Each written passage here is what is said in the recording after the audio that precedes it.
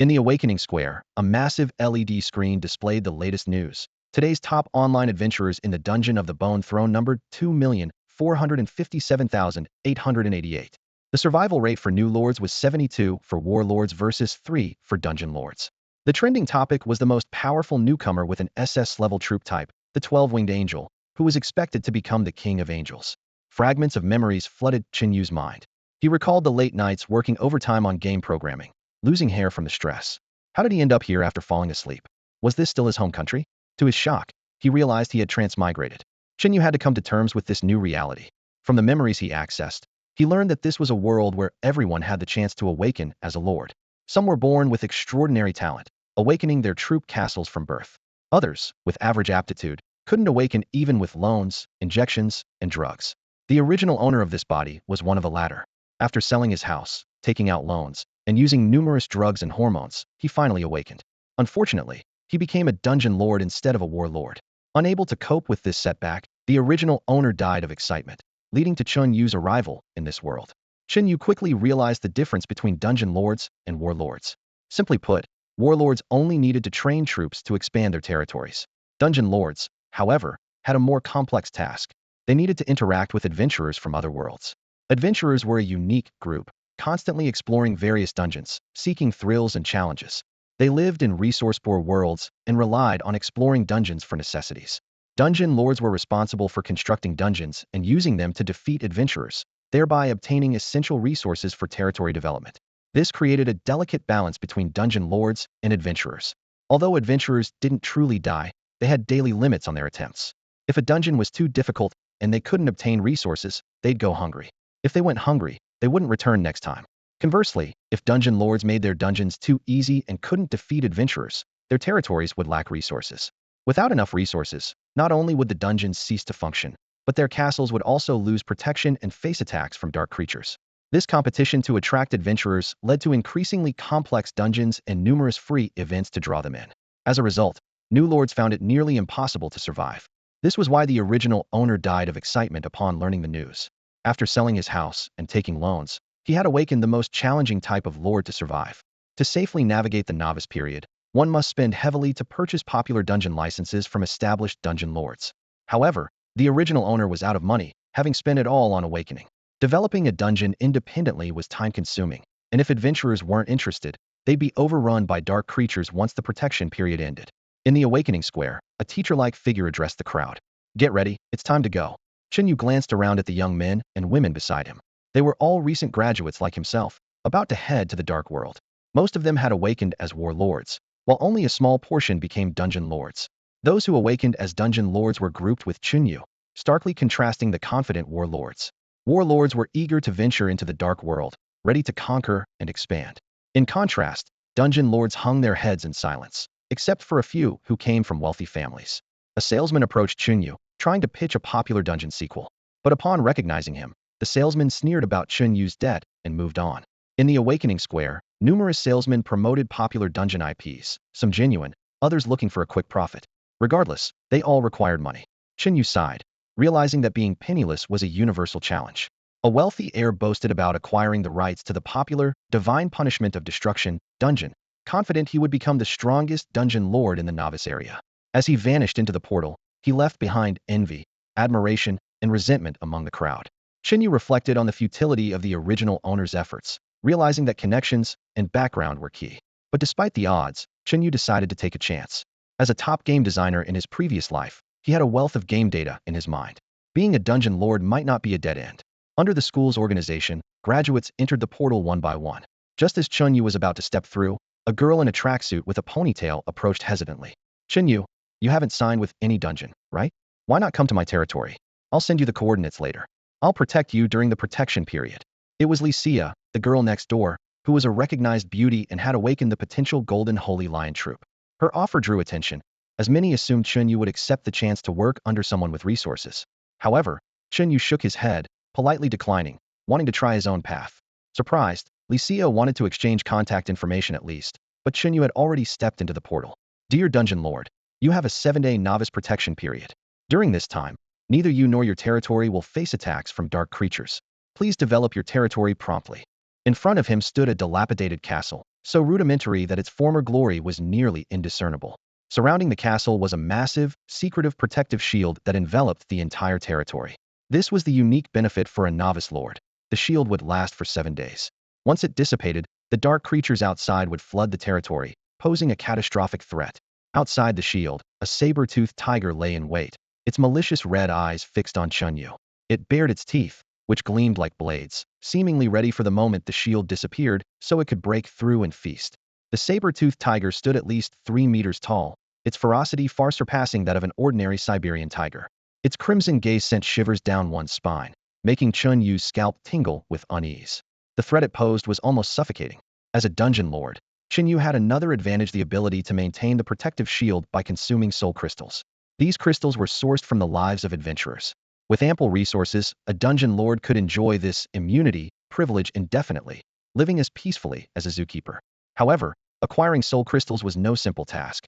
Novice lords often, under survival pressure, chose to create a deadly dungeon, quickly eliminating the first wave of adventurers to gather enough soul crystals to sustain the shield. This short-sighted approach, while allowing novice lords to temporarily survive, eroded adventurers' trust in new lords. Even well-established dungeons had lost their allure, as adventurers preferred to venture to places with stable resources rather than trust newly established dungeons. This ruthless tactic indirectly made Chen Yu's situation extremely challenging. He stood before the castle, surveying the territory. It appeared barren, with nothing but the door leading to the dungeon. Clearly, this was the novice lord's first dungeon. Chen Yu's consciousness was stirred, and the basic information of the dungeon appeared in his mind. The dungeon was at level 1, with no current capacity, a population limit of 0-20, and a blank interior, requiring construction from scratch. With no other options, Chen Yu began studying the construction methods and operational mechanisms of the dungeon. After all, his predecessor had virtually no knowledge in this area. Perhaps too confident in becoming a warlord, he had focused all his efforts on learning warfare, neglecting dungeon management. The process of constructing a dungeon was complex and tedious, requiring imagination to design it from scratch. For most novice lords, this was an almost impossible task, as human imagination is often limited by what is seen. Creating something never seen before demands immense effort and can easily lead one to become engrossed in their ideas, reluctant to share with others. Consequently, nearly all construction methods among dungeon lords were kept secret, and even delegating authority to others wouldn't reveal the specific details of the dungeon to a proxy lord. This information gap meant that even capable lords who could independently develop decent dungeons faced limited development due to a lack of teamwork and basic knowledge. This, however, presented an opportunity for Chen Yu. Upon seeing this information, Chen Yu almost laughed out loud. What? You can't imagine things you've never seen? I've witnessed the might of steel fleets, missile storms, and even seen spaceships sailing through space, and the undead skeleton hordes sweeping across Lordaeron. Isn't this my chance to turn the tables? Have you ever witnessed the great sage, equal to heaven, standing on clouds and single-handedly challenging an army of heavenly soldiers? Well, I have. Chen Yu's lips curled into a slight smile, and his eyes gleamed with confidence. As an experienced game designer, calculating and balancing various data was second nature to him. Once he delved into the rules of dungeon construction, his initial concerns vanished. To his surprise, the dungeon culture that had existed for centuries was so primitive. Even under the pressure of life-and-death competition, there were no meticulously designed blockbuster games like those on Earth. What astonished Chen Yu even more was that the lords here didn't understand resource sharing and experience exchange. They were like the isolated sects in fantasy novels, hoarding their secrets only to eventually decline. The downfall of a dungeon meant that all its accumulated experience and wisdom would vanish forever. In this dark world, communication was already difficult, and the pressure of survival made such isolation somewhat understandable. A glimmer of excitement flashed in Chen Yu's eyes. This was a golden opportunity for him. With his game design expertise, creating a dungeon far exceeding the current standards was no challenge. Yet, a new question arose: how to balance the dungeon's appeal with the interests of adventurers. After thorough research, Chen Yu discovered a key insight. The resources adventurers obtained were determined by the dopamine released during their exploration. This meant that even a seemingly deadly challenge, as long as it brought joy to the adventurers, could yield substantial rewards. This discovery gave Chen Yu a fresh perspective on the news he had seen before. The older dungeon's attempts to maintain allure by reducing difficulty seemed shallow to him. Why limit the thrill of victory to just clearing a level? Chen Yu chuckled to himself, as a brilliant idea began to take shape in his mind. The system's newbie protection mechanism would allocate several adventurers to participate in a newly built dungeon, providing him with an opportunity. If he could ensure these pioneers had a satisfying experience and spread the word, it would set the stage for his dungeon's success. A glint of wisdom shone in Chen Yu's eyes as a novel and refreshing dungeon blueprint took form in his mind. Time was running out, and there was no chance to design a complex dungeon. Chen Yu thought for a moment and decided to go with a simple setup, preferably something that could be completed in a single room. This way, he could have it ready before the newbie protection period ended. His ultimate goal was to make the dungeon exciting, to spark adventurers' enthusiasm so they wouldn't be able to stop playing, ideally using up all their available attempts for the day. After much consideration, he decided that the simplest and most addictive game to introduce was Happy Landlord. As a national-level card game, Chen Yu was confident it would bring joy to adventurers who had never experienced it before. Chen Yu's consciousness quickly immersed into the dungeon-building module as he began designing the dungeon step by step. First, he created a modest-sized room, big enough to accommodate about 20 people. He paid special attention to the opulence of the environment, deciding on lavish decorations to elevate the atmosphere, inspired by the gambling rooms in the movie God of Gamblers. He crafted an indoor luxurious hall to those standards. Next, Chen Yu placed a card table and prepared some happy coins to ensure the game had a complete atmosphere. The process was straightforward, yet it took Chen Yu an entire day. By the time his consciousness emerged from the dungeon module, the sun had already set, and it was twilight. The adventurers had likely used up their attempts, making it unsuitable to open the dungeon now. Chen Yu decided to take a break and open it the next day. He glanced at the saber-toothed tiger still prowling outside the protective barrier and couldn't resist making a face at it. Then, he opened the system and retrieved some food. These were exchanged using soul crystals. Since it was still the newbie protection period, he could exchange them for free, so he didn't hesitate to get a pile of meat and leisurely ate in front of the saber-toothed tiger, feeling secretly pleased as it circled and drooled. Soul crystals were the currency of this world, and as the dungeon lord, Chen Yu knew that having enough soul crystals meant he could live comfortably. While eating, he inadvertently opened the system and discovered a Lord's chatroom feature. The chatroom was divided by regions, and since he was in the newbie area, he couldn't communicate with high-level lords.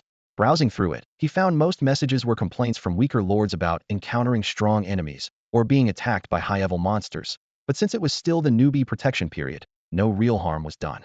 After dinner, Chen Yu noticed there were 2 unread emails in the system. He casually opened them. The first was from Great Demon God Avadeso, who mentioned being sealed under Demon God Mountain and offered help for a price. Chen Yu had no interest in such invitations and quickly skipped it. The second email was from Licia, stating she had located Chen Yu's territory through the system and could reach him in a few days, implying she was willing to offer protection. Chen Yu wasn't interested in getting involved and deleted the email without hesitation. He turned his attention back, having made plans for tomorrow's challenges. A few seconds later, Chen Yu retrieved the email from the trash. After all, if things really went south, survival was the top priority. He had absolute confidence in the game Happy Landlords, but he also knew that adventurers in this world might not appreciate its subtleties. With nothing else to do, Chen Yu returned to the castle. He lay down on the slightly chilly stone bed and gradually drifted into sleep. Early the next morning, Chen Yu got up and went to the entrance of the dungeon. He stared at the heavy iron door, paused for a moment, and softly asked, "Shall we activate the dungeon?" Activate. With his command, the dungeon door emitted a dazzling light, like a mirror, allowing those outside to see everything inside clearly. Chen Yu's gaze hardened as he saw, through the door's reflection, 3 people suddenly appear in the game room, dressed in traditional adventurer attire. 2 men and 1 woman. Only 3 people. He frowned slightly. This was the minimum number. According to the initial dungeon recruitment rules, it should be 3 to 6 people. It seemed his luck wasn't great today, just hitting the lowest count. Chen Yu had considered this last night, which is why he chose Happy Landlords instead of the more complicated mahjong. He sighed lightly, observing the 3 people's bewildered expressions, and walked into the dungeon. "Welcome to my dungeon." Chen Yu suddenly appeared in the center of the game room, his voice clear and echoing in the empty space. The others weren't surprised, as they knew that those in the castle would become NPCs when the game started. With a new store opening, it was natural for him to personally oversee it. "You're the lord of this dungeon?" A girl in a light blue cloak looked up, asking calmly. Her name was Bai Feifei. She looked at Chen Yu without a hint of surprise. "That's right." Chen Yu nodded, glancing around and noticing that each adventurer's name was displayed above their heads. Bai Feifei blinked. "What's this dungeon about? Is it like an escape room?" Before Chen Yu could respond, the other 2 male adventurers interrupted. "Another escape room?" Li Ruopu frowned, complaining. "Can't you new lords come up with something new?" "Yeah," Wu Yu chimed in. "If we encounter one of those monsters that cut us down with one blow, I won't be happy." Bai Feifei shook her head. "Forget it, don't complain. At least it's better than a maze. You know we have limited time, and the dungeon construction is just like this." She spread her hands helplessly. The adventurers did feel a bit sympathetic towards the new lord's predicament, but they also had to complete their tasks and couldn't waste time on a dull dungeon. Li Ruopu frowned, looking impatient. "All right, Enough talk. Let's get started. I've heard there's a dungeon of the God of Destruction that's particularly thrilling, and I'm planning to try it. Wu Yu's eyes lit up. God of Destruction? That dungeon that's hard to get into? I've been wanting to go. Let's team up. Bai Feifei eagerly raised her hand. Count me in. Count me in. Watching the three of them start discussing other dungeons, Chen Yu remained calm. He smiled slightly, and then initiated the tutorial mode. Ladies and gentlemen, before we officially begin, let's go over the game rules. This game involves no death or horror elements, so you can relax. With that, he pulled a few happy coins from his pocket and handed some to each person. These are the initial happy coins you'll receive upon entering the game, free of charge. Once these happy coins are used up, the dungeon will end. With Chen Yu's explanation, the atmosphere seemed to lighten a bit. Although everyone was somewhat eager for the thrill of other adventures, Chen Yu's smile put them at ease, and they prepared to enter the game. Hearing Chen Yu's words, the three adventurers couldn't help but show expressions of disbelief. What did you say? No scenes of death or fright. Bai Feifei said, frowning with a hint of reluctance in his tone. How is that possible? If we don't die, how will you survive? After all, for adventurers, dying in the dungeon isn't true death. They crave the thrill and excitement. Li Ruopu looked down at the joy coins in his hand, ignoring Bai Feifei's sentiments, and directly asked, so you're saying, as long as we use up these joy coins, the dungeon ends, right? No matter how. Chen Yu shook his head and pointed to the deck of cards on the table. Only through games, with this deck. Of course, you can choose to deliberately lose to speed up the consumption of joy coins. Li Ruopu's gaze fell on the cards, a slight smile on his lips. That sounds simple enough. Let's get started then. He didn't want to miss his reservation for the dungeon of the God of Destruction's punishment. First, let's go over the rules. Chen Yu motioned for them to sit down and started the beginner's tutorial. An instructional screen appeared before the adventurers, instantly grabbing the attention of the previously restless trio. So that's how it is, Bai Feifei realized. Different card combinations have different effects, and each hand is dealt randomly. You can play as the landlord or choose to be a farmer. The landlord earns more, while farmers can cooperate with teammates. Card games. That's quite interesting. Bai Feifei genuinely praised. Lord Chen, your imagination is impressive. This game really piques my interest. Wu Yu scoffed. What's so fun about cards? I still prefer some action and scares. Let's just finish this first, Li Ruopu urged. As long as we lose all these joy coins, we can leave this dungeon. The ensuing game was full of drama. 1 minute later, Wu Yu, who claimed he wanted to lose, couldn't resist calling Landlord when he saw a powerful hand. 3 minutes later, he screamed, what the heck? How did I lose with that hand? 10 minutes later, Bai Feifei triumphantly played a winning card. Game over. Hand over those joy coins. 30 minutes later, Wu Yu stared at the last few joy coins in his hand, his face full of reluctance. Half an hour ago, he would have eagerly rushed to the next dungeon, but now he complained to Chen Yu. Lord, you're too stingy. How come we only got so few joy coins? There's not enough to lose. Li Ruopa chimed in. Yeah, give us more. It's not enough to play. The reservation for the God of Destruction's punishment was long forgotten. Chen Yu smiled slightly. Those were free joy coins. Wu Yu's eyes lit up. Does that mean we can get more joy coins? Chen Yu nodded in confirmation. Of course, as long as you're willing to pay with death counts 1 death for 500 joy coins. 500, that's a lot. Wu Yu exclaimed, thinking about how much fun he had with just 100 free joy coins, and he couldn't help but feel tempted. I didn't expect that sacrificing a life would get me 500 joy coins. That's such a bargain. Wu Yu's eyes sparkled with excitement. Recalling the thrill he just experienced in the game, he made a decision without hesitation. I'll do it. I'm in. Lord, give me all you've got. Wu Yu seized the opportunity, immediately exchanged for 500 joy coins from Chen Yu, and sat down with a smug look. Come on, let's keep going. 8 hours of gaming flew by. Bai Feifei stood in place, dancing like a happy little swan. Haha, I have a total of 5,800 joy coins in my hands. I won this game. You two are so weak, absolutely pathetic. After the celebration, Bai Feifei's expression suddenly darkened. It's a shame these joy coins disappear once we leave the dungeon. Joy coins don't disappear. Chen Yu's words were like a shot of adrenaline, instantly lighting up Bai Feifei's eyes. Lord, what do you mean by that? Are you saying these joy coins will still be there? Chen Yu nodded with a smile and explained, that's right. I specifically used a save system for this dungeon. The next time you log in, the number of joy coins you have now will be preserved, though there will be a small storage fee. Really? Bai Feifei asked excitedly. How is this storage fee calculated? The first day is free, the second day incurs a 1 fee, the third day 2, and so on. Chen Yu patiently explained. This was a cleverly designed little trap, ensuring adventurers would be reluctant to stay away for too long, while making joy coins a universal currency for all his future dungeons. For other dungeons, there's nothing you can't imagine, and they're definitely fun. Chen Yu confidently promised. Bai Feifei immediately decided. Then I'll convert all my remaining chances into joy coins and store them with you first. Chen Yu happily agreed, and in doing so, he gained 15 soul crystals, far exceeding his expectations. Li Ruopu and Wu Yu, unable to contain their curiosity, asked about the details of other dungeons. Chen Yu skillfully changed the subject, announcing an exciting news. The Joy Poker Dungeon now has a referral event. Bring in one person and get 500 joy coins. Two people get 1,000. And if you bring in 5 at once, you can earn 5,000 joy coins. This news instantly excited the three of them. Bai Feifei immediately said she'd invite her best friends. Li Ruopu planned to use his network, and Wei was ready to leverage his forum account to bring people in. When they expressed concerns about the capacity of the venue, Chen Yu confidently reassured them, "Don't worry. There will be beginner, intermediate, and advanced levels. Just focus on bringing people in." The three adventurers nodded, their eyes glowing with determination, as if they could already see endless joy coins beckoning them in the future. After the three adventurers left, Chen Yu decisively chose to close the dungeon early. To ensure they had an almost perfect gaming experience, he had extended the dungeon's operation time, which lasted a full 8 hours. This duration was enough for most adventurers to exhaust their exploration attempts, making further operations unnecessary. Today's total earnings were unexpectedly high, 15 soul crystals. In comparison, the daily maintenance cost of the Happy Card dungeon was only 1 soul crystal, and the energy maintenance for the protective shield required just 1 more. This meant that a single day's income was enough to sustain operations for several days. However, Chen Yu's goal was not merely to get by. He gazed into the distance, his eyes calm, yet sharp. The first step of his plan had progressed more smoothly than anticipated. Once he overcame this toughest hurdle, the path ahead would be clear. With this in mind, he decided to take advantage of the dungeon's closure to expand it. Immersing his consciousness into the dungeon space, Chen Yu began a major renovation of the hall.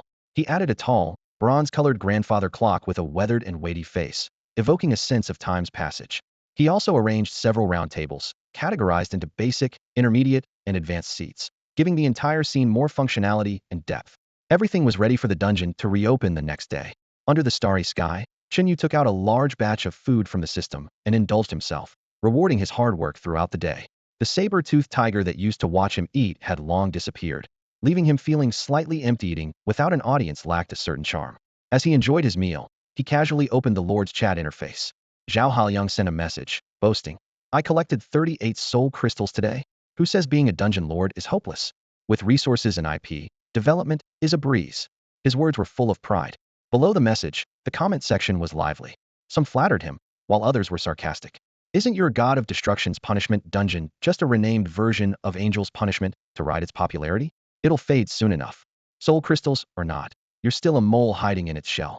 When my army comes, we'll seal you in. Let's see how you boast then." The last comment made Chen Yu's eyes darken. He had to admit the person was right. To avoid this scenario, he needed to grow stronger continuously and not let himself be trapped in this shell. Meanwhile, in the adventurer's world, the dungeon settlement interface lit up. Settlement complete. This dungeon exploration yielded 4 packs of instant noodles, 1 bottle of cola, 3 cream puffs, and 1 hamburger. Staring at the pile of colorful, brightly packaged, unfamiliar foods before her, Bai Feifei was momentarily stunned. She looked down, full of confusion. Instant noodles? Cola? Hamburgers? Are these edible? This dungeon lord's understanding seemed different from others. It was quite bizarre. She suddenly recalled some rumors there were insane lords who believed stones were edible, resulting in settlement rewards full of pebbles. Could this be another madman? Bai Feifei felt a chill run down her spine and couldn't resist bringing her nose close to a cream puff. A light whiff and a faint milky aroma filled her senses, its sweetness rushing to her head, making her mouth water. Her stomach growled, and she couldn't help herself from taking a bite. In the next instant, the rich, sweet cream exploded in her mouth, the sensation of the filling bursting combined with the soft bread, overwhelming her taste buds. At that moment, Bai Feifei felt like she had just tasted the most delicious food in the world. She couldn't help but blurt out, "Oh my God!" Normally so refined, she couldn't contain herself this time. The flavor was so astonishing, it was beyond words. Even if it were poisonous, Bai Feifei would willingly indulge. How could something taste this good? She devoured a large cream puff in just a few bites. Then she glanced at the cola beside her, instinctively grabbed the bottle, twisted off the cap, and took a swig. "Wow, refreshing," Bai Feifei muttered under her breath, her face full of satisfaction. She had never felt such a sense of exhilaration. A joy beyond words. It was as if she transcended the confines of the dungeon and entered another realm. She paused for a moment, suddenly realizing, "I have to come back to this dungeon. If not for anything else, then definitely for this food." Satisfied, she let out a small burp, got up, and ran into the next room where her 2 friends were emerging from other dungeons. Before they could finish their conversation, Bai Feifei rushed over, excitedly pointing at them. babbling about her discovery. Her two friends looked at her, puzzled and skeptical. One even reached out to feel her forehead, slightly worried. Fei, did you eat something bad? You seem a bit off. The other also looked confused. Yeah, how could there be such an amazing dungeon? And even if there was, it's likely an old one. Is it really that easy for new lords? I doubt it. I'd love to support those new lords. Hope they come up with something fresh, but for the sake of living, we have to compromise. The two friends chatted away, their conversation veering away from Fei's excitement. Seeing their disbelief, Fei got anxious and tore open a chocolate wrapper, eagerly stuffing it into their mouths. Initially, they resisted a bit, but as soon as the melted chocolate sweetness hit them, their eyes lit up. How can something taste this good? Fei, where did you get this? They stared wide-eyed, mouths full of chocolate, looking both astonished and eager. Come on, we're best friends. Good stuff should be shared. Fei crossed her arms with pride, puffing out her chest. What? You didn't believe me just now? A smug smile played on her lips. Her two friends exchanged glances, barely able to hide their surprise and delight. Fei, are you saying this chocolate came from that dungeon? They asked in unison. Exactly. Fei beamed, as if holding endless secrets. The things from this dungeon are simply amazing. All right. Whether the dungeon is fun or not doesn't matter. We're going tomorrow too. Her two friends' eyes sparkled with excitement as they practically spoke in unison. Seeing Fei still had some chocolate, they immediately pounced, their eyes gleaming like hungry wolves spotting prey. Fei smiled slightly, knowing that what she brought back today was much more than just chocolate. Meanwhile, Wu was also enjoying the abundance of snacks and instant noodles he brought back from the dungeon, far more than anything he'd gotten from other dungeons. This alone proved that the joy this dungeon brought him far surpassed any other place. As he opened the instant noodle package, the aroma hit him instantly, making his mouth water even before adding hot water. Wow, this smells amazing, Wu exclaimed, unable to contain his desire. He quickly grabbed his system terminal, snapped a photo, and uploaded it to the forum. Hey everyone, check this out. It looks like noodles, but the aroma is incredible. Though the adventurer's world wasn't highly advanced, everyone had a system terminal with a dedicated forum. Almost immediately after Wu posted, someone replied, "What is that? Looks like noodles, seems pretty fragrant. When did dungeons start having such magical items?" All of this joy and wonder was brought about by this dungeon, driving everyone wild with excitement. The photos Wu posted on the forum didn't create much buzz, with only a few familiar users commenting. After all, he wasn't a major streamer and hadn't released any popular game guides, so his popularity was low. However, when the new scene Joyous Card Dungeon appeared, Wu saw an opportunity to increase his visibility. He realized that by publishing a guide for Joyous Landlord, he could quickly gain attention. Being among the first players to enter the Joyous Card Dungeon, he believed that even if his guide wasn't as refined as others that might follow, the advantage of being first could earn him a top spot. This way, every player entering the dungeon would see his guide first, naturally boosting his fame. With this in mind, Wu immediately opened the forum and began writing a lengthy guide. He meticulously detailed each card type, combinations, game rules, and added his personal insights, crafting a 10,000-word article. He even included a link at the end of the guide, allowing direct access to the Joyous Card Dungeon. Every click on this link would count towards Wu's new player referrals. Hey man, since you say the game is so fun, I'll join you tomorrow and give it a try.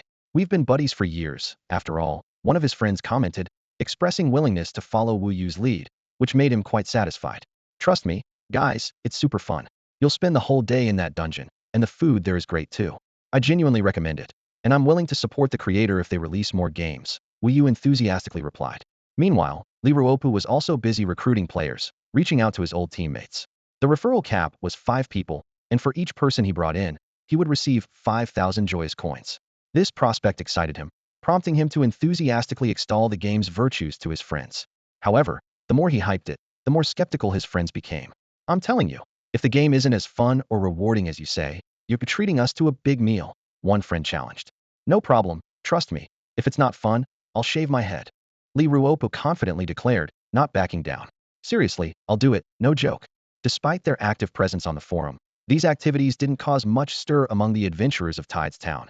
After all, Tides Town was a remote place, barely a speck in the vast world of adventurers. No high-level adventurers were emerging there, and the forum discussions were still largely focused on games from established lords, like the popular Wrath of the Destroyer.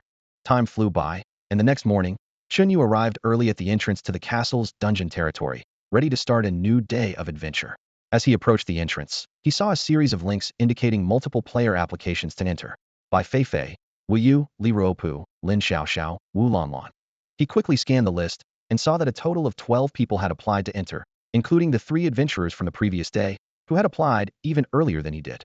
Chen Yu hesitated for a moment before deciding to submit his application to enter the dungeon as well. In an instant, 12 adventurers suddenly appeared in the cheerful game room. Chen Yu stood at the entrance of the dungeon, quietly listening to their conversation. Ruopu, is this the amazing dungeon you mentioned? It's not just an escape room, is it? That would be so lame, one adventurer said skeptically, glancing around. This place is so small. Who can have fun here? Another adventurer questioned, clearly surprised by the lavishly decorated game room. As they looked around, the opulent decor left them slightly stunned, and the large box and the swinging pendulum piqued their interest. One of the adventurers walked up to the large clock, pointing at the pendulum as he studied it. Li Ruopu snorted with a hint of sarcasm. Don't be so dismissive. Once you start playing, you won't be laughing. Wu Yu chimed in. Yesterday, I thought the same as you, but I nearly ended up betting my last piece of clothing to the Lord here. The group laughed, skeptical that such a game could be so engaging. Seriously? A little room game can be that captivating? An adventurer chuckled, shaking his head in disbelief. I've seen plenty of card games. How could it be that interesting? Bai Feifei shook her head, a mysterious smile on her lips. This one's different, really different. Just wait for the Lord to show up. Li Ruopu rubbed his hands, eyes gleaming with anticipation for the reward. This time I brought 4 newcomers. With that, 2,000 joy coins are guaranteed. Lord, please show up soon. His mind was filled with thoughts of the 2,000 joy coins, unable to focus on anything else. Chen Yu stood outside, reflecting that the main downside of this dungeon was that he couldn't just be a hands-off manager. Since these adventurers had arrived, he needed to guide them through the game. It seemed like he would need to organize a party to explore the nearby monster village tomorrow and recruit some exotic NPCs for the dungeon sexy dealers dealing cards live. It sounded great and would surely attract more people. With these thoughts, Chen Yu merged his consciousness into the dungeon. Lord, Bai Feifei exclaimed as she saw him, jumping up and down eagerly with her hand outstretched. I brought 2 people. Where's my 1,000 joy coins? I brought 4, so 2,000, her friend chimed in. Chen Yu smiled and nodded. Don't worry, the system keeps track. Here's your referral reward. He distributed the joy coins to them, and Bai Feifei and her friends were thrilled. More joy coins meant they could play longer, and the dungeon rewards would be more generous. Chen Yu didn't forget to give Bai Feifei her remaining joy coins, totaling 7,800, with an extra 2,000 from her leftover attempts exchanged yesterday. Seeing so many joy coins, Wu Yu and Li Ruopu's eyes glimmered with envy. Wow, Bai, sitting on 8,800 coins, I'm so jealous. Yeah. The newly joined adventurers looked on in confusion, not understanding what these joy coins meant. The 3 exchanged a knowing smile, choosing not to explain. Chen Yu continued distributing 100 joy coins to the remaining adventurers and began the beginner's tutorial. Bai Feifei and her friends eagerly helped, and soon everyone had grasped the basics. With the tutorial complete, the game officially began. The 12 adventurers split into 4 groups and quickly sat down to play. A few minutes later, a friend at Bai Feifei's table let out a scream. Wu Lanlan was on the verge of tears, staring incredulously at the cards in her hand. I can't believe I lost with a king bomb and 3 twos. This is just ridiculous. Bai Feifei leaned back, a victorious smile playing on her lips as she tapped her fingers on the table. It's all about technique. You're still young and need more practice. With 8,800 happy coins in her possession, she was the queen of this game room, calling the landlord and tripling the stakes with intimidating confidence. Her aggressive strategy quickly led her 2 friends to lose, watching helplessly as their 100 happy coins disappeared in just half an hour. Unwilling to leave so soon, Wu Lanlan twisted her fingers around her shirt, looking pleadingly at Bai Feifei. Sister Bai, we're best friends, right? How about lending us some happy coins to keep playing? A sly glint appeared in Bai Feifei's eyes, her smile turning mischievous. Why borrow? You could sell yourselves. The Lord is waiting for your service. What? Wu Lanlan instinctively clutched her clothes, turning to the silent Chen Yu with a whisper as soft as a mosquito's buzz. How much for one time? Chen Yu remained silent for a while before finally speaking. 1 entry opportunity, 500 happy coins. All right then. Bai Feifei's 2 friends gritted their teeth, each exchanging for 500 happy coins, and returned to Bai Feifei, eyes burning with a desire for revenge. Young lady, let's see how you handle us today. The 3 girls jumped back into the fray, and the atmosphere at the card table heated up instantly. Cards fluttered, and laughter and exclamations filled the air. These 12 adventurers never imagined they would be fighting such an intense battle in a small room, finding it more entertaining than battling monsters. Some lost all their chances in one go, eyes red but eager to continue. Hearing about Chen Yu's recruitment event, they temporarily left the dungeon, quickly bringing in 2 newcomers and earning a 1,000 happy coin reward, eager to return to the battlefield. The 2 newcomers, clearly unaccustomed to the scene, stood frozen at the door. Chen Yu approached them, patiently explaining the game rules. and they soon understood. Some adventurers, tired of playing, took a break, and the newcomers quickly filled the vacant spots. Before long, they too were captivated by the game, fully immersed in the world of cards. This card game is so unique.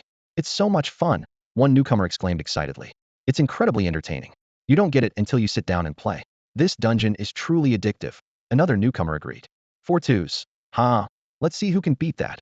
One adventurer boasted as they played their card. King Bomb. Let's see how you handle this. Their opponent immediately countered. Oh, the adventurer hit by the King Bomb wailed. I wonder if I'll get that chocolate during tonight's settlement. I tried it yesterday, and it was so delicious, I can't forget it, an adventurer mused while shuffling cards. That's because you haven't tried the instant noodles. Now that's a real delicacy, another adventurer chimed in. It's more fun with more people.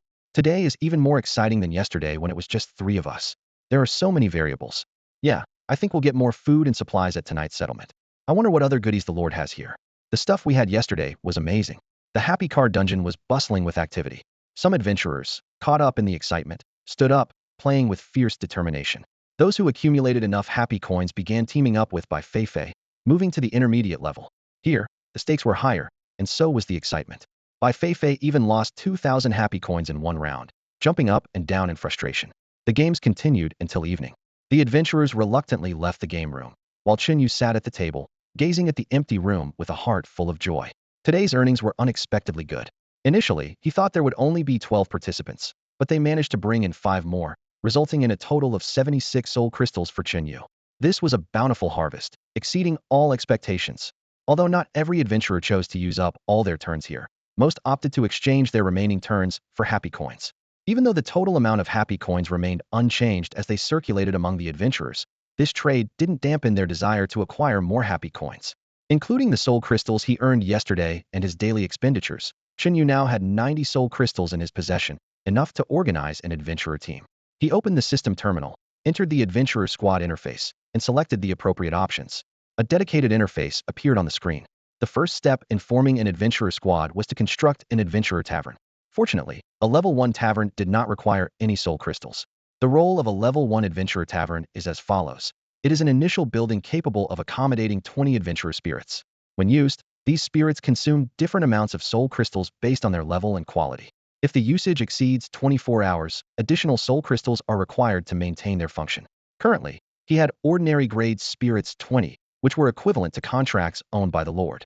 However, to activate these spirits, adventurers from another world must possess them, with each summoning requiring soul crystals.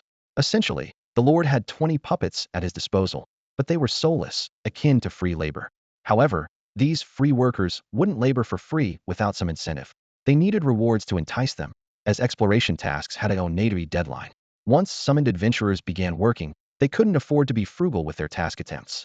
Thus, unless the rewards were appealing enough, most adventurers wouldn't volunteer to help, as they still needed to make a living. Typically, rewards would be an additional benefit provided by the Lord's dungeon, such as powerful equipment or new titles. Only when these incentives were strong enough would adventurers be willing to work for the Lord. However, there were potential risks involved. Adventurers who received powerful equipment or new titles could easily surpass the Lord's dungeon, possibly even bringing along newcomers to complete the challenge. If the exploration didn't yield sufficient returns, the Lord would incur a loss. Nonetheless, this wasn't a problem for Chen Yu, as his dungeon didn't require equipment or titles, only happy coins. Despite this, relying solely on happy coins wasn't enticing enough, so he needed to find a way to increase the allure. After a moment of contemplation, Chen Yu decided to add some details to the task. He wrote the following in the task description. Task: Map expansion. Task content: Explore the forest north of the castle, conduct extensive exploration, and recruit non-human species. Requirement: Must be attractive, female preferred. If not available, male is acceptable. Task reward: 300 happy coins for all participants, with an additional 100 contribution points for the top 5 adventurers on the leaderboard. Task duration: 1 day. Task participants: 20 people. He hoped to complete this task in one go, so he set the participant number to 20. In the contribution points section, he specifically highlighted the role of contribution points and further described how they could be used to motivate adventurers, helping them earn additional rewards and benefits during the task. Once the task was published, it was time to start recruiting adventurers. Chen Yu opened the system interface to check the details of his territory. The castle hadn't been named yet, so after a brief moment of thought, he decided to call it Daxia Everbright City. The system immediately displayed the complete information. Daxia Everbright City Tier 1 Lord's Castle. Lord: Chen Yu. Buildings: none. Facilities: Adventurers Tavern Tier 1, Joyful Card Room Tier 1. Number of dungeons: 110. Shield maintenance cost: Soul crystals, 1 day. Novice protection period: 3 days, 21 hours, 52 minutes remaining. Chen Yu carefully analyzed the dungeon data. The current Tier 1 dungeon has a capacity limit of 20 people, similar to a game server where too many people cause congestion. Building a new dungeon requires 100 soul crystals, and each territory can construct up to 10 dungeons. However, once the castle level is upgraded, the dungeons can also be upgraded to accommodate more people. Based on the current rate of resource accumulation, Chen Yu estimated he would have enough to construct a second dungeon by tomorrow. Meanwhile, in the adventurer's world, Bai Feifei had just exited a dungeon. She looked at the loot that appeared out of thin air in front of her, a small bag of rice and a spicy hot pot set. She was familiar with rice, which could be cooked and sold at a good price in the market. However, the hot pot set intrigued her, and she carefully examined the instructions on the packaging. At that moment, Lin Xiaoxiao and Wu Lanlan excitedly ran over from next door, each carrying an armful of snacks. Feifei, look, Wu Lanlan said, tears of joy in her eyes. Not only is there enough food for us, but we can also sell the surplus. Mom and Dad won't have to worry about going hungry anymore. In this resource-scarce world, supporting the elderly was the most challenging issue. When adventurers reach a certain age, they lose their system terminal and return to ordinary life. But with limited land and scarce resources, relying solely on labor for retirement makes it difficult to maintain even a basic level of comfort. This is why young adventurers take risks and race against time to accumulate wealth they are preparing for their future. Most dungeons barely yield enough to meet daily needs, and having a surplus is rare. However, today's generous harvest was enough to feed Wu Lanlan's family for several days. If such gains could be made every day, with her newfound success, she not only supports her family but also doesn't need to worry about her retirement. Wu Lanlan's eyes sparkled with excitement, and a long-lost smile spread across her face. Feifei, it's all thanks to you for bringing me to such a fun dungeon, she said sincerely, looking at Bai Feifei. Bai Feifei waved her hand playfully, her long hair swaying with the movement. We're best friends, after all. Of course, we share good things. Besides, it's not me you should thank, but Lord Chen. That's true, Lin Xiaoxiao agreed, tapping her fingers lightly on the table. If it weren't for his amazing dungeon, we wouldn't have all these wonderful and delicious foods. Wu Lanlan nodded firmly, her eyes filled with determination. From now on, I'm Lord Chen's most loyal fan. I'll protect him so he can create even more entertaining dungeons. Yes, yes, yes, let's form a fan club. Bai Feifei clapped her hands in excitement, her eyes lighting up. Lin Xiaoxiao smiled in agreement. Sure, while the three of us can't do much, we can at least be cheerleaders and draw some attention his way. The three exchanged smiles. They were all quite attractive, but previously too busy with life to pay attention to their appearance or engage in online forums. But things were different now. After showering, applying makeup, and dressing up, they sat in front of the computer and started a live stream on the Adventurers Forum. What should we call our fan club? Bai Feifei pondered, biting her fingertip, then opened the information on Chen Yu's domain. When she saw the name, Daxian Nevernight City, her eyes lit up, and she quickly made a decision. Typing swiftly on the keyboard, she registered the account as Daxia Fan Club. They first recorded a few dance videos, promoting Daxian Nevernight City from all angles, showcasing the unique features and allure of the dungeon, and then started the live stream. For adventurers who spent the day in the dungeon, watching a live stream of beautiful women was a great way to unwind in the evening. As soon as Bai Feifei and her friend's video went live, it immediately drew attention. Daxia Fan Club? What dungeon is that? I've never heard of it. Is some old dungeon launching a new campaign? What kind of theme is it? These ladies are quite pretty. It'd be a shame if those legs weren't used for something. Who cares about the theme? Let's focus on the legs for now. Ladies, show us the legs. The number of viewers quickly reached several hundred, with comments scrolling by rapidly. However, most were just there for entertainment, uninterested in what Bai Feifei and her friends were promoting. This was to be expected. At this stage, Bai Feifei and her friends weren't even considered small-time streamers, and they weren't engaging in any suggestive content, just dancing and singing to liven things up. So if even 2 or 3 out of a few hundred viewers decided to check out the dungeon, it would be a success. Any adventurers who ventured into the dungeon from the live stream would be recorded as part of Bai Feifei's recruitment efforts. During the live stream, the trio noticed a task announcement from Chen Yu and immediately shared it with their audience. Bai Feifei winked at the camera and said sweetly, "If you want to team up with the streamers, be sure to join us for the Daxian Nevernight City mission tomorrow. See you there." Meanwhile, Wu was busy writing a strategy guide on the forum. This time, he aimed for an objective tone, providing a comprehensive review of the Joyful Chest dungeon. Among the 3 forum friends who accompanied him today, one had a fairly high level, and his supportive comments added credibility to the post. The author's description makes it sound so fun. I'll check it out tomorrow. Getting several days' worth of food in one go sounds too good to be true, I don't believe it. Neither do I. This reminds me of the early days of some popular dungeons. I'm a professional debunker. I'll go see for myself tomorrow. The comment section was a mix of skepticism and anticipation, setting the stage for the next day's dungeon adventures. Wu Yu's strategy article saw a noticeable jump in views, from a few yesterday to several dozen today, thanks largely to the help of a more influential friend. Although the increase wasn't extraordinary, it was still a sign of progress. After all, Happy Poker Dungeon is just an obscure little dungeon, and there's a clear gap when compared to the likes of Bai Feifei's live streams. The content viewed ranged from simple numbers to some trivial statistics, which became crucial factors for the more seasoned viewers. As Wu Yu browsed the forum, he noticed the comments were mostly from his few active friends. One particular comment caught everyone's attention: a quest for expanding the map posted by Chen Yu. They immediately began to complain about how stingy Lord Chen was. I mean, only 300 happy coins for a trip? That's way too low. And what's this contribution point thing anyway? Wu Yu couldn't help but chime in. Well, you can't really say that. Although the quest only offers 300 happy coins, Lord Chen's dungeon is different from others. In other dungeons, you need to spend time battling slowly, but in Lord Chen's dungeon, you can pay to win. You can burn through a day's worth of attempts in less than a minute, which is worth about 2,800 happy coins. It's quite a deal. One friend hesitated. That does make some sense, but something feels off. Hey, take a look at the contribution points. What's that all about? I don't get it. Another friend suddenly mentioned. Wu Yu quickly clicked on the link and read that contribution points can be exchanged for nobility value, which can increase your star rank. He eagerly read on. As the star rank increases, daily and weekly rewards get more generous. Star rank 1 offers 100 happy coins daily and 500 weekly. Star rank 2 offers 300 daily and 1500 weekly. The rewards are extensive, and at higher star ranks, entering a dungeon might even trigger a server-wide announcement and special notifications. Plus, your name turns gold, giving you a distinguished appearance. What really caught their attention was that with higher star nobility, the transaction fee for storing happy coins decreases, and reaching star rank 3 even earns interest. Seeing all these rewards, Wu Yu and his friends got excited. Wow, a server-wide announcement and a gold name. Entering a dungeon would make you look like a VIP, Wu Yu exclaimed. If Lord Chen's venture becomes big, the star nobility will definitely be super prestigious. The quest is pretty simple now, but it'll be much harder to rank up in the future. Yeah, I can convert tomorrow's attempts into happy coins and save them. I'm definitely going tomorrow. I want to reach star rank 3, and when other popular dungeons open, I'll be a veteran. Lord Chen has great potential, worth investing in. They all agreed, seeing future opportunities in the star nobility and Lord Chen's dungeon. Meanwhile, Li Ruopu also embarked on his own live streaming journey, but he didn't go for borderline content.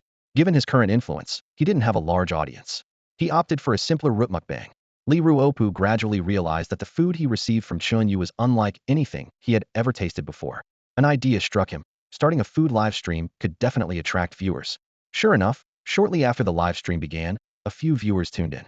For a newcomer without fame or looks, attracting viewers at the beginning was quite an achievement. Li Ruopu decided to continue down this path, boosting his own popularity while promoting Chen Yu's dungeon and taking on some new recruitment tasks. Hey everyone, look at this instant noodle. Wow, it smells amazing. It's got this bouncy texture, and it just fills your mouth with happiness, Li Ruopu said, smiling at the camera as he ate. And this cake? Oh yes, delicious. How to describe its taste? I think it's incredibly soft, with a mix of light and rich cream flavors that's just irresistible. He grinned at the screen. The link is right below. Just click it to visit Lord Chen's dungeon. Move a little to the center, he chuckled as he adjusted the camera. All right. Li Ruopu waved at the camera, a satisfied smile on his face. Meanwhile, Bai Feifei, Wu Yu, and Li Ruopu all started developing their own careers thanks to Chen Yu. The next day, Chen Yu's dungeon was overwhelmed with bookings due to their efforts. Through the link, Chen Yu quickly realized that the increase in audience was mainly because of the 3 adventurers who first entered the dungeon. So, Chen Yu marked these 3 adventurers as VIPs and opened an exclusive passage for them, ensuring that they could enter the dungeon first regardless of the queue. Bai Feifei, Wu Yu, and Li Ruopu were thrilled to receive this news, feeling especially valued. At the same time, Chen Yu began contemplating how to arrange the unoccupied areas of the dungeon based on the next day's bookings. The following day, Chen Yu summoned all the booked adventurers through the Adventurers' Tavern. In the tavern, 20 adventurer spirits shimmered. Bai Feifei, Wu Yu, and others emerged from the tavern, standing before the dilapidated castle, surveying the surroundings. Chen Yu stood nearby, smiling as he welcomed them. Welcome to my castle, adventurers. Bai Feifei looked at the somewhat run-down castle in surprise and couldn't help but ask, Lord Chen, is this your castle? It looks a bit shabby. Chen Yu smiled wryly. I can't help it. I'm still too poor. The territory needs development, and the population is lacking. It depends on your performance today. Wu Yu patted his chest confidently. Don't worry, Lord Chen. We'll thoroughly explore and see if there's any intelligent race in the north. Chen Yu nodded. Thank you, everyone. To show my gratitude, today's task completion will be double exchanged for joy coins. How does that sound? Although the amount of joy coins was controlled by Chen Yu, this gesture appeared particularly kind and generous to the adventurers. After all, most of these 20 adventurers had visited the day before, with only 3 drawn by Fei Fei and Lin Xiaoxiao's appeal. Thus, those 3 also appeared exceptionally magnanimous. Even before the dungeon opened, Chen Yu had already earned 100 soul crystals, surpassing all his earnings from the previous day, which secretly delighted him. After a brief explanation of the tasks, the adventurers quickly geared up and headed into the depths of the forest. The dark world was vast and boundless, divided by the gods into countless regions, with Chen Yu's area being the novice zone. Here, the monsters weren't powerful, mostly unranked and ungraded beasts. By Fei Fei and others, though only level 1 ordinary quality adventurer spirits were sufficient to explore this forest. As long as luck wasn't against them, the upcoming adventure shouldn't be too difficult. After bidding farewell to the adventurers, Chen Yu turned back to activate the Happy Card dungeon. At this moment, the number of reservations had already exceeded 20, but unfortunately, the current dungeon could only accommodate 20 people. The rest had to wait for someone to exit before they could enter. Luckily, Chen Yu had just acquired 100 soul crystals, which was enough to build a new dungeon. Typically, building a new dungeon would take a considerable amount of time, but since Chen Yu planned to replicate the existing Happy Card dungeon and already had a template, the process was instant. The system prompted, "Do you want to build a dungeon, level 1? Chen Yu unhesitatingly selected yes. As soon as he spoke, the dungeon appeared before him, and in a moment of immersion, he completed an exact copy of the original dungeon. It was like launching a new server. Chen Yu named the first dungeon Happy Card, first line, and the newly built one was called Happy Card, second line. He then linked these 2 dungeons and significantly expanded the room's capacity. After completing all the settings, Chen Yu immediately assigned all the adventurers to the dungeons, with 70 soul crystals remaining, ready to harvest some more from the adventurers. The Happy Card dungeon was finally open for business. Adventurers eagerly settled in, beginning their dungeon journey. Is it finally open? Is this the super fun dungeon the streamer mentioned? A newcomer wondered. This game has streamers? Another player asked curiously. So, how did you find this dungeon? Aren't newbie dungeons usually overlooked? A friend recommended it. He played yesterday and thought it was super fun, so he told me to try it too. Oh, and I think he even helped the dungeon lord expand the map, one player explained. Wow, a newbie lord managed to attract people to do tasks. This dungeon must have potential, another player added. With the connection of the second and first line rooms, more than 20 players crowded into the expanded large room, creating a lively atmosphere. They chatted enthusiastically, discussing the game and the challenges of the dungeon. At this point, Chen Yu also joined, guiding the newly arrived adventurers through the beginner tutorial. He silently hoped that this wave of adventurers might bring back some exotic companions, who, after careful training, could be developed into excellent bunny girls. While Chen Yu was busy leading the tutorial, an adventurer squad encountered their first enemy 7 forest giant wolves. These wolves were much stronger than ordinary beasts, with a strength close to the standard level, making them formidable opponents. After all, many beasts couldn't even reach the standard level. However, these adventurers were not afraid. They frequently battled monsters in dungeons, and their combat skills were well honed. Seeing the 7 forest giant wolves, they didn't hesitate, but instead picked up their weapons and charged forward, initiating a fierce fight. Bang, bang, bang. Clubs, iron rods, and swords swung in succession, and 4 forest giant wolves were swiftly defeated. The remaining 3, realizing the unfavorable situation, retreated quickly with their wounded bodies. Too weak. I didn't even use my full strength, Wu Yu said dismissively, shaking his fist. He loved combat dungeons the most, and his battle skills were top-notch. Alright, don't chase them. Let's see if there's any loot, Li Ruopu said, walking onto the battlefield to search the defeated forest giant wolves' bodies. Soon, he discovered an unexpected Findom magic crystal. It's a level 1 magic crystal. Li Ruopu exclaimed in surprise, clearly recognizing the crystal's greater-than-expected value. Bai Fei Fei widened her eyes in surprise, holding several glowing magic crystals in her hands. She exclaimed excitedly, "These magic crystals are rare treasures. It's said that you need to hunt several dark creatures to get just one. They're essential for upgrading our adventurer spirits." A shrewd glint flashed in her eyes. "If we take them back to the Lord, we might even get more happy coins as a reward." Everyone nodded in agreement. To them, the magic crystals weren't particularly useful. Although they were key materials for upgrading adventurer spirits, the spirits ultimately belonged to the dungeon lord, Chen Yu. The adventurers only had the right to use them, not own them. Each time they were summoned, Chen Yu decided which spirit they would use, and their profession would change accordingly. If Chen Yu didn't specify, they could compete for the spirits when summoned. Overall, these crystals were more valuable to the dungeon lord. Bai Fei carefully stowed the crystals away, and the group unanimously decided to collect more whenever possible. Since they had decided to support Daxia's Evernight City and become its loyal fans, they naturally needed to consider the lord's interests. As they were still examining the magic crystals, the air suddenly tore open with a swift whoosh. Arrows flew through the air, and an unwary adventurer on the outskirts was struck in the chest, dying instantly. Enemy attack, someone shouted, quickly readying for battle. They have arrows. It must be an intelligent race. Great, another adventurer said excitedly, gripping their weapon. Where are they? The bushes. They're all in the bushes. Someone pointed in the direction from which the arrows had come. Without hesitation, the adventurers charged towards the bushes. The attackers, hidden in the foliage, hadn't anticipated such a fearless response and fled in panic. The group saw several green-skinned figures leap from the bushes and run haphazardly. Goblins? An adventurer frowned. Why is it this kind of intelligent creature?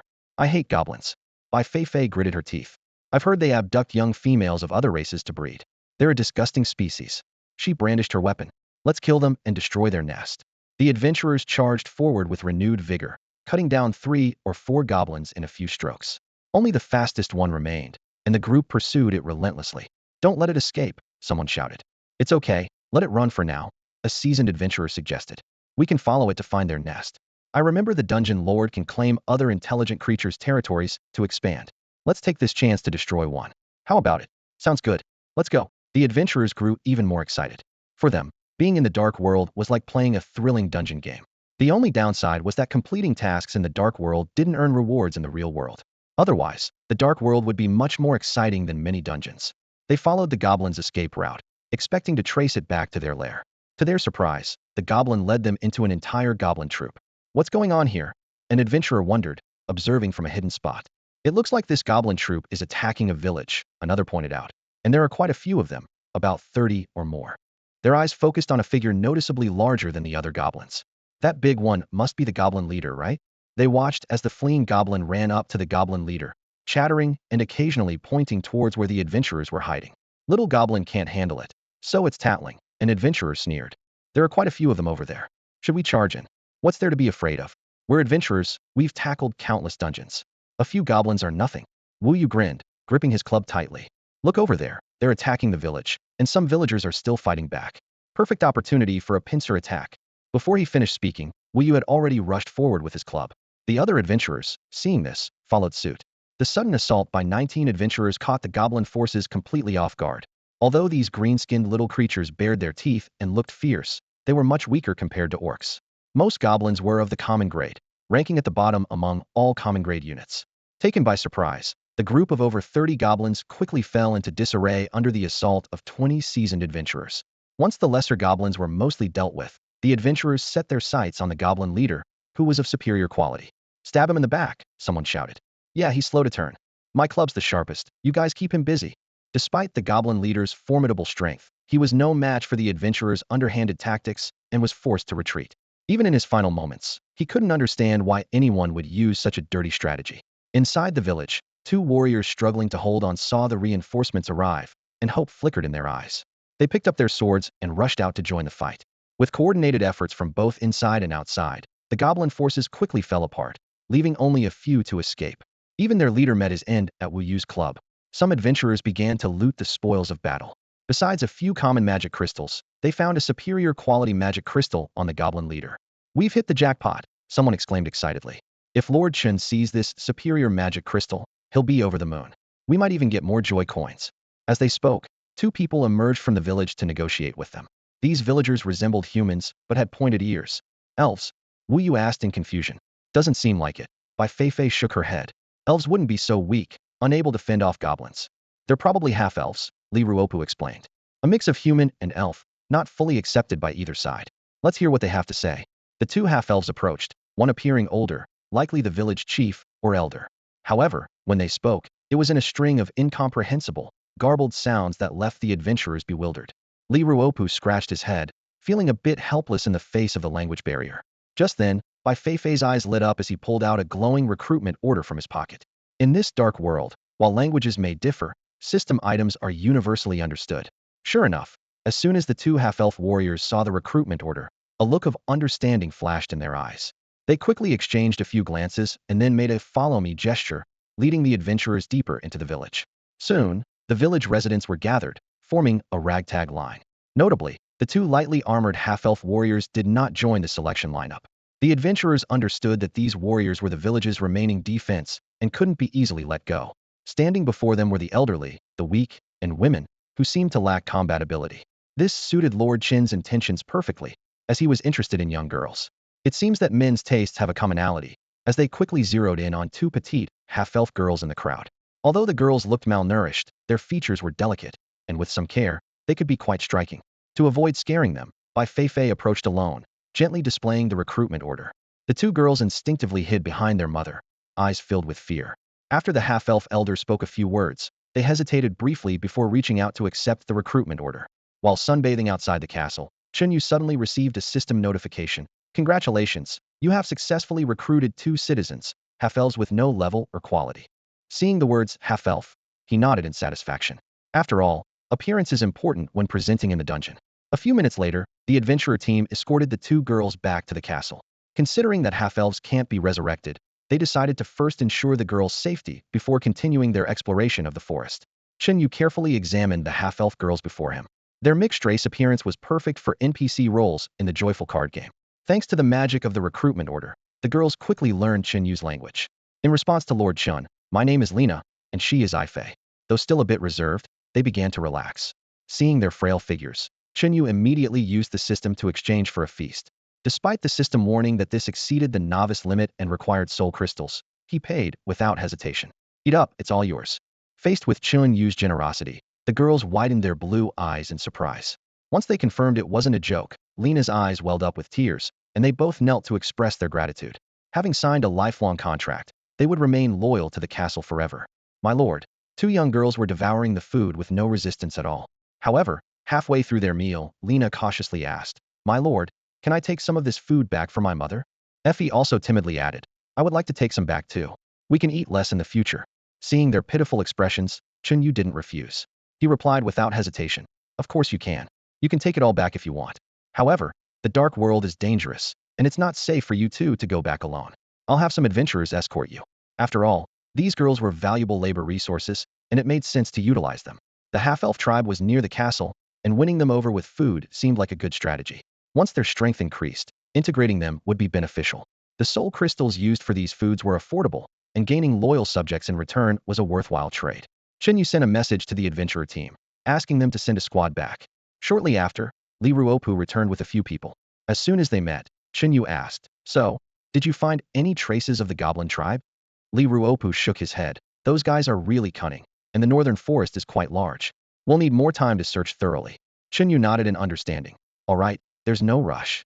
He then exchanged a large quantity of food from the system, mixing it with the leftovers from the 2 girls, and said to Li Ruopu, "Could you help deliver this food to the half-elf tribe? Consider it an extra task." "I appreciate your help." Li Ruopu, seeing Chen Yu's politeness, responded with a smile, "It's no problem. Those half-elves are living in tough conditions, and I'm happy to help them." After a brief conversation, Li Ruopu and his team took the food away. Lena and Effie looked at Chen Yu with gratitude. Being able to take even a little food back was already a big deal for them. But Chen Yu had gone further by exchanging a large amount of food, which required soul crystals to purchase. This gesture made them feel immensely grateful. "My lord, we will work hard and do whatever you ask." Lena expressed her loyalty firmly. Her words carried multiple meanings. She had heard stories of certain lords with peculiar hobbies, collecting beautiful women from various races to satisfy those interests. She mistakenly thought Chen Yu might be similar. Otherwise, why would a lord, especially a new one, spend valuable resources to recruit 2 girls with no combat ability?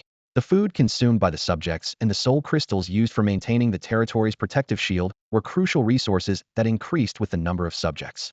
These resources were typically allocated to combat-capable units for expansion. Although Lena didn't know much else, she understood this point. Knowledge about the system was something the intelligent races of the Dark World were somewhat familiar with from birth. However, Lena was surprised that Chen Yu didn't rush to bring them into the castle, nor did he sit and scrutinize them. Chen Yu explained in detail to the 2 half-elf girls their responsibilities within the Castelline unbelievably simple task of greeting adventurers. Not only was the work easy, but the castle also offered abundant food and a completely safe place to stay. Compared to their life in the half-elf tribe, where they lived in constant fear of being captured by goblins, this place was like paradise. "Lord, Is this really all we have to do every day? Lena asked, blinking in disbelief. Having survived in a harsh world for so long, they were used to toiling all day just to secure a meal. The job described by the Lord seemed not only easy but surprisingly simple. Isn't that tiring enough? Chen Yu exclaimed, clearly astonished by their reaction. The Happy Dungeon was open for 12 hours a day, which he thought was already borderline labor-intensive. He had considered implementing shift work, but seeing the eager determination in the girl's eyes, he realized his idea might have been too generous. Please, Lord, let us do more, they pleaded gently but firmly. From their life experiences, Lena and her friend knew that only by proving their worth could they avoid being discarded in a world where strength ruled. Chen Yu was momentarily at a loss for words and finally said, if you think the work hours aren't enough, you can extend them as you like. But I doubt there will be many adventurers at night. He explained that most adventurers preferred to go out during the day, and with only 5 entries per day, the 12-hour schedule was ample. Thank you, Lord, thank you. The two girls bowed repeatedly, their respectful demeanor making Chen Yu slightly uncomfortable, as if they feared being abandoned. All right, doing a good job is what matters most. There's a new group of adventurers coming in now. Come with me, and I'll familiarize you with the work environment, Chen Yu said, leading Lena and her friend into the Happy Dungeon. Due to the interconnected data lines, entering from any entrance led to the same large room. A flash of light passed, and as they entered the game world, the half-elf girl's attire transformed into a special bunny girl outfit designed by Chen Yu. The silver-haired half-elf girls wore matte black velvet bodysuits, with delicate mithril earrings adorning their pointed ears and cute bunny ear accessories on their heads. Over-thinny fishnet stockings and patent leather heels revealed just a hint of their fair skin. Though the outfits were suggestive, they were covered enough to maintain a sense of propriety. It was, after all, a proper game, not meant to be provocative. The appearance of the bunny girls immediately caught the attention of everyone in the room. Wow, guys, look, half-elf girls. They're really beautiful. The outfits are great too, a cute bunny style with a touch of allure. Wow, Lord Chen has a knack for designing clothes too. I thought he only designed games. Can anyone make an outfit like that? I'd love to see my girlfriend in it. Wake up, your girlfriend's just a blow-up doll. In the lively underground world of Huanla nearly 30 adventurers were already showering praise on the bunny girl outfits, expressing their admiration and eagerness to see more. The atmosphere became instantly vibrant. To prevent any inappropriate actions toward Lena and Ifei, Chen Yu quickly enhanced their combat stats, setting them to a level capable of easily defeating any adventurer. These stats, however, were only effective within the confines of the underground dungeon and would dissipate upon leaving. Furthermore, Chen Yu established a new rule. Any adventurer caught fighting or causing trouble within the dungeon would face immediate execution and expulsion at the hands of Lena and Ifei, who would also confiscate all their Huanla coins. This rule ensured that no one dared to act out of line. Even if a few unruly individuals occasionally stepped out of line, their punishment would serve as a deterrent for others. This method was evidently far more convenient than hiring a security team in the real world. Here, Chen Yu could rely on the two young women to effortlessly resolve any issues. Lena and Ifei quickly adapted to their roles, taking on responsibilities such as guiding newcomers and managing the exchange of Huanla coins and order within the venue. They diligently recorded everything Chen Yu taught them, planning to review it all in the evening. Seeing their dedication, Chen Yu nodded in approval, gaining even more confidence in the girls' capabilities. With their assistance, he no longer needed to wake up early to manage the dungeon personally, and could even enjoy some leisure time. During one of these moments of leisure, Lena proposed a new idea, opening a bar to offer drinks and snacks to adventurers, thereby reclaiming some Huanla coins. This suggestion sparked Chen Yu's interest. Although the adventurers didn't experience real hunger since they were only present through consciousness, they could still taste flavors. Whenever they played excessively, many would subconsciously crave something to eat. Chen Yu immediately recognized this as an opportunity to provide convenience for adventurers while also reclaiming Huanla coins. Initially, he planned to introduce elements from other dungeons to help drain the Huanla coins, but he didn't have the energy to implement them at the moment. Therefore, he decided to start with a simple bar and restaurant, gradually reclaiming some Huanla coins. Ultimately, he set up a bar restaurant and lounge area on the outskirts of the Huanla dungeon, offering various desserts, drinks, and cocktails crafted from his memories of his previous life. The restaurant's decor was tasteful, with plating designed to be both grand and creative. Although the portions were small, each dish was so exquisitely presented that it was almost too beautiful to eat. The menu even featured a specialty dish priced at 888 Huanla coins, which he knew would likely only appeal to major clients like Hu Yi. After establishing the restaurant, Chen Yu assigned specific duties to Lena and Ifei. He appointed Lena as the dungeon manager, responsible for its overall operations, including novice tutorials and Huanla coin exchanges. Ifei assisted Lena in maintaining daily order, ensuring the dungeon's atmosphere and order remained intact. The two young women quickly became familiar with their roles, handling them with ease. Under Chen Yu's arrangement, the management of the Huanla Chipai dungeon gradually fell into place, allowing him to finally enjoy some well-deserved leisure time. Ifei stood at the entrance of the restaurant, skillfully engaging in conversation with an adventurer who had just walked in. Her main responsibilities included managing the restaurant and handling transactions with adventurers. Not far away, Lena was busy organizing documents, and Ifei would often lend her a hand during her free time. Chen Yu watched everything with satisfaction, as the Happy Poker Dungeon had finally become a fully operational system. Just as he finished organizing these tasks, 2 or 3 new faces appeared at the entrance of the dungeon. These adventurers looked around curiously, clearly having been recommended by friends or family through a referral task. Currently, the flow to the Happy Poker Dungeon was mainly sustained by such referral activities. Many adventurers who had lost all their chips began persuading their friends to join in order to earn referral rewards in happy coins. Of course, not everyone brought in would become hooked. Chen Yu noticed some adventurers took a quick glance before leaving, while others, with a since I'm here mentality, played until their free adventure coins ran out and then moved on. However, it was gratifying to see that most chose to stay. This retention rate rivaled that of many popular games, proving the considerable appeal of the Happy Poker Dungeon. Seeing that the number of people in the dungeon was about to reach the 40-person limit, Chen Yu exited the current space to prepare for constructing another Happy Poker third line. Would you like to build a dungeon, level 1? Yes. In just half a day, Chen Yu had accumulated enough soul crystals, and building another dungeon posed no challenge to him. As before, he opted to replicate the original version 100. With the fusion of the 3 servers and the completion of the environmental replication, the space of the Happy Poker Dungeon expanded significantly. The adventurers playing inside quickly noticed this change. Wow, Lord Chun has added another dungeon. This is the second expansion, right? Remarked an adventurer wearing glasses in surprise. A new lord expanding once in just 4 days is already impressive, but to expand again is unexpected. Another adventurer chimed in, involuntarily shaking the cards in his hand. We're really being taken for a ride. A man with stubble cursed, though his eyes remained glued to his cards. I've spent my entire day's quota here.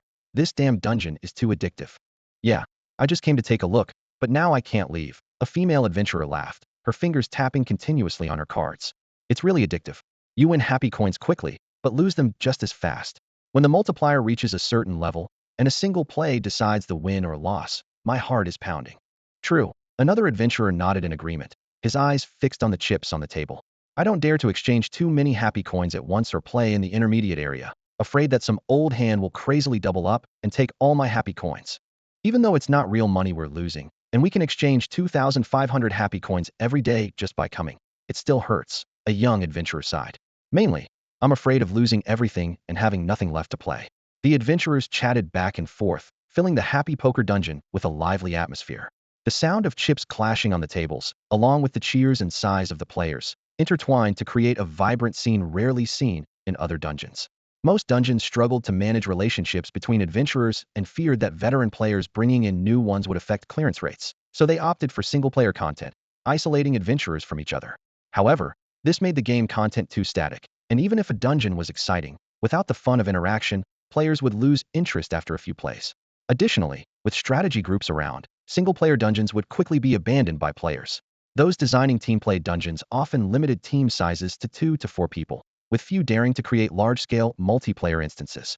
The more people involved, the more complex it becomes, increasing the likelihood of data errors, and adventurers struggle to gather enough people at the same time to enter the dungeon.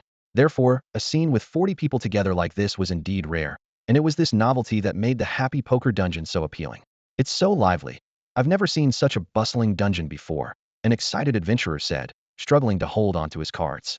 I'll definitely recommend it to my friends to earn some referral rewards. Ah, that's a whole 5,000 happy coins. I want it so bad. Another adventurer's eyes gleamed. But where can I find 5 people? It'd be great if my parents and grandparents could play. It's truly addictive and really fun. An adventurer who claimed to be a professional debunker couldn't help but praise. Even I can't find anything fake here. When I get back, I'll head to the Adventurers Guild and bring my companions over, a burly adventurer said, rubbing his hands with a greedy glint in his eyes. Getting 5 people is no big deal. Haha. Tomorrow I'll be counting happy coins until my hands cramp. After today, Dungeon of Joy has started gaining traction. In this era dominated by dungeon development, it's considered quite impressive for new and lower-tier lords to have daily active users reach even a dozen. This number allows them to sustain themselves and develop their territory to a certain scale, avoiding the risk of not being able to survive. As a newcomer, Chen Yu's territory has astonishingly reached a daily revenue of over 200 in just 4 days. Sitting in the Lord's Hall, he watched the numbers on the panel with a slight smile. This figure is exceptionally high, something even new lords who have invested heavily in acquiring super IPs can't achieve. Historically, the fastest time for a new lord to build 3 dungeons was 6 days, and that was a long time ago during the golden era when the world of dungeons and adventurers was just beginning to connect. It was a time of flourishing competition, with adventurers exploring unique dungeons and lords introducing distinctive gameplay to attract visitors. Unfortunately, lords with abundant resources became immortal, while those without resources disappeared in the constant battles.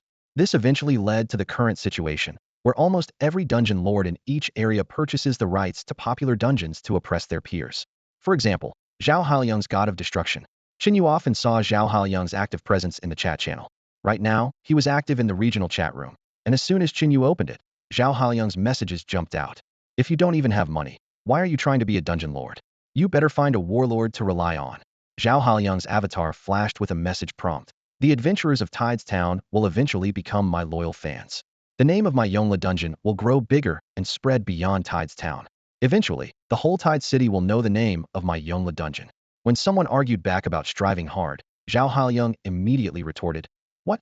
You still want to try hard? Haha, how hard is that exactly this much?"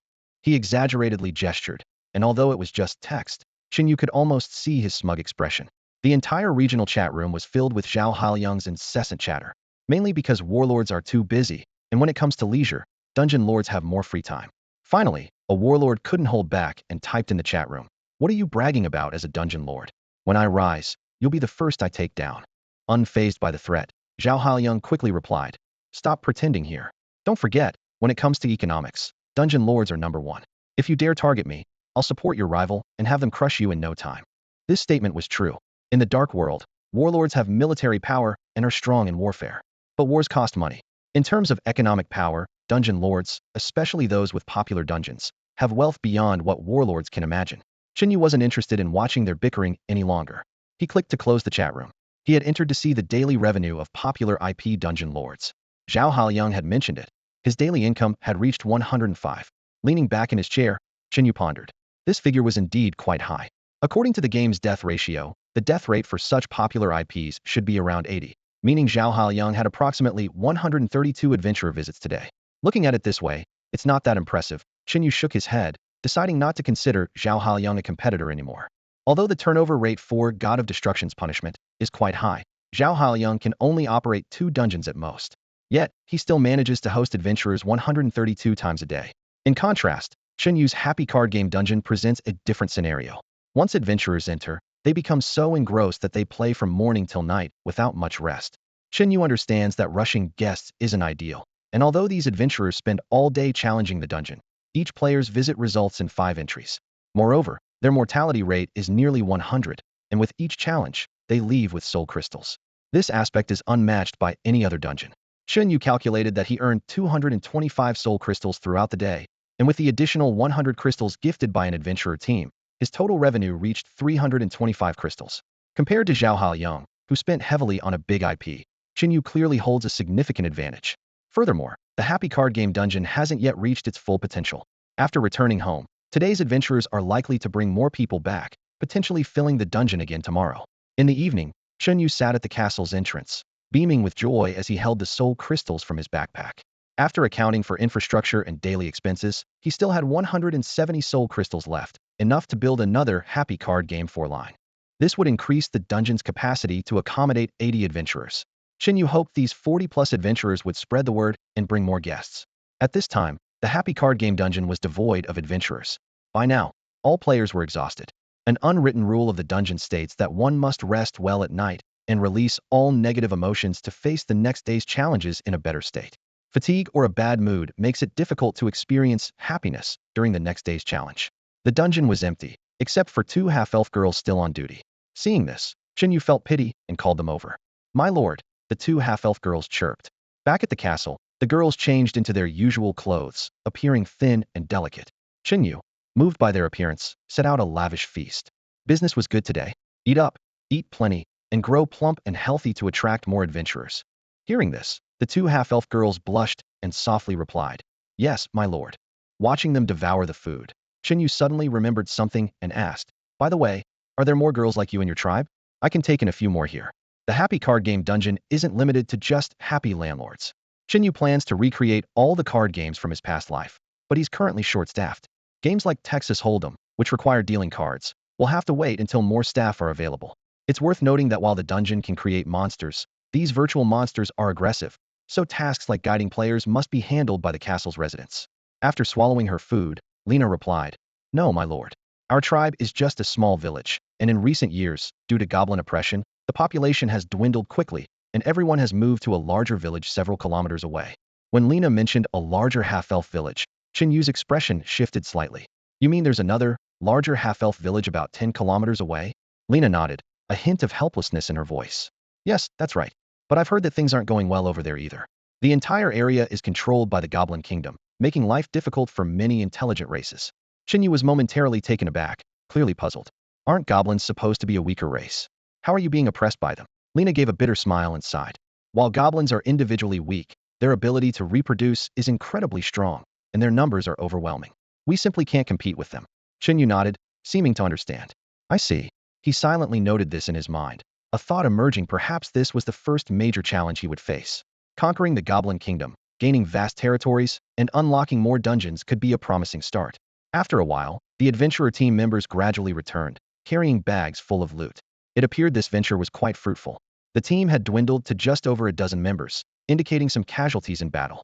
However, this didn't surprise Chen Yu. Death for adventurers was only temporary, and they would reappear at the tavern after spending some soul crystals to be resurrected.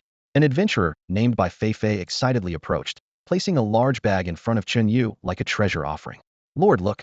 Chen Yu glanced down, seeing the bag filled with magic crystals glimmering faintly. He couldn't help but exclaim, "Wow, so many. How many creatures did you kill?" "We lost count. We just killed any dark creatures we saw and even found the goblin tribe, but it's a shame it got too late to continue tonight," Bai Fei said with some regret. The adventurers adhered to a strict rest policy, never working overtime when it was time to sleep, always clearly distinguishing between work and rest. "All right, I'll issue the task to conquer the goblin tribe tomorrow." Chen Yu nodded, his gaze on the spoils of their efforts. "Good work today, everyone. The results exceeded expectations, so I'll reward you based on the system's activity points. The adventurer with the highest activity will receive 1,000 joy coins and 200 contribution points. The system ranks each adventurer individually based on their contribution and activity during missions, ensuring rewards are proportional to their efforts. This approach motivates everyone to work hard and prevents slackers. Originally, each adventurer was to be rewarded with 300 joy coins, with the top contributors receiving an additional 100 contribution points. But given today's impressive haul, Chen Yu was happy to offer more. When he checked the leaderboard, he was surprised to see Bai Fei ranked first, followed closely by Wu Yu and Li Ruopu. Chen Yu was slightly taken aback, not expecting these randomly selected system adventurers to be so diligent, especially Bai Fei, who had even formed a Great Xia fan club, which intrigued Chen Yu. After the rewards were distributed, the adventurer team didn't linger long and quickly left to rest. Chen Yu confirmed the details of tomorrow's mission with them and scheduled a short-term task with a 4-hour deadline. Since the location of the Goblin tribe was clear, they anticipated conquering it within that time frame. The adventurers were surprised but still eager to participate. After all, short-term missions meant they could continue to make use of the dungeon afterwards, which was a win-win for them. Inside the castle, Chen Yu was contemplating the accounts. Although he only charged half a day's wage but had to pay a full day's worth of soul crystals, he didn't mind these small losses. To him, the reputation of Daxia's Evernight City was gradually being established, and in the future, the number of dungeons he could build would increase, naturally boosting his profits. After the adventurer team left, the large castle felt a bit empty, but the arrival of Lena and Effie, 2 half-elf girls, brought some life to the place. 4 happy card dungeons were already in operation, and since they didn't require his direct management, Chen Yu had ample time to plan new dungeon projects. In Chen Yu's vision, this place would develop into a vast dungeon empire. The Happy Card Dungeon would serve as the Empire's mint, providing 2,500 happy coins daily to adventurers entering it. However, he was also aware that once some players accumulated tens of thousands of happy coins, this daily income would seem trivial, and the game would lose its appeal. To maintain the game's longevity, Chen Yu decided to establish a complete happy coin ecosystem. The card dungeon would handle production, while other dungeons would be responsible for consuming these virtual currencies. Much like the monetization systems in popular online games, this would ensure the proper flow of happy coins. After careful consideration, Chen Yu selected Resident Evil as the theme for the next dungeon. This choice had several clear advantages. Firstly, The modern apocalyptic setting would be novel to the adventurers in this world. Secondly, the diverse virus evolution system would help contracted adventurers grasp skills. Thirdly, the unique monster compendium could yield unexpected results in battles. Most importantly, the initial content of Resident Evil was relatively easy to implement compared to other options. Chen Yu planned to use the movie version of Resident Evil storyline as the starting point for the beginner mode, rather than following the game's plot. With his previous experience as a game designer, constructing an underground research facility similar to the Hive was not difficult. As for the zombie hordes, they could be easily replicated to fill the research lab. This way, the basic beginner mode could be quickly established, with more advanced content to be developed over time. Once he made up his mind, he got straight to work. Although he didn't have any soul crystals to build a new dungeon at the moment, there was no obstacle to pre-constructing and storing the content in the system. Chen Yu's consciousness instantly immersed in the system interface, facing a blank data space where he began constructing his own hive base.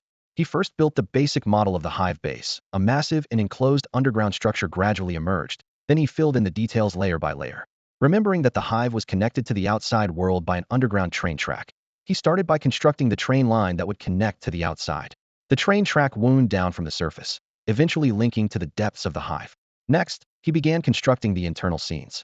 He chose a metallic style with cool tones for the overall structure, with silver-gray walls reflecting a ghostly blue light, creating a sense of confinement, oppression, and an extremely high-tech post-apocalyptic atmosphere. The internal structure of the hive consisted of multi-layered laboratories, data control centers, and narrow, winding corridors. The corridors were narrow and lined with pipes, making it easy to get lost. Each area's access and function were fully controlled by a supercomputer named Red Queen. At this node, he set up event triggers to simulate AI behavior responses, ensuring that when adventurers triggered key nodes, the system would automatically respond. Next came the core part, the integration of biohazard elements.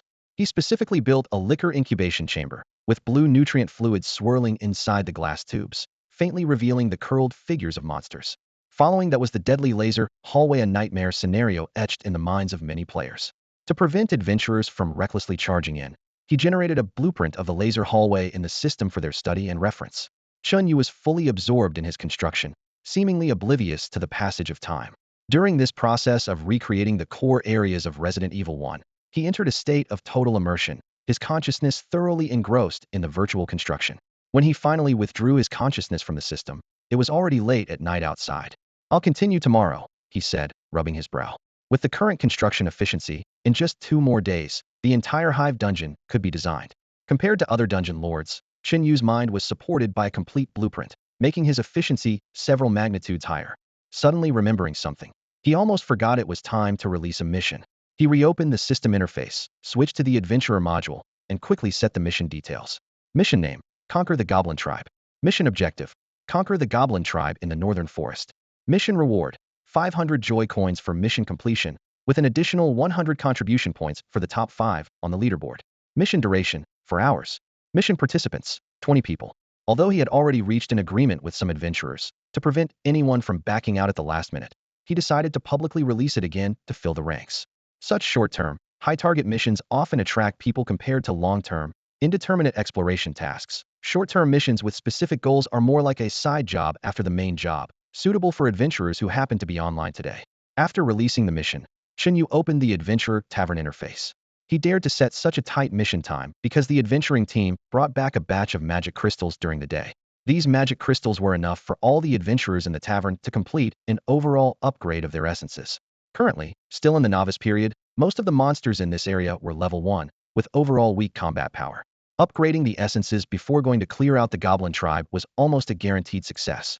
System records showed that 2 magic crystals of the same level could raise an essence by 1 level. A high-quality magic crystal could upgrade the essence's quality by 1 tier. He glanced at the current Adventurer Essence information in the tavern. Unit: Adventurer Essence. Race: None. Quality: Common. Level: Level 1. Overall Combat Index: 3. Attack, Defense, Agility, Constitution. Description: this is the medium required for adventurers from another world to traverse. Looking at these undeveloped stats, Chen Yu already had a plan in mind.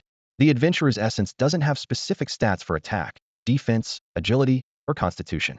It only has a comprehensive combat power index, and when an adventurer crosses over, they can decide the stats themselves. It's a bit like character customization in a game, where you can adjust the stats as you wish. What Chen Yu needs to do is simply enhance the level and quality of the Adventurer's Essence. Do you want to use 2 level 1 ordinary magic crystals for the upgrade? Chen Yu asked himself softly, looking at the translucent interface floating in front of him. Yes, he decided decisively. As soon as the words left his mouth, one of the adventurer's essences immediately emitted a dazzling light, which flickered for a few seconds before stabilizing.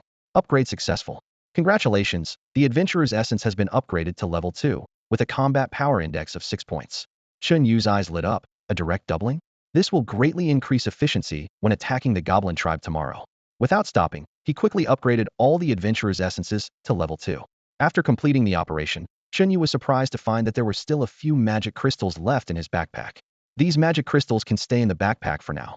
They'll be useful when the adventurer's tavern expands. He nodded in satisfaction. After finishing the level upgrades, Chen Yu opened the quality upgrade interface.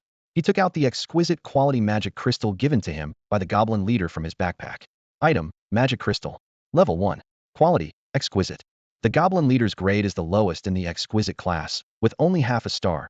Chen Yu observed the faint starlight on the magic crystal closely, but it's still exquisite quality. He selected an adventurer's essence and combined it with the magic crystal. The quality upgrade interface immediately emitted a dazzling light, even more brilliant than the previous level upgrade. Congratulations, the quality of the adventurer's essence has improved. Current quality, Ordinary. Unit, Adventurer's Essence. Race, None. Quality, Ordinary. Level 2. Comprehensive Combat Power Index, 16. Attack, Defense, Agility, Constitution. Description: this is the medium that adventurers from another world need to attach to when crossing over. The combat power increased so much. Chen Yu was slightly surprised, raising an eyebrow. I didn't expect the quality upgrade to enhance combat power so significantly. I wonder how that Goblin leader met his end. As night fell, after completing all these tasks, Chen Yu felt a wave of drowsiness. He yawned and returned to his room to rest. Upon opening the door, he was astonished to find that 2 half-elf girls had already cleaned the room thoroughly. It was no longer the mess it used to be. The floor was swept clean, and everything was neatly arranged. Unfortunately, there were still no sheets or blankets, just a cold stone bed. As Chen Yu lay down, he thought, looks like I need to set up a textile factory. Too bad I don't have any blueprints. Let's see if I can find something at the Goblin tribe tomorrow. He stared at the stone ceiling, his thoughts drifting. The development of the castle is going to take a long time. The next morning, the 2 half-elf girls, Lena and Fei, got up early, quickly washed up, and went to start the joyful card dungeon. To their surprise, the number of reservations had exploded overnight, reaching 108 and still increasing. Lena and Fei exchanged a glance, hurriedly opened the doors, and let the waiting adventurers in. The joyful card dungeon was soon filled with 80 people, reaching full capacity. Outside, many more waiting adventurers could only enter once others had finished and left due to the dungeon's capacity limits. However, those who had played knew that leaving was unlikely. Once inside, they tended to stay all day, so the concept of leaving was almost non-existent. Thus, the adventurers who couldn't get in were anxiously pacing outside, their faces filled with impatience. Damn it! Why is it full? A short-haired adventurer complained, ruffling his hair. I should have gotten up earlier. There were only about 40 people yesterday, and now there are so many more. It's your fault for promoting Lord Chen too much. Now I can't even get in. Another adventurer grumbled. What do we do? Should we go play those boring dungeons instead? A young man in a mage robe looked desperate. No, I've just started enjoying the card games. Let's wait. Once Lord Chen earns enough, he'll definitely open new lines. Let's keep booking and put some pressure on him, suggested an experienced-looking adventurer. All right, then I'll just wait it out. The short-haired adventurer sat down on the ground, prepared for a long wait. Compared to the adventurers outside who didn't have a reservation and were anxiously waiting, the atmosphere inside the Happy Chest dungeon was exceptionally lively. With 80 people gathered together, the scene was so bustling that even the adventurers themselves were surprised. It was incredibly lively. Yesterday, I was skeptical when I heard them bragging, but seeing it today, it's even more outrageous than they described. They couldn't help but exclaim, who would have thought? I originally assumed that the female streamer was exaggerating, but look at this, it's even crazier than she said. If it weren't for the fact that dungeons have been scarce lately, and it's hard to find a place to earn money, I wouldn't have thought to come in. There are fewer and fewer dungeons these days, and on foreign servers, it's all about luck to find one. Just refreshing the dungeon already wastes several hours, one adventurer complained. Exactly, I spent 3 whole hours yesterday before I encountered the Angel of Divine Punishment. It was incredibly satisfying. Unfortunately, it's a game from an agency, and I can't get into the official servers, another adventurer chimed in. That's right, games as popular as this one are fully booked every day, leaving no chance for extra spots. In our Tide Town, at best, we can only make do with knockoff versions of the God of Destruction. Even for that dungeon, you have to wait a long time every day. They all nodded in agreement. These conversations had the adventurers chatting enthusiastically, and the atmosphere relaxed considerably. Unlike the newcomers who were still wandering and unsure, the veteran players were already settled in groups, starting a new round of challenges. Most newcomers were brought along by friends and weren't in a hurry to tackle the beginner mode. Instead, they joined the veteran players to enjoy the game. After all, it's better to feel the atmosphere first and then decide whether to delve deeper. Once they got the itch, they headed to Lena for the beginner tutorial, received 100 happy coins, and entered the world of happy chess, gradually getting hooked. Before long, the initially reserved newcomers were suddenly pulled into teams by the veteran players, and the atmosphere heated up. The veteran players, without hesitation, saw the newcomers as easy targets, winning effortlessly. Adventurer down, Soul, Crystal 1. The system's frequent notifications rang in Chen Yu's ears. Chen Yu, half awake, was forced to wake up by the system's voice. Seeing his account accumulating 151 soul crystals, he was amazed at the speed. This efficient, he thought, realizing he couldn't stay in bed any longer and needed to get moving and start his day. The first step, of course, was to launch the Happy Chess 5 line. As soon as Chen Yu entered the territory, a new dungeon entrance seemed to rise from the ground, reaching towards the sky. The 5-line dungeon activated. This news immediately caught the attention of adventurers outside. They became excited. It's open, it's open. The 5th dungeon. I knew Lord Chen would open a new one once he made enough money. Let's go, everyone. Let's contribute more soul crystals to Lord Chen. Let him keep opening more. The more, the better. The top 20 adventurers in the reservation list rushed into the new dungeon, the Happy Chess 5 line. Instantly, the dungeon's population surged by 20 people. As the numbers grew, Lena and her companions became increasingly busy, unable to stop. Admin, charge me another 500 happy coins. Go all out. No, give me 3 extra lives. I'm going to the intermediate field for some thrills, an adventurer urged impatiently. Unknowingly, the entire dungeon had become bustling, with the atmosphere growing more and more intense. Give me 5 lives for 2,500 joy coins, and watch me multiply them a few times over. I'll show you what it means to get rich overnight. He laughed, eyes gleaming with greed. He excitedly continued. Ha ha ha. I just made 1,800 joy coins in one go. Admin, I want that 888 package. Yes, the one with champagne. I need to celebrate. Lena and Effie were overwhelmed with tasks. Fortunately, Chen Yu had already equipped them with a blinking skill when setting up the code. So when a customer requested the champagne package, Effie blinked and instantly appeared at the bar, quickly preparing the package. As she handed the champagne package over, she calmly said, Hello, that will be 888 joy coins. We hope to see you again and enjoy your game. Chen Yu stood at the dungeon entrance, gazing at the seemingly chaotic yet orderly scene before him, a satisfied smile on his face. He mused, these 2 girls are really something. However, he knew that hiring more people was urgent. Relying solely on these 2 assistants wouldn't suffice for long. Shifting his gaze from the dungeon, he opened the adventurer's tavern to initiate a task summon. Do you want to consume 40 soul crystals to summon? The prompt caused a slight pang in his heart. As the adventurer's spirits leveled up, the summoning cost had increased to 40 soul crystals. Though it pained him, he knew this expense was necessary and the task had to go on. Summon, he whispered, his eyes resolute. No sooner had the words left his mouth than 20 beams of light descended from the sky, landing precisely on the adventurer's spirits within the tavern. The light above the spirits transformed, shimmering with a rainbow glow as adventurers from another world crafted their attributes. Soon, excited voices rang out in the tavern. Wow, I'm actually a 4-star adventurer spirit, and my combat power just skyrocketed. Following this, Wu Yu emerged from the tavern, iron rod in hand, striking out with a shockwavy demonstration of a warrior's skill. Upon leveling the spirit to 3 stars, he had gained a skill point and chose to learn the most basic warrior skill. After logging in next time, the spirit will reset, so the distribution of points is entirely up to the adventurer. Wu Yu calculated in his mind. After leaving the territory, he used the shockwave again, his excitement evident, even smashing a large rock with 1 strike.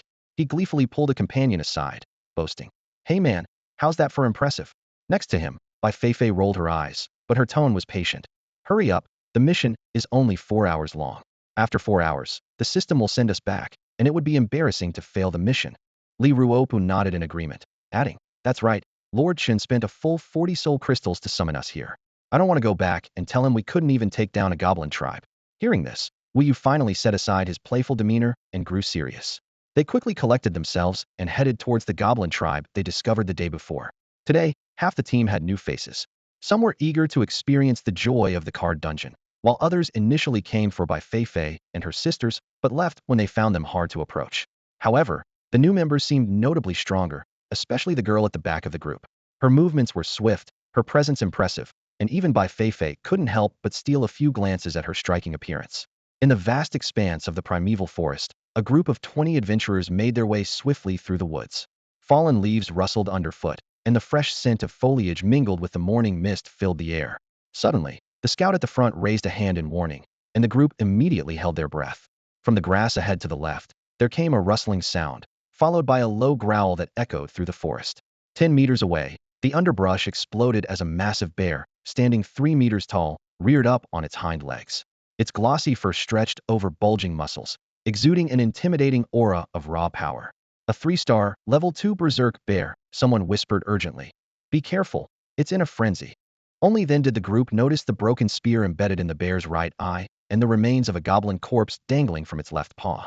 It was clear the bear had encountered a goblin ambush earlier, and was now in a state of extreme agitation. Let's take it down, shouted the adventurer at the front, drawing his sword. Wu Yue eagerly raised his staff, ready to unleash the power of a 4-star spirit. At that moment, a slender figure darted forward from the back of the group, like an arrow. It was a silent young woman, her sword slicing through the air with precision. Despite the bear's thunderous roar, there was not a hint of fear in her eyes. Just as the massive beast was about to collide with her, she suddenly sidestepped, her sword flashing in the light. With a swift, clean strike, she severed the berserk bear's throat. The huge creature collapsed with a heavy thud. Incredible, the adventurers couldn't help but exclaim. The young woman's combat power was only rated at 6, whereas the injured bear still had a combat power of 12. To achieve such a decisive victory against such odds was truly astonishing. This is my sister, Li Ruoshu, Li Ruopu proudly announced. She's a member of the Black Rose Strategy Group from the Adventurers Guild in Tidal Town and has earned 3 gold medals. At this revelation, everyone present was taken aback. The Black Rose Strategy Group? The team that conquered the wrath of the god of destruction in just 2 days. Admiration shone in the eyes of the adventurers, including Bai Feifei. They finally understood why this typically silent young woman could display such formidable prowess. Yet Li Ruoshu remained calm, as if such praise was nothing new to her. In this world of adventurers without any tiered rankings, everything must adhere to the settings and rules of dungeons. Despite this, the gap between adventurers is still vast, particularly in terms of skill, strategy, and intelligence. Skilled adventurers can clear dungeons easily with just their starting gear, while less capable ones struggle even with top-tier equipment, especially against the final boss. This disparity is evident. Thus, in this world, adventurers are still distinguished by their strengths and weaknesses.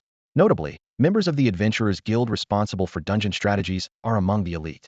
Li Ruoshu had recently completed the strategy for the Hammer of Destruction, and today was a rare moment of leisure, allowing her to accompany her brother for a walk. She seldom had the chance to meet Li Ruopu due to her commitments. Having a member of the strategy team in their group boosted everyone's morale, making the assault on the Goblin tribe much easier.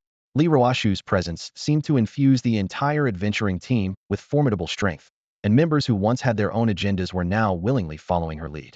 As a member of the strategy team, her abilities were unquestionable, and she was more than capable of leading as the team captain. The Goblin tribe was not far away. The journey from departure to arrival took less than half an hour. Despite having only a 3.5-hour time limit for the mission, everyone seemed unconcerned. Li Ruopu confidently remarked, "Don't worry, with my sister here, what task can't we complete?" His tone was light and nonchalant. Li Ruoshu simply glanced at him, remaining silent with a slightly aloof demeanor. Her gaze had already settled on the Goblin tribe's watchtower. The tribe appeared quite primitive, with tall walls made of wooden fences, nearly impossible to scale during the day. A few goblins were on guard in the lookout towers, and the main gate was tightly shut. Li Ruoshu frowned, contemplating that a direct assault might not lead to a face-to-face confrontation and could even result in them being ambushed within the tribe. After a moment of thought, she spoke. If we turn this into a siege, it might get much more complicated. Bai Feifei nodded. Indeed, and we don't have any siege weapons. How about a fire attack? Wu Yu suggested. Bai Feifei glared at him. Come on, this is a primeval forest. How big would the fire need to be to catch on? If it really causes a wildfire, even Lord Chen's castle could be affected. Wu Yu scratched his head in frustration. I should have chosen a sledgehammer when we picked our basic weapons. He was used to wielding an iron staff, but a large hammer might have been more advantageous for besieging. At this point, Chi Mao Song, the scout, descended from a tree and reported, I've scouted the Goblin tribe's defenses. There are quite a few of them, around 40 or 50, including 2 elite goblins, likely their leaders. Everyone was taken aback by the strength of the Goblin tribe's defenses. Instinctively, all eyes turned to Li Ruoshu, clearly preferring to follow her lead at this moment. After a brief pause, Li Ruoshu spoke. Since the gate is closed, we need to find a way to make them open it. Bai Feifei asked curiously. Sister Ruashu, do you have a plan? A glint of wisdom flashed in Li Rushu's eyes. Earlier, we killed a berserk bear, right? Judging by the marks on its body, it had just been attacked by goblins.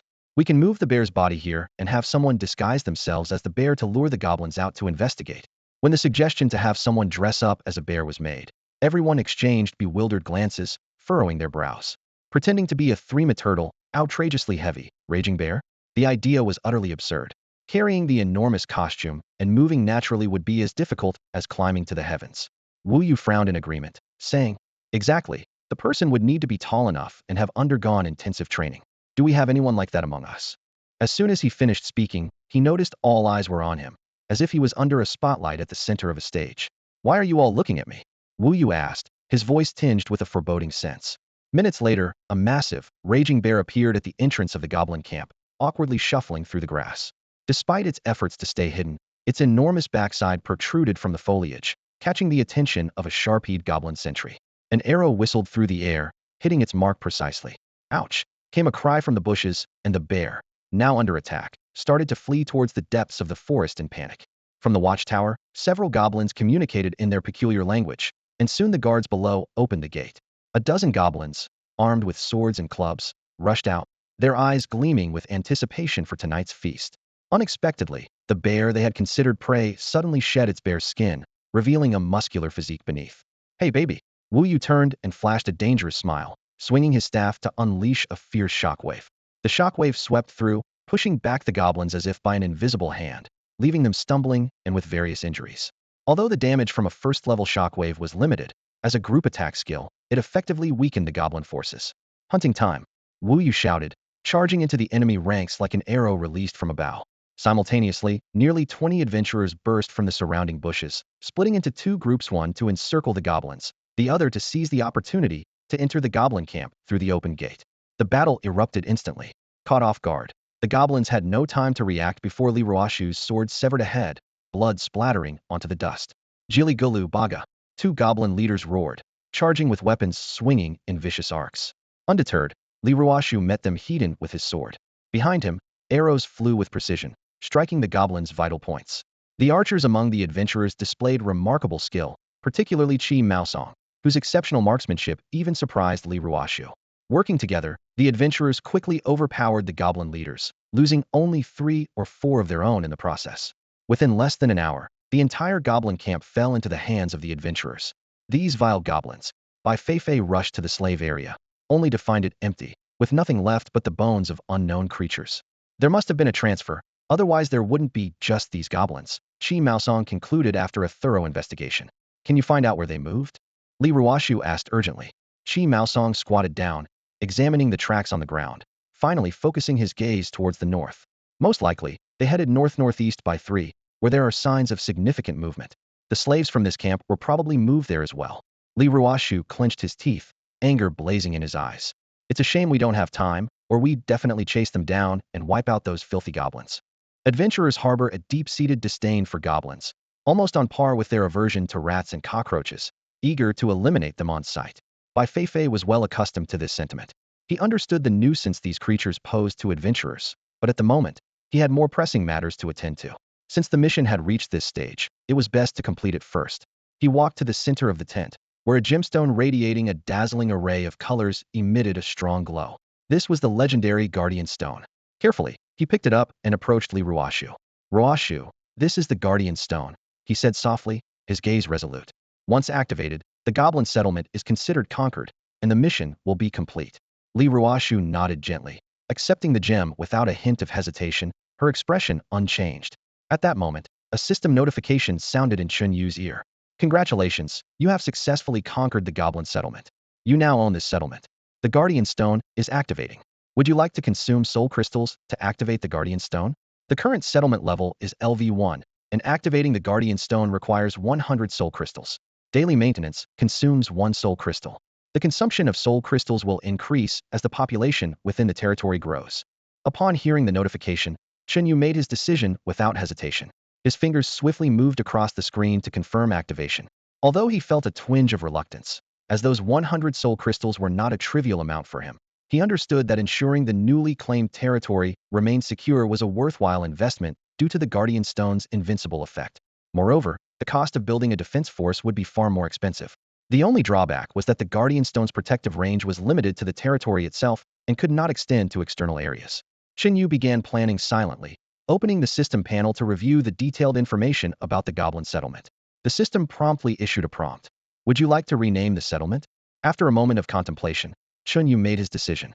Biohazard-based city. He renamed his territory, intending to make it his main city, focusing on running entertainment businesses like card games, while other territories would be used to establish dungeons and diversify industries. The system interface clearly displayed the settlement's basic infrastructure. Although the territory seemed barren, with only a dilapidated warehouse and 2 plots of fertile land, the potential for resource utilization was substantial. The fertile land was not only a source of food, but also an additional means of production. Each plot could support 10 settlers, saving a significant amount of food consumption and generating additional benefits. It seems that recruiting a population needs to be prioritized, Chen Yu thought to himself. Seizing the opportunity before the adventurer team fully withdrew, he decided to expedite the process by using the remaining soul crystals to construct a portal. The construction of the portal was not complex. Both territories needed to have one installed. Once activated, it allowed for quick transportation by consuming soul crystals. Upon completion, Chen Yu immediately summoned AI Fei, instructing her to travel to the biohazard territory and join the adventurers in recruiting new members from the half-elf village. The half-elf village had a sparse population of only a dozen people, but with 2 plots of fertile land, it could easily sustain itself and even produce some surplus. Upon learning this, AI Fei's spirits lifted, and she eagerly leaped into the portal, heading towards her new objective. Some adventurers escorted Ai Fei back to the half-elf village, while others chose to return directly to the real world. Chen Yu glanced at the leaderboard and noticed that the top 3 for this mission were Li Ruoshu, Wu Yu, and Qi Maosong. 2 of these names were unfamiliar to him, which surprised him slightly, so he made a mental note of them. Since this was a siege mission rather than an exploration one, female adventurers like Bai Feifei and Lin Xiaoxiao couldn't break into the top 5. Even Li Ruopu only managed to rank 6th in the end. As per the prior agreement, Chen Yu distributed rewards to everyone and gave an additional 100 joy coins to those adventurers who escorted Ai Fei to the half-elf village. Although the amount wasn't large, it was enough to please these adventurers, as it was a simple task that also helped increase their favorability with Lord Chen. As Chen Yu awaited the return of Ai Fei and adventurers like Bai Feifei, he suddenly heard Lina calling from the Joy Dungeon. Chen Yu was busy constructing the Resident Evil dungeon and couldn't spare the time to look, so he responded in his mind. What's up? Lina quickly replied after receiving his response. Lord, there's an adventurer who claims to be a well-known dungeon exploration streamer and wants to meet you. He says he has a business proposition to discuss. A well-known dungeon exploration streamer? This title puzzled Chen Yu. From the original owner's memories, he knew this was similar to the shop review streamers from his previous life, who went to various dungeons to experience them, then recorded the process to inform others which dungeons were worth trying and which to avoid. But what did this have to do with business? Chen Yu wondered. You explore yours, I run mine. And unlike the previous world, the currency from the Lord's world can't be taken to the adventurer's world. With this puzzlement, Chen Yu withdrew his consciousness from the Resident Evil dungeon he was constructing and entered the Joy dungeon. Lina whispered something in his ear, and Chen Yu finally understood the situation. Lord, this person just lost 2,000 joy coins in one go. Chen Yu nodded. Got it, you can go back to your work. After Lina left, the adventurer who claimed to be a dungeon exploration streamer saw Chen Yu appear out of thin air and immediately tidied his clothes before arrogantly approaching. Are you the lord of this dungeon? Chen Yu wore a smile. Yes, is there something you need from me? The person said. You probably don't know me, as there is no connection between your world and mine. Let me formally introduce myself here.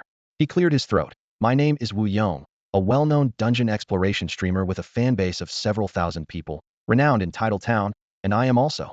Chen Yu saw that the person was about to list a long string of titles and directly raised his hand to interrupt. I get it. Just tell me what you want. Wu Yong held his head high and said seriously. Here's the thing, Lord Chen, I intend to promote your dungeon.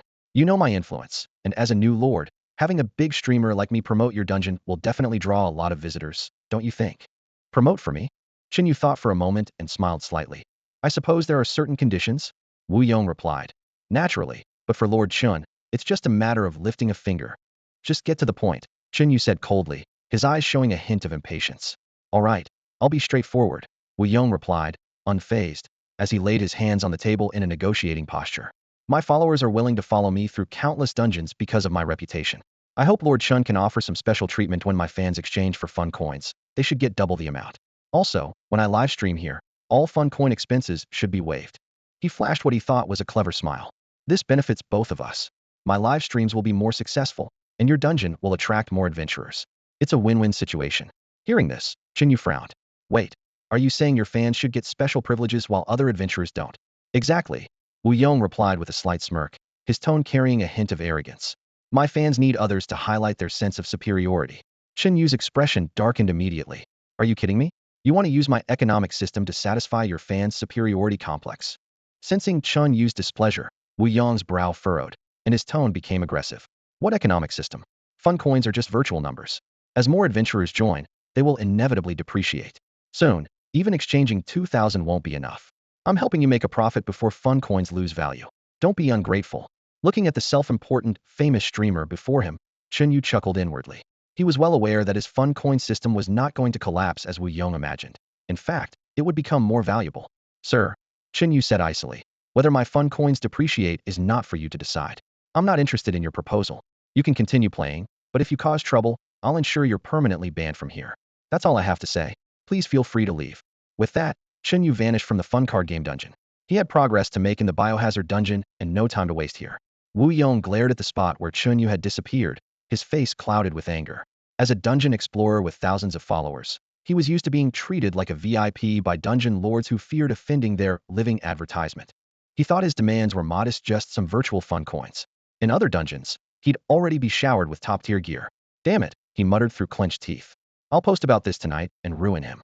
When Chen Yu's consciousness returned to the castle, he happened to see Ai Fei coming back as well. She was carrying a bag of magic crystals, along with animal skins, herbs, and magical materials scavenged from the Goblin tribe. The herbs and magical materials would be useful in alchemy labs and potion workshops, so Chen Yu stored them in his backpack for now. Ai Fei excitedly mentioned that she and Lena could weave a mattress and blanket for Chen Yu by nightfall, making his sleep more comfortable. Chen Yu was pleased with this, as sleeping on hard stone slabs had left him with a sore back. Although they couldn't make high-quality leather goods without a textile factory, anything usable was appreciated. He guessed that only in the Goblin Kingdom would there be facilities like textile factories and blacksmith shops. Small tribes like these were lucky to have even a few good fields. For instance, the half-elf village had almost nothing, with only one dungeon constructed. Chen Yu wasn't too interested in occupying it yet, planning to deal with it later when he had more soul crystals. The people from the 12 half-elf villages had all been relocated to the biohazard territory and had begun cultivating the fields. Since the goblins had previously engaged in farming, it would take only about 2 days for the first batch of crops to be harvested. This would not only feed the 12 half-elves, but also provide food for 8 more people, which could be stored in the warehouse. The half-elves expressed immense gratitude for Chen Yu's benevolence and pledged their eternal loyalty to him. Chen Yu now had 14 half-elf subjects under his command, including Lena and Ai Fei, along with 2 level 1 half-elf swordsmen of ordinary quality. A half-elf elder managed the biohazard territory, while the other 9 were tasked with cultivating the fields, gathering berries, and hunting small animals under the swordsman's protection. With the goblin threat gone, the survival crisis for the half-elves had been greatly alleviated. From the half-elf elder, Chen Yu learned of a rabbit-eared village to the east, which had also suffered from goblin raids. Uncertain of its current situation, Chen Yu decided to send 2 half-elf swordsmen to investigate. Although the dark world was fraught with danger, the disappearance of the goblins had reduced the risk significantly, leaving only wild beasts. These half-elf swordsmen were quite capable, even stronger than adventurers, so they faced this simple task with confidence. They were fully aware that having chosen to join the Lord's domain, sacrificing their lives if necessary was expected. Before the 2 half-elf swordsmen set out, Chen Yu stopped them to upgrade them using 4 magic crystals. Additionally, he had obtained 2 more from the goblin leader, which was a fortunate drop rate. Chen Yu used these 2 high-quality magic crystals on the half-elf swordsmen to enhance their abilities. After all, these are now the permanent troops of the territory, so any improvement in combat power is welcome. Chen Yu looked at the 2 half-elf swordsmen in front of him, Ali and Ilayla. They are Ai Fei's brothers, and at this moment, they were elated due to their enhanced abilities. Following this wave of enhancements, both Ali and Ilayla have reached a quality level of ordinary, with their level increasing to 2, and their overall combat power index skyrocketing to 20 points. Such fighting strength allows them to roam almost unchallenged in the primitive forest, with minimal risk of encountering danger. Thank you, my lord, for bestowing us with this power. The 2 half-elf swordsmen gleamed with joy, kneeling in unison towards the direction of the Evernight city of Daxia, expressing their heartfelt gratitude. Although Chen Yu was not physically present in the biohazard territory, it was still his domain. Through the system interface, he could clearly observe all the activities there. No need to be so formal. The urgent task now is to proceed with your mission, Chen Yu commanded. After the two half-elf swordsmen set off, Chen Yu's consciousness returned to his current location. As soon as Fei returned, she immediately dove into the bustling work within the Happy Card dungeon. Chen Yu glanced at the dungeon interface, where system notifications kept flashing. Fei requests entry into the dungeon. Li Ruoshu requests entry into the dungeon. Qi Maosong requests entry into the dungeon. Adventurers arriving to participate in missions were queuing outside. The Happy Card dungeon had gradually become a hit, with its 100-person capacity no longer sufficient, leaving over 20 people waiting in line. I can't possibly earn it all, Chen Yu murmured to himself, casting a pained glance at the mere 105 soul crystals left in his possession. After careful consideration, he made a decision. Activate the 6th line of the Happy Card. Though the adventurers on the other 5 lines likely wouldn't generate much more profit today, the 20 people entering on the 6th line were mostly loyal users coming for missions. The investment of 100 soul crystals was a guaranteed return. This way, it wouldn't affect the launch of the biohazard dungeon planned for the next morning. The Happy Card dungeon had already produced a considerable amount of happy coins from adventurer exchanges, new user rewards, starter funds to mission rewards. The total was estimated to have reached 600,000. This number is already quite dangerous, Chen Yu pondered with a frown. I must quickly introduce ways to consume happy coins to stabilize the adventurer's mindset. With this in mind, Chen Yu's consciousness immediately immersed into the system. The scene setup and underlying logic of the biohazard dungeon were nearly complete, and it was now time to place the zombies. Chen Yu had a rich repository of ideas for zombies. This genre is prevalent in films such as Resident Evil, Dawn of the Dead, Train to Busan, The Walking Dead, and even Sweet Home. The gaming world is equally abundant, with titles like Resident Evil, Left 4 Dead, and Life After. Special zombie types like tyrants, lickers, tanks, witches, and smokers are plentiful. However, considering this is a beginner mode, Chen Yu decided not to introduce overly challenging enemies, as adventurers need to gradually increase their acceptance threshold. Therefore, in the beginner mode, Chen Yu plans to use the models from Resident Evil 1, with ordinary zombies as the main adversaries and lickers as the ultimate boss. In terms of technology, he intends to give adventurers a small shock with the Red Queen, allowing these seasoned individuals to experience a taste of future technology. Time flew by quickly, and the remaining half-day disappeared in a flash of fun. Li Ruopu reluctantly logged out of the game, and the system promptly began the settlement. Settlement complete. In this dungeon, you've acquired 1 pack of snail noodles, 1 bottle of Sprite, 7 hand-torn breads, and 1 large self-heating hot pot. Faced with these peculiar foods, Li Ruopu was no longer surprised. As his eyes scanned over these spoils, he was already contemplating what to eat during his evening livestream. Just then, the door creaked open. Li Ruoshu entered with her long legs, carefully carrying a bucket of golden, tempting fried chicken, the family feast bucket. She wrinkled her nose slightly as she sniffed the air. Is this the gourmet food you were talking about? It looks a bit strange, she said, examining the contents of the bucket with a hint of curiosity in her eyes. The last thought, but it sure smells good, Li Ruoshu kept to herself. All the way there, she had resisted the urge as the aroma of the fried chicken kept wafting into her nose, causing the usually composed girl to swallow her saliva more times than she could count. Out of caution, she didn't taste it immediately, but brought the food to her brother. Better he try it first. That was her self-imposed duty as a sister. Li Ruopu immediately saw through his sister's intentions, noticing her struggling to hold back her desire to eat. A sly smile appeared on his face. Hey sis, if you don't want it, why not give it to me? Li Ruopu said with a grin. I tried that burger once, and I've been thinking about it ever since. Hamburger, Li Ruoshu muttered, swallowing again. After a long internal struggle, she finally picked up a piece of the golden crispy fried chicken and quickly stuffed it into Li Ruopu's mouth. Try it quickly, see if it's poisoned, she said, her voice betraying her eagerness. Li Ruopu devoured a spicy chicken wing in a few bites, leaving only the bone, then suddenly clutched his throat, theatrically exclaiming, "Oh no! Oh no! Oh no! Sis, you can't eat it, it's really poisonous," he said, reaching out as if to grab the bucket. "It's all poison, let your little brother take care of it for you." Got it, Li Ruoshu said, a slight smile forming on her lips as she deftly dodged his attack. She calmly picked up another piece of fried chicken, slowly bringing it to her mouth for a bite. Instantly, the flavor of the fried chicken, combined with the burst of juice as she bit into it, filled her mouth. Her eyes widened as if she had just tasted the most exquisite delicacy on earth, her usual composed expression completely shattered. How can something be this delicious?" she murmured, her voice filled with incredulous wonder. Without a word, Li Ruoshu quickly finished 1 piece of fried chicken, then took a bite of the hamburger, followed by another piece of fried chicken. Her movements became increasingly rapid, as if she were under a spell and unable to stop. Li Ruopu stood by, swallowing his own saliva as he watched his sister's expression of bliss. He knew she had fallen completely into the culinary trap set by Lord Chen. So how is it, sis? Li Ruopu asked with a cheeky grin. I wasn't lying, was I? The food from Lord Chen's place is truly gourmet, with a variety of options, and each one just as delicious. Li Ruoshu quickly finished everything in the bucket, then delicately licked the sauce from her fingers. After wiping them clean, she regained her usual elegant demeanor and said nonchalantly, it's passable, but a single family feast bucket isn't enough to captivate a woman like me. Li Ruopu had introduced Lord Chen to Li Ruoshu to see if she might want to become his contract adventurer. He believed that Lord Chen's future held great potential, and with Li Ruoshu's help, the territory would surely develop more smoothly.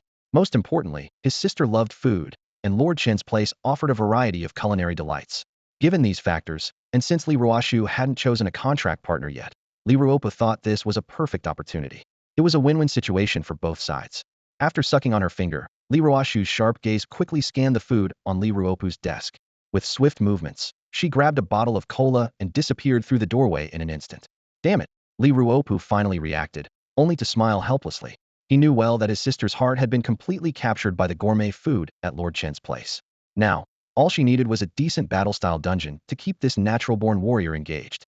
Although the Happy Card dungeon was unique, a pure card game could never satisfy her craving for battle. Meanwhile, in a certain adventurer's cabin, a man with a sullen expression was intently focused on the virtual system interface before him. This streamer, named Wu Yong, was rapidly typing, crafting a warning post.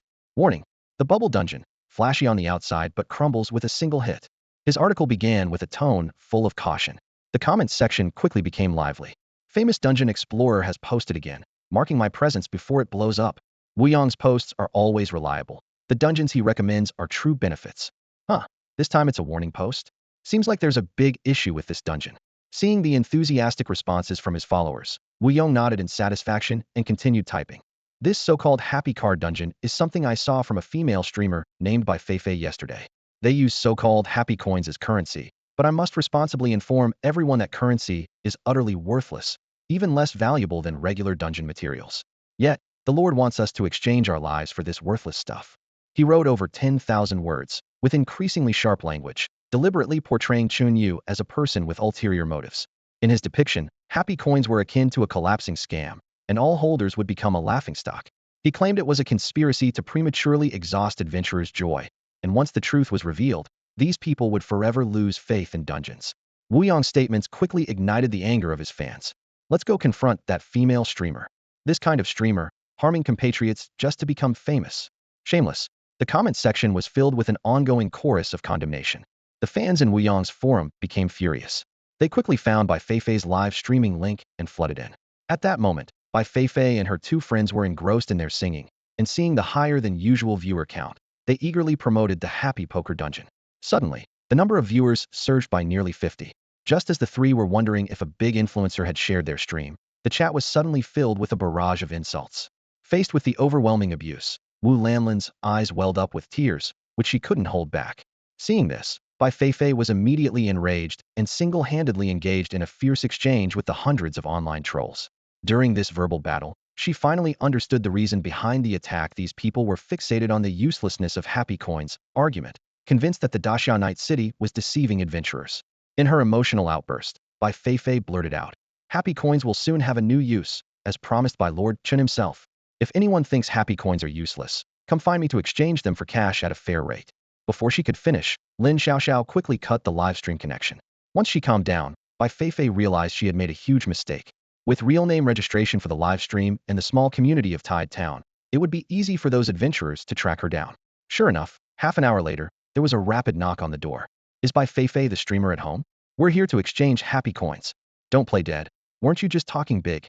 At a 1 to 10 rate, I have 5,000 happy coins to exchange. How about you come out and apologize, and we'll let it slide since you're a girl. Yeah, just stop helping the Lord deceive people in the future.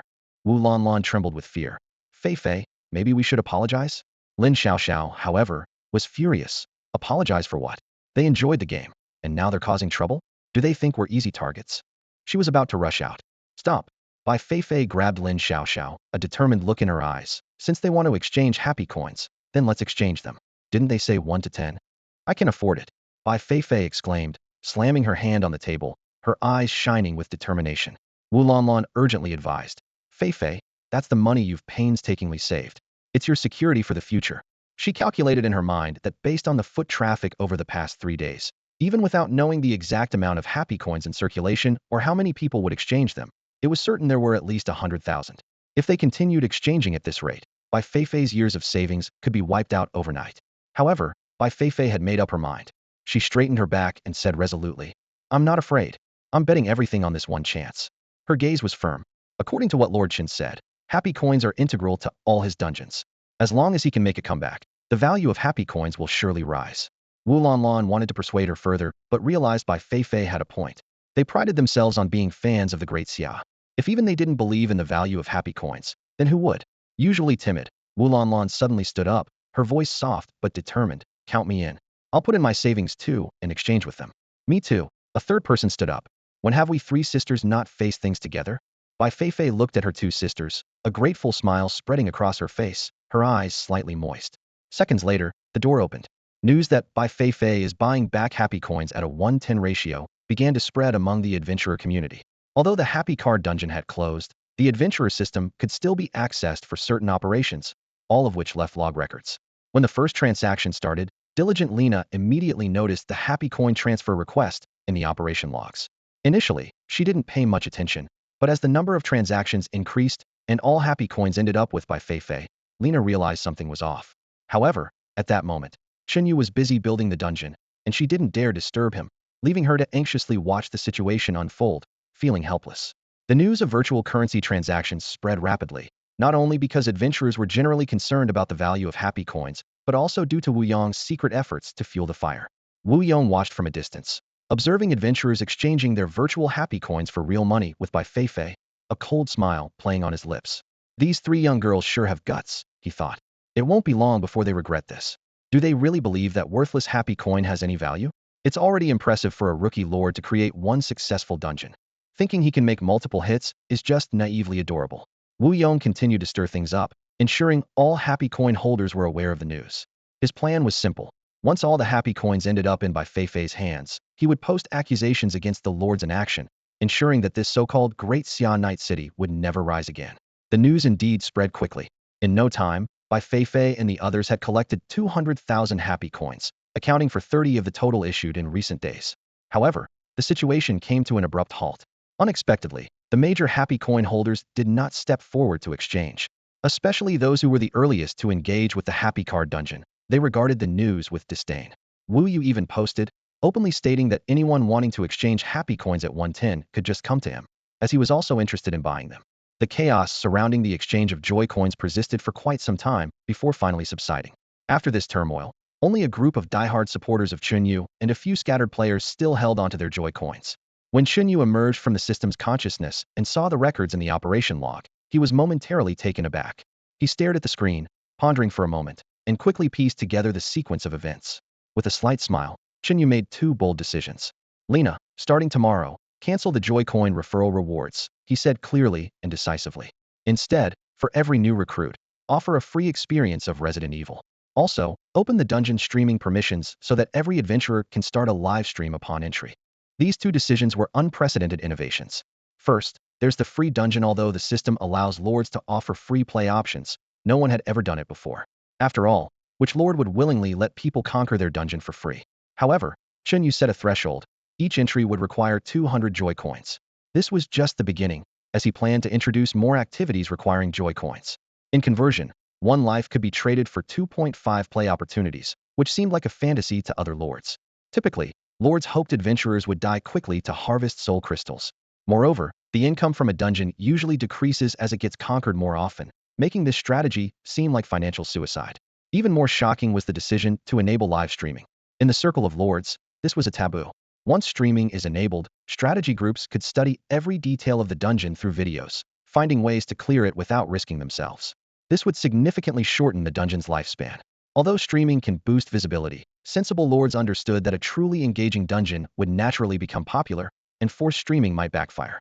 To other lords, these decisions seemed incredibly foolish, but Chen Yu was unfazed.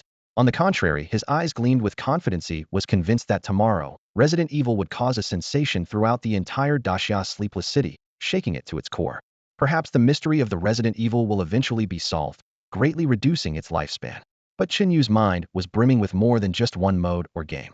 With this newfound fame, whatever he does in the future will undoubtedly be much easier. Phew, finally done. Chen Yu sighed with relief, selecting the Goblin camp he had conquered earlier from the system interface and initiating the construction in the dungeon section. Do you wish to spend 100 soul crystals to build a Tier 1 dungeon? Yes. Upon confirmation, a dungeon rose promptly, startling an elderly half-elf who almost stumbled during his night watch. With everything now ready, Chen Yu glanced at his inventory. Only 12 soul crystals remained, as if he had returned to square one. However, surveying his current territory, he felt exceptionally satisfied. His development speed likely far surpassed that of other dungeon lords at the same stage. Castle, Great Xia, Evernight City. Tier 1 Lord, Chen Yu. Residence, Half-Elves X2. Buildings, Tier 1 Adventurer Tavern, Portal. Dungeon, 610, Happy Poker Line 16, Tier 1. Dungeon Daily Maintenance Cost, Soul Crystals, X6. Shield Daily Maintenance Cost, Soul Crystals, X3. Currently under Newbie Protection, no additional cost required. Newbie Protection Countdown, 1 day, 20 hours, 38 minutes. Territory, Resident Evil Base City. Tier 1 Lord, Chen Yu. Residence, Half-Elves X10, Half-Elf Swordsman Level 2 Normal X2. Buildings, Farmland X2, Dilapidated Warehouse, Portal. Dungeon, 12, Resident Evil Tier 1. Dungeon Daily Maintenance Cost, Soul Crystals, X1. Shield Daily Maintenance Cost, Soul Crystals, X14. After a final review of the dungeon's contents, Chen Yu returned to his room to sleep. With a fur bedroll, he enjoyed a rare good night's rest. The next day, at dawn, Chen Yu crawled out of bed and immediately activated the Resident Evil dungeon before going back to sleep. As a result, adventurers looking to enter the Happy Poker dungeon found the Resident Evil dungeon prominently displayed at the top of the Great Xia, Evernight City interface. What? There's really a new dungeon. Resident Evil, an adventurer muttered. The name sounds interesting. What type is it, and what does biohazard mean? I'll check it out first. Just as this adventurer was about to enter, the system prompted. Current dungeon occupancy 020, entry possible. Would you like to spend 200 happy coins to enter? Insufficient happy coins, entry denied.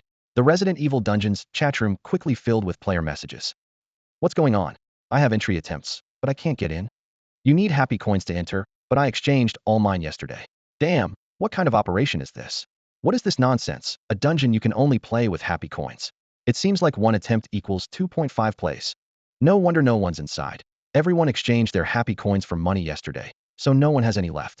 The Happy Poker isn't open either, so there's nowhere to get more happy coins. This is ridiculous. Who does business like this? Do they think we're desperate to play? Some adventurers expressed surprise. What? You can exchange happy coins for money. I fell asleep yesterday. Did I miss something? Whatever. I don't have many happy coins anyway, just enough to try this thing. With that, the Resident Evil dungeon's occupancy changed to 120. The train roared as Bai Xiaobai found himself in the underground city, confronted by an unfamiliar train carriage. His vision automatically displayed item names, confirming that this was indeed a carriage bound for his mission destination. Just then, a line of text popped up in his view. Would you like to start a live broadcast? Live broadcast? Bai Xiaobai raised an eyebrow. What is this dungeon lord thinking? Not only do you need fun coins to enter, but now there's a live broadcast too. Aren't they afraid of dying too quickly? Or maybe they're really confident in their game content. Alright, let's show everyone what a one life clear looks like. With that, he clicked to start the live broadcast without hesitation. The external biochemical crisis dungeon channel immediately displayed the live broadcast information. Since Bai Xiaobai was not a professional streamer and didn't have a dedicated forum account, the broadcast automatically appeared on the dungeon's exclusive channel. Adventurers in the channel were actively discussing this move by the Xia Sleepless City. Isn't this just a way to boost the value of fun coins through a live stream? If it's really a game of poker with nested dolls, it would be a joke. Good thing I converted my fun coins to bread money yesterday. Yeah. Look at how the number of reservations dropped from full to just over 80 today. As they spoke, a live stream link suddenly appeared in the channel. Wow, you can really stream this. This dungeon lord is bold. Aren't they afraid of being targeted by the strategy group? Quick, get the strategy group to check this out. Everyone eagerly clicked to enter the live stream. By this time, Bai Xiaobai had completed the tutorial on the train and learned basic firearm operations. He knew that next time he entered, he would go straight to the main part, which was where he now stood the interior of the Umbrella Corporation's hive. What is this place? Bai Xiaobai looked around. The decor is pretty upscale, but why does it feel so oppressive? He glanced down at the weapon in his hand, still unfamiliar with the uniquely designed handgun. The live stream chat quickly chimed in. Xiaobai, try firing the gun. Bai Xiaobai could clearly see the comments from these viewers. What are you looking at? This gun only fires 6 bullets, and if I show you, what will I use? He said disdainfully. Xiaobai, look behind you. Bai Xiaobai turned his head at the sound, his pupils suddenly contracting. In the water-filled, sealed laboratory, a woman's corpse floated eerily, motionless like a bizarre wax statue. Phew. Bai Xiaobai let out a breath of relief, trying to act calm. It's just a corpse, right? We adventurers have seen bigger scenes. If this is just a horror dungeon, it's pretty lame. Probably only a handful of people would be into this. Despite still feeling shaken from the scare, he knew there were viewers watching the live stream. So he had to maintain his composure and keep moving forward. As he pushed open the next door, a more unsettling scene unfolded. A figure in a white lab coat was repeatedly banging against a metal canister. Its movements were bizarre, with joints twisted in unnatural ways. Bai Xiaobai's heart began to race. As an experienced adventurer, he knew that the most terrifying things weren't the grotesque monsters, but those that defied logic and resembled humans yet weren't. In that moment of hesitation, the person suddenly twisted its head at an impossible angle to look at him. Its blood-red eyes were devoid of reason, and its skin was covered in grotesque cracks. Zombie. The thought barely crossed his mind before the creature lunged at him with clawing hands. Shit. Bai Xiaobai instinctively fired several shots, hitting the target. The zombie staggered and fell, but to his horror, it continued to crawl slowly, determined to reach him. Just then, a message flashed in the chat. Aim for the head. It was a tip from a strategy group member. Bai Xiaobai quickly adjusted his aim and fired at the zombie's head. Bang! The head exploded like a watermelon, and the creature finally stopped moving. So that's it. The head is the weak spot. Bai Xiaobai regained his confidence. This is too easy. At that speed, give me an axe and I could handle it effortlessly. Exactly, it's so weak. Lord Chen dared to put this here? It's not even as tough as a goblin. Someone in the livestream chat echoed. After defeating the first monster, a burst of laughter erupted in the biohazard dungeon. Is that it? A headshot, and it's over? This game is way too easy. The adventurers mocked, exchanging comments. They believed that live streaming was practically a challenge to all the strategy groups. The strategy group members certainly lived up to their reputation. They immediately spotted the monster's weakness upon entering. Amidst the praise from the crowd, the member waved his hand modestly. Too kind, too kind. However, the laughter had barely subsided when Bai Xiaobai's startled voice echoed through the live stream. What the heck? Why are there so many? On the screen, the previously empty room suddenly swarmed with dozens of zombies after a few gunshots from Bai Xiaobai. They surrounded him from all directions, closing in menacingly. How am I supposed to fight this? Bai Xiaobai was panicking, raising his handgun in desperation. Click, click, the magazine was empty. Don't come any closer. With his scream, the game screen went dark. Back in reality, Bai Xiaobai was still shaken. The system began tallying the rewards, a box of spicy noodles and a box of wafers. As he looked at these rewards, his fear gradually turned into delight. The rewards are so generous? Even more than a normal dungeon, he thought excitedly. This first experience is already so unique. It must get even more interesting later on. Suddenly, he realized it was a free dungeon, requiring only 200 joy coins for unlimited entries. If I had 10,000 joy coins, I could play 50 times. Too bad, I only have a little over 200 left. Just as he was feeling regretful, yesterday's exchange rate flashed in his mind. Bai Xiaobai quickly logged back into the dungeon interface. Someone was already ING him in the channel. Xiaobai, how's the dungeon?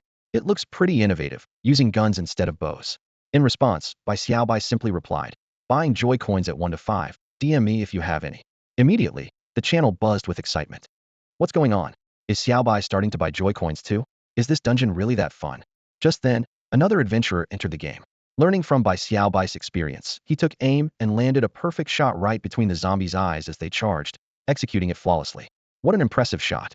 This weapon is really interesting, came a voice of admiration from the game channel. Where did Lord Chen come up with this idea? Just as the words were spoken, the situation in the game took a sudden turn for the worse. The gunfire from killing zombies seemed to have sent out some kind of signal, shattering the silence as dozens of zombies swarmed in, surrounding the adventurer. The adventurer was indeed skilled, maneuvering deftly among the dense horde of zombies, fighting and retreating simultaneously. Finally, he seized an opening and managed to retreat behind a door, slamming it shut with force. Just as everyone breathed a sigh of relief, the situation took another drastic turn. The door of a sealed laboratory on the left suddenly burst open, releasing a torrent of stagnant, murky liquid. Worse still, the zombies submerged in it seemed to awaken, struggling towards the adventurer.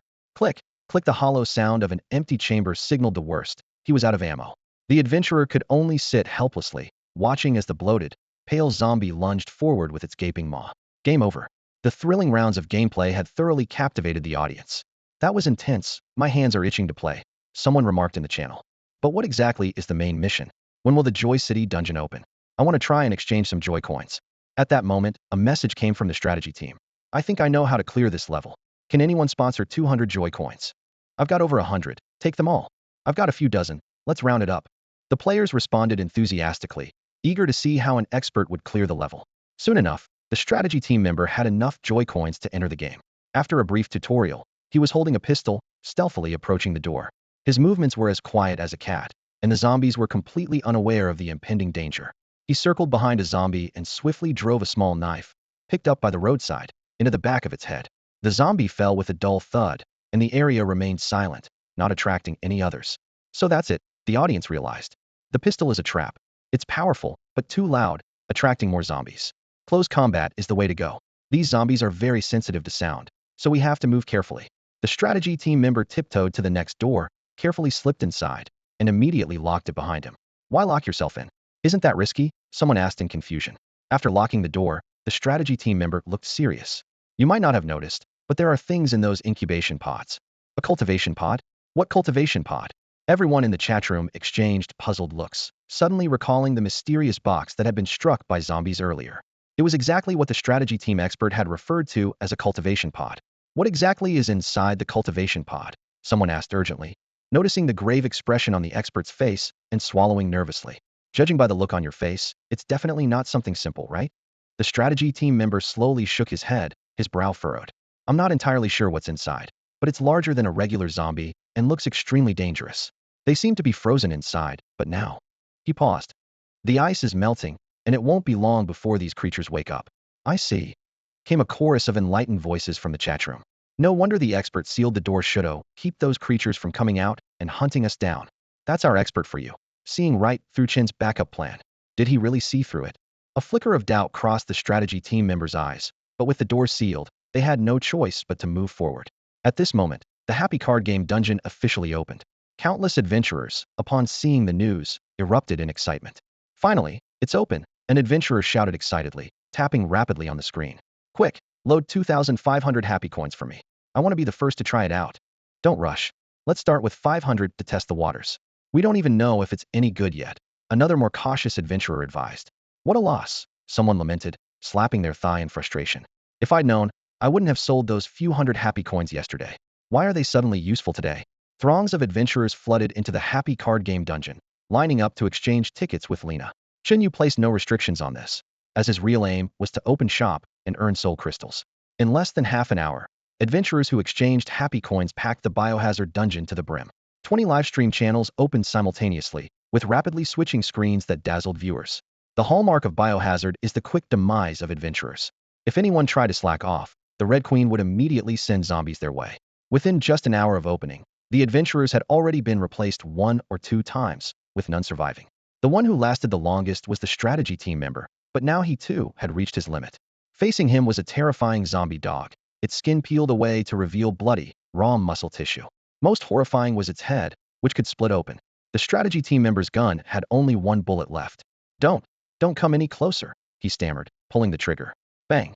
The shot failed to kill the zombie dog, and instead enraged it. The creature closed in swiftly, sinking its teeth into the adventurer's throat. Game over. In just over an hour since launch, not a single adventurer had cleared the game, nor had anyone survived the zombie dog encounter. Logically, with a game boasting a 100 death rate, adventurers would be reluctant to replay it. However, since Biohazard required happy coins to enter and offered substantial enjoyment and rewards, adventurers hoped to earn more food rewards through repeated attempts. They even calculated that the food rewards from playing Biohazard once were almost enough for a full meal. With a 1:10 exchange ratio, it amounted to exchanging 500 happy coins for a bun. Before today, no one would have considered exchanging 500 happy coins for a bun worthwhile. When fun coins became tied to the Biohazard dungeon, suddenly 500 fun coins could buy you 2 full meals. This unexpected change left adventurers who had hastily exchanged their fun coins for items the day before filled with regret, feeling as though they had made a terrible mistake. Those with large amounts of fun coins were especially remorseful.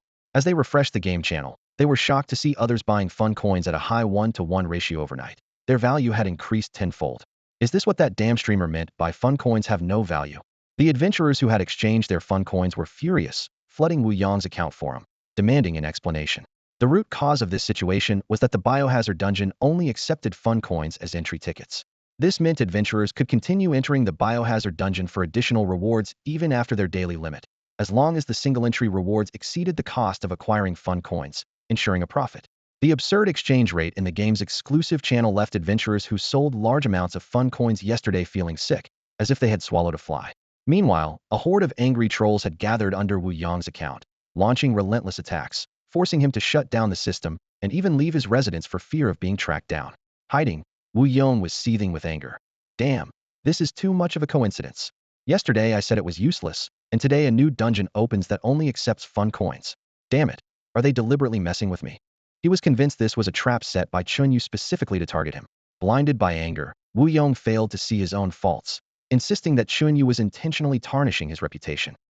You think your dungeon is so great, huh? You even dare to open a live stream mode. Wu Yong's eyes gleamed coldly as he opened the exclusive channel for the Biohazard dungeon, plotting his next move. I happen to know someone from a strategy group. I'll call them over now and see how I can ruin you in just one day, he said viciously. Meanwhile, the Biohazard channel was overflowing with people, with reservation queues stretching endlessly. Adventurers eager to experience the Biohazard dungeon were not only purchasing fun coins at high prices online, but also flocking to Fun Poker to exchange for them. Within just 2 hours, Chen Yu's account had received 200 soul crystals. Seeing that the single-line Biohazard dungeon couldn't meet player demand, Chen Yu decisively invested 100 soul crystals to open a second line. As soon as it opened, the pressure on the original line was immediately relieved. Finally, a new server is open. Damn Overlord, take this flying kick. Watch me claim the first clear of this dungeon. Adventurers eagerly prepared themselves, rushing into the dungeon to start the game. Due to the short game time of the Biohazard dungeon, players waiting in line only had to wait a short while before their turn came. Bai Fei and others, who had just woken up, were stunned by the scene. Wu Lan, in disbelief, said, Fei, did we just strike it rich while we slept? We bought 200,000 fun coins at a 1:10 ratio yesterday, and today they've multiplied tenfold. Last night, the three of them nearly used all their savings to exchange for happy coins. Although they had some confidence in Chen Yu, who could predict the future, that night, they couldn't help but feel a bit anxious. It's impossible not to worry at all, considering this was the money they had painstakingly saved for years for their retirement. In the world of adventurers, saving money is extremely difficult as daily income from dungeons is limited, and they had to live frugally to save up some funds. Unexpectedly, they didn't have to wait for the future when Bai Fei and her friends woke up. Their assets had already increased tenfold. What did this mean? It was almost like earning decades worth of income overnight, elevating them from poverty to a comfortable middle-class status. And all this was not just due to their own decisiveness, but mainly because of Chen Yu's existence. Who would have thought Lord Chen would be so incredible? We woke up as wealthy women, Lin Xiaoxiao said excitedly, her face beaming with joy. Now our retirement is sorted, and we can just relax and play games. Indeed, we owe it all to Lord Chen, Wu Lan agreed. Of course, Fei's boldness was also crucial. If it weren't for Fei's insistence on stockpiling happy coins yesterday, we wouldn't be in this position today. That's right, Lin Xiaoxiao suddenly remembered something and asked, should we sell them? The current exchange rate is 1-to-1, and selling them could make us a lot of money. By now, many people had contacted them through the system, expressing their willingness to buy happy coins at a 1-to-1 rate. The outside market was in a state of high demand, with only a few individuals holding large amounts of happy coins. If they didn't sell, others would have to rely on the limited daily exchange to obtain them. Even so, despite the attractive 1-to-1 price, actual transactions were few, and the volume remained insufficient to meet market demand. Bai Fei shook her head and smiled. You can decide for yourselves, but I'm not planning to sell. If Lord Chen's dungeons continue to grow, the value of happy coins will certainly keep rising. The current 1-to-1 rate isn't the final limit. 1-to-1 isn't the limit? Lin Xiaoxiao asked in surprise. Could happy coins become more valuable than our real money? It's possible, Bai Fei replied calmly. But it depends on how Lord Chen manages the economy. If he distributes happy coins recklessly, it will lead to devaluation. However, if he controls it well, with each person only able to exchange 2,500 a day and the expansion of dungeons, the value of happy coins will only increase. Lin Xiaoxiao nodded thoughtfully. Fei is right, there's no rush to sell. Even if we don't sell, the food we get daily from Lord Chen is more than enough, and I've even sent plenty to my parents. Those people must be regretting their arrogance yesterday. Thinking of those who had scoffed at them for stockpiling happy coins yesterday, the three of them couldn't help but laugh quietly. Yesterday, they had persisted despite the skepticism, and now those skeptics had no happy coins left to exchange. All right, let's not dwell on this, Bai Fei said, patting Wu Lan and Lin Xiaoxiao. I trust Lord Chen knows what he's doing. Since he's tied happy coins to the Resident Evil dungeon, it must be a well-thought-out decision. We just need to follow his lead. After speaking, Bai Fei added, I've got tasks to complete. I just checked the Starry rank, and I'm now at Starry level 1. I can exchange for a special Resident Evil package. The items inside are things money can't buy. Lin Xiaoxiao and another companion immediately showed envious expressions. Fei Fei, you're already at Starry level 1? We have some contribution points, but we're still a bit short. Bai Fei Fei smiled reassuringly. It's okay, Lord Chen will issue more tasks. As part of his fan club, we get some perks. Let's go explore the dungeon first. I'm eager to try out the items in the package. With that, Bai Fei Fei quickly returned to her room, comfortably sat on her wicker chair, and softly said, log in. Thanks to Chen Yu granting her VIP access, while other players were still queuing up, Bai Fei Fei was immediately placed at the front. This sudden leap in the queue left the adventurers behind her baffled. Did a bug occur? Why did my queue position drop? One player asked in confusion. It happens, maybe it's just a delay, or you misread it. Another casually replied. As the chat channel continued the discussion, Bai Fei Fei successfully logged in, and her live stream began. It's that female streamer, someone immediately recognized her. A beautiful woman naturally draws attention, especially when she's the leader of the Grand Xia fan club, who made headlines overnight by acquiring 200,000 joy coins. From last night to now, Bai Fei Fei's name and deeds have become known to many in Tide Town. The moment she logged in, there were exclamations, instantly drawing a lot of attention. What's that above her head? That's a title, right? Starry Rank 1, VIP member. Damn, she's probably the only one with a title this morning. Of course, she's the fan club leader of the Grand Xia Night City. Could she be the Lord's consort? Over the centuries, there have indeed been cases of adventurers and dungeon lords falling in love. But first, one needs to become a contract adventurer to reside permanently on the territory. Becoming a contract adventurer carries risks. If the territory is destroyed, they could lose their lives. I know about the Starry rank. It's earned through contribution points. Once you reach a certain level, you get a Starry rank, a player explained. How do you know? Someone asked. Because I've been there too, but unfortunately, I didn't earn any contribution points, the adventurer replied helplessly. I heard that the Starry rank allows you to receive daily joy coins and other perks, and this Resident Evil package is probably one of them. As soon as the words were spoken, in the live stream, Bai Fei Fei, who had completed the beginner tasks, was now holding a golden Desert Eagle instead of a regular handgun. It gleamed with a dazzling shine, looking extremely cool and impressive. This Desert Eagle could fire 10 large-caliber bullets in rapid succession. As the first zombie approached, Bai Fei Fei barely needed to aim, and with one shot, she blew the zombie's head to smithereens. This scene, in the eyes of viewers who had been watching countless prison videos of adventurers all morning, was shockingly powerful. Holy crap, that's awesome. That gun is too cool. Is she cheating? She must be cheating. Starting with a god-tier weapon, really? Everyone was envious. Owning such a large-caliber handgun not only provided immense satisfaction in terms of vanity, but also greatly enhanced firepower. Bai Fei Fei's combat skills clearly couldn't keep up with the top-tier weapon in her hands. The Desert Eagle's gunshots echoed sharply in the silent space, instantly alerting the surrounding zombies. 20 or so grotesque zombies swarmed toward her, forcing her to retreat continuously. Despite the Desert Eagle's formidable power, with each bullet accurately taking down a zombie, the situation remained precarious. At that moment, Bai Fei Fei deftly pulled a magazine from her waist and reloaded swiftly. The chat channel exploded with reactions. What's going on? She can actually reload? That's just ridiculous. Someone suddenly realized. I remember the strategy group did find some magazines before, but who would have thought someone would have them right from the start? Isn't this blatant cheating? The Lord is way too biased. If Chen Yu heard these doubts, he would surely argue. All of this is the result of Bai Fei Fei's hard work over the past few days. The more you put in, the more you get out. It's only natural. With her gun reloaded, Bai Fei Fei resumed shooting, each bullet a precise headshot, even managing a miraculous double kill with a single shot. Her solo battle against over 20 zombies was unprecedented that morning. This was exactly the effect Chen Yu wanted to use the performance of privileged users to promote the contribution point system and lay the groundwork for the future pay-to-win system. However, just as Bai Fei Fei loaded her last magazine and prepared to delve deeper, fate played a cruel trick on her. A glass laboratory nearby suddenly shattered, releasing dozens of zombies. Facing such a large number of enemies, even the Golden Desert Eagle was powerless, and Bai Fei Fei ultimately fell amidst the horde, unable to even breach the first door. This dramatic scene left the audience both amused and aware. In the biochemical dungeon, having great equipment alone is far from enough. Yet, to everyone's astonishment, Bai Fei Fei's figure reappeared in the dungeon. How did she, who was just in line, suddenly cut to the front? The audience was outraged. This privilege is too much. But anger was futile, as ordinary players still had to wait their turn. These were Chen Yu's rules, and only Bai Fei Fei, Wu Yu, and Li Ruopu, who had provided him significant help in the dungeon's early days, could enjoy the VIP passage. This special contribution was unmatched by others. Despite their dissatisfaction, the other adventurers found themselves with no choice but to continue. After all, the Biohazard dungeon had become the talk of Tide's town since it opened that morning. Who could resist playing? It was impossible. They could only grumble a bit. At that moment, they realized something. How many joy coins did she have last night? 200,000? My goodness, that means she could play from dawn till dusk, endlessly clearing the biohazard dungeon and collecting reward after reward, until she grew tired of it all. It was true.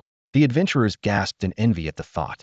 The generous rewards and dopamine rush from biohazard were well known, and that's why the value of joy coins had skyrocketed. With 200,000 joy coins, Bai Feifei could play unlimited rounds of the biohazard dungeon each day and earn a vast amount of food, essentially achieving financial freedom. Many adventurers, while filled with envy, also felt a pang of regret. Why hadn't they stockpiled a few last night? Even a few thousand would have been enough. This was the opportunity. Missing it was foolish. Li Ruopu and his sister Li Ruoshu were no exception. They loved thrilling dungeons, and when they saw the biohazard live stream, Li Ruoshu was so excited that she immediately queued up to join. As she waited, a system message popped up. There are 86 people ahead of you. Li Ruoshu was speechless. This was too slow. Li Ruopu chuckled beside her. Sis, I'm going ahead. With that, he used his queue jumping privilege and moved to the front of the line. Li Ruoshu's eyes widened as a system message appeared. There are 87 people ahead of you. Her mood grew complicated. She had been so eager, only to be stuck at the first hurdle, watching others play. Darn it.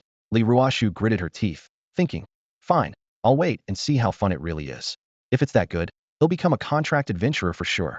Contract adventurers had the closest ties to the territory. They could freely explore every dungeon, and as real adventurers in the dark world, they enjoyed far better treatment than ordinary adventurers. No worries about food or shelter.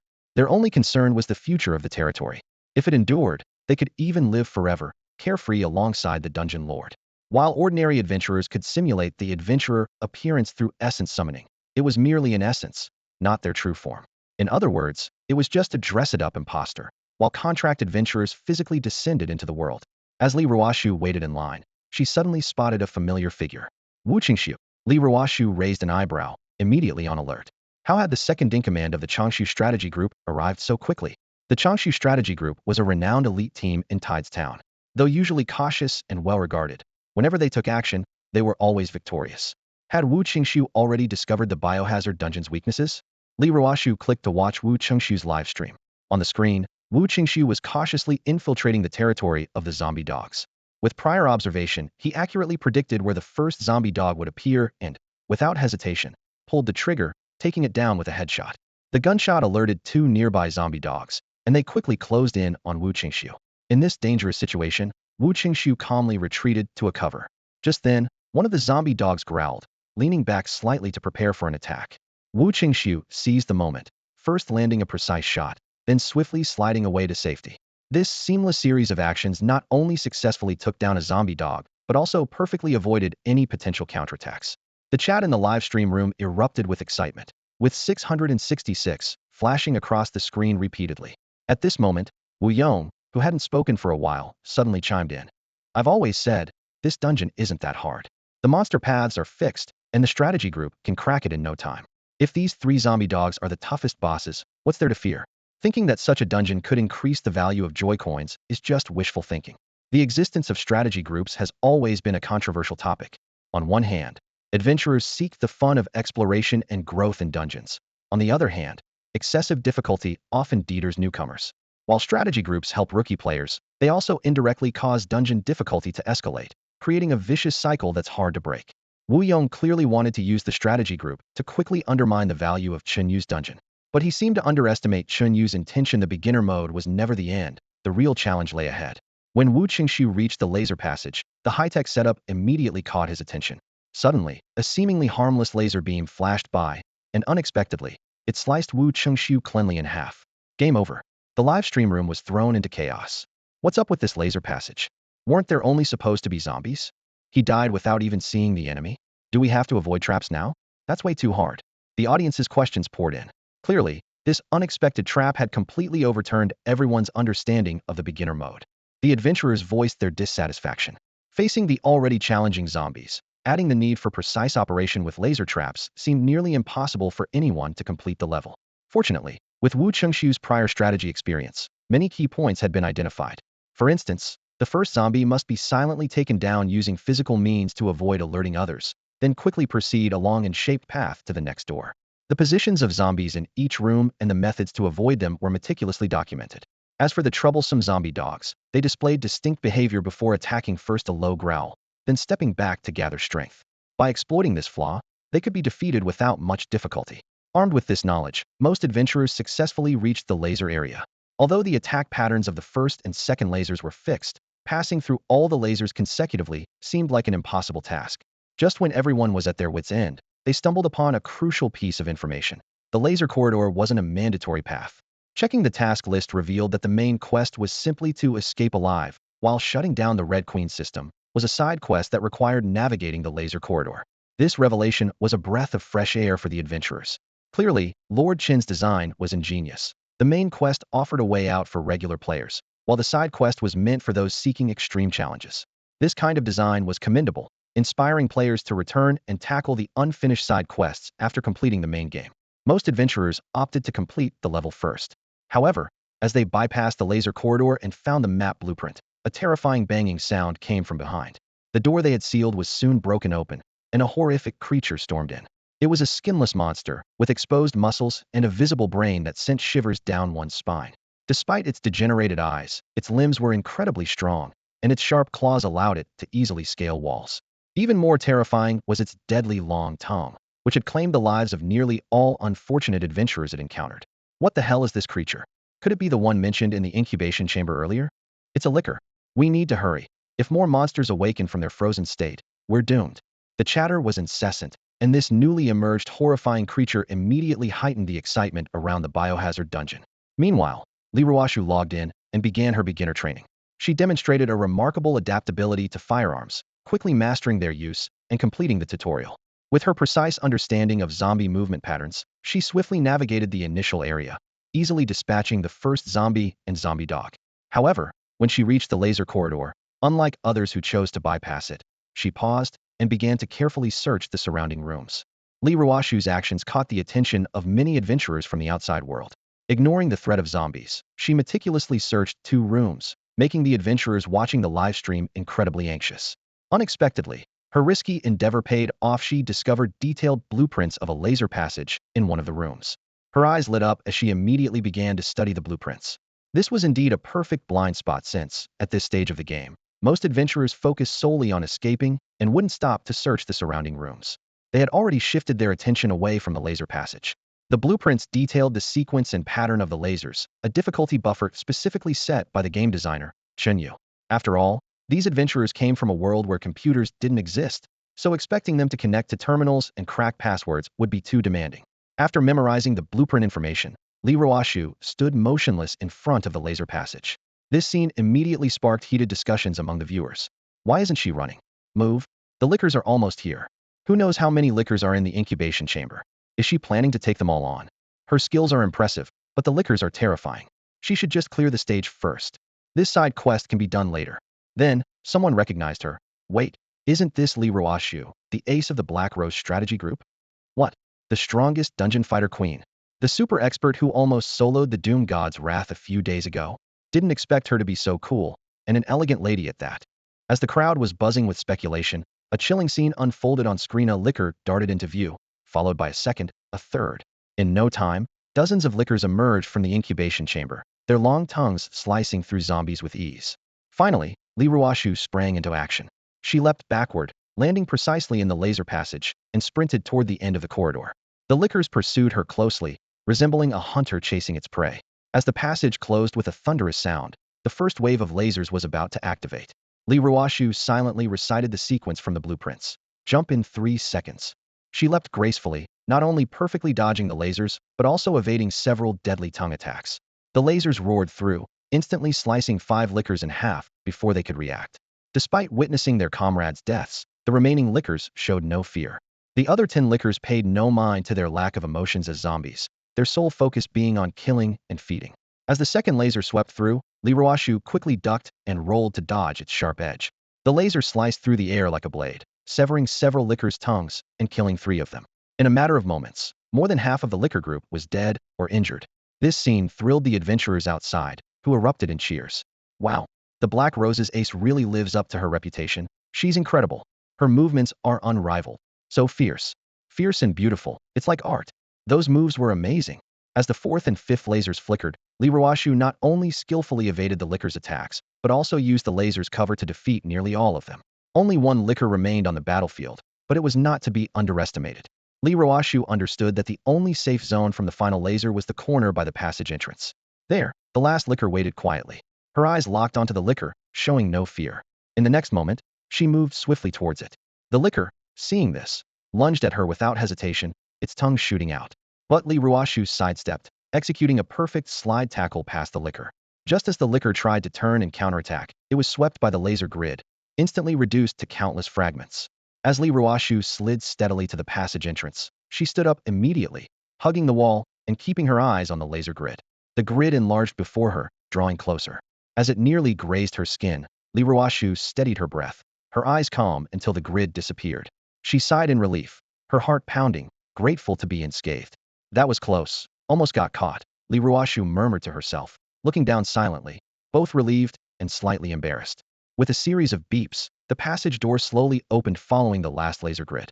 Without a moment of hesitation, Li Ruoshu stepped inside with determination. A virtual 3D figure appeared before her, surprisingly in the form of a little girl. The adventurers outside were completely immersed in shock and excitement. Is this the Red Queen? It's a little girl. Unbelievable. This is true ace-level skill. Li Ruoshu is unmatched, far beyond Wu Qingshu from the Changshu strategy group. Meanwhile, some adventurers began to notice the Red Queen's little girl design, sinking into deep astonishment. This Red Queen's design is mind-blowing. Artificial intelligence? It's pure genius. I never expected Lord Chen to create such an intricately designed dungeon. From the gameplay to the monster design, it's all top-notch. I have a feeling zombie-themed games are going to explode in popularity. If other lords learn about this setup, they'll definitely rush to imitate it. Yeah, Lord Chen is so bold for making this concept public. It's like providing other dungeon lords with a complete blueprint. But for us, it's a good thing. At least for the foreseeable future, we'll get to enjoy more exciting zombie-themed dungeons. Regardless of outside opinions, Li Ruoshu was initially surprised by the sudden appearance of the Red Queen, but she quickly regained her composure. Unhurriedly, she walked towards the area marked Control Center. The Red Queen attempted to issue a warning. If you shut down my power, the zombie virus will flood the city, leaving you with no escape. Li Ruoshu simply tilted her head slightly, revealing an enigmatic smile. That's exactly the effect I'm going for, she replied, and decisively cut off the power core. With a sharp zzz sound, the power in the Hive laboratory went out completely, plunging everything into pitch-black darkness. Immediately, a system notification sounded in her ear. Congratulations on completing the side quest. You've been rewarded with a rare item tactical backpack. The backpack contains various useful gadgets, including, potentially, a flashlight for illumination. Without hesitation, Li Ruoshu opened the tactical backpack to inspect its contents. Sure enough, she found a flashlight. This backpack appears at the start of every game, filled with various small tools and capable of storing items, functioning like a small storage bag. This was a special Easter egg designed by Chen Yu, awarded to any adventurer who successfully shuts down the Red Queen's power, aiding them in tackling higher difficulty levels. Even if adventurers choose to proceed directly with the main storyline, they might return to beginner mode for these hidden side quests when facing the ultimate challenges. Sure enough, Li Ruoshu's maneuver immediately sparked heated discussions among external adventurers. Many marveled. This is a devil-level boss, hiding such crucial equipment in such a difficult place. Who can navigate the laser passage? Luckily, we don't have to pass like Li Ruoshu, surrounded by a dozen lickers. Some joked, maybe if you memorize it, you can get through. But you'd have to try several times. Others quipped, are we studying lasers or legs? Nonetheless, Li Ruoshu's actions became the benchmark for all strategy groups, an unsurpassed performance. Meanwhile, the lively discussions in the chat channel made Wu Qingshu's expression increasingly gloomy. As a member of the renowned strategy group in Tidal Town, he had once fought alongside Li Ruoshu. Now, seeing the gap between them, he found it hard to remain calm. Had it not been for Li Ruoshu's impressive performance, losing would have been acceptable. But now, whenever this legend is mentioned, he is inevitably compared to Li Ruoshu, overshadowing his reputation. Thinking about this, Wu Qingshu felt a surge of anger. What frustrated him most was that he joined this dungeon challenge due to Wu Yong's invitation, confidently hoping to make a name for the Changshu strategy group. However, given the current situation, he wasn't sure how difficult the challenge truly was, but he knew he had been thoroughly defeated in this competition. He was too ashamed to face his elder brother again. Damn, he had lost face completely. Wu Yong kept sending him private messages, and Wu Qingshu was so angry he nearly smashed his phone. Instead, he blocked Wu Yong, plotting when he could challenge him to a face-to-face duel. Meanwhile, on Li Ruoshu's side, the underground Hive laboratory was plunged into darkness. The power to the Red Queen had been cut, and the entire experimental area seemed shrouded in death. Fortunately, she had a tactical flashlight, so lighting wasn't an issue. Although this increased the difficulty in dealing with zombies, for Li Ruoshu, it was merely a minor obstacle. She wasn't an ordinary adventurer. This level of difficulty was hardly worth mentioning. Without the disturbance of the lickers, the underground hive laboratory was eerily quiet. Apart from her footsteps, everything seemed still. Li Ruoshu calmly scanned her surroundings, confirmed there were no threats, and quickly boarded the train to the outside world, successfully completing the Novice mission. Then, the system's settlement interface popped up, showing she had perfectly cleared the Novice mode. With the honor board updated, she was firmly at the top. The rewards for being first on the honor board were substantial: a limited time skin Crimson King, 1,000 joy coins per week, a server-wide notification when entering the Resident Evil dungeon, and the title Crimson King. Her achievements were also displayed: a barbecue set, a grilled meat set, 7 cream puffs, and a burger. Li Ruoshu looked at the rewards on the screen, unable to hide her excitement, her eyes widening. How can there be so much? She murmured to herself, secretly rejoicing. The rewards from this challenge are nearly as much as what I usually get from 20 or 30 attempts. The setting of the Resident Evil dungeon was truly addictive, especially when facing the laser corridor, where the surge of adrenaline nearly made her lose control of her excitement. That feeling was long missed, incredibly thrilling, almost intoxicating, as if she had completely forgotten the passage of time. Li Ruoshu glanced at her name on the honor board and the completion time noted next to it, her mind deep in thought. This was her first perfect completion of the novice mode, and currently, she was the only one on the board. After all, even most adventurers hadn't overcome this challenge, let alone completed it perfectly. But Li Ruoshu wasn't satisfied with just this. It can be faster, she squinted slightly. I've memorized the laser pattern. The only issue is how to make the lickers thaw faster. I need to release them earlier to achieve a better score. Perfect completion wasn't just the goal of all top strategists. It was her challenge. Every time she completed the dungeon, she longed to surpass her record, and this sense of progress was almost more rewarding than any prize. So, she queued up again. Seeing her name refresh on the honor board, all adventurers following the Resident Evil dungeon were stunned. Li Ruoshu's achievement instantly pushed the dungeon's popularity to a new high. Over time, more and more adventurers began to adapt to the dungeon's combat style, gradually breaking through and starting to clear it. However, the second player to clear it still hadn't achieved a perfect run. He merely completed the novice mode following the normal process, without attempting those hidden side quests. After all, shutting down the Red Queen's power while avoiding attacks from over a dozen lickers was challenging enough, and merely clearing the dungeon was an achievement to be proud of. Li Ruoshu's skills are unmatched in the short term, and it will likely be a long time before anyone can replicate her perfect completion record. Unless another elite player deliberately imitates her style, which is unlikely as each group takes pride in their own methods, her position at the top of the leaderboard is secure for the foreseeable future. As her gameplay videos spread, the popularity of the Biohazard dungeon soared, attracting more and more players. The entire town of Chaoshi became familiar with the dungeon's name, turning it into a popular topic of conversation. By the afternoon, both reservation slots for the Biohazard dungeon were fully booked, with over 500 people queuing, leaving no room for more entries. Despite this demand, Chen Yu did not consider opening a third line. One reason was the lack of space in the territory. Another was that the primary goal of the Biohazard dungeon was to draw adventurers' attention. For real profit, he relied on the Happy Poker dungeon. The success of the Biohazard dungeon also boosted the Happy Poker dungeon to its peak. It was equally crowded, and those outside found it nearly impossible to get in. This prompted Chen Yu to accelerate his plans and develop more routes. Eventually, he converted all 10 buildable dungeons in the territory into Happy Poker dungeons. As the novice phase ended, Chen Yu had established a full team of 200 people, and the bustling scene was truly impressive. This lively atmosphere placed some pressure on Lena and Afe, and after hours of work, their minds were buzzing. Meanwhile, 2 half-elf swordsmen returned with good news from the village of the rabbit-eared people. Upon learning of the Goblin tribe's destruction by Chen Yu, the villagers expressed great joy and agreed to submit, offering their village's guardian stone. Congratulations, you have successfully taken over the rabbit-eared village. You now have ownership of the village, and the guardian stone is active. Would you like to use a soul crystal to activate the guardian stone? Chen Yu immediately chose to activate it after reading the system prompt. He understood that since the rabbit-eared people chose to submit, it was his duty to protect them. The village had 35 residents, mostly ordinary laborers, while the remaining 15 were young rabbit-eared women. To safeguard these women from goblin threats, Chen Yu decided to leave the laborers in the village to continue farming and ensure sustenance, while summoning the 15 women to the castle to work at the Happy Poker dungeon as bunny girls. This decision marked a new level of management for Chen Yu in his dungeons. The bunny girl was noticeably more innocent than Lena and Ifei, with her natural rabbit ears gently twitching and her enchanting eyes captivating everyone. Her appearance immediately mesmerized the 200 adventurers in the Happy Poker Dungeon. To make the two administrators more recognizable, Chen Yu specifically dressed the half-elf girls, Lena and Ifei, in black silk office attire, enhancing their authoritative presence as dungeon supervisors.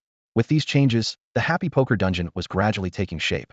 Chen Yu promptly began upgrading the gameplay, immersing himself in the system for updates. The primary task was to introduce new games, with the most notable being Texas Hold'em. With the alluring presence of several charming bunny girls, they could easily create a scene of sexy dealers dealing cards online. He replaced the existing 10 poker tables with larger, professional gaming tables dedicated to Texas Hold'em matches. Known for its low entry barrier and high skill ceiling, Texas Hold'em perfectly catered to the diverse gaming needs of adventurers. In addition, Chen Yu set up several mahjong tables. Although mahjong's rules are complex, its unique appeal often makes it addictive once players get the hang of it. His plan was to feature Landlord, Texas Hold'em, and mahjong as the main games. In the dungeon's corners, he sporadically set up tables for other card games like bullfighting and run fast, each with one table, to test which games were most popular in this world. These changes were significant, and by the time Chen Yu exited the system, night had already fallen. After tallying his resources and deducting expenses, he had 363 soul crystals left. Although there was no extra dungeon space in his territory, the Rabbi Tier village could still accommodate 2 more. However, he decided to hold off for now. Compared to creating a new Resident Evil branch, increasing the capacity of the Happy Poker was the priority. Once the territory upgraded to level 2, all Happy Poker dungeons would also upgrade, raising the capacity limit to 400 people. As night descended, Chen Yu casually glanced at the dungeon status and noticed an interesting phenomenon. Even at such a late hour, both dungeons were bustling with people. The frequent challenges in Resident Evil as a free dungeon were expected, but the sheer popularity of Happy Poker surprised him. Upon closer observation, he realized that the advent of Resident Evil had transformed Happy Coins into a convertible currency, leading adventurers to see this place not just as an entertainment venue, but as a chance to get rich overnight. When the virtual currency, Joy Coins, became linked to real-world money, its significance changed dramatically. Chen Yu surveyed the bustling scene before him, a slight smile playing on his lips. This was precisely his original goal. His vision of a vast gaming empire was beginning to take shape. As long as he continued to build more free dungeons, the empire's foundation would be firmly established. Inside the dungeon, it was a hive of activity. Lena and Ifei had been working all day, their faces showing signs of fatigue. The newly arrived bunny girls were struggling to keep up with the constant stream of customers due to the high-intensity workload. Chen Yu glanced around and noticed that only a few tables were still occupied by adventurers engrossed in their card games. Most of the people who came to exchange joy coins had already left. He immediately posted an announcement in the system. Dear adventurers, this dungeon will undergo a gameplay update and maintenance in 10 minutes. Please finish your current game and leave to avoid any loss of property. Special notice. After maintenance, a dedicated Joy card game line will be opened exclusively for Joy coin exchange services. The announcement was met with a chorus of groans. My luck just turned around, and I was about to break even. I waited in line for over an hour to get in, and now you're closing? Lord, do you know how hard it is to get in here? These reactions were not surprising. Adventurers were limited to entering dungeons only 5 times a day, usually exhausting their attempts in 2 or 3 hours. However, the process often took an entire day for 2 main reasons. First, the game refresh. The system randomly offered adventurers a selection of dungeons, which could include popular ones from other regions or entirely uninteresting options. To avoid ending up in a subpar dungeon, adventurers frequently refreshed their options, a process that could take 2 to 3 hours. Second, the queue issue. Popular dungeons were perpetually crowded, with wait times of 2 to 3 hours being the norm. Some dungeons even required advance reservations. As a result, places like the Joy card game dungeon, where players could use all their entries in one go, were particularly favored. Nevertheless, despite the protests of the adventurers still immersed in their games, the maintenance plan proceeded unaltered. 10 minutes later, the Joy Casino dungeon closed as scheduled, leaving only the window open for exchanging Joy coins. Not a single soul crystal profit was overlooked. My lord, as adventurers departed, Chen Yu appeared in the dungeon, where Lena and Ifei led a dozen bunny girls in a neat line, bowing in unison. The sight under their deep V uniforms was dizzying, prompting Chen Yu to quickly gesture for them to rise, eliciting a round of light laughter. The bunny girls looked at Chen Yu with a mix of reverence for his status as the lord and curiosity about the young leader. To them, everything that happened today felt surreal, from the visit of the half-elf swordsman to their arrival in this safe haven through a portal, and then being assigned to work in the dungeon all within just a few minutes. Although the day's work left them somewhat disoriented, they were confident they would be better prepared tomorrow after this period of adjustment. Chen Yu then set about updating the dungeon. With the addition of various games like Texas Hold'em and mahjong, The overall space expanded to accommodate hundreds of people. He specifically allocated the 10th line exclusively for exchanging joy coins, implementing an exchange and go policy to effectively prevent queues and congestion. Next, Chen Yu personally instructed the bunny girls on various gaming rules. They were eager learners, especially with Texas Hold'em, mastering it after just a few rounds. By the time all the rules were explained, a considerable amount of time had passed. Seeing Lena and the others fatigued, Chen Yu sent them to rest at the castle. Although the castle was old, it was more than spacious enough to accommodate them. After handling the dungeon affairs, Chen Yu turned his attention to constructing the regular mode of Resident Evil. At this point, he couldn't help but think that those who claimed dungeon lords had an easy life were talking nonsense. The truly idle ones were people like Zhao Haoyang, who spent all day chatting in the channels, living off family support without a care in the world. In terms of territory management, Chen Yu assigned the newly annexed Bunyard village to the 2nd district of the Resident Evil base city. Before construction, he reviewed the latest panel information. System panel content remains consistent with the original, formatted for presentation. Through this data, Chen Yu gained a clearer understanding of his territory status. The maintenance costs alone have reached 64 soul crystals per day. Chen Yu looked at the accounts and couldn't help but frown. As the dungeon expanded and the number of employees increased, the consumption of soul crystals also rose steadily. This reminded him of those century-old dungeon lords who had to give up their territories due to poor management. Unlike warlords, dungeon lords find it difficult to assemble powerful armies and can only rely on shields for security. If the supply of soul crystals is interrupted, it spells financial ruin. However, Chen Yu reassured himself that as long as he had some savings, surviving as a dungeon lord wouldn't be too difficult. While Chen Yu focused on creating the normal mode for Resident Evil, the adventurer world was undergoing significant changes. Li Ruoshu set a new record, reducing the completion time to under 20 minutes, causing a stir in Tide's town. The name, Black Rose, echoed throughout the adventurer community, hinting at becoming the leading strategy group. Faced with the attention of many adventurers, the leaders of 2 other well-known strategy groups had to respond on the forums, promising to attempt to challenge the rankings. At the same time, a well-known urban exploration streamer accidentally injured himself on a country road and announced his temporary withdrawal from the industry, covered in bruises. This accident, however, boosted by Fei Fei's streaming career, earning her substantial profits and attracting the attention of many adventurers in Tide's town. Although many girls wanted to join the Desya fan club, the strict beauty standards and lack of benefits kept the size of the fan club unchanged. Wu Yu's forum business also saw a turning point.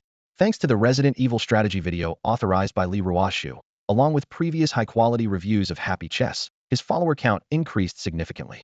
Although Li Ruopu's food streaming was small in scale, his audience grew from single digits to dozens, and viewers were curious about his mysterious snack sources.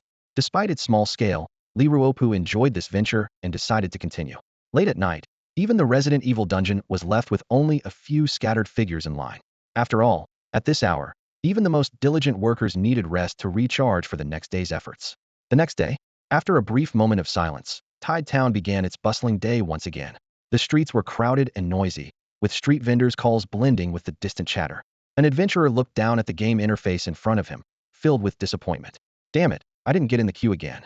He stared at the numbers on the screen, feeling a wave of anger as his vision darkened. How is this possible? I can't get in at all. He gripped the controller tightly, the screen showing more than 500 people in line. Those at the end of the queue felt overwhelmed by the sheer number. Damn it, this lord's business is booming. Why not open more servers already? Other players around him voiced similar complaints. The max capacity is only 40 people. How is that enough? One adventurer grumbled. Is there not enough space? Hurry up and give us tasks. We need contribution points. Another player chimed in. Everyone cast dissatisfied glances at the server, wishing they could just get in and play. That golden gun looked so cool, a dream for many. Meanwhile, in the Biohazard channel, the complaints couldn't overshadow the lively scene in the Happy Poker dungeon. Excited exclamations echoed through the air. Suddenly, the system announced an update. It's revamped. What kind of game is played on such a big table? An adventurer asked, shocked. Have they added new card games? He wondered, scanning the area. Several adventurers, intrigued, decided to try the new mode and sat down at the poker table. On one side of the table, a bunny girl walked over gracefully, giving them a slight smile. Her eyes, reminiscent of autumn waters, made the adventurers' hearts race. Dear adventurers, today we'll start with a beginner's tutorial, she said, her voice gentle and clear. Our game involves 52 cards. At the start, each player receives 2 whole cards, visible only to you. Next, I will deal 5 community cards, visible to all players. As she spoke, she began dealing the cards deftly. The whole cards are dealt, she continued softly. Now, we enter the betting round. After hearing the bunny girl's explanation, an adventurer frowned. So it's all about luck? If you're lucky, you win. If not, you lose. He was skeptical. The bunny girl smiled slyly, a glint in her eye. You could think of it that way, but in this game, the key isn't luck, it's psychological strategy. Sometimes, even with bad cards, you can make others fold their good ones through mind games. The adventurers pondered this, deciding to start the first round of dealing. The air became subtly tense.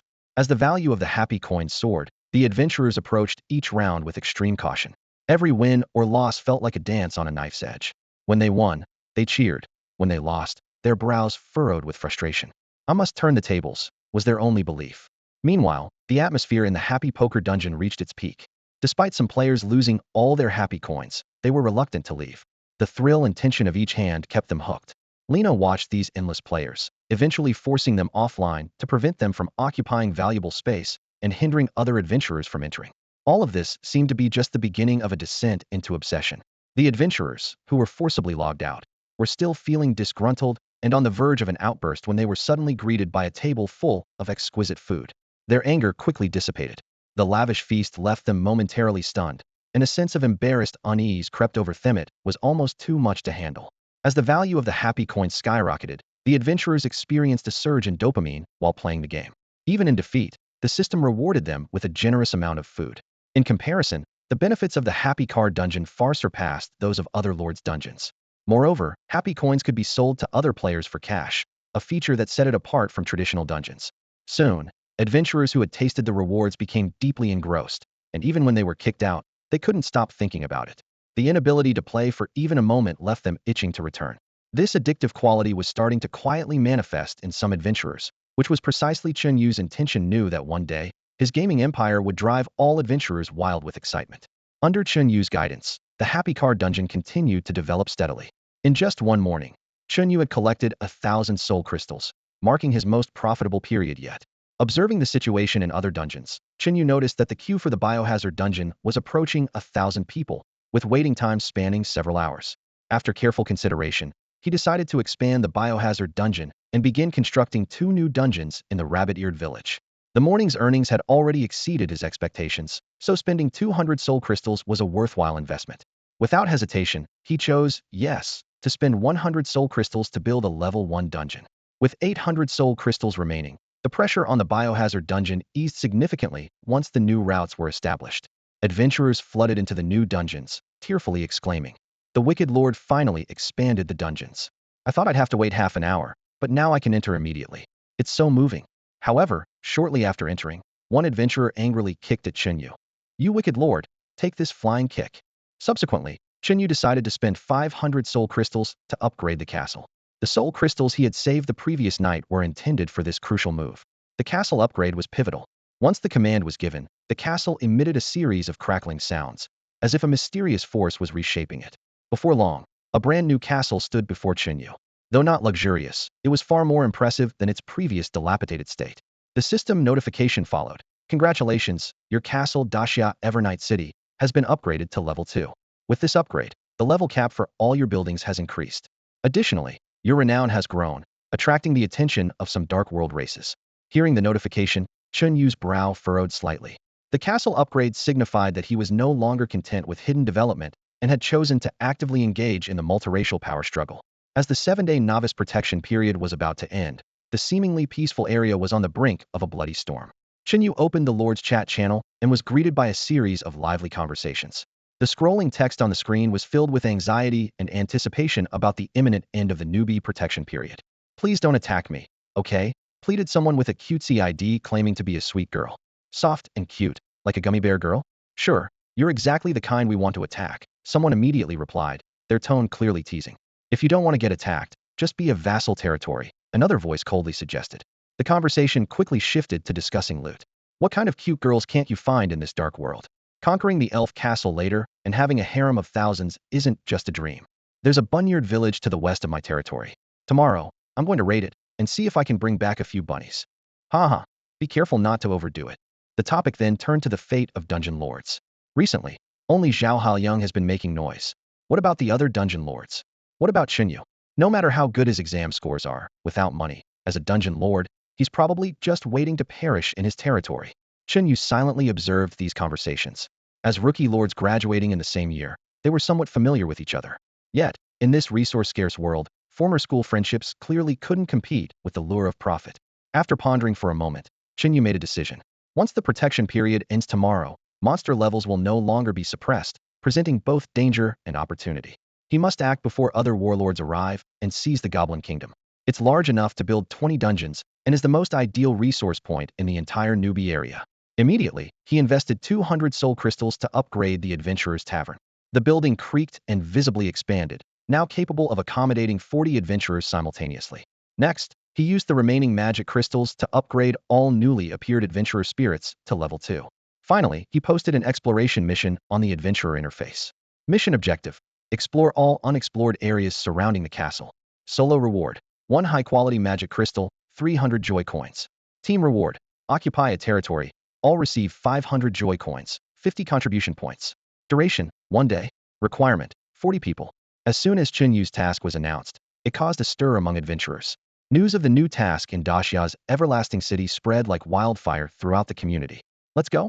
I'm coming for those happy coins and contribution points. Only the top 10 get contribution points. We need to step up our game. Come on, everyone.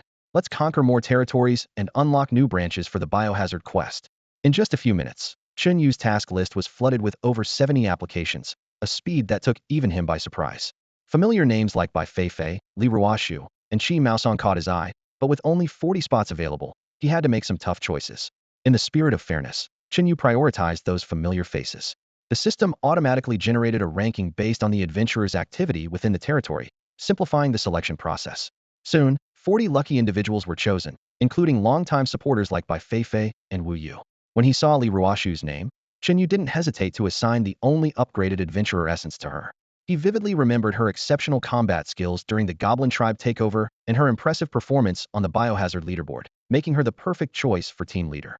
With everything in place, Chen Yu turned his focus to developing the regular mode of the biohazard quest.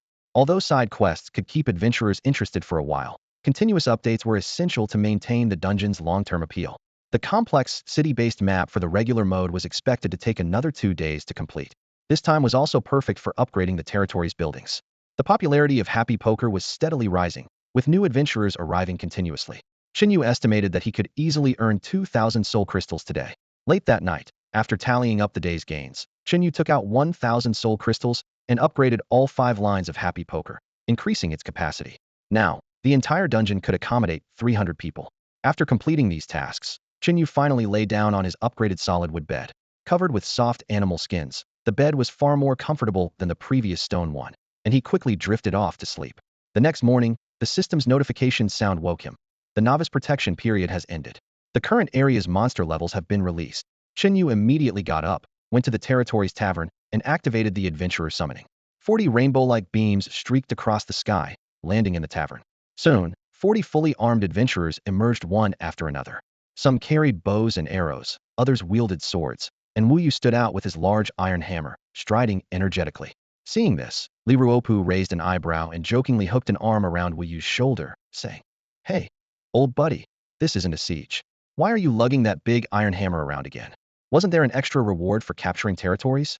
It's always good to be prepared, and I've got high strength points. Don't worry, I can handle it." Wu Yu replied with a confident smile, his tone light and assured.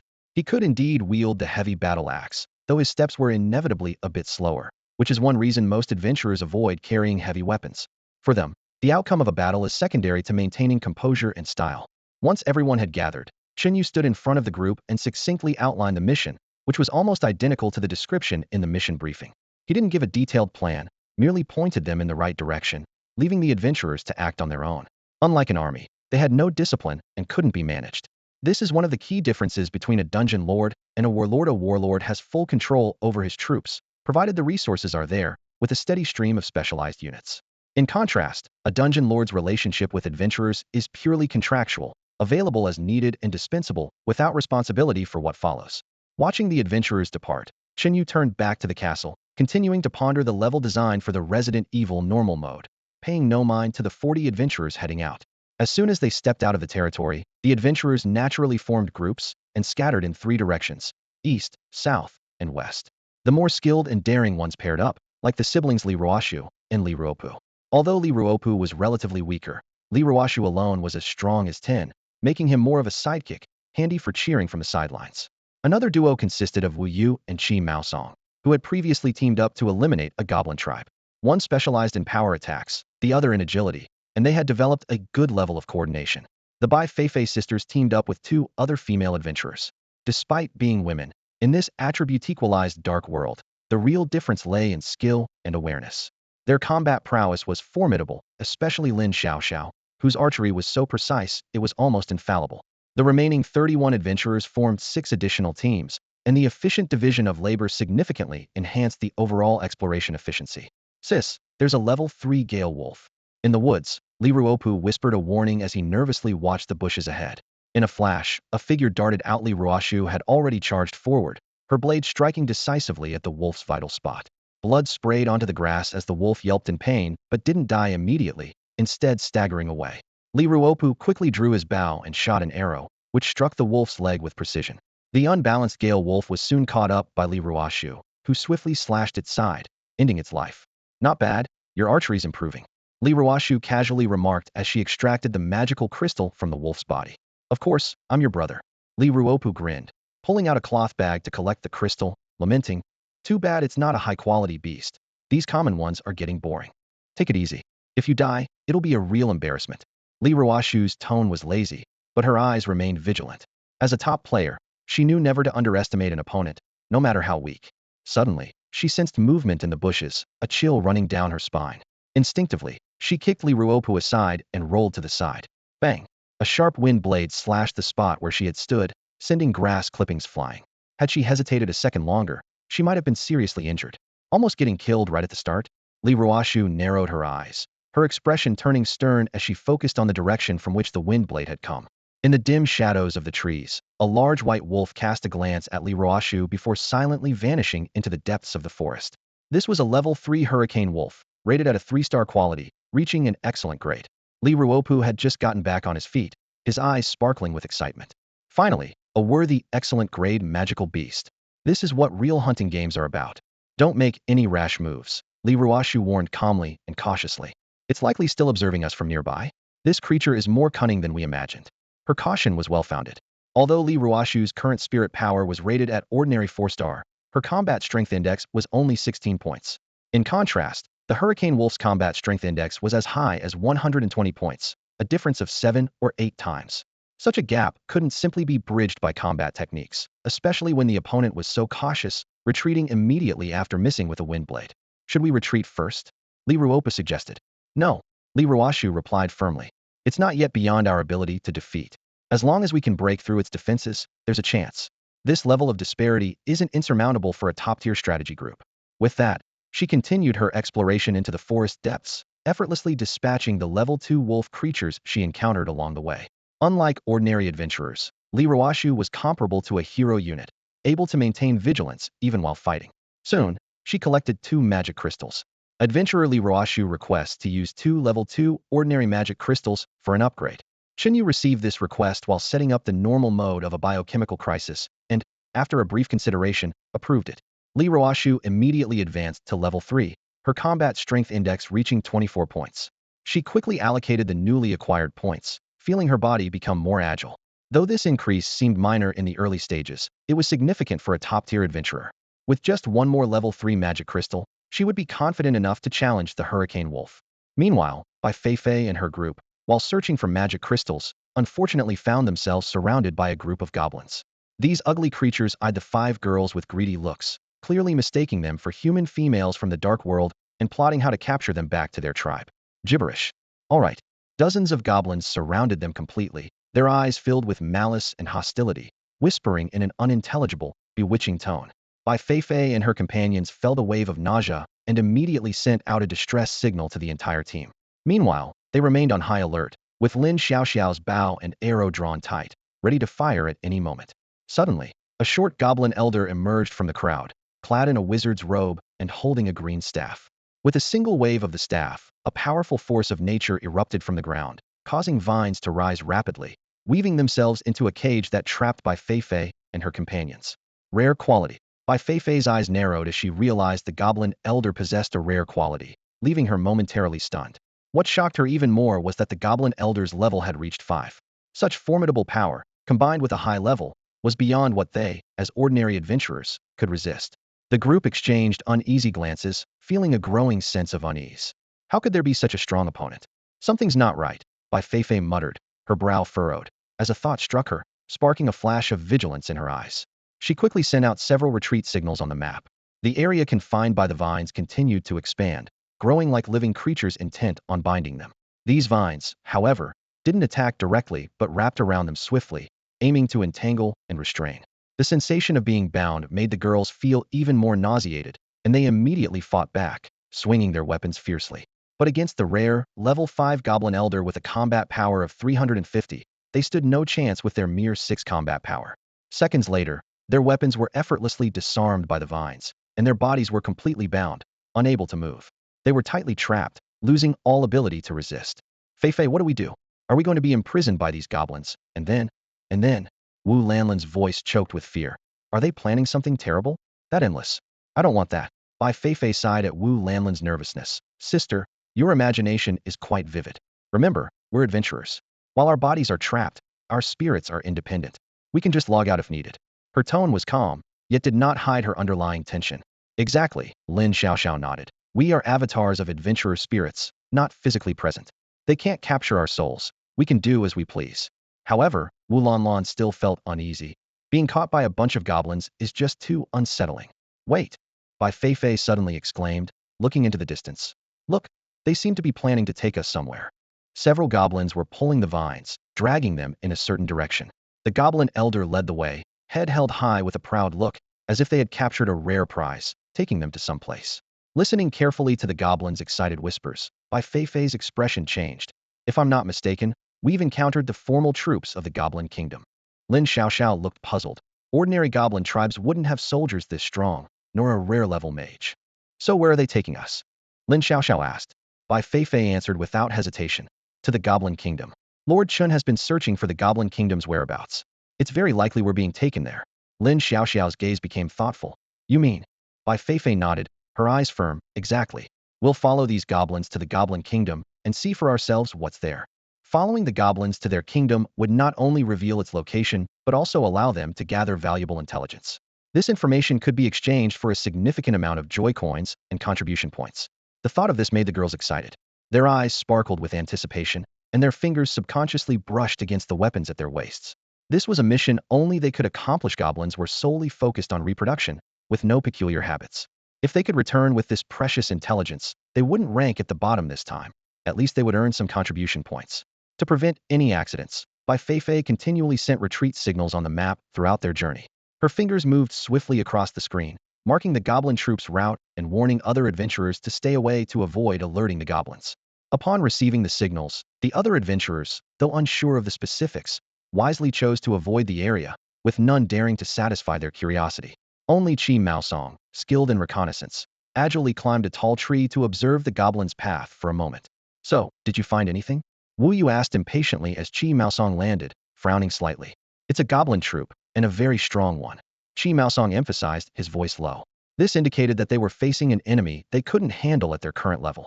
Even if all 40 adventurers gathered, they couldn't defeat a troop led by a goblin mage. To challenge such an opponent, they needed to acquire high-level and superior magic crystals to enhance everyone's spirit levels. What should we do then? Aren't Bai Feifei and the others in danger?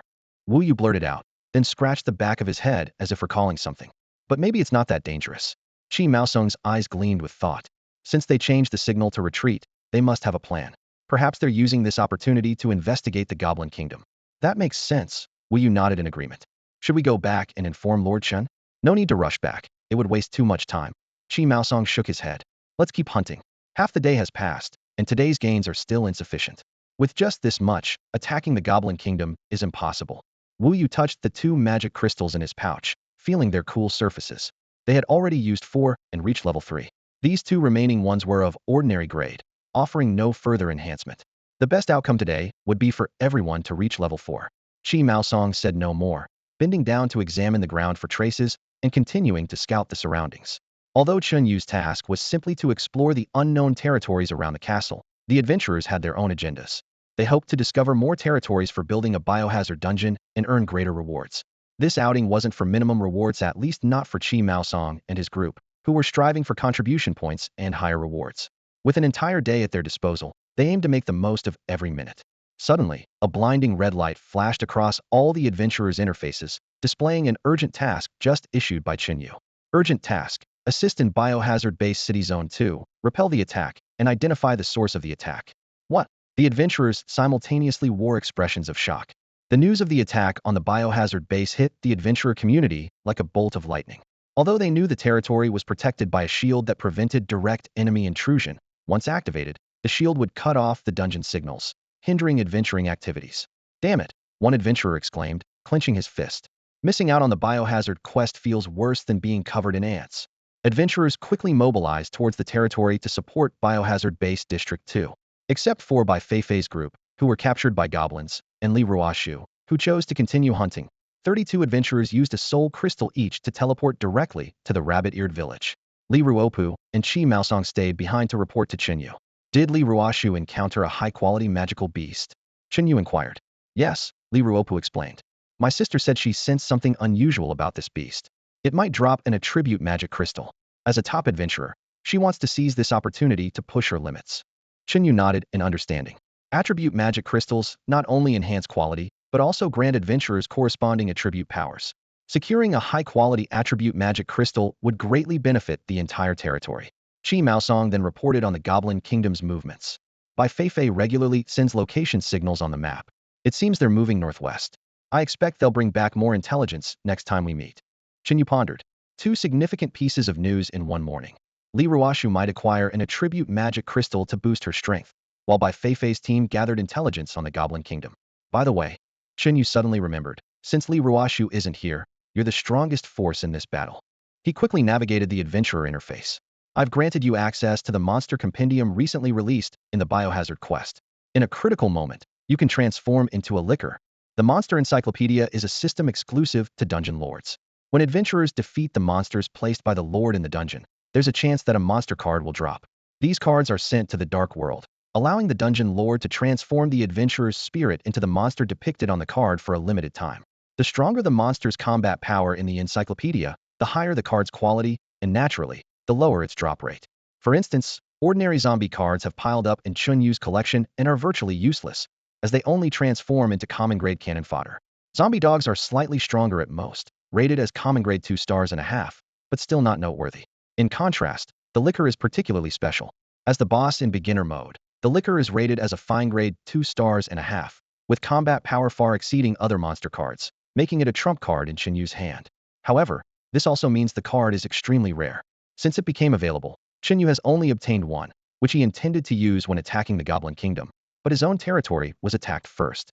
With the territory under attack, the facilities of Biohazard Lines 3 and 4 were temporarily shut down, halting any income. More concerning was the potential damage to the adventurer's trust if the situation wasn't addressed promptly, leading to a severe decline in reputation. If such incidents occurred frequently, adventurers would likely stop visiting. Chen Yu couldn't just sit back and watch. To resolve the issue quickly, he didn't hesitate to hand over the only liquor card to Chi Maosong, hoping he could swiftly eliminate the external threat. Chen Yu was aware of Chi Maosong's combat abilities, as the young man had shown commendable performance during the previous attack on the Goblin tribe. He was the most suitable candidate in the team, second only to Li Ruoshu. Even if Li Ruoshu were present, Chen Yu was certain that Li would never agree to temporarily transform into such a grotesque creature. After all, who could easily face such an ugly being? Even Chi Maosong felt some psychological resistance, but he showed no hesitation. Lord Chen, rest assured, I will try my best to avoid using this precious card, Chi Maosong said solemnly, then stepped through the portal. Meanwhile, another notification appeared in Chen Yu's consciousness. Li Ruoshu's request. Adventurer Li Ruoshu requests to use 2 level 3 common grade magic crystals to enhance the current spirit level. Approved. After Chen Yu made his decision, Li Ruoshu's level instantly rose to 4, with a combat power index reaching 32. This figure gave Li Ruoshu the confidence to compete with the Hurricane Wolf. If fortune favored him, he might even succeed in a solo kill. Outside, adventurers clearly hadn't let go of Chen Yu's territory, voicing their complaints. Damn, I was playing just fine, and then I got booted out? I was so close to clearing the level. What the hell is the Lord doing? The signals for lines 3 and 4 are gone. Could the Lord have been attacked? It seems like a secondary territory was hit. The Happy Chest side is fine, and Biohazard Lines 1 and 2 are operating normally. Who knows how long it will take to resolve? Sun Howren stood atop the castle, gazing into the distance, calculating the time in his mind. Today marked the expiration of the protective barrier for this batch of new lords, and he hadn't expected conflicts to arise so swiftly. As an experienced warlord, he was well-versed in the tactics for dealing with dungeon lords. These dungeon lords, hiding behind their protective barriers, dreaded relentless harassment. Forming a decent army was both time-consuming and costly for them, and once their normal operations were disrupted, they often sought peace, either by paying soul crystals or ceding territory. This strategy was tried and true. Most warlords would set their demands within a range the other party could bear, sometimes even turning them into a long-term cash cow, extorting them regularly. In such situations, dungeon lords either went bankrupt assembling an adventurer team or sought the protection of other warlords, or they simply had to endure. This morning, his scouts reported that the rabbit-eared village had changed hands. His initial anger turned to excitement upon learning that the new owner still had a protective barrier. This indicated the owner was a dungeon lord, and a formidable one at that, capable of seizing a village. A powerful dungeon lord means more soul crystals. A glint of greed flashed in Sun Haoran's eyes. For a warlord, soul crystals were a strategic resource, substituting for many of the resources needed to train troops. The more he accumulated, the stronger his army could become. While he was pondering this, a dragon egg warrior strode in quickly, kneeling on one knee. Lord, the village is surrounded by our forces, with only about 20 rabbit-eared people inside and no other troops in sight. These dragon egg warriors were his elite troops, destined to evolve into mighty warriors with true dragon blood, the very foundation of his confidence. Hearing this, Sun Haoran's lips curled into a satisfied smile. Continue the siege, do not relent, and wait for them to come to us for peace. Yes, my lord. The dragon egg warrior obeyed and left, the clatter of armor echoing down the hallway. In the biohazard-based city, specifically in the rabbit-ear district, 20 rabbit-ear farmers huddled together in a wooden hut, trembling with fear. The old village chief stood by the window, eyes filled with worry as he peered through the cracks at the fierce-looking dragon egg warriors outside. These monstrous beings wielded enormous swords, relentlessly striking the village's protective barrier with a heart-stopping thud.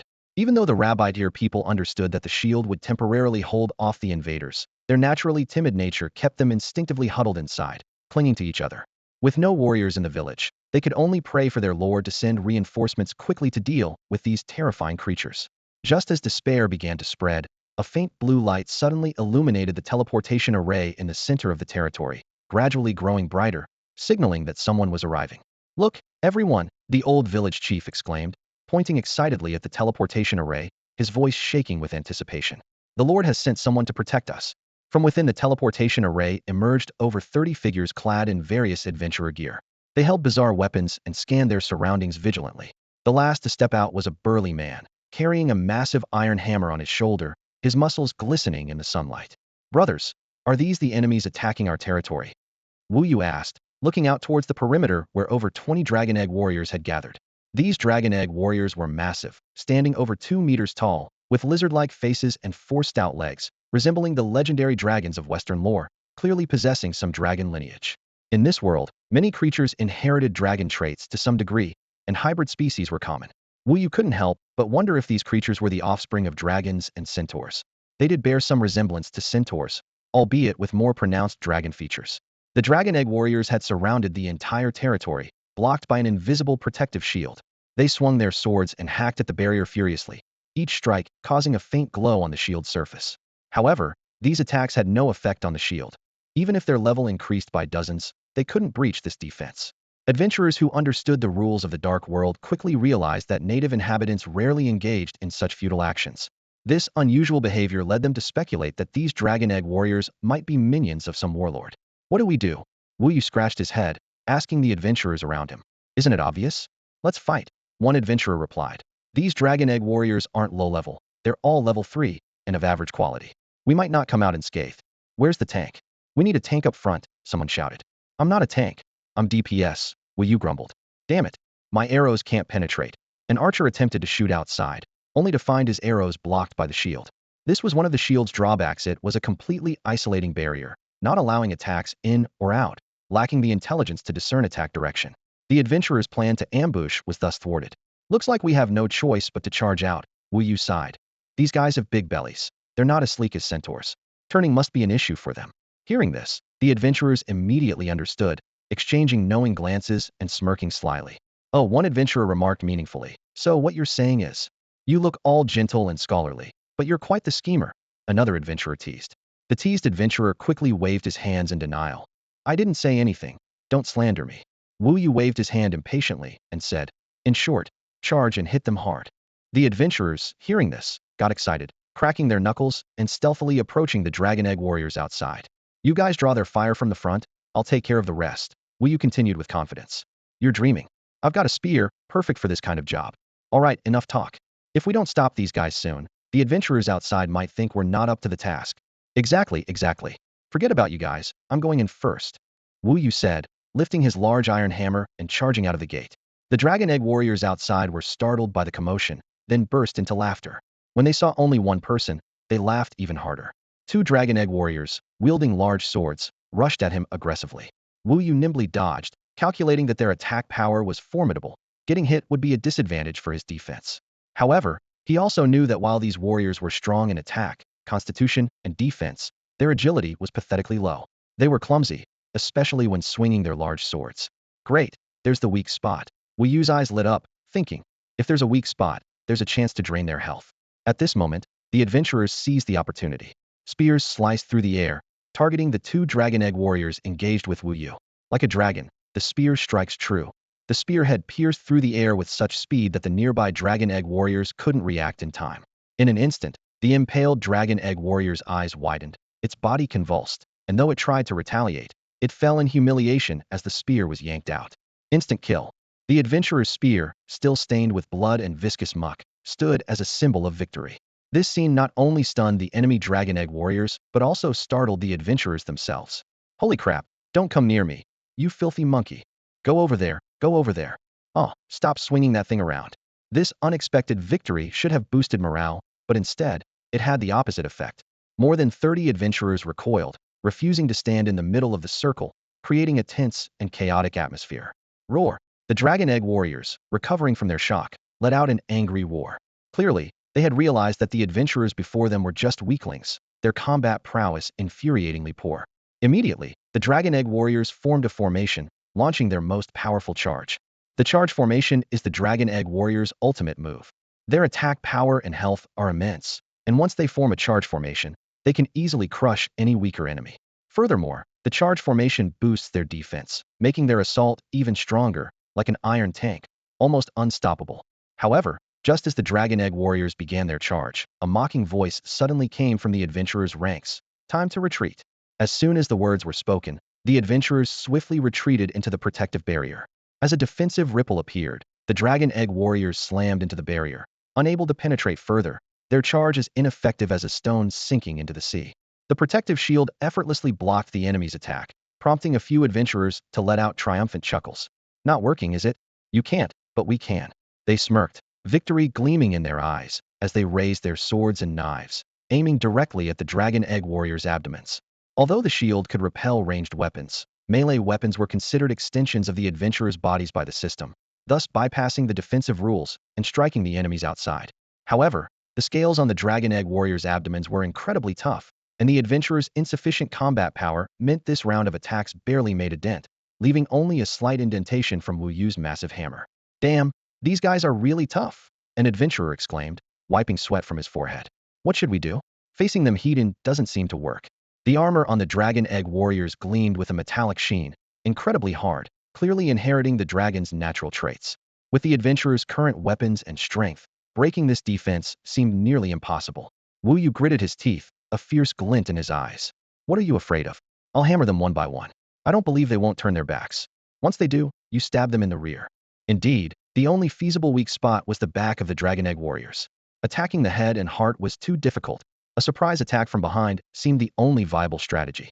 Wu Yu raised his massive hammer, and though his swings were slow, each blow was packed with incredible force due to his maxed-out attack attributes. The hammer came down with a whoosh, forcing a Dragon Egg warrior to step back in pain. After several heavy blows, the commander of the Dragon Egg warriors saw the unfavorable situation and ordered a temporary retreat. However, these enemies had evidently grown smarter. As they retreated, they never turned their backs to the adventurers, moving slowly and deliberately to avoid exposing their vulnerable sides. Damn, these guys seem to have some brains now. Unlike ordinary beasts, an adventurer grumbled. That's normal, another replied. They're a Warlords troops, part of an intelligent species. It's expected they'd have some strategy. So what now? They refused to turn their backs. Wait, An adventurer suddenly pointed ahead. Look, they seem to be forming a formation. Everyone looked up to see the Dragon Egg Warriors, under their leader's command, quickly arranging themselves into a tight phalanx, sealing themselves off completely, with their toughest armor facing outward, never exposing their vulnerable backs. They must have received some orders, an adventurer speculated, frowning. Most likely, the warlord has been informed and has ordered them to hold their ground. Everyone's brows furrowed. This indicated that the enemy warlord was aware of their presence and knew the adventurers had limited time in the territory. The enemy intended to drag things out now that the Dragon Egg Warriors weren't attacking proactively. The shield could function normally.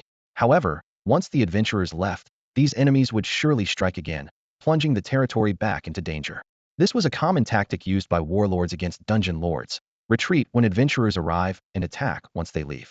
Faced with such shameless tactics, dungeon lords often found themselves helpless, eventually forced to cede territory and pay reparations for peace. Just then, Chi Maosong emerged from the teleportation array, quickly assessing the situation. After a brief moment of contemplation, his sharp gaze fixed in a particular direction, as if he had already seen through the enemy's plans. The footprints on the road were chaotic and deep, clearly distinct from those in other areas. It was obvious that the group had come from this direction, suggesting the warlord's lair lay ahead. Wu Yu suddenly slapped his forehead and grinned with satisfaction. Aha, Xiao Qiqi, you're a genius. These guys want to stall us. We won't waste time with them. Let's bypass them and strike at their base directly. The adventurers immediately perked up, eager and full of excitement, as if they couldn't wait to storm into enemy territory for a surprise attack. Yes, let's take down their lair, haha. Their enthusiasm was infectious, as if they could already envision victory. Hold on. Chi Maosong raised his hand, calming the team's excitement with a composed smile. Don't rush. First, hold them here. I'll go scout ahead alone to save time on the road later. Right? Xiao Qiqi always thinks things through. Wu Yu nodded.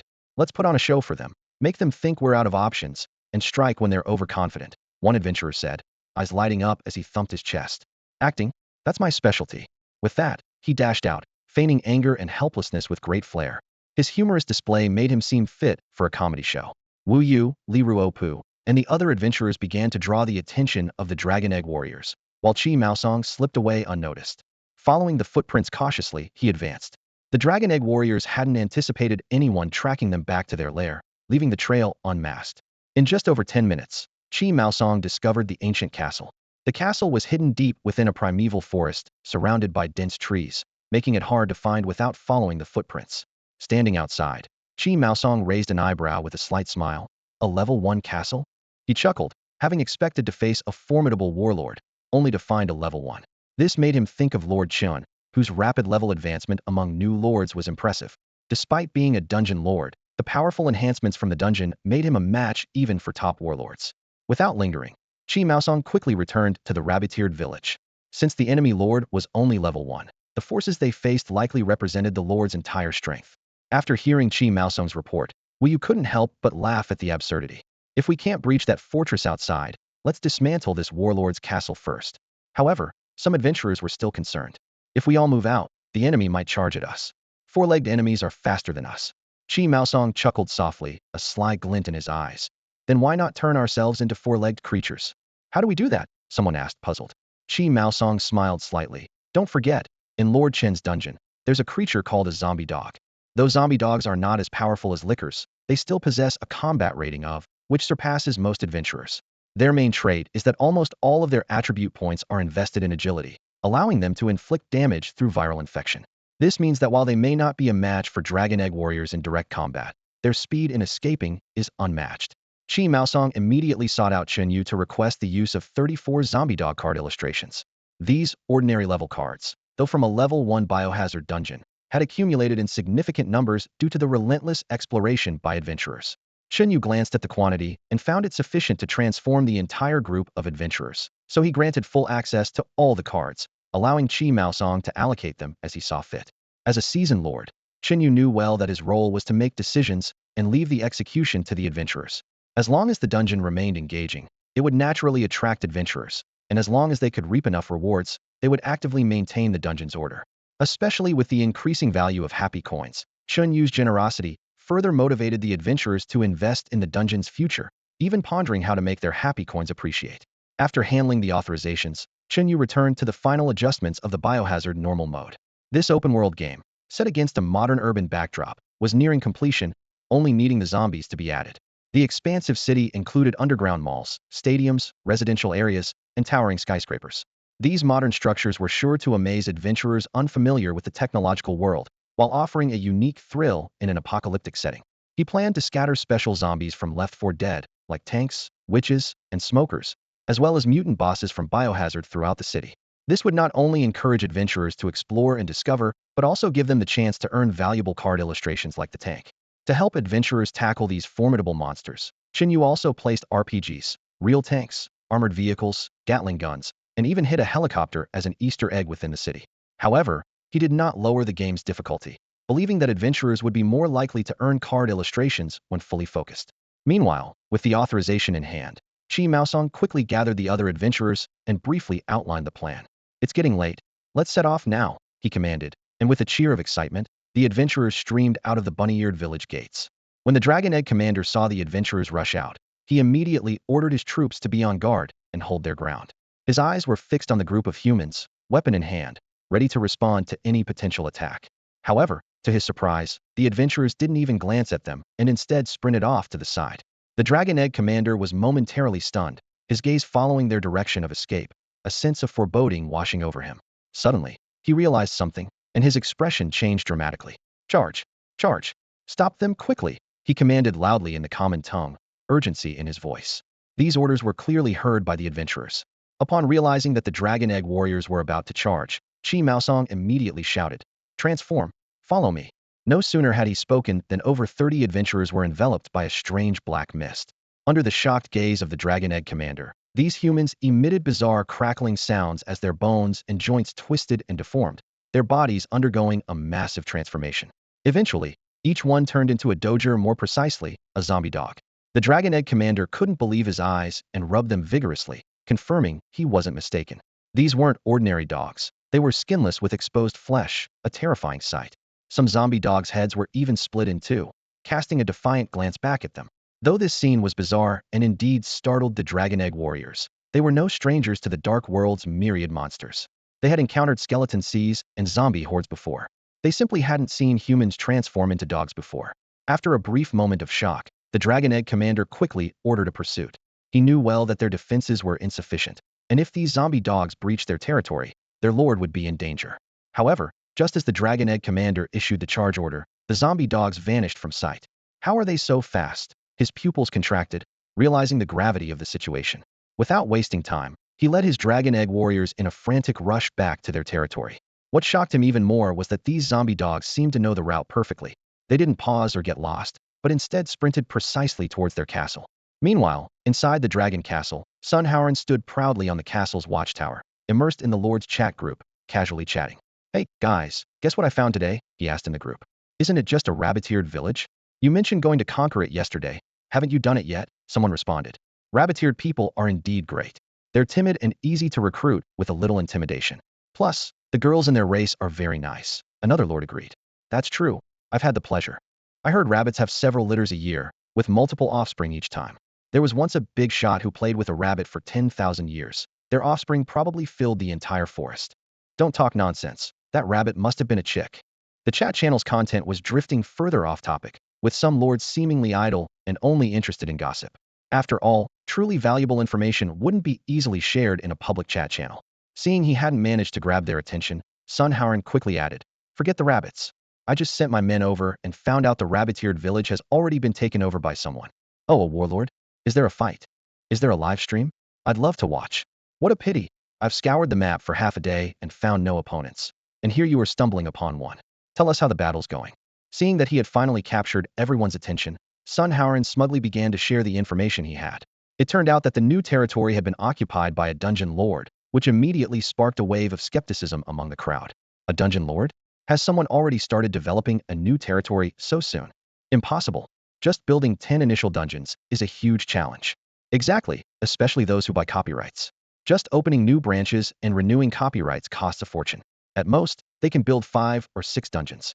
Someone directly called out, "The waste they're talking about is you, Zhao Haoyong. We know you're lurking. Come out and face us if you dare."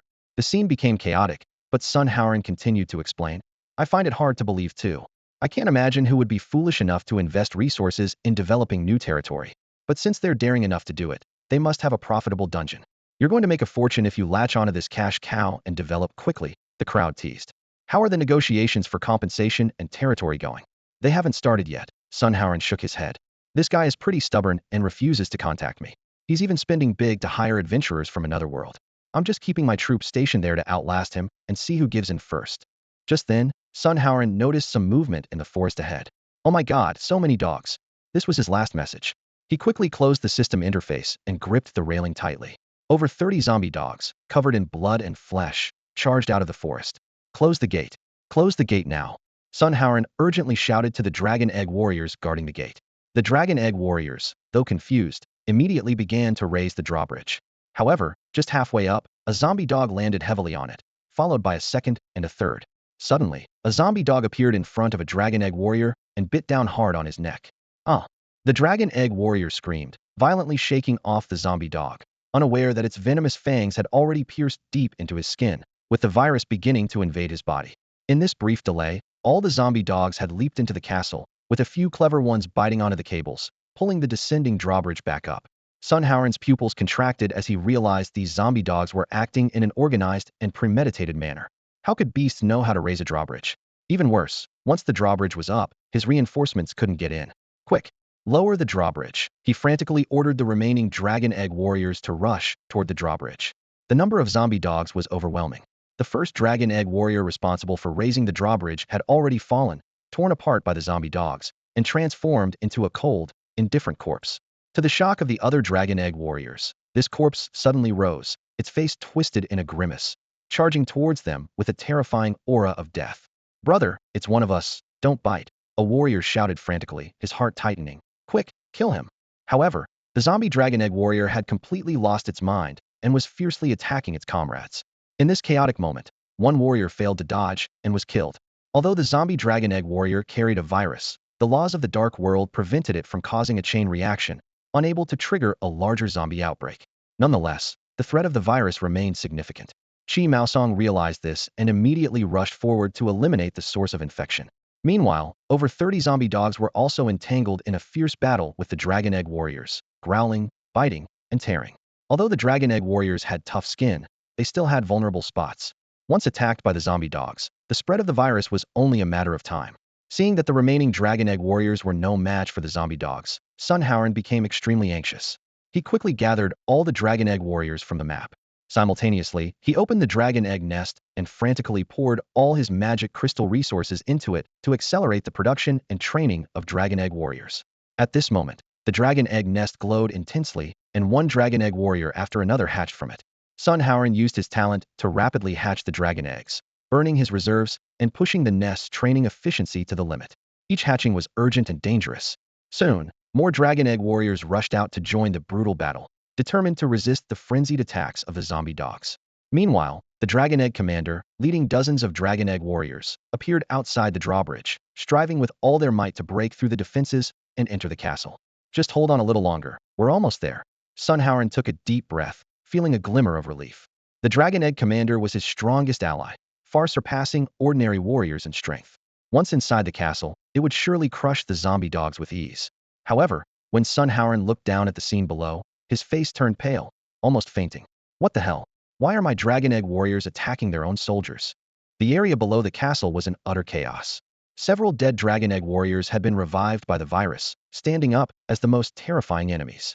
They grew more ferocious, feeling no pain, showing no mercy towards their former comrades, swinging their decaying arms and relentlessly attacking the still unmutated warriors. It was as if the apocalypse was beginning. Faced with the impending zombie horde charging into the castle, Sun Howard was extremely anxious. He couldn't understand why the once loyal zombie dogs, now grotesque and hostile, would turn against him after death. However, he knew this was precisely the nature of these creatures. If he continued to fight alone, once the zombie Dragon Egg warriors formed a mass, his remaining forces would be utterly annihilated. At this moment, the only choice was to halt the training and wait for the Dragon Egg leader to break through the castle gate and take down all these monsters at once. Yet, this decision came with a risk. If he stopped the training, the gate would open, allowing the zombie dogs to swarm in, and he, as the Lord, would likely be the first to be bitten to death. Sun Howard understood that, as a level 1 Lord, his combat effectiveness was closely tied to the strength of his territory, and without sufficient power, these zombie dogs were nearly impossible to handle. So, he gritted his teeth and continued the training. Even if it meant losing the chance to conquer the continent, he had to preserve his own life. For every Dragon Egg warrior that fell, a new one had to replace it. Fortunately, the spread of the zombie virus wasn't immediate. The Dragon Egg warriors had some time after being bitten before they fully turned into zombies. Although the situation was tense, his defense line could still hold. Meanwhile, Sun Howard kept his eyes on the map, knowing the source of the zombie dogs was the nearby rabbit-eared people village. He immediately contacted the village's lord, pleading in his messages, "Big brother, I was wrong. I failed to recognize your greatness. Please recall your soldiers. I am willing to compensate." His words were full of supplication, but there was no response from the other side. As Sun Howard continued to command the Dragon Egg warriors to hold the entrance, he cursed under his breath, sweat breaking out on his forehead. The zombie dogs were also speeding up their actions, with Chi Maosong looking around, trying to find a way to break through. However, the castle walls were high, and unlike cats, the zombie dogs couldn't use their claws to climb up to the windows, leaving them fixated on the main gate. He knew, however, that the Dragon Egg leader outside seemed to have found a solution. Several Dragon Egg warriors were dragging a massive tree trunk toward the gate, attempting to break through the defense. If they succeeded in getting inside, the consequences would be disastrous. At this moment, Chi Maosong suddenly thought that perhaps becoming a licker could help him overcome the current predicament. Since turning into a zombie dog, he had little resistance to becoming a licker, his only hesitation being the reluctance to use that card. But the situation was becoming increasingly dire, with more than 10 Dragon Egg warriors already killed by the zombie dogs, which enhanced their combat strength. While zombies were weak fighters, they still posed a threat.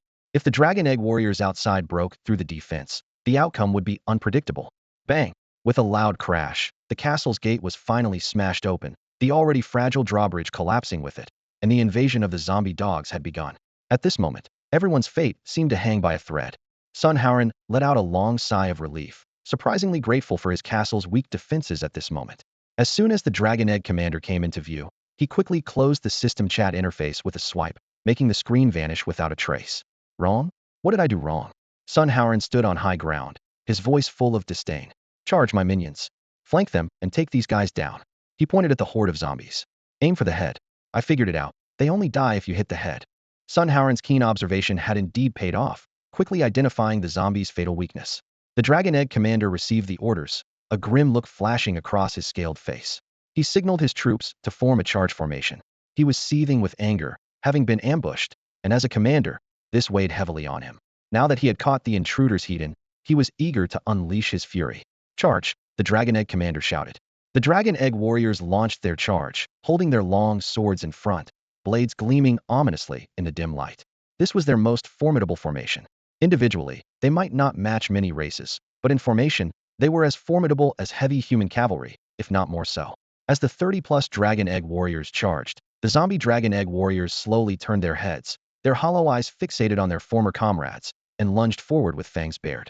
The zombies had no tactical awareness, didn't wield weapons, but simply endured the long swords with their bodies. Their tough scales were pierced, leaking green fluid from the wounds. More horrifying was that even when their lower halves were severed, the zombie Dragon Egg warriors continued clawing over their comrades, biting into heads and shoulders, sharp teeth piercing scales, tearing flesh. The sight terrified the Dragon Egg warriors, disrupting their formation, with some even starting to retreat. At that moment, the Dragon Egg commander emitted a golden glow, as if using a morale-boosting skill. The light spread, turning all the warriors' eyes red with renewed ferocity. Now facing the zombies, they showed no fear. Kill! The Dragon Egg warriors roared in unison. Standing atop, Sun Howard laughed heartily. Adventurers, go back and tell your lord that I'm not someone you can mess with. Don't let me find your base, or I'll visit often.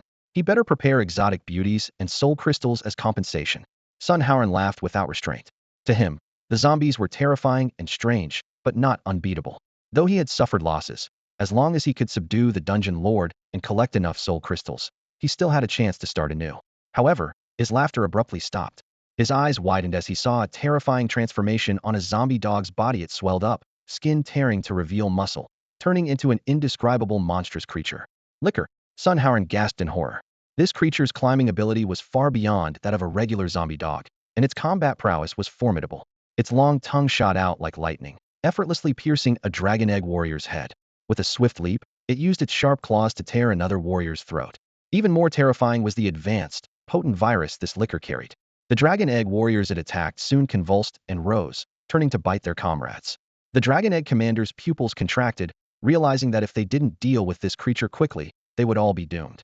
Clutching his sword tightly, he crouched slightly, ready to pounce on the licker. However, the licker had no intention of facing him directly. It agilely leaped onto the castle walls, its sharp claws easily hooking onto the edges, clinging to the vertical surface like a spider. The licker's sharp claws swiftly scaled the edge of the wall, and in an instant, it reached the edge of the lookout post. With a nimble leap, it landed steadily on the platform. Sun Howren, having already assessed the situation, turned and fled desperately to the lower level the moment the licker appeared. But how could a human outrun a licker? It deftly navigated the castle corridors, easily tearing through the doors Sun Howren had shut. I was wrong. I was wrong. Please stop chasing me. Sun Howren cried out in terror as Chi Maosong caught up and grabbed him firmly with a claw. The sharp talons broke his skin, and the zombie virus instantly seeped into his body. You weren't wrong. What did you do wrong? Chi Maosong said coldly. With a few leaps, he reached the outside territory, presenting Sun Howren to the opposing Dragon Egg commander. The Dragon Egg commander's eyes turned blood red, and he let out a thunderous roar. Despicable. So despicable. If you have the guts, face me in a fair fight. All right, Chi Maosong sneered. I'll give you that chance. If you win, I'll return your lord to you. At these words, the Dragon Egg commander roared in anger and charged with a long sword. Chi Maosong observed calmly for a moment, then suddenly dodged the heavy blow with a swift movement, followed by a flick of his tongue and a series of claw strikes, instantly shattering the opponent's rear skull. With their leader down, the Dragon Egg warriors lost all morale and were quickly wiped out under the assault of the licker and other zombies. After the battle, Chi Maosong commanded his group to clean up the Dragon Egg warriors who had turned into zombies, thus truly ending the fight. Once all zombies within the castle were cleared, the adventurers returned to their original forms. Wu Yu stretched lazily. I must say, being a dog was quite an experience. Lord Chen's monster compendium is quite interesting, much more novel than the common races of other lords. Chi Maosong laughed. Although the lickers look disgusting, they're quite impressive to use, with very balanced combat capabilities. Without a laser corridor, it's hard to know how to deal with them. Enough talk, Li Ruopu said, retrieving a dim guardian stone from the castle. Let's absorb the territory and continue hunting. A system prompt immediately sounded. Your adventurers have just conquered a territory. Would you like to accept and absorb it? Chen Yu, somewhat surprised, remarked. I asked you to guard the house, and you went and conquered the opposing territory for me. He then decisively ordered, absorb it. A free territory shouldn't be wasted. Plus, with a territory like this, we can build 10 dungeons at once. Occupying a territory is equivalent to taking over more than 5 village tribes. However, activating the protective shield comes at a significant cost, requiring 1,000 soul crystals. This expense is currently too great for Chen Yu. He decided to wait until all his territories were upgraded and resources were sufficient before considering it. So, Chen Yu initiated the construction system for the territory. On this land, he first built a portal and made some basic repairs to the city gate. After securely closing the drawbridge, he didn't linger any longer and wasn't planning to station any troops. At present, Chen Yu doesn't have any strong combat units. 2 half-elf swordsmen are clearly insufficient to fend off any attacks. If an enemy were to attack the city, they couldn't defend it and would have to let the enemy destroy it. Therefore, he decided to turn this city into an empty one.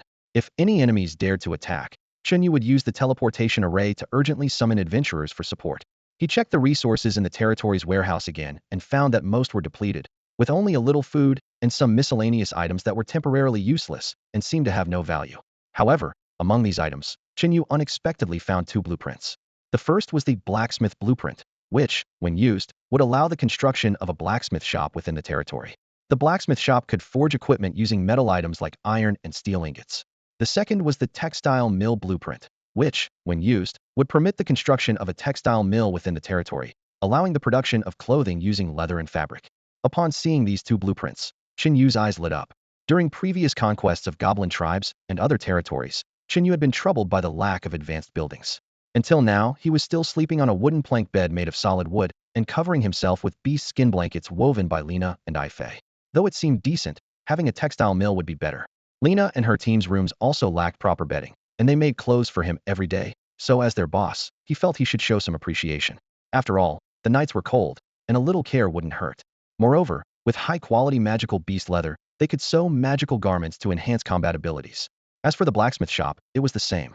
It could create equipment that would be placed directly in the adventurer's inventory and never disappear. However, if the equipment's durability ran out, it would still need repairs. Chen Yu rummaged through the new territory's warehouse and found some iron ingots and leather among the resources. As for secondary materials like cotton, he had already ordered his half-elf subordinates to gather them from the wild. After all, with half-elf swordsmen around, there wouldn't be any danger nearby.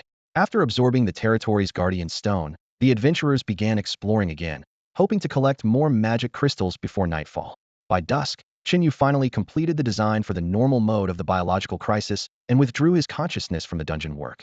Designing these things was quite taxing, even though it was much simpler than creating them on a computer in his previous life, requiring only mental effort to complete. However, the sheer volume of imagination required was overwhelming. Standing on the castle's lookout tower, Chen Yu gazed into the distance, easing his slightly fatigued mind from work. At that moment, he noticed a tall figure approaching from outside the protective shield. The person was dragging the carcass of a giant white wolf and walked straight into the territory. The person outside the territory was none other than Li Ruoshu, who had been hunting the hurricane wolf alone. She dragged the massive wolf carcass, her body covered in various wounds, and her beautiful face bore a few fresh red scratches. Yet, her eyes glimmered with the light of victory. This scene left Chen Yu utterly astonished. To single-handedly defeat a hurricane wolf meant surpassing a combat power index several times over. As an experienced player, he knew all too well the difficulty involved, like facing a game boss where the boss can make countless mistakes, but the player loses everything with just one slip. Fortunately, while the hurricane wolf had amazing combat power, its defense was not remarkable, offering a chance to defeat it once its defenses were broken. Chen Yu quickly descended from the lookout. Li Ruoshu had already dragged the wolf carcass into the territory, dropping the enormous body heavily in front of him. She opened her palm, revealing a magic crystal glowing with green light. Excellent grade wind attribute magic crystal, she introduced. When used for upgrades, it not only has the potential for wind attribute enhancement, but also grants exclusive skill points for wind attributes. She lifted her chin slightly, proudly saying, "How about that? I delivered as promised." Incredible. Chen Yu sincerely gave her a thumbs up. For adventurers, attribute magic crystals are rare treasures. Especially for contract adventurers, who naturally lack any attributes, they tend to be at a disadvantage in battles as time goes on. Attribute magic crystals can precisely fill this gap, but unfortunately, they only drop from specific magical beasts and have a very low drop rate. As Chen Yu reached out to take the magic crystal, Li Ruoshu deftly pulled back her hand, extending the other one. A reward. Chen Yu was taken aback, then smiled. All right, what reward do you want? By now, Li Ruoshu was showing signs of fatigue, clearly having expended a lot of energy in the fierce battle. She rested her chin on her hand, pondering for a moment. Technically, I should ask for some dungeon equipment as a reward, but for me, having gear that's too good would just make clearing dungeons boring. If anyone else had said that, Chen Yu would have thought they were bragging. But the strength of the girl before him was undeniable. Just look at the perfect clear leaderboard for the Resident Evil game, where no one has yet managed to clear it as effortlessly as she has. How about this? Chen Yu suggested. I reward you by making you a contract adventurer of Daxia's Evernight City. How does that sound? What kind of reward is that? Li Ruoshu rolled her eyes at him. Clearly, you're just trying to take advantage. Trying to snag a contract adventurer for free. As long as you become a contract adventurer, this wind attribute magic crystal is yours. Please, I was the one who fought for it in the first place. Li Ruoshu laughed. You're really good at making it seem like you're doing me a favor. I'll also throw in a deluxe suite and prepare a little pink princess adventure house for you, with food and accommodation included. As Chen Yu spoke, he quickly opened the system and redeemed a pack of spicy strips. He tore open the packaging and offered them to Li Ruoshu. Here. In this world, no one can resist the temptation of spicy strips. If someone claims they can, they must not eat spicy food. At this moment, the enticing aroma of the spicy strips was already wafting through the air. Even though Li Ruoshu was currently using the physical form of an adventurer's spirit, it didn't stop her from smelling the enticing aroma of the spicy strips. Her throat involuntarily moved as she swallowed, her eyes fixed intently on the bright red snack package. Li Ruopu had already discreetly informed Chen Yu about his sister's preferences. In his view, since Li Ruoshu was determined to choose a dungeon lord to train in the dark world, she might as well choose the most promising newcomer lord. Therefore, he had been working both sides, occasionally mentioning Li Ruoshu's weaknesses to Chen Yu, like her love for food and her little-known secret, her fondness for Princess Pink. Who would have thought that beneath her valiant exterior and demeanor lay a heart that longed for a pink princess style? Under the dual assault of the spicy strips aroma and her own inner desire, Li Ruoshu finally couldn't resist reaching out to grab the package, trying to maintain her elegance while stuffing it into her mouth. The spicy flavor spread in her mouth, and her eyes slightly squinted, clearly enjoying the taste. Still, if you think you can win me over with just these, it's not enough. Although she said this, it was clear she was somewhat swayed by the spicy strips. As she chewed, she continued, I may be a foodie, but I'm not so easily tricked by a bite to eat. To impress me, it has to be about the dungeon's content. She licked the residual spicy powder from her fingertips and commented, Resident Evil is indeed okay, but it's still lacking for me. If you can offer something better, I'll agree to become your contract adventurer. She paused. And I've already decided on the reward for this hurricane. Wolf, give me a VIP pass so I don't have to queue every day. 3 hours of waiting for 3 minutes of play. If it weren't for this, I wouldn't bother helping you conquer territories. With that, Li Ruoshu tossed the attribute magic crystal to Chen Yu and turned to leave, her slender figure quickly disappearing from view. Chen Yu weighed the magic crystal in his hand, a slight smile playing on his lips. Perfect, the normal mode of Resident Evil is already finished. Little girl, wait until you're blown away tomorrow. He didn't update the version immediately. Updating required closing the dungeon, and since the disturbance from the recent attack had just settled and adventurers in Resident Evil's 3rd and 4th lines had just logged back in, it wasn't the right time. Announcing maintenance now would hurt the reputation of Dachau Night City unnecessarily. It would be better to announce downtime for updates after nightfall. During this time, he could also release some promotional CGI to create some buzz. With this in mind, Chen Yu recalled a promotional CGI he had seen while playing Resident Evil, Operation Raccoon City. Although the game's action was somewhat stiff and the storyline lacking, the CGI was well done. Creating CGI is simpler than creating a dungeon. CGI is two-dimensional, requiring only a recollection of the storyline seen before, with minor adjustments and filling in gaps. In contrast, dungeon content is three-dimensional and requires comprehensive planning, which is more complex. Oh, and the CGI for Left 4 Dead. Get that done too, and release them together. Chen Yu muttered to himself, gesturing in the air as if he could already see the finished product. As for different storylines, who cares, as long as they're set in a city. Adventurers who haven't seen much don't need a reasonable plot, just sheer impact. Any illogical parts can be filled in with imagination. Otherwise, what's the brain for? Isn't it for imagining plots? For the rest of the day, Chen Yu was fully immersed in CG production. By the time he completed the 2 exquisite CGs, darkness had already fallen outside. The adventurers gradually returned, neatly stacking the day's spoils in the warehouse. Standing at the warehouse entrance, Chen Yu marveled at the array of rewards before him and couldn't help but shake his head in amazement. You guys really work hard. Don't you ever slack off? He mused aloud while crouching down to meticulously tally the gains. The Hall of Magic Crystals was particularly abundant. Some had already been used to upgrade the adventurers' spirit levels, enhancing their hunting abilities. The remaining magic crystals were neatly arranged in wooden crates, their quality noticeably superior to the previous batch. Almost all had reached level 3, with a large number of them being ordinary grade 5-star crystals that shone brightly. So many ordinary grade 5-star magic crystals. Chen Yu exclaimed, picking one up to examine closely. Although he hadn't acquired any high-quality magic crystals, having such a quantity of ordinary grade 5-star crystals was quite satisfactory. After completing the inventory, Chen Yu immediately set to work on upgrading. He first used the lower quality but level 3 magic crystals to elevate all the adventurers' spirits to level 4. Then, he used the slightly higher quality crystals to improve the adventurers' spirit quality. After a flurry of activity, all 40 adventurer spirits in the Adventurers Tavern had reached a uniform standard, level 4, ordinary grade 5-star, with a combat index of 40 points. This level of combat power was sufficient to allow them to venture deep into the forest in search of higher-level, superior beasts. Chen Yu decided not to use the precious wind attribute magic crystal immediately, instead storing it carefully. This should be reserved for the contract adventurer I'm about to recruit, he thought. A contract adventurer is like family, a permanent resident, so the best stuff should go to them first.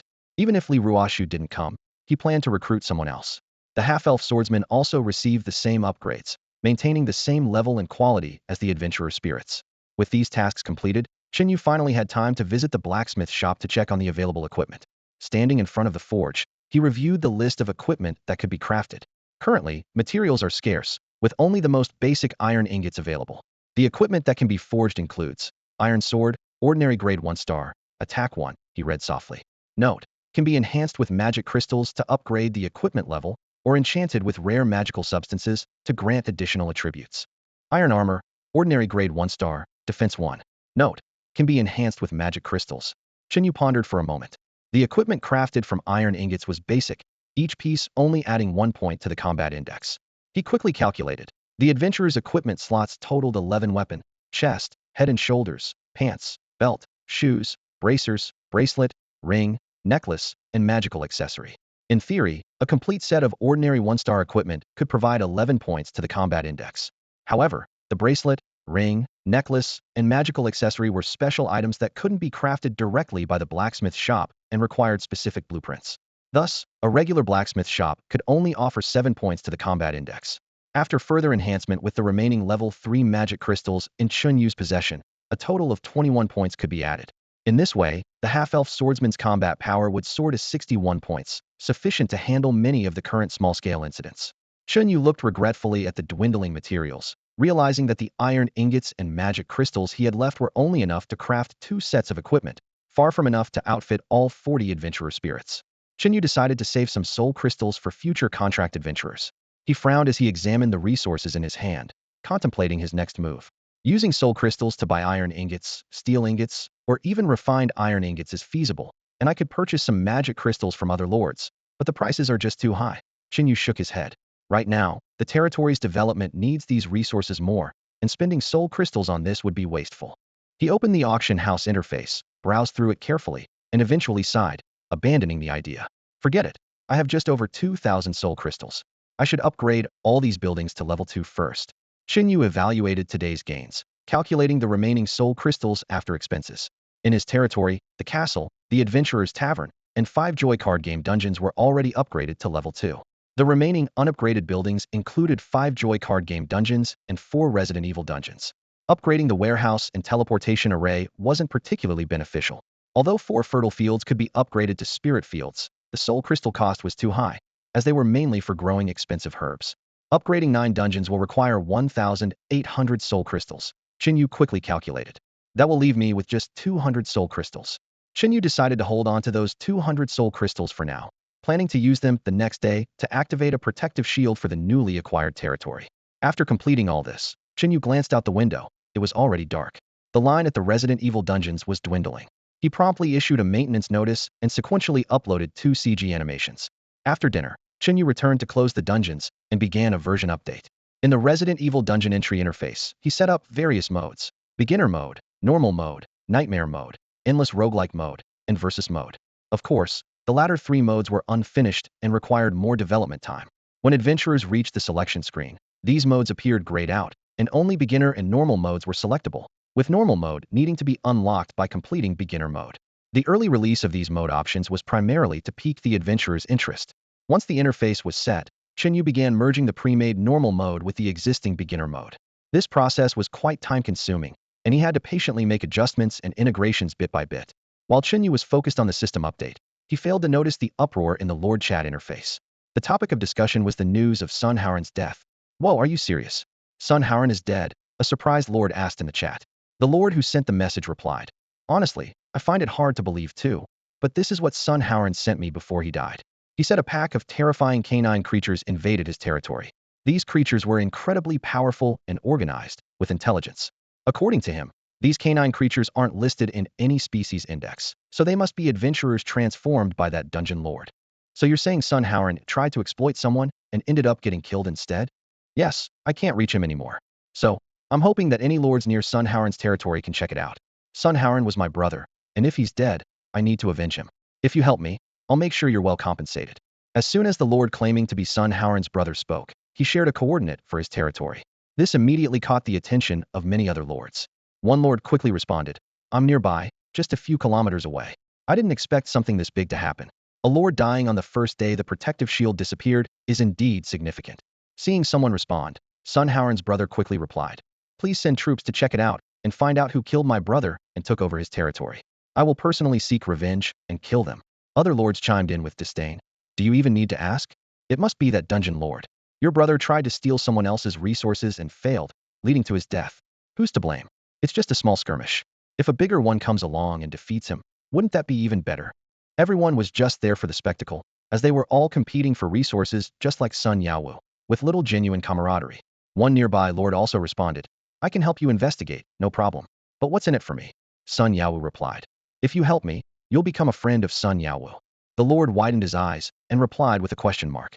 Sun Yaowu paused, then added, my awakened troops are ice dragons. These few words caused a stir in the lord's chat channel. The casual discussion was suddenly shocked into silence by this revelation. Wow, ice dragons. Aren't those high-ear dragon troops? Not those fake dragons, but real dragon lineage. The lords who were previously mocking now fell silent. A few seconds ago, they were sarcastic, but now they began to apologize. My apologies, I spoke too much. I'll leave now to avoid being remembered. The nearby lord's attitude also took a 180-degree turn. now speaking with obvious flattery. Rest assured, I'll go first thing in the morning. The beasts are quite fierce tonight, and my troops might not make it, but tomorrow will be fine. Add me as a friend, and send me what you have, so we can study it together. After adding as friends, the friend interface would display some information, and the lords knew that being friends with Sun Yao would at least reveal some of his strengths. If he truly had ice dragon troops, they would surely want to ally with him. In Sun Yao's territory, a dozen blue dragons soared through the sky, breathing icy blasts that instantly froze their prey into blocks of ice. With low growls, they circled the sky, hunting. Sun Yao watched with a determined look, murmuring, "No matter who killed you, I will avenge you." Meanwhile, in another territory, a graceful woman observed the messages in the Lord chat channel, her brow furrowed slightly. After a moment of contemplation, she murmured to herself, "Strange, this territory coordinate is so close to Chen Yu's. Could the dungeon lord he mentioned really be Chen Yu?" Licia shook her head, thinking she was overthinking it. She thought to herself that Chen Yu didn't have much of a background or the funds to license someone else's IP, and even if he created something himself, it was unlikely he would achieve such success in such a short time. She sighed, having sent messages to Chen Yu for days without any response. Sometimes she even wondered if something had happened to him. Seeing the delivered status on her private message brought a sigh of relief to Li Xiao. It meant Chen Yu was still alive. Although the 7-day free period for the protective shield had expired, as a dungeon lord, he should at least be able to gather 3 soul crystals to sustain himself for 3 more days.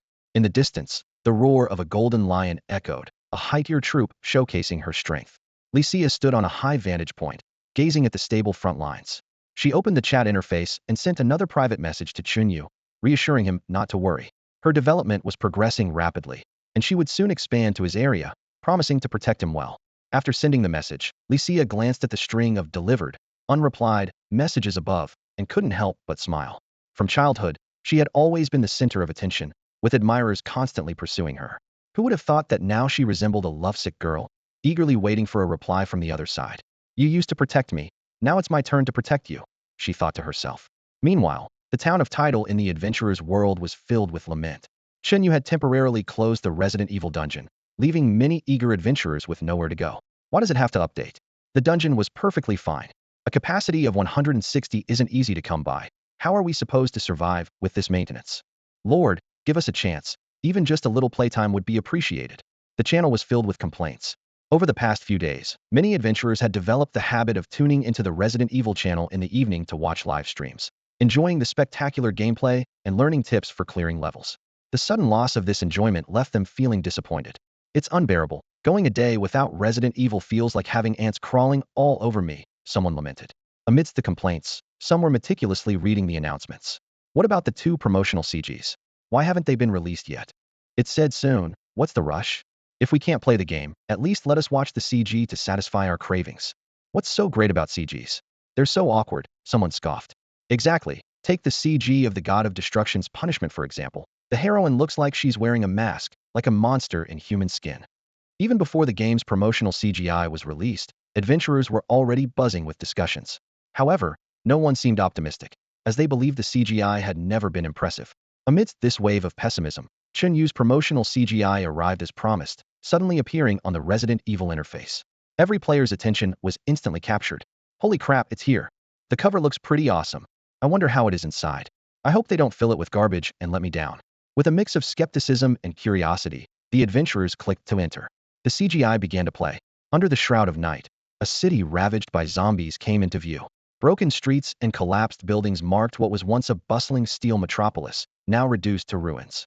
The exquisite visuals left the adventurers slightly stunned and captivated. The camera slowly panned down, focusing on a desolate street. The dark night highlighted the street's shattered state, with abandoned cars scattered haphazardly across the road. In the silent night, a soft sound of footsteps broke the stillness. 4 or 5 heavily armed Special Forces soldiers appeared on screen, both men and women. They held guns, scanning their surroundings with alert eyes, lips sealed in silence. A suffocating atmosphere emanated from the screen, infecting every watching adventurer. What the heck is this place? Is this a new version? Is it a city? Why does it look so different from our cities, built with that stuff called concrete? It's so oppressive. After leaving the lab, has the world turned into this? Where are the zombies? Just as this adventurer finished speaking, a seemingly ordinary corpse wedged between 2 cars suddenly came to life. As a soldier's flashlight beam hit it, the corpse twisted violently, turning into a zombie desperately trying to lunge but unable to move, trapped between the cars. Holy crap, scared the hell out of me. Don't just jump out like that.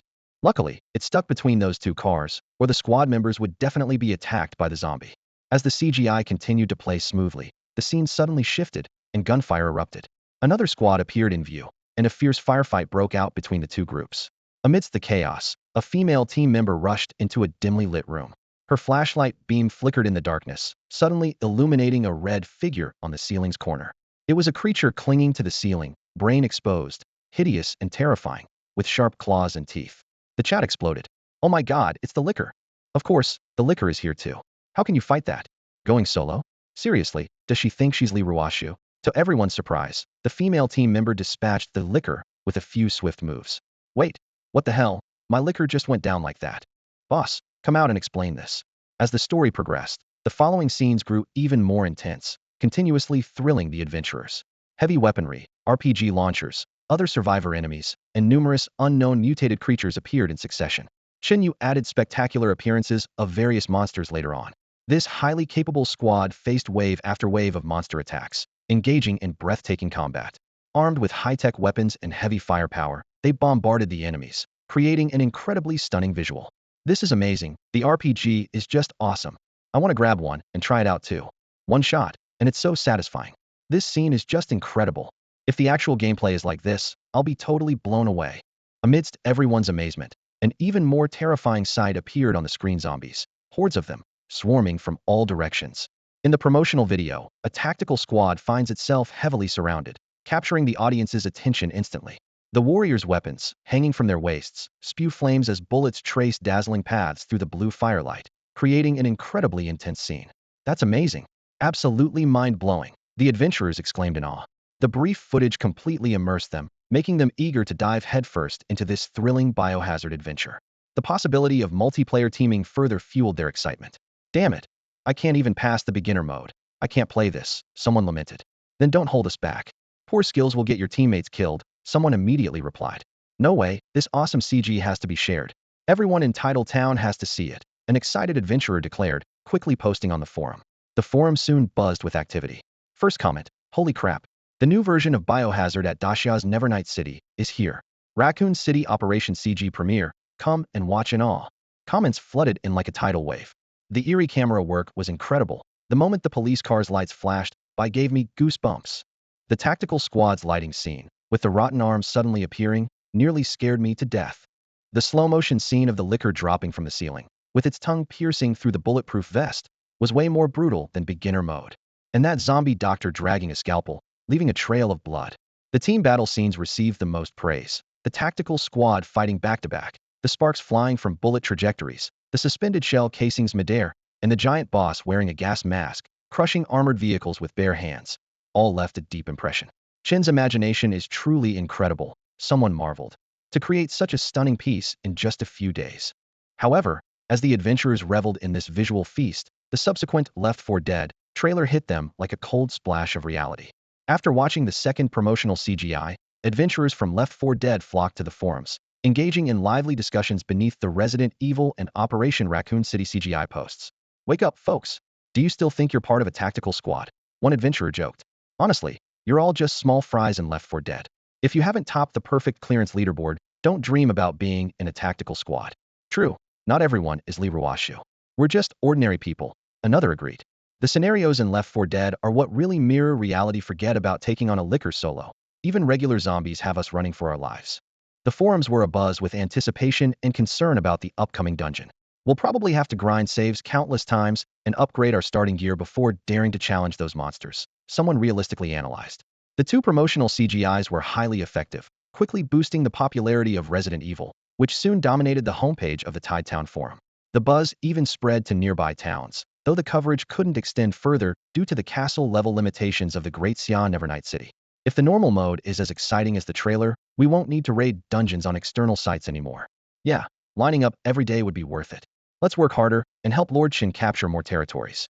That way, he can build more Resident Evil instances, and we won't have to queue.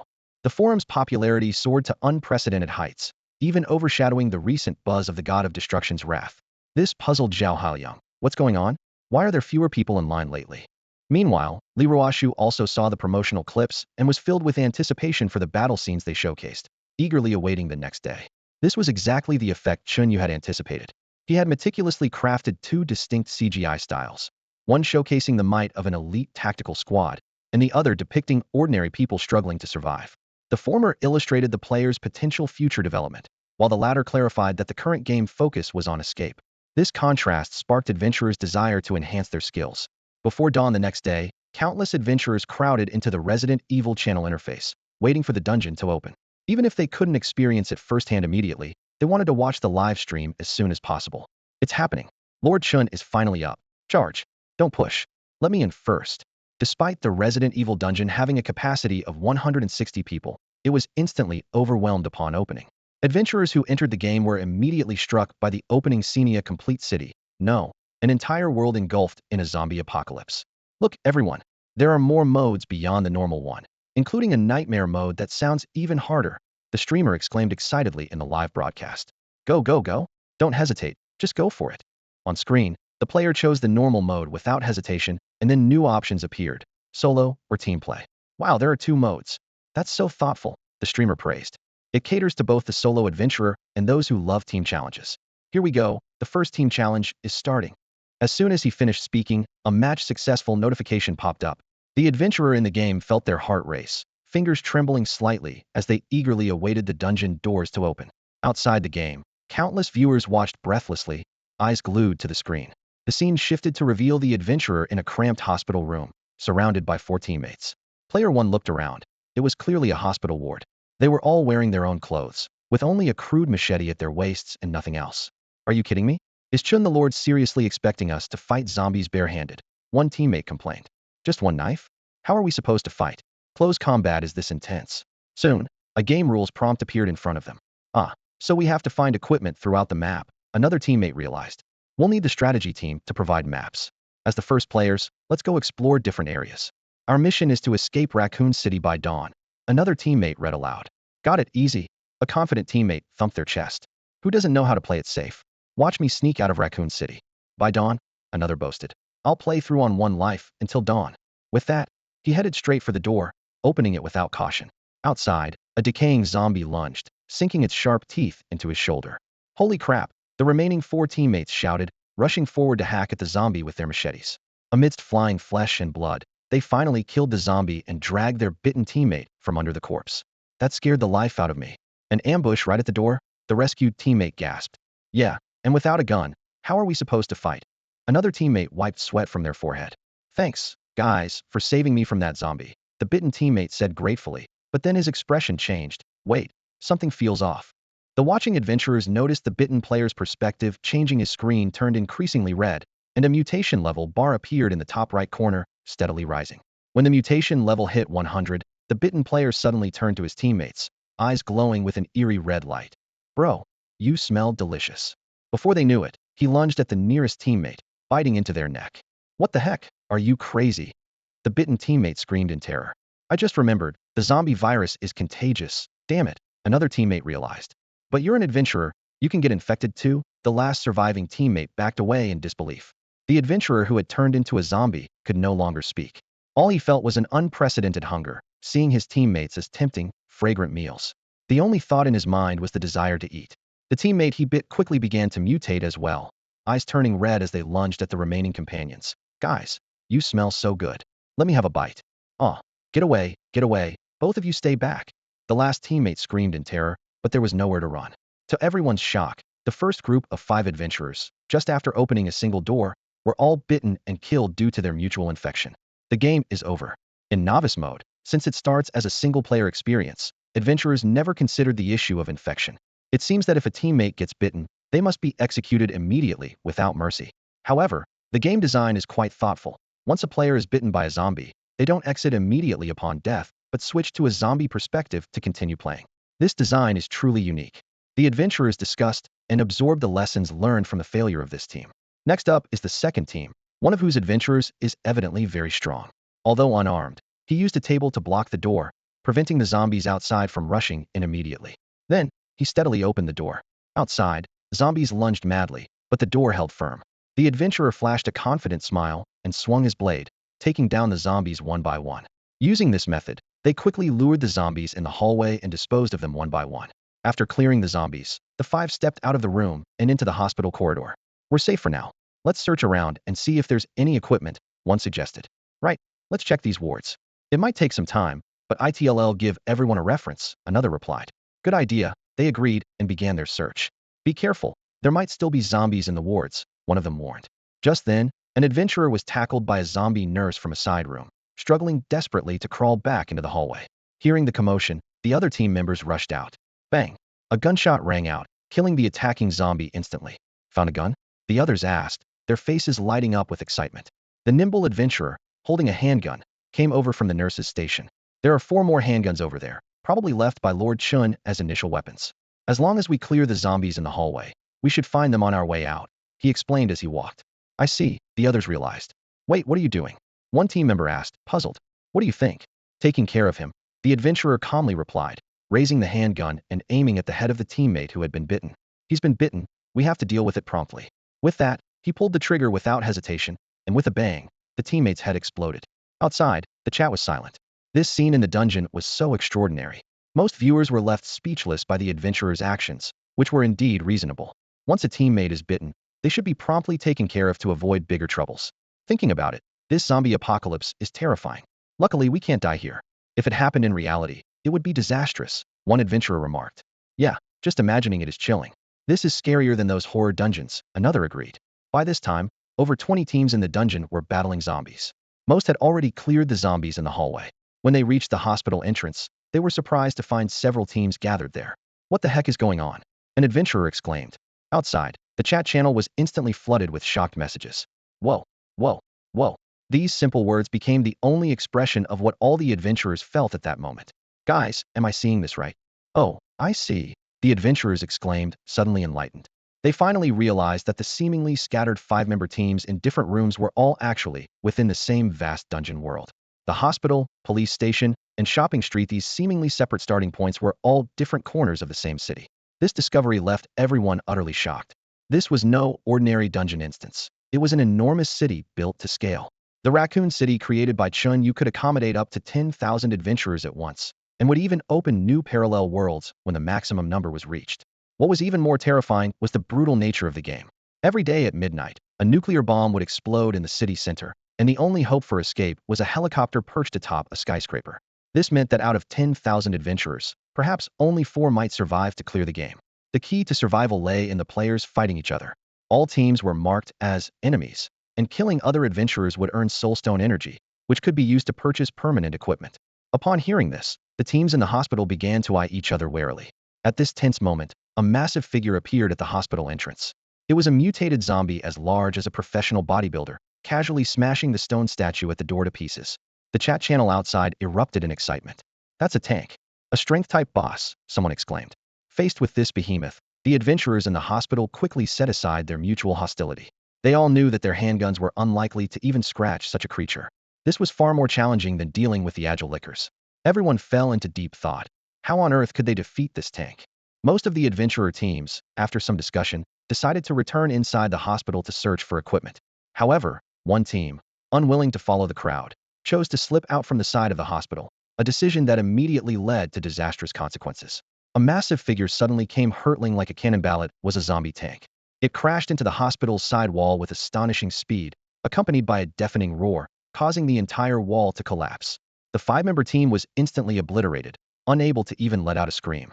Rest in peace, brave comrades, murmured those who witnessed the scene. This team's sacrifice, however, created an opportunity for the other teams to escape. While the tank's vision was obscured by the dust from the fallen wall, the other teams quickly retreated from the opposite side, successfully escaping to safety. Yet, the joy of surviving the ordeal was short-lived.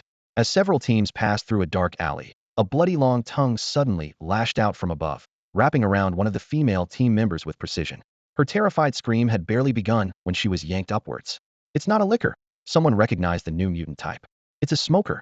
The creature was perched on a fire escape ladder, resembling a regular zombie, but with a repulsive long tongue. It pulled the girl close and began to tear into her without hesitation. Witnessing their comrade's gruesome death, the survivors angrily opened fire. This type of mutant was clearly not as tough as a licker and quickly retreated into the depths of the alley under the barrage of bullets.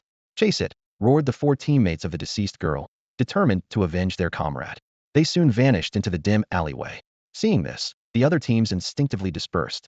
After all, they were competitors by nature, only temporarily united by the threat of the tank.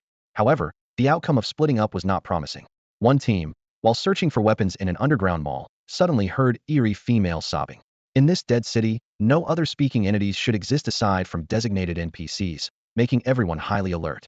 It might really be an NPC arranged by Lord Chen. If that's the case, finding the source of this crying might reveal some clues. The group exchanged glances, their hearts filled with excitement, and quickly moved in the direction of the sound. The environment of the underground mall was chillingly dark, with no light sources around, shrouded in pitch blackness. The adventurers walked cautiously, trying to avoid the roaming zombies. As they ventured deeper, their footsteps became lighter, and the silence in the air was suffocating. Gradually, the crying grew clearer, almost as if it was right beside them.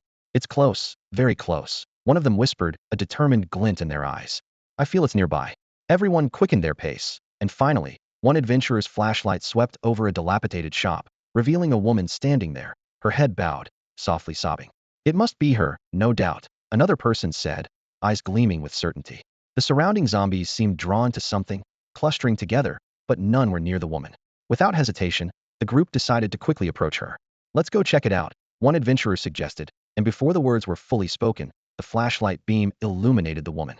In that instant, a system message popped up. "You've startled the witch."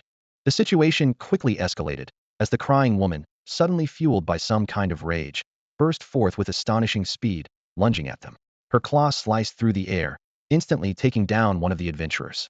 The zombie witch moved with ghostly swiftness, leaving the others with no time to react, barely even catching a glimpse of her. It wasn't until gunshots rang out that the area became chaotic, but when silence returned, only one survivor remained. The last adventurer glanced back at his fallen companions, then at the zombie witch right in front of him, a flicker of despair in his eyes. Swallowing hard, he had little choice but to drop his weapon, bracing for the inevitable end. With his death, the game over screen appeared, and unlucky comments scrolled across the top of the screen. The adventurers vented their frustration in the chat, some even making jokes about the situation. However, the scene wasn't over. A barrage of virtual sausages, burgers, and drumsticks suddenly appeared, prompting more expletives from the unlucky adventurers. In the midst of this onslaught, they became a humorous meme known as Mouth-Spitting Dad. In the Resident Evil livestream, the audience watching the game began to buzz with discussion. "Damn, what kind of hellish monster is this? It's so fast, there's no time to react, just done in an instant. Looks like you have to take her out immediately. Lord Chen is something else, designing such a creature. Where does he get all this creativity? Yeah, tanks and witches, not as shocking as the first time seeing a liquor, but still pretty startling." Suddenly, a viewer's comment appeared. "Don't be too shocked by this minor calamity. Hurry to Room 13's livestream. Tanks and witches are nothing compared to the Tyrant there." This sparked intense discussion, and everyone clicked on the Room 13 livestream link, eager to see how strong this Tyrant really was. However, when they entered, the livestream screen showed "Broadcast interrupted," and the streamer was nowhere to be found, the broadcast long over. "You guys are late, the streamer is already out." "What? No way, this monster is that powerful." An adventurer exclaimed in disbelief as he stared at the screen, his voice filled with shock. "We just got the intel, and now they're gone. Tell me about it." Another player responded angrily, the chat filled with frustration and annoyance. The streamer had just entered the scene for a few seconds when an RPG came flying in, leaving no room to dodge, and they ended up as dust. Almost simultaneously, another message flashed across the screen. "Hurry, quick, go to line 132, the Tyrant has appeared there." Upon seeing the alert, the adventurers didn't hesitate, quickly switching lines and rushing to 132. No sooner had they arrived and barely found their footing when a deafening roar broke the silence. Gatling gunfire shattered the calm. Suddenly, the screen displayed, "Game over." No way, did we just lose again? That was way too fast. Line 623 is live. The Tyrant has appeared there. At this point, hunting the Tyrant had become the players' most frenzied pursuit. Many kept switching lines in hopes of glimpsing this legendary creature, yet they often returned empty-handed, at best hearing the distant thunder of heavy artillery. Wherever the Tyrant appeared, it meant the end of the game. Ordinary adventurers couldn't withstand the Tyrant's overwhelming firepower, and once spotted, survival was nearly impossible. Even a desperate escape was futile. Damn it, who would have thought a zombie could have better weapons than us? We're wielding little pistols, and the zombies blasting us with a rocket launcher. Who can stand up to that? One adventurer vented in frustration. "The worst part is, it hunts us down. Once it locks onto us, there's no way to escape, and we can't fight back." However, these adventurers didn't realize that the Tyrant's heavy firepower was merely the first form of the Nemesis pursuer. More terrifying second and third forms awaited, making the challenge increasingly daunting. Without the hidden powerful weapons scattered across the map, they had almost no chance of defeating the Tyrant. The rarity of such a formidable monster's card drop meant that its drop rate was extremely low. As a result, Chen Yu wasn't in a hurry, allowing the Tyrant to hunt down the players. Maybe one day it'll actually kill a few and drop some cards.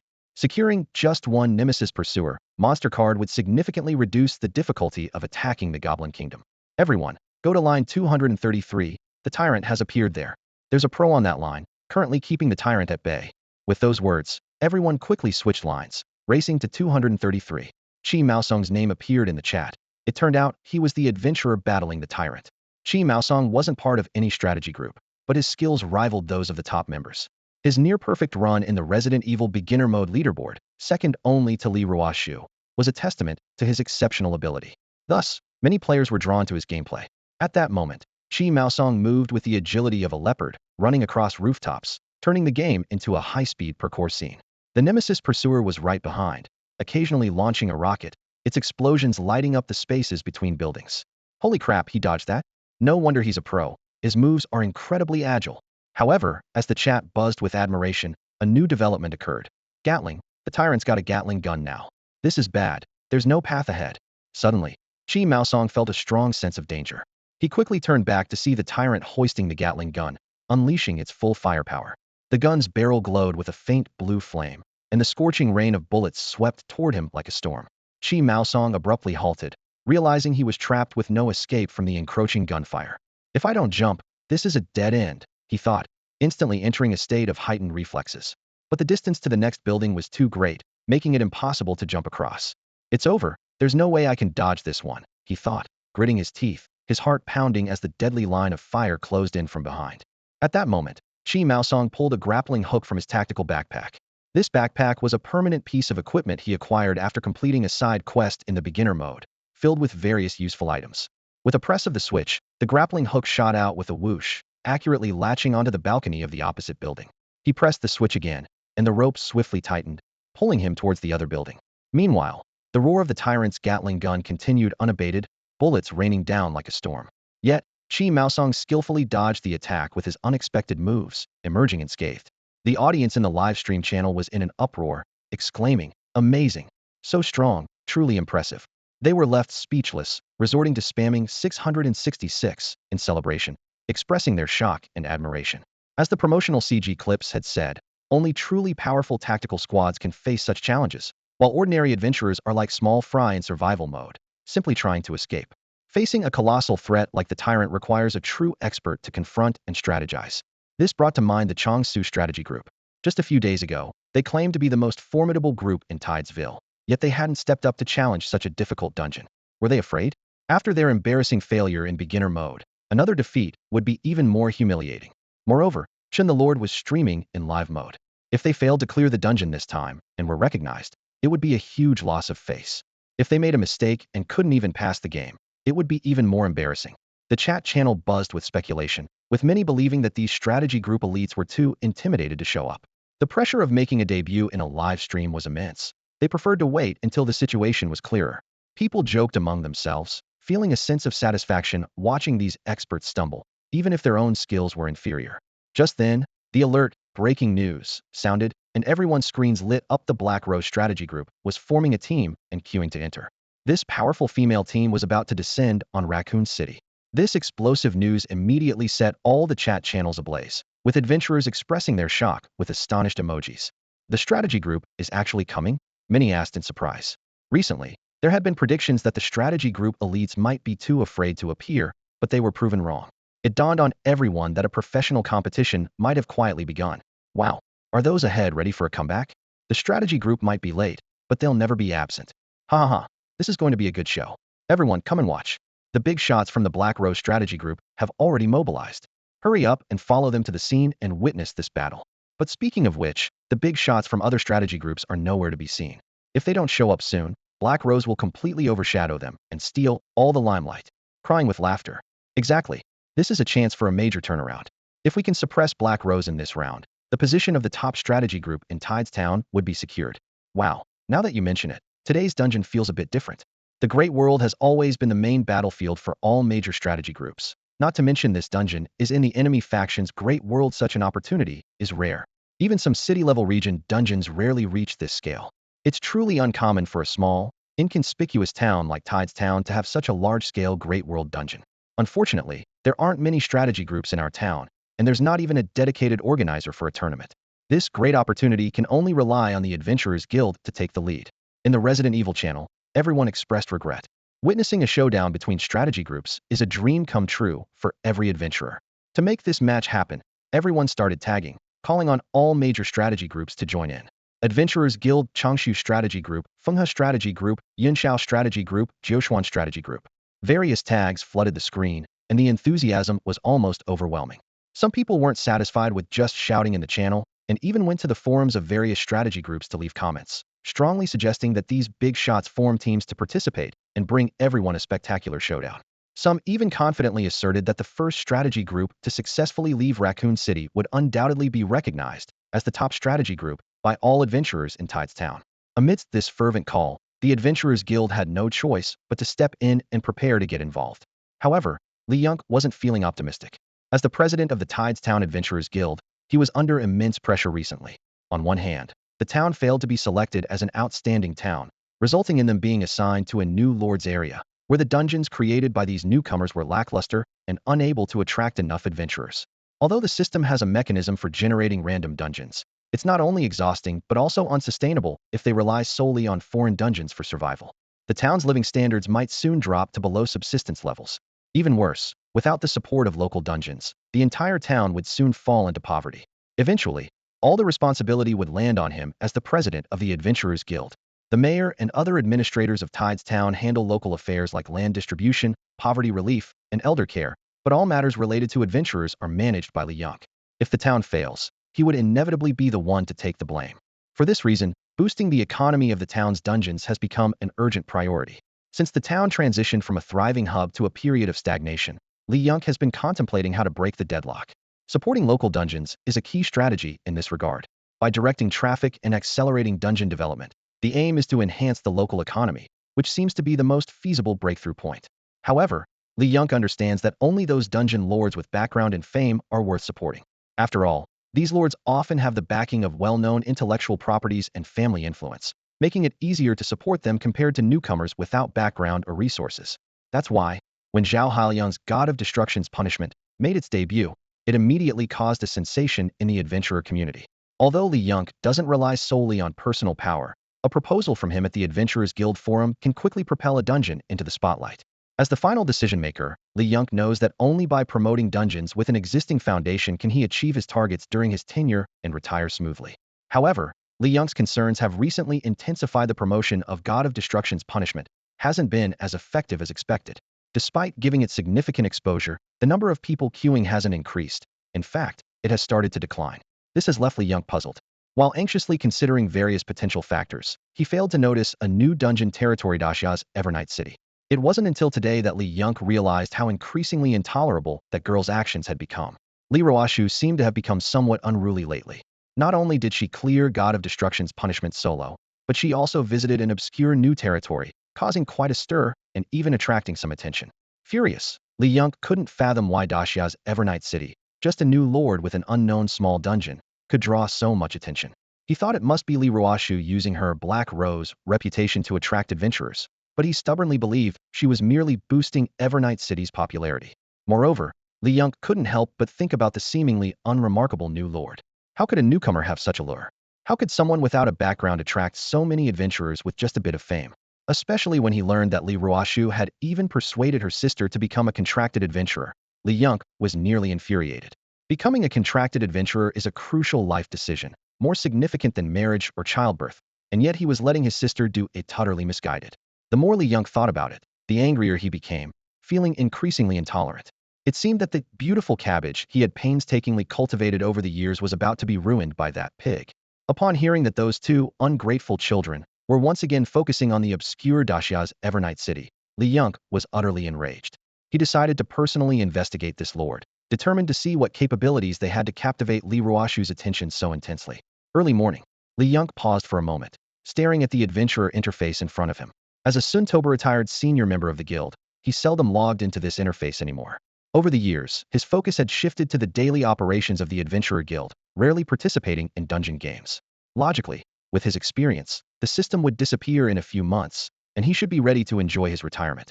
However, at the last moment, the issue of a promising town being eliminated arose, forcing this Suntoritire veteran back into the dungeon.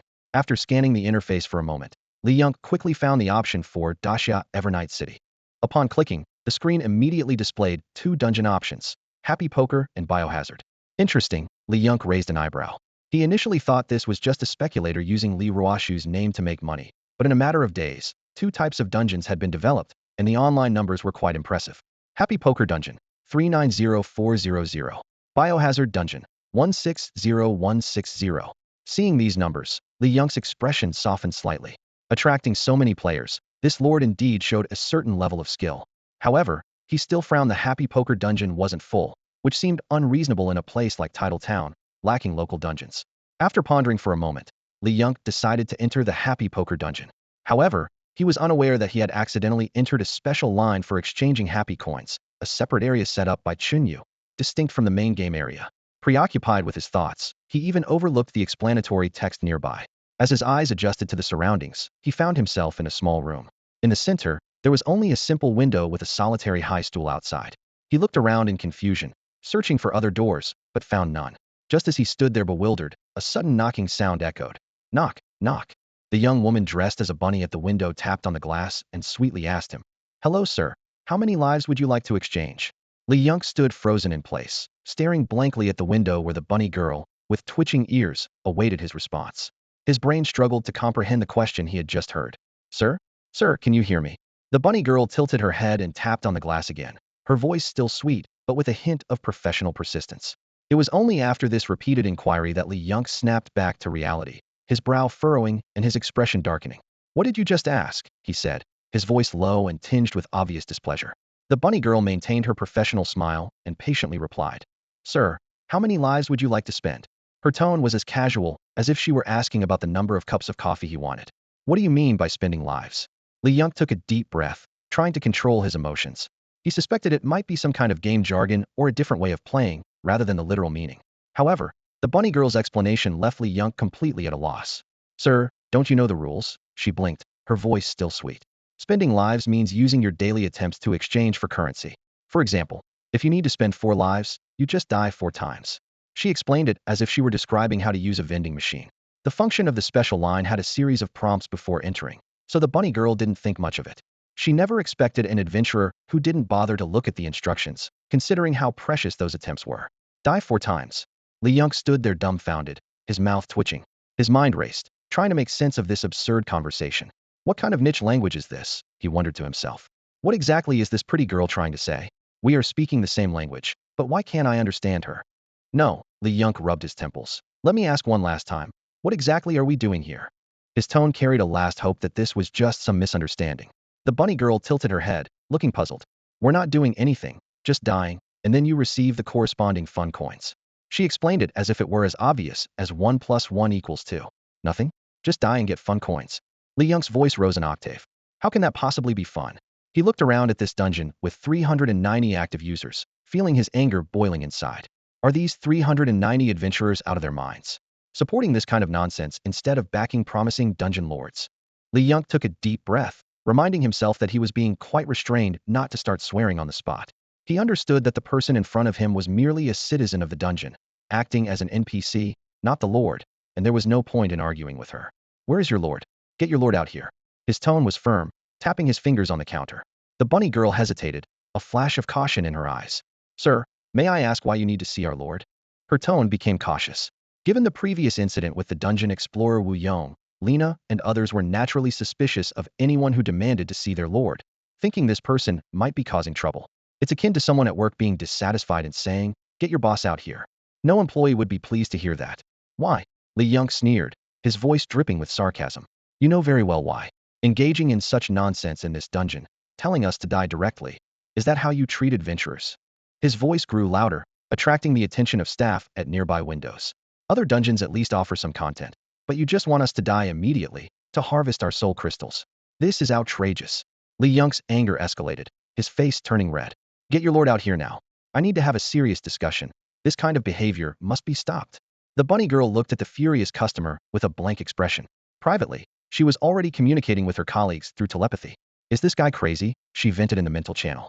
Sis, just ignore him. A colleague from another window replied. He's probably just a disgruntled old man. With 10 windows and not much business right now. Let him rant. Wow, working at the customer service windows has shown me just how many oddballs there are out there. It's exhausting, and sometimes I just don't want to talk anymore. There are 10 windows in the room, but there's only one bunny girl, while the others are busy guiding people in the game room. It's incredibly hectic, having to deal with 10 different people at once. Especially those clingy adventurers. I'm too shy to tell them to leave, so I just have to grin and bear it.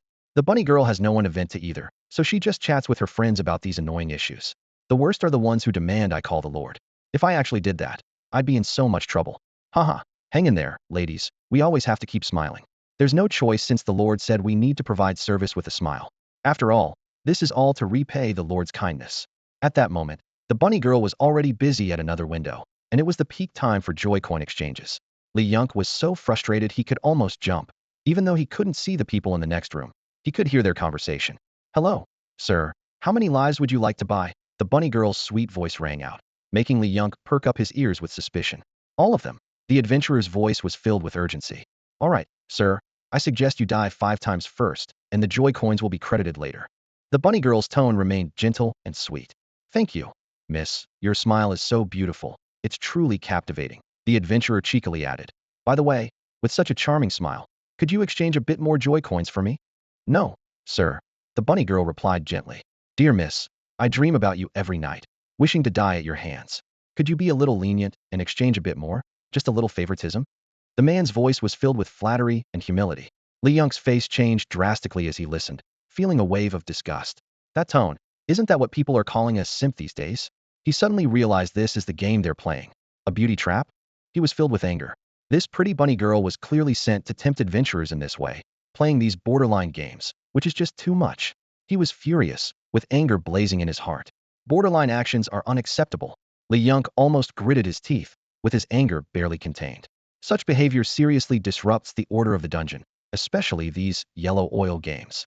They may stimulate desires in the short term, but in the long run, they are definitely harmful. They make adventurers indulge in false happiness, ultimately damaging their minds and bodies. Moreover, if the higher-ups in neighboring towns or cities found out that Tide Town was engaging in such activities, Li Yunk knew that not only would he lose his position in the guild, but all adventurer guild members could be replaced. This can't go on. Absolutely not. This will ruin the whole town. Li Yunk felt like his heart was being cut with a knife, knowing that as the guild leader, he must stand up and expose these chaotic actions. He can't let these adventurers be led astray, allowing them to continue indulging in such games.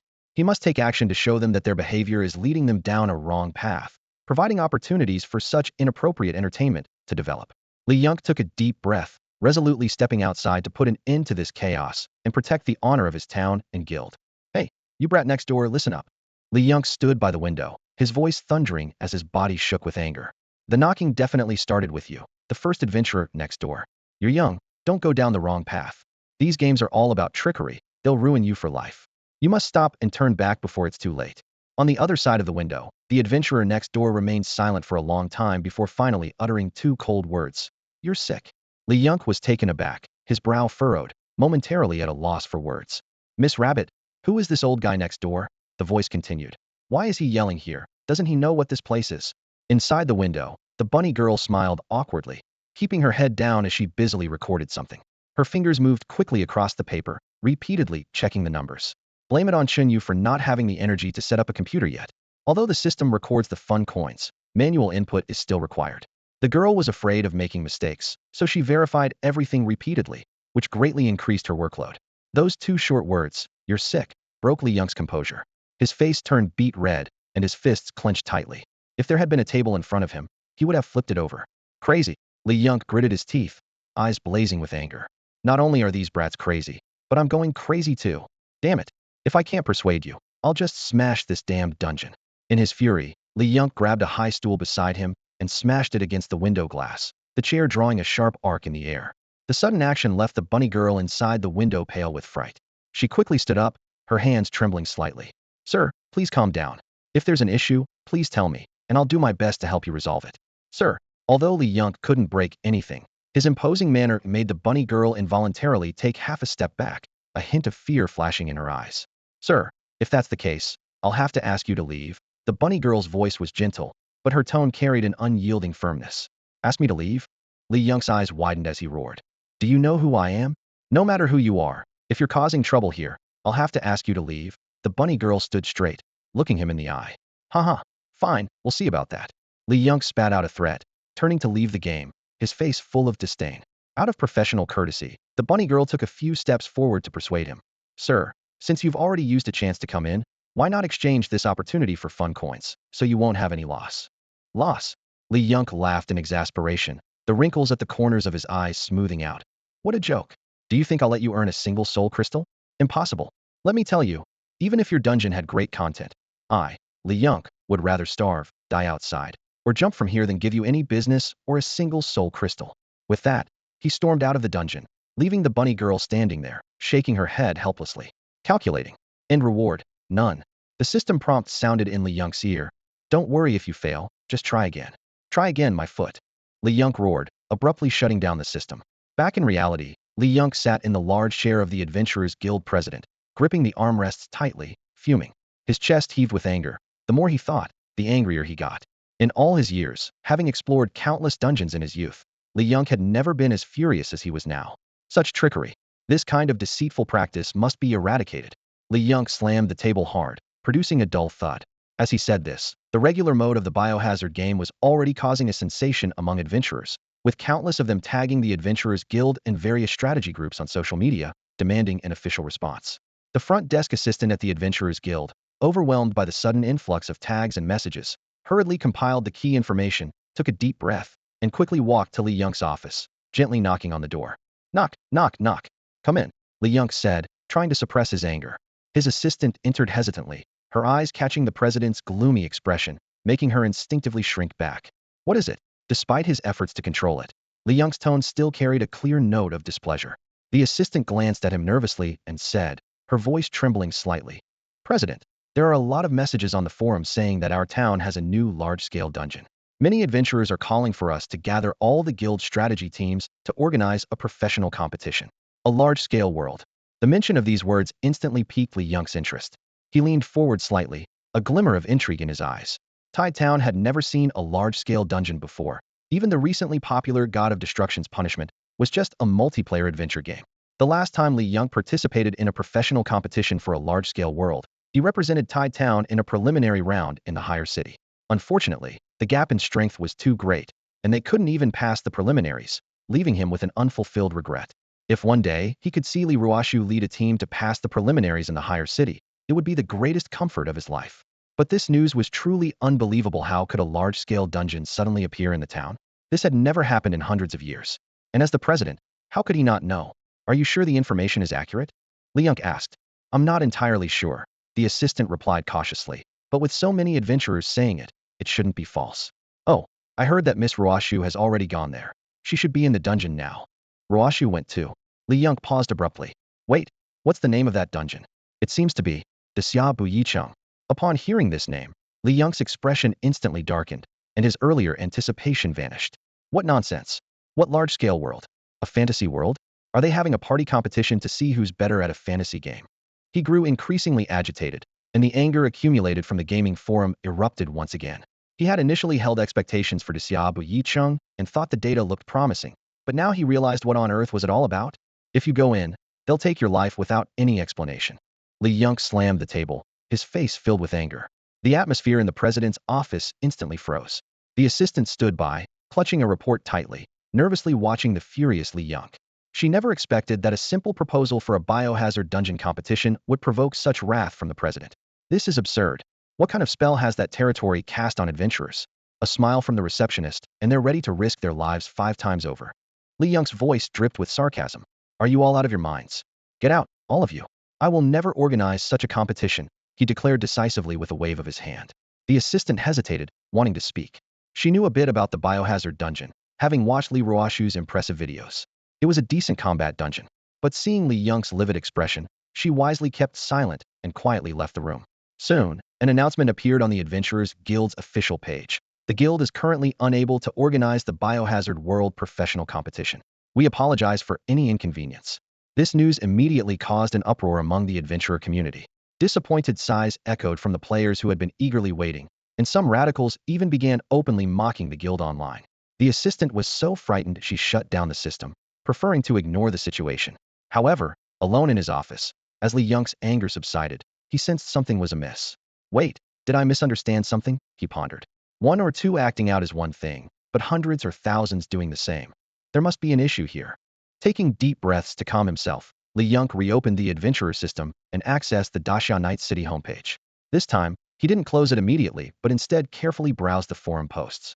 Soon, he noticed a pinned post Wu Yu's review of the Biohazard Beginner Mode. Seeing the headline, Black Rose unleashes laser corridor, top ace takes down lickers, Li Yong paused, then clicked to play the video. The screen revealed a futuristic hive research base, with the infamous laser corridor that intimidated countless adventurers clearly visible.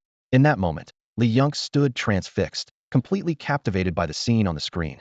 At this time, the disappointed adventurers turned their attention to the various strategy groups, hoping for their response to the ongoing turmoil. Faced with such a significant event, the strategy groups had no choice but to speak up, as continued silence would only lead to a complete loss of credibility in Tide's town. The Jiuquan strategy group was the first to break the silence, announcing their participation with a laid-back attitude of just joining the fun. This move immediately set off a chain reaction, with the Fenghe and Yunxiao strategy groups quickly following suit, expressing that they had long been prepared to experience this vast world game. Only the Changshu strategy group remained silent, drawing playful jabs from many players. Haha, looks like the guy who fumbled last time is really chickening out now.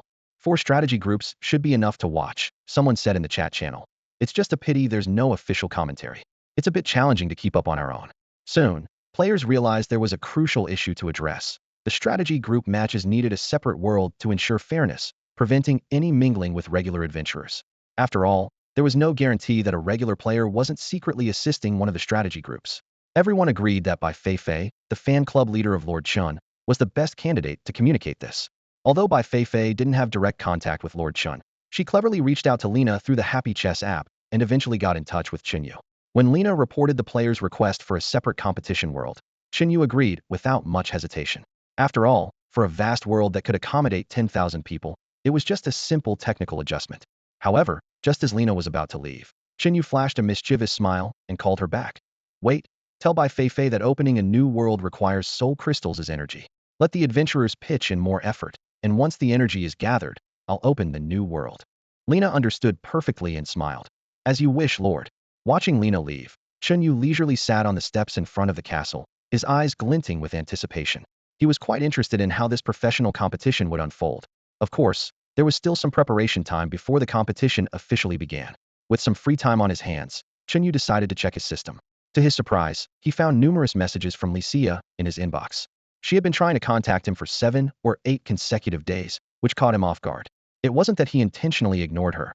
Licia was a stranger with unknown intentions, and he had been extremely busy lately. His days were filled with constructing dungeons, building his territory, and expanding his lands. With so much on his plate, he wasn't inclined to spend energy on unrelated communications and relationships, as interaction requires effort. Moreover, Chen Yu wasn't familiar with Licia. His only memory of her was a fragmented scene from his predecessor's past. He wanted to avoid entanglements with the previous life's connections, as those memories weren't his own. However, he didn't want to appear too cold-hearted, especially since Licia's intentions seemed friendly. Yet, with just a few simple messages, he couldn't discern her true motives, which is why he hadn't responded until now. Today, Licia sent a message. Chen Yu, I heard a lord in your area died. Are you okay? I haven't heard from you in days, and I'm a bit worried. I planned to visit today, but something came up. Hang in there, I'll sort things out soon. Reading this, Chen Yu sighed. He didn't want anyone to take risks on his behalf, so he replied, No need to worry, I'm fine. Thank you for your concern. I'm aware of the situation you mentioned, but it doesn't affect me. Take care of yourself, no need to come over. After sending the message, Chen Yu closed the chat. At that moment, a system notification appeared in his consciousness. Your half-elf swordsman has discovered an unoccupied small village. Would you like to absorb it? Without hesitation, Chen Yu chose to absorb it, spending 100 soul crystals to activate a protective shield. This small village was where the half-elves had previously lived. Due to a past resource shortage, Chen Yu had put it on hold, but now with sufficient resources, he decided to send 2 half-elf swordsmen back to retrieve the Guardian Stone. Although this small village could only support the construction of a single dungeon, It was located near his territory and could be useful. For instance, if his territory were besieged, the village could serve as a tactical point. After all, every little bit helps. Chen Yu examined the village through the Lord's perspective and found it quite rudimentary, lacking even a single field, which explained why the two half-elf girls had been so hungry upon arrival. He constructed a teleportation array to allow the idle half-elf residents to return and tidy up the area, making it clean and orderly. After completing these tasks, Chen Yu checked his stockpile of soul crystals and found over 1,000 remaining. Since morning, the influx of soul crystals had been steady, as adventurers seemed eager to risk their lives. In such a short time, he had accumulated over 1,000 soul crystals, which would have thrilled any other lord. Chen Yu had also sent by Fei Fei to expedite the process, hoping to speed things up, as the adventurers often traded only a little at a time. He was eager to use the soul crystals to develop the new territory. Activating the protective shield required 1,000 soul crystals, and since he now had enough, he decided to activate it for the new territory. Would you like to spend 1,000 soul crystals to activate the protective shield? The system asked. Chen Yu nodded decisively. Yes. Activating. However, the system soon informed him, activation failed.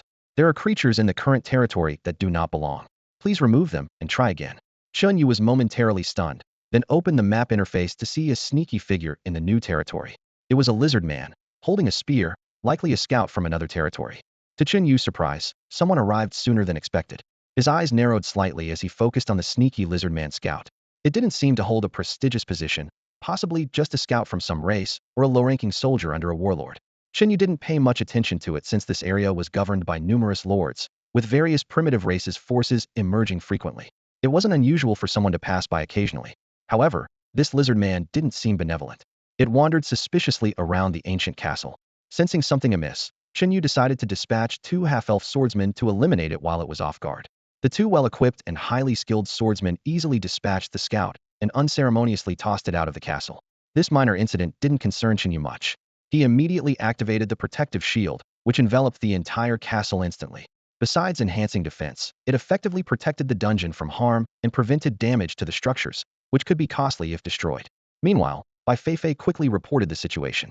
On the biochemical crisis interface, Chen Yu issued an announcement stating that the new world opening had reached 83. Damn Lord, taking advantage of us to harvest our souls, some adventurers complained under the announcement. Haha, Lord Chen must think we're not giving enough, so he's nudging us now. It's outrageous. But it's okay, we've tried hard, and the progress bar is already at 83. Despite the grumbling, those adventurers with remaining attempts hurriedly exited to the exchange line to complete all exchanges. After all, they could earn joy coins from the exchange, so it wasn't a total loss. As long as the soul crystals could bring them benefits, everyone was willing to accept it. Especially when Chen Yu noted under the progress bar that this round's earnings will be entirely used for constructing Biochemical Crisis Series dungeons, greatly expanding dungeon capacity. Everyone's enthusiasm soared, and they quickly entered the exchange channel. With the influx of people, the Joy Poker exchange line became extremely busy. Seeing this, Lena quickly assigned 3 bunny girls to help handle the busy work. A shortage of manpower could affect the entire exchange process, as the processing speed slowed after scaling up. Observing the busy operation of the exchange system, Chen Yu smiled gently, realizing it was time to recruit new personnel again. He remembered the rabbit-eared village chief mentioning a large rabbit-eared territory to the east with a considerable population. If more hands were needed, she could help recruit some people, despite the distant and perilous journey. This was an opportunity for adventurers. Similarly, the half-elf village chief had mentioned a half-elf village to the east, also a potential talent pool for Chen Yu. After today's competition, he planned to personally organize these 2 recruitment routes. Meanwhile, with the assistance of the 3 bunny girls, the exchange work progressed smoothly, and Chen Yu's soul crystal count surged rapidly, increasing by over 2,000 in no time, surpassing the morning's entire haul. As Chen Yu manually operated the interface of the Resident Evil game, the progress bar slowly crept upward. The numbers climbed steadily, 83, 84, until it reached 97, 98, 99, and then came to a complete halt, as if frozen in place. Chen Yu remained motionless in front of the screen, seemingly lost in anticipation of the new world about to unfold. However, this scene left the adventurers below restless, as if a swarm of ants were crawling over their hearts. Why isn't it moving up yet? I'm about to die here. Does anyone have any extra attempts? Hurry and exchange them. Just a little bit more, everyone, hurry up. If you know anyone, call them over please. Just one left, the strategy team is ready. Let's push through, everyone. The chat channel was filled with urgent calls and pleas. Suddenly, the progress bar twitched slightly, 99.1. What the heck? There's still 0.1. That's so annoying. The players' complaints echoed one after another. Li Ruoshu, watching the chaos unfold next to her, rolled her eyes silently. Her morning had been far from pleasant. After finally securing a VIP pass yesterday, she had planned to showcase her skills today, only to be bombarded with family errands. Once she managed to get rid of the old man, her friends from the Black Rose group invited her to join them in the Resident Evil dungeon. Huh, Li Ruoshu chuckled to herself. I have a VIP pass, do you? But since they were teaming up, her precious VIP pass had to be set aside as she obediently queued with the others. What made matters worse was that someone had leaked their queuing plans. Now, everyone was clamoring for some sort of professional competition, forcing them to reorganize their lineup. Li Ruoshu knew full well that Chen Yu was waiting for more soul crystals to accumulate. However, she didn't mention it, as she had already decided to become a contract adventurer in the Great Xia's Eternal Night City after seeing the content in normal mode. The more soul crystals Chen Yu received, the better off the territory would be, which was beneficial for her as well. Finally, amid everyone's anticipation, the progress to open the new world reached 100. The list of the strategy group had already been handed over to Lina by Fei Fei, and she had registered it. Notably, at the last moment, the Changsu strategy group, which had been absent until then, quietly appeared and submitted their list. Meanwhile, the regular adventurers who were not part of any strategy group formed a team, led by Qi Maosong, who had stood out with impressive performances in the earlier stages. This team was spontaneously formed through discussions among the adventurers and could be considered a dark horse. Besides Qi Maosong, the team included Wu Yu and 3 other fairly well-known adventurers. With this, all 6 teams of the Titletown Adventurers Guild, comprising 30 adventurers in total, were ready to engage in an intense competition in Raccoon City. The only criterion for this competition was survive to the end. This was not a simple escape game, but a true contest of endurance. Whoever could navigate through the chaos and survive would ultimately laugh last and claim victory in this challenge. Li Ruoshu looked at the scene before her, feeling a surge of excitement and a long-lost thrill. Compared to solo battles, this team-based confrontation was undoubtedly more exhilarating. She stretched lazily, preparing to face the upcoming biohazard-like battle. The dungeon system activated, and all players and spectators quickly got into the zone as the screen began displaying images. The first to appear was the Jiuquan strategy group. 5 members, 4 men and 1 woman, were gathering in an apartment room. The architectural style was quite unique, far surpassing the designs of other lords, as if stepping into a refined real-world setting. Is this your territory? Chen Yu, a sunny and handsome young man, looked around with a hint of admiration in his eyes. Every detail of the surrounding buildings was exceptionally exquisite, resembling a work of art. He couldn't help but speak up. With such a complex layout, it seems you had a clear vision from the start. The other team members nodded in amazement. Chen Yu broke the silence, patting a frowning girl named Xian on the shoulder, comforting her. Xian, relax. Don't put too much pressure on yourself. Just follow the usual tactics. Xian nodded lightly, her expression still thoughtful, as if preoccupied. At that moment, everyone suddenly sensed an inexplicable change, as if a slight unease pervaded the air. As a faint red light flashed, all eyes were drawn to the screen. What's happening? Someone whispered. Are we under attack? Their expressions froze instantly, and a tense atmosphere spread. Meanwhile, the spectator channel outside lit up quickly, and all viewers saw the channel interface flash red, followed by 2 lines of text on the screen.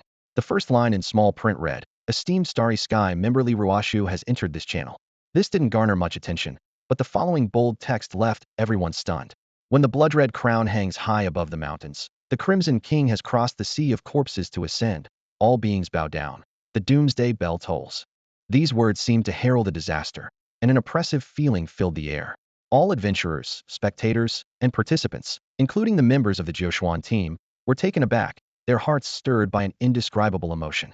What is this? Is there a new boss? An adventurer asked, puzzled. Staring at the newly appeared Crimson King, Blood Crown, they realized that this name, which hadn't shown up in the greater world before, had suddenly emerged.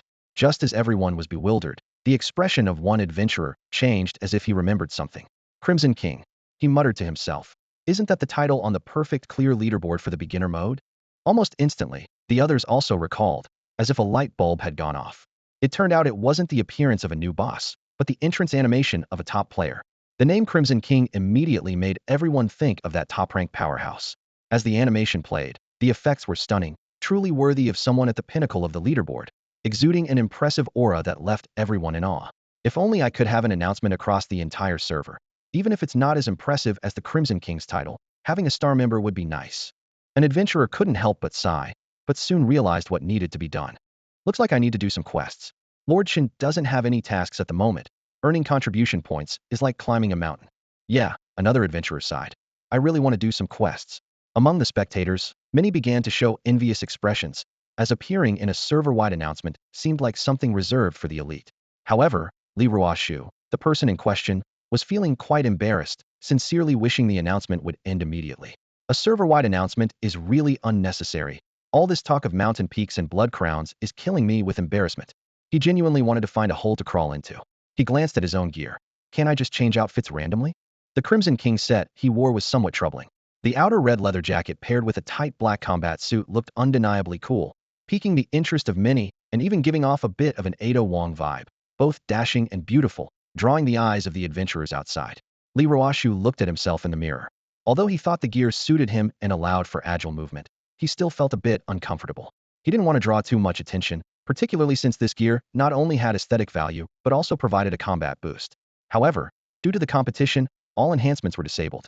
Now, the gear was just for show, with no combat advantage. He glanced at his tactical backpack, another piece of equipment provided specifically for the competition by Chen Yu, ensuring every participant could quickly get into the swing of things. After all, not every adventurer had played the beginner mode, and to be fair, Chen Yu had issued a detailed announcement before the competition. While the effects of the Crimson King's entrance caused a stir, it quickly became a secondary concern. People's attention gradually shifted to the actual competition. Members of the Changsu strategy group also made their appearance. Besides the familiar faces of Chong Wenhao and Wu Qingxiu, there was a new face in the team, sparking curiosity among the spectators.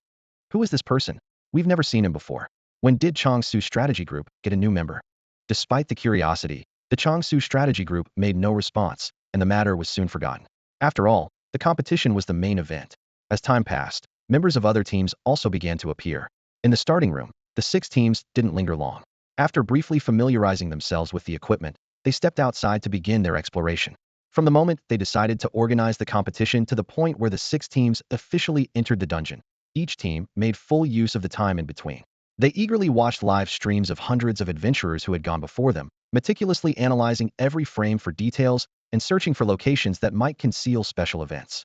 By the time they actually stepped into the dungeon, each team had already mapped out their own target routes in their minds.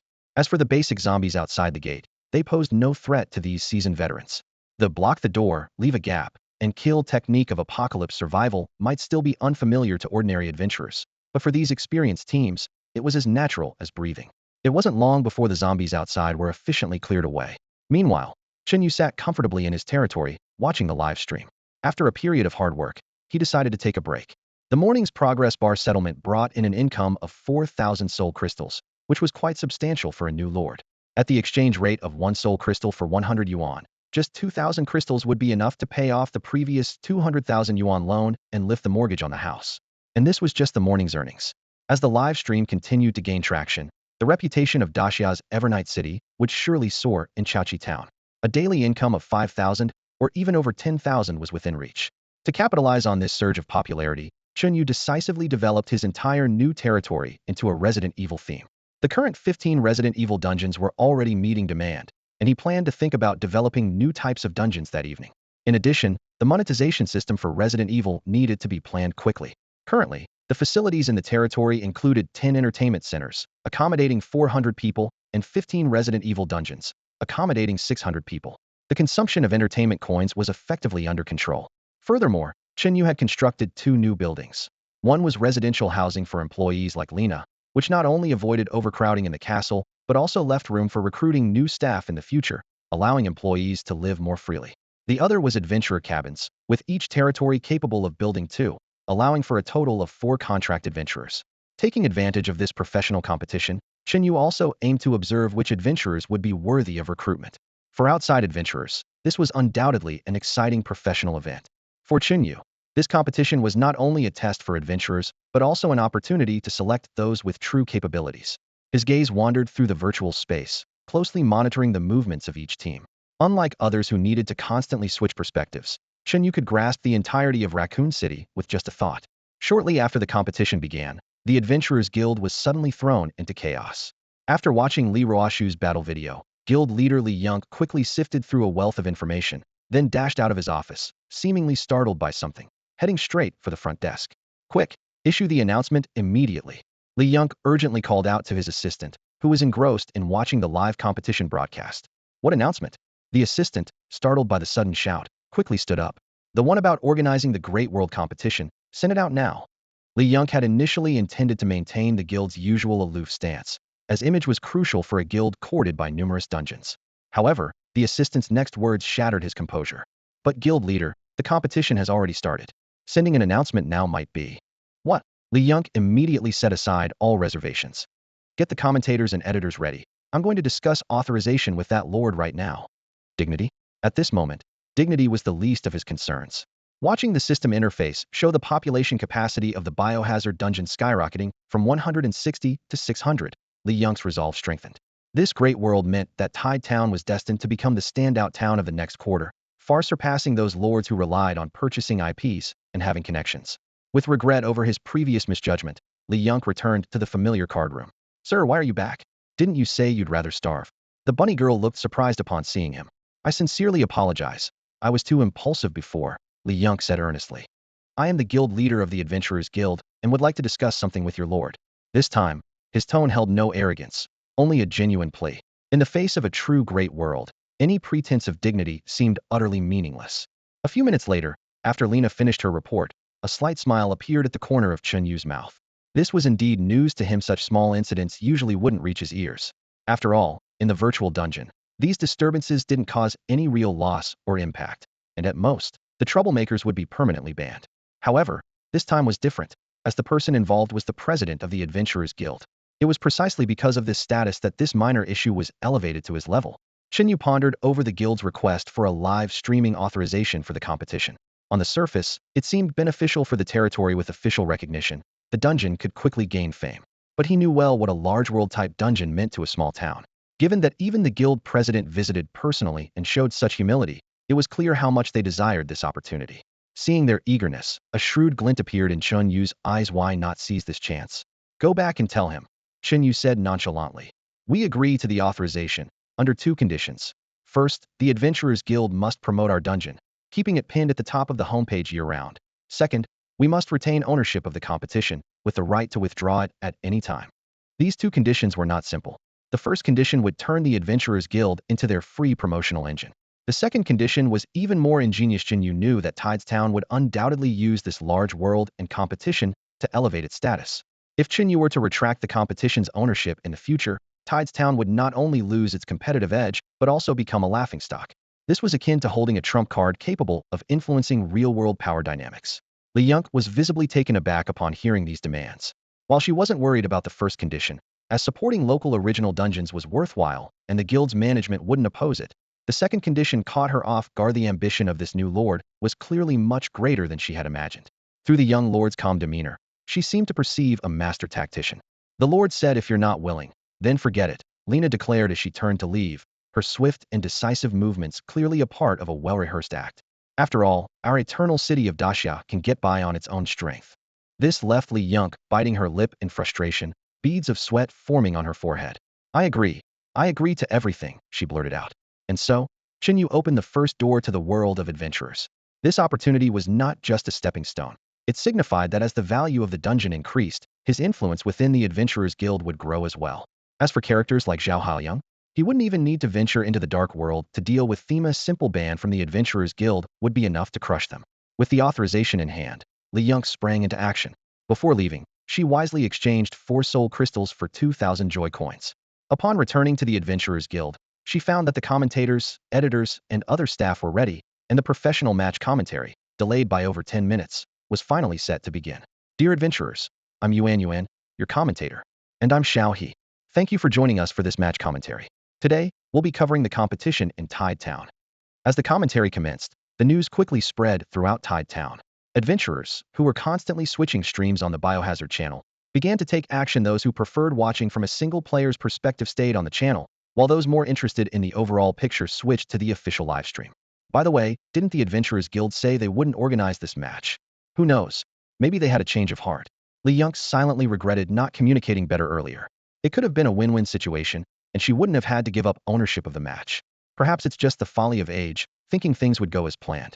As the commentary delved deeper, the competition among the 6 teams reached a fever pitch. All teams started from the apartment, clearing out zombies and gathering supplies. The Jiuxian team was the first to complete their search and leave the apartment, with a particularly fruitful haul. Notably, their captain, Chen Yu, acquired a submachine gun. His earlier performance left a lasting impression as he managed to take down a smoker with a single burst. With the commentator's expert analysis, the atmosphere of the match reached its peak. Raccoon City. In front of an apartment building, Chen Yu cautiously scanned the surroundings, ensuring there were no zombies nearby, before turning to face the small-framed young man behind him. "How's it going, Xiaohe? Can you figure out where we are?" he asked. Xiaohe adjusted his glasses and nodded confidently. "Yes, I was observing from upstairs earlier. The iconic twin towers are directly to our east, and the tower is 3 northeast. So, the underground research base we need to reach is..." Without a map, they only had a compass in their tactical backpack. Xiaohe was able to identify these landmark buildings thanks to a mental map formed from watching countless live streams during their wait outside. Although this map was just a vague outline with a few key locations, it was practical enough under the current circumstances. "All right, let's move out immediately, no delays," Chen Yu ordered decisively, leading the team quickly in the direction Xiaohe indicated. Like the Kyujin squad, each team had its target buildings, places they deemed most valuable for investigation based on the live streams they had watched. With keen intuition, the teams believed these buildings either held the key to unlocking the dungeons or stored powerful weaponry. Either possibility was crucial for them. Along the way, the teams encountered scattered, ordinary zombies, but they were sparsely distributed, not forming large hordes. To avoid attracting attention, all 6 teams unanimously opted to forego firearms in favor of axes and bayonets for precise decapitation, trying not to alert distant zombies. "It's a tank zombie." The commentator's voice suddenly became excited. "What bad luck. The Fenghe squad has encountered a formidable enemy first. Just looking at the tank size, you can tell what a powerful foe it is. Look, the tank zombie seems to have spotted them and is approaching." On the shattered street, the Fenghe squad had already noticed the tank zombie and quickly took cover. However, to their surprise, the massive creature's senses were unusually sharp, heading straight for their hiding spot. "Damn it," the Fenghe squad leader frowned, recalling the gunshot they had to fire while clearing zombies earlier, which had drawn the big guy here. "Sorry, Captain." The teammate who had fired the shot apologized, lowering his head. "All right, it's fine. We had no choice in the heat of the moment," the captain replied, swiftly assessing the street situation. They were currently hiding behind a large metal vehicle, temporarily out of the tank zombie's line of sight, but if it continued to approach, they would eventually be discovered. The captain weighed their options. The wide street was littered with abandoned vehicles that could be used as cover to evade the tank. However, there were quite a few mindless zombies wandering around these derelict cars, and getting too close might alarm them, inadvertently drawing the tank zombie's attention. "Captain, how about I go out and distract the tank zombie while you all escape to the nearby building?" The teammate who had made a mistake volunteered, his voice filled with guilt and determination. "No way." The captain immediately rejected the idea. "That tank zombie is too fast. Once you go out, you won't be able to come back." "But Captain," the teammate tried to argue, but the captain interrupted him by pointing to a massive object behind them. It was a real tank, sharing its name with the terrifying zombie. "That big guy looks like a vehicle. Can we get inside it?" The captain's suggestion sparked hope among the group. In their world, mechanical creations like cars were already astonishing, let alone such a massive war machine. "But there are no doors on the sides. How do we get in?" someone questioned. The captain stared at the tank for a moment. "I remember there's an iron hatch on top. It should open, though it's hard to see clearly." "From the top? It's worth a try." The captain pulled a grenade and a smoke bomb from his backpack. They had seen others use these tactical tools before and knew their power. Time was running out as the footsteps of the tank zombie grew closer. The captain decisively detonated the grenade, throwing it towards distant vehicles. The explosion triggered a chain reaction, with countless alarms blaring. As expected, the tank zombie was drawn to the sound, turning towards the explosion. Seizing the opportunity, the captain released the smoke bomb, and white smoke quickly spread. The team, enduring the acrid smell, swiftly climbed onto the tank. "See if you can open it," the captain urged the group's gadget whiz. This young man excelled at solving dungeons mechanisms. Though the tank zombie was temporarily distracted, other zombies lurked menacingly, leaving them no choice but to pin their hopes on this iron behemoth. "It's open." The boy's triumphant shout was followed by a screech as the iron hatch gave way. A foul stench hit them as 2 zombies in military uniforms clawed their way out. The captain quickly jumped in, dispatching them with swift strikes. The team swiftly cleared the interior, squeezing into the tank before the smoke dissipated. Outside, other adventurers watched in awe as the tank proved not only accessible but seemingly operational. "There's a manual here," the gadget was announced, his eyes gleaming with excitement. "Captain, this isn't just any metal vehicle. It's a sophisticated war machine. It requires 4 people to operate, 1 to drive, 1 to command, 1 to control the main cannon, and 1 to load shells. There's even a machine gun on top." We need exactly 5 people to unleash its full potential. Hearing this detailed explanation, not only were the members of Feng's team astonished, but even the adventurers watching outside were left speechless. A powerful weapon capable of combating the tank zombie had appeared right before them. The tank zombie stood frozen at the sight of the grenade explosion, searching around aimlessly before stopping, as if it had lost its target. Unbeknownst to it, a steel behemoth was quietly taking aim from behind. Inside the tank, Feng and his team were at their stations. The captain sat poised in the command seat, directing with precision through the observation port, while the young artillery operator focused intently on maneuvering the main cannon.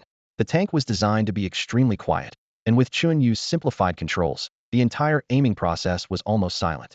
Rotate the barrel 30 degrees to the left, the captain instructed softly. The artillery operator gently turned the control stick, and the main cannon moved slowly in response. As the barrel aligned, the tank zombie appeared clearly in the scope. Load the shell. At the command, a teammate swiftly retrieved a hefty shell from the ammunition chamber and expertly loaded it into the breech. Observers outside the tank held their breath in anticipation of the impending explosion. Amid his excitement, the artillery operator quietly recited the specifications from the manual. 120mm smoothbore cannon, muzzle velocity 5,632 km per hour, effective range 3.2 kilometers. He carefully calibrated the sights, and, once the target was confirmed, pulled the trigger without hesitation. Boom! The massive explosion erupted almost simultaneously with the trigger pull. The tank zombie didn't even have time to react before being blasted to pieces by the violent explosion. The driver quickly advanced the vehicle while the machine gunner emerged from the turret to confirm the kill. Dead as a doornail. The body's charred, the machine gunner shouted excitedly. Cheers erupted both inside and outside the tank. The explosion attracted a horde of zombies, but Feng and his team were no longer afraid. The machine gunner eagerly swung the machine gun around, unleashing a barrage on the approaching zombie horde. Die! The rapid gunfire echoed down the street. In contrast, Lu Renlong's team found themselves in a precarious situation. A tyrant, for some unknown reason, had zeroed in on Qi Maosong, and one of his teammates had already fallen to its gunfire. Without hesitation, Qi Maosong drew the tyrant away, choosing to run down the open street. He knew well that alleyways and underground malls might harbor even more dangerous creatures, whereas the wide streets offered a better chance for escape. The slow-moving zombies couldn't catch up with him, especially after he found a motorcycle. Qi Maosong agilely leapt onto the seat, twisted the throttle to the max, and the engine roared as the bike shot forward like an arrow. Behind him, an RPG exploded with a deafening boom, reverberating through the air. Once he stabilized the motorcycle, Qi Maosong intentionally stopped at a distance and provocatively glanced back at the tyrant. If that colossal creature had emotions, it would surely be seething with rage. The mighty final boss being toyed with like this, the tyrant immediately launched into pursuit. Despite its heavy load, its running speed was astonishingly fast, surprising Qi Maosong. He quickly twisted the throttle again, weaving skillfully through the city streets. The zombies left behind gradually formed a winding wave of corpses, trailing Qi Maosong and the tyrant. Riding ahead on the motorcycle felt quite thrilling, but his frequent deliberate slowdowns clearly had a purpose. His target was the gas station up ahead that had previously exploded. It was said that an adventurer had accidentally triggered an explosion there before, leveling the entire gas station. The audience suddenly realized that Qi Maosong intended to use the gas station to blow up the tyrant. After the tank showdown, watching the gas station explode was enough to get anyone's blood pumping. Even Chen Yu was impressed by Qi Maosong's clever tactical design. Suddenly, a gunshot shattered everyone's anticipation. A bullet whizzed past Qi Maosong's cheek, followed by a barrage of gunfire. It turned out that Yun Zhao's team had spotted Qi Maosong and immediately launched a fierce attack. If it weren't for the speed of the motorcycle and Qi Maosong's timely evasive maneuvers, those bullets could have easily taken his life. The audience erupted in curses at Yun Zhao's team for their untimely interference. Although the competition rules allowed for combat, interrupting such an exciting scene was truly frustrating. Some rationally analyzed it as a normal reaction, yet still threatened to condemn Yun Zhao's team on the forums. To everyone's surprise, Qi Maosong didn't speed away. Instead, he paused for a few seconds, made a gesture of submission towards Yun Zhao's group, and then turned sharply into a nearby alley. Before Yun Zhao's team could react, heavy footsteps echoed behind them. When they turned, they were met with the sight of a giant zombie wielding a rocket launcher, staring them down menacingly. Damn, it's the tyrant. Run, run, shouted Yun Zhao's captain with a hoarse voice, grabbing a teammate and rushing towards a nearby building. Almost as they dove into cover, a deafening explosion erupted behind them. Boom. The tyrant's quad rocket launcher took only seconds to lock on and fire, sending 4 rockets whistling over the spot where Yun Zhao had been.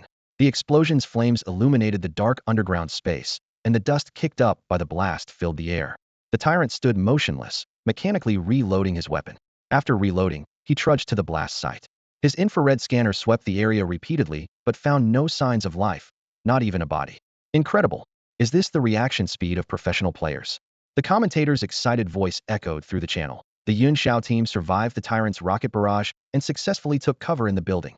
But survived didn't mean they were unscathed. The blast shockwave injured everyone to varying degrees.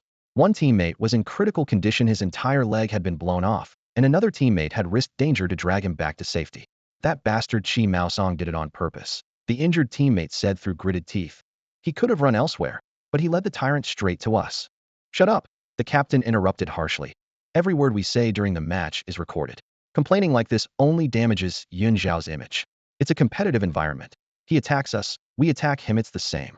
The captain continued calmly. Right now, the most important thing is survival. This underground city is far more dangerous than we imagined. Silence fell over the group. Watching other players' live streams, they thought this underground city would be challenging but manageable. They had expected a competition focused on weapon collection and team combat, with gunfights between floors to test their reflexes. However, once inside, brutal reality shattered their expectations. Ordinary zombies, though slow, were overwhelmingly numerous. Any noise attracted hordes, forcing them to abandon firearms for melee weapons. More troublesome were the special infected. They had encountered a smoker, and a bloated smoker's long tongue almost killed them, and the bloater's explosive toxins nearly resulted in casualties. The once confident team now advanced with extreme caution. They were supposed to head to the underground mall, but after facing these special infected, the prospect of encountering even more dangerous zombies drained Yun Zhao's team of their courage to proceed further. The mysterious figure had been lurking near the building, waiting to ambush until Chi Maosong sped by on his motorcycle. However, things didn't go as planned. Not only did the ambush fail, but it also attracted a Tyrant equipped with a rocket launcher, nearly leading to their complete downfall.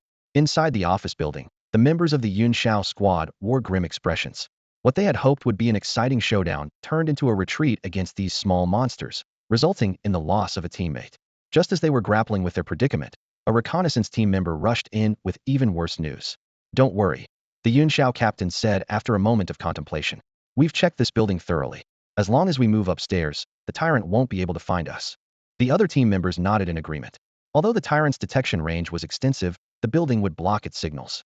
As long as they stayed quiet and hidden on the upper floors, they could wait for the Tyrant to leave and escape safely. This tactic, while somewhat sneaky, was highly effective in this perilous game. Survived long enough for other teams to be eliminated by the monsters, and victory was within reach. Despite its lack of honor, the Yun Xiao captain couldn't help but consider it. Right, let's head upstairs and check everything again, one teammate suggested, preparing to assist an injured comrade. At that moment, a mocking voice suddenly echoed through the floor. I found you. The Yun Xiao squad turned to the end of the floor to see Chi Maosong waving at them with a grin. The commentary booth erupted. Chi Maosong, who had vanished into the dark alley on his motorcycle, had already circled around to the back entrance of the office building and was waiting for this moment. Instead of launching a surprise attack, he made his presence known first, then threw a grenade to blow open the window. Without the wall as a barrier, the Tyrant's detectors immediately began blaring an alarm. The Tyrant then raised its Gatling gun, blue flames spewing from the muzzle. Thousands of bullets rained down like a storm, turning the entire floor into a sieve. Bullet holes covered the reinforced concrete, penetrating walls and leaving the room in chaos. 3 bodies lay silently on the ground, serving as yet another grim decoration in this game. Calculating. Calculation complete. This dungeon's rewards: 1 bag of rice, 1 cake. In the Yun Xiao strategy studio, 3 team members opened their eyes simultaneously. That bastard was so sneaky. One of them cursed angrily. The Tyrant's firepower is insane. I was hiding under the table and still got a headshot, another complained. When they noticed the items they had received, their eyes widened in disbelief. The rewards from this boss are way too generous. The 3 members of Yun Zhao's team were initially grumbling, but when they saw the haul from this mission, all complaints instantly vanished. This is unbelievable, one of them exclaimed, holding up a bag of rice, eyes wide in astonishment. Although they had experienced a different kind of fun during the game, none of them expected the rewards to be so generous, especially with such high-quality ingredients. So the rumors online were true, one of them realized. What rumors? From that food streamer. He's always eating all sorts of exotic things, even this kind of chocolate. He said it was from the Daxia's Evernight City, where it's plentiful and delicious. Why didn't you say so earlier? Who knew? I thought it was just marketing hype. They exchanged glances, all regretting they hadn't discovered this territory sooner. Suddenly, one of the team members looked towards the pyramid and thoughtfully asked, Do you think this territory will develop fast enough to eventually clash with those ancient powers? Ancient powers.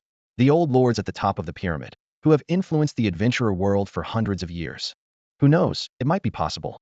But those guys have been around for centuries. Their power is immense, and it won't be easy. How about we apply to be his contracted adventurers now? Maybe we'll hit it big. Forget it. We were the first to log off. There's no way they'd pick us.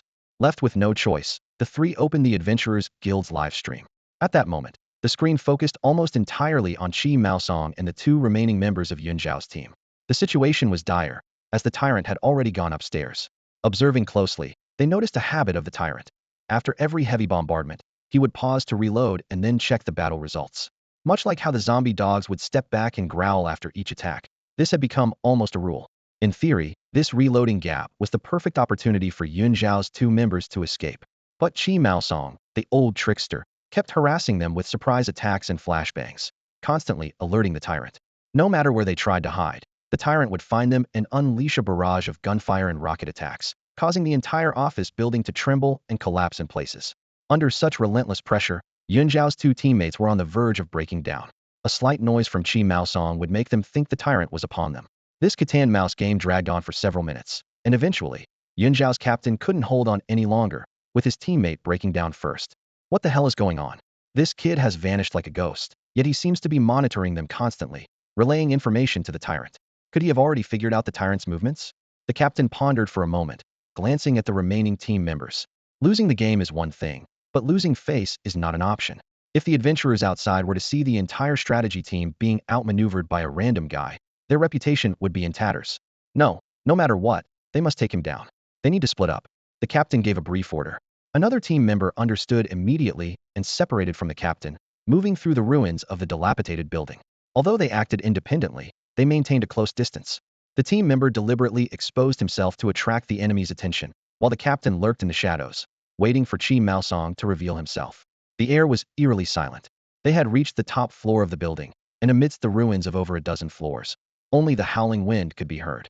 Suddenly, a flashbang flew out from the shadows, landing beside the team member acting alone. The two members of Yun Zhao became instantly alert, focusing on a figure. The team member chose not to flee but quickly raised his gun to block Qi Maosong's escape route. The captain took the opportunity to flank. The roar of a Gatling gun suddenly erupted. Clearly, the team member couldn't escape in time and was instantly shredded by the gunfire. The game was over. At this moment, all eyes were on Qi Maosong and the Yun Zhao captain. Realizing the danger, Qi Maosong attempted to withdraw. However, the intense gunfire left him with no escape, ultimately cornering him. The Yun Zhao captain slowly approached, raising his pistol and firing at Qi Maosong's hiding spot. Click! An unexpected event occurred after repeated shots. The gun chamber finally clicked empty. Hearing this, Qi Maosong smiled and slowly stepped out of the shadows. Out of bullets, huh? I told you to use them sparingly, but you wouldn't listen. Qi Maosong twirled his pistol, finally aiming it at the Yun Zhao captain. Now, do you want to bet whether my gun has bullets? The Yun Zhao captain stared at the dark barrel, a trace of resignation on his face, and sighed. Do we even need to bet? It's definitely. Click. Well, it turns out you're out of bullets too. A glimmer of hope ignited in Captain Yun Zhao's eyes as he swiftly drew the military knife from his belt, a cold smirk playing on his lips. Looks like it's time for a bayonet fight, he mused. And I'm quite the expert in that area. Although the new firearm felt awkward in his hands, cold weapons were a different story. He had once been a champion in fencing competitions, and now he had the opportunity to showcase his skills in this underground city.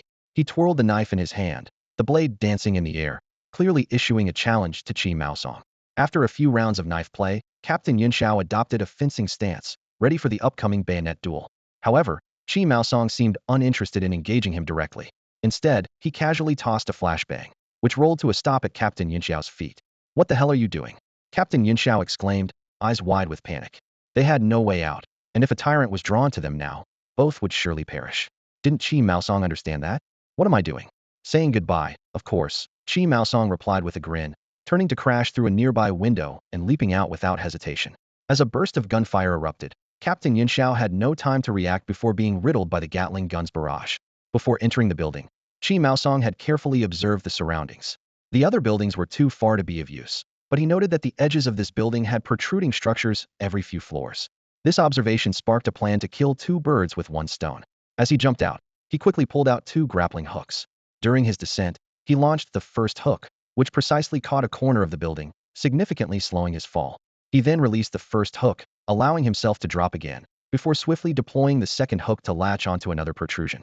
This seamless series of maneuvers left no room for error, and the tension from the grappling hooks pulled him safely away from a potentially fatal crash to the ground. He landed with a roll on the grass below, slightly scraped but otherwise unscathed, making for an almost flawless escape. His daring leap left everyone in awe, and the commentator was momentarily speechless before erupting with deafening exclamations. Wow, that's incredible. Is this the power of the strongest lone wolf? Absolutely amazing. Once again, Chi Maosong's skills defied convention, leaving all adventurers with adrenaline coursing through their veins.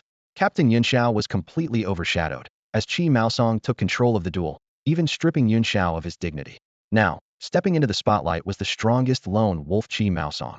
The earlier rooftop parkour to evade Gatling gunfire had already astounded everyone, and this high-altitude leap seemed to outshine all other team strategies. Suddenly, another tremor shook the ground. Chi Maosong noticed the building beginning to sway. This building is done for, he realized.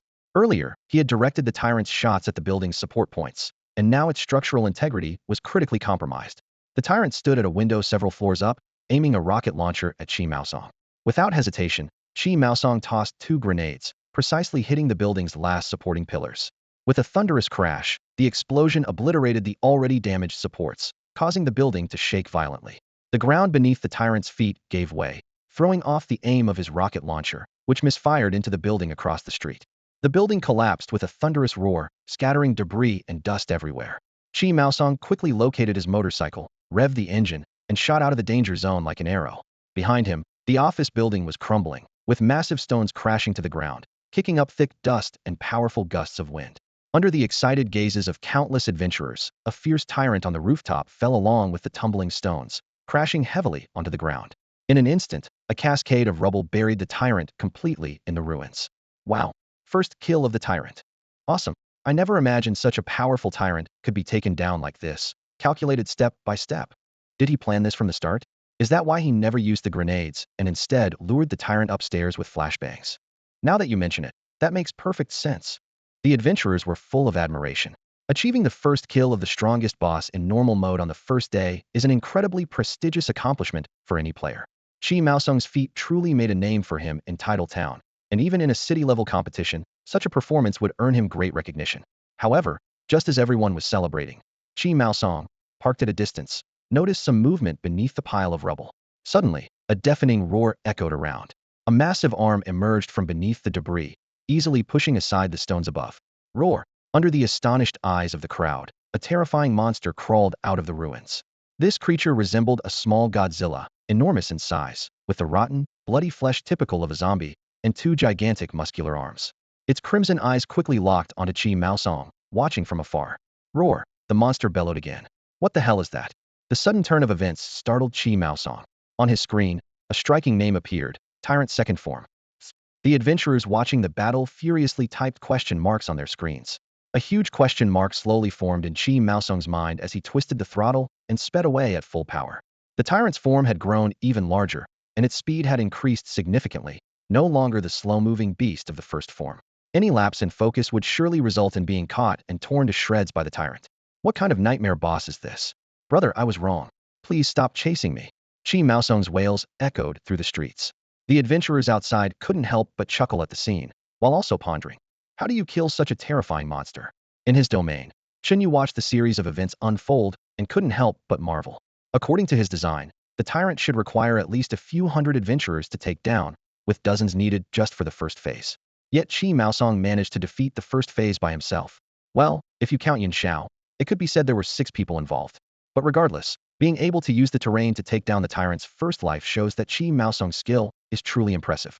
Compared to the fierce battle on Chi Maosong's side, the actions of the other teams appeared more steady and methodical, with a relatively ordinary pace. They carefully searched for equipment, gradually exploring the mysterious Raccoon City. With the tank at Feng's disposal, they felt quite confident, yet remained vigilant. Aside from using the tank's cannon to clear out zombies, the main gun was seldom fired, as most situations were handled with machine guns. The tank primarily served as a transport vehicle. Zombies are highly sensitive to living creatures, but since the tank is fully enclosed, as long as the crew stayed inside, they wouldn't be attacked. Thanks to the tank, Feng's team's reconnaissance efficiency was significantly higher than that of the other teams, allowing them to explore multiple areas. Chang Su had his sights set on the police station from the start, with a clear objective. Their choice proved to be the right one. At the police station, they discovered not only a military armory, but also an array of equipment that left everyone astonished. Once the armory was opened, a dazzling array of weapons was revealed, several RPGs, heavy machine guns, and various submachine guns and sniper rifles. This discovery was an enormous surprise. Chang Wenhao wasted no time and immediately decided to set up a defensive line within the police station. They moved several machine guns to the entrance, establishing a defensive perimeter, and tightly secured the main doors. Any living creature that approached would face a barrage of machine gun fire. Adventurers were initially discontent with this powerful yet passive strategy, but they soon realized its rationale given the strength of the monsters outside. Holding their ground increased their chances of survival. Feng's team with their tank and Chang Su's team with the police station's armory became crucial firepower strongholds for outside adventurers. The next time they entered the dungeon, these two locations would undoubtedly be prime targets for securing these valuable resources. In contrast, the Black Rose team's route was entirely different. After upgrading their equipment, they headed straight for the entrance to an underground laboratory. This lab, known as the Hive Base in beginner mode, was relocated to Raccoon City by Chen Yu as a hidden Easter egg, containing vials of the mutated virus. Its discovery was swift due to the lab's distinctive foundation and the Umbrella Corporation's logo prominently displayed. It had been exposed in numerous adventurers' videos. Li Ruoshu was certain there was something valuable there, so she led the Black Rose team to the site. The team included 4 members besides Li Ruoshu: the captain, Chu Huiro, a formidable woman with tan skin and a ponytail, exuding strength, and 3 other members, Chu Ruoshue, Zhang Xiyu, and Zhang Xia, the latter 2 being nearly identical sisters. Despite her delicate appearance, Chu Ruoshue was the team's strategist, and it was her guidance that led them to the Hive laboratory. Her judgment proved spot on. Each time, they skillfully avoided large areas filled with zombies and successfully acquired some high-level equipment. At the entrance of the Hive base, Chu Ruoshue was fully focused on operating the computer in her hands, the flashing code on the screen reflecting on her concentrated face. The computer was connected to the heavy password door switch, with its metal frame glinting coldly under the dim light. The computer, designed by Chen Yu, was simple and only capable of cracking a few passwords, yet it posed a significant challenge for the adventurers from another world who had never encountered such technology before. Despite the detailed user guide he thoughtfully included, just figuring out how to operate it was enough to give anyone a headache. Therefore, Chen Yu made the password cracking mechanism quite straightforward. Mastering the essentials and opening the lab door could be achieved within a few hours. Ruoshue, is it done yet? Zhu Huiro asked, standing nearby with a furrowed brow, her gaze frequently shifting to the cold metal door. In a normal game, spending a few hours might not matter, but in the current competitive environment, time was life. The Black Rose team had already spent too much precious time here, and the surrounding area had been thoroughly cleared, leaving no valuable resources to be found. Almost, Chu Ruoshue replied without looking up, her eyes fixed on the dancing code on the screen, her fingers flying across the keyboard. Her eyes shone with an unmistakable excitement. To her, this device called a computer was nothing short of a miracle. With each operation, lines of code quickly generated and changed on the screen. Initially, just reading the tutorial and learning the basic operations had consumed a lot of her time, but once she truly grasped the essentials, a sense of enlightenment washed over her. As an enthusiast of puzzles, Chu Ruoshue was deeply fascinated by the wonders of the computer.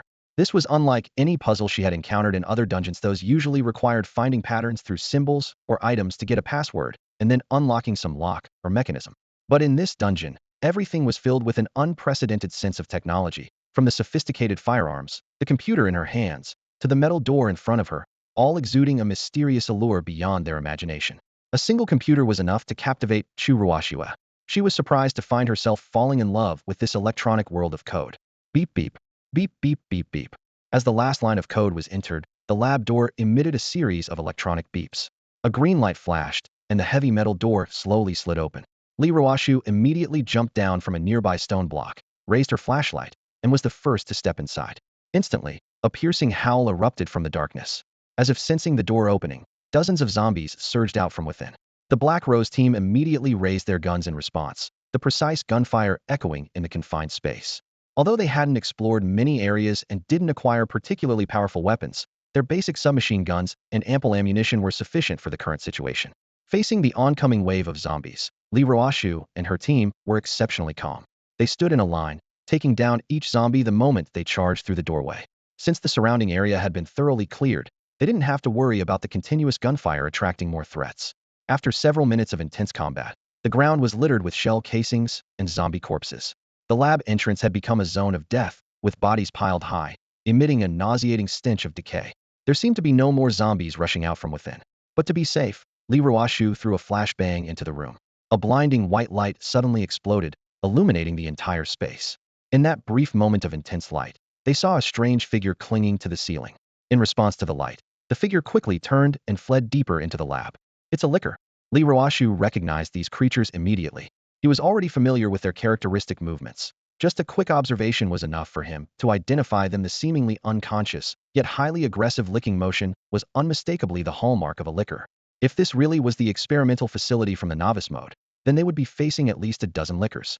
Li Ruoshu's expression darkened as he assessed that the situation had reached a dangerous turning point. From the timeline perspective, this was the critical stage where the virus had leaked from the lab and was beginning to spread throughout the city. The pitch-black interior of the lab indicated that the Red Queen system had been shut down, leaving the entire area overrun by lickers and a horde of zombies. Ruoshu, why are you so sure there's something important here? Chu Ruoshua asked, her expression tense as she gazed into the ink-black underground laboratory. A sense of unease crept over her. In terms of combatability, she was the weakest in the team, and she instinctively felt fear in such a lightless, enclosed space. Strategically speaking, the current priority should be to quickly gather powerful weapons and eliminate other squads, as that was key to victory in this competitive match. Venturing into this monster-infested area seemed unwise unless there truly was a crucial item here that could turn the tide. I don't know exactly what's here. Li Ruoshu paused, his gaze serious. But in the novice mode, I noticed there were many important areas in this experimental base that were completely inaccessible. That's not normal. Those locked spaces must conceal vital information, especially regarding the virus's origin. He spoke with conviction. No lord would expend effort to intricately construct meaningless buildings. If there are details, it means there's something worthwhile here, so I want to take a look. Chu Ruoshua nodded slightly. Though she still had doubts, she couldn't argue against him.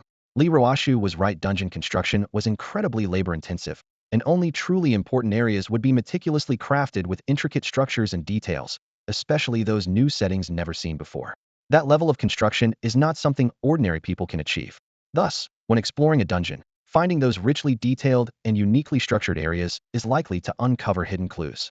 However, the real challenge is that from the perspective of people like Chu, every corner of this city is filled with details, so exquisitely crafted that it's nearly impossible to distinguish which parts are more special and which are relatively simple.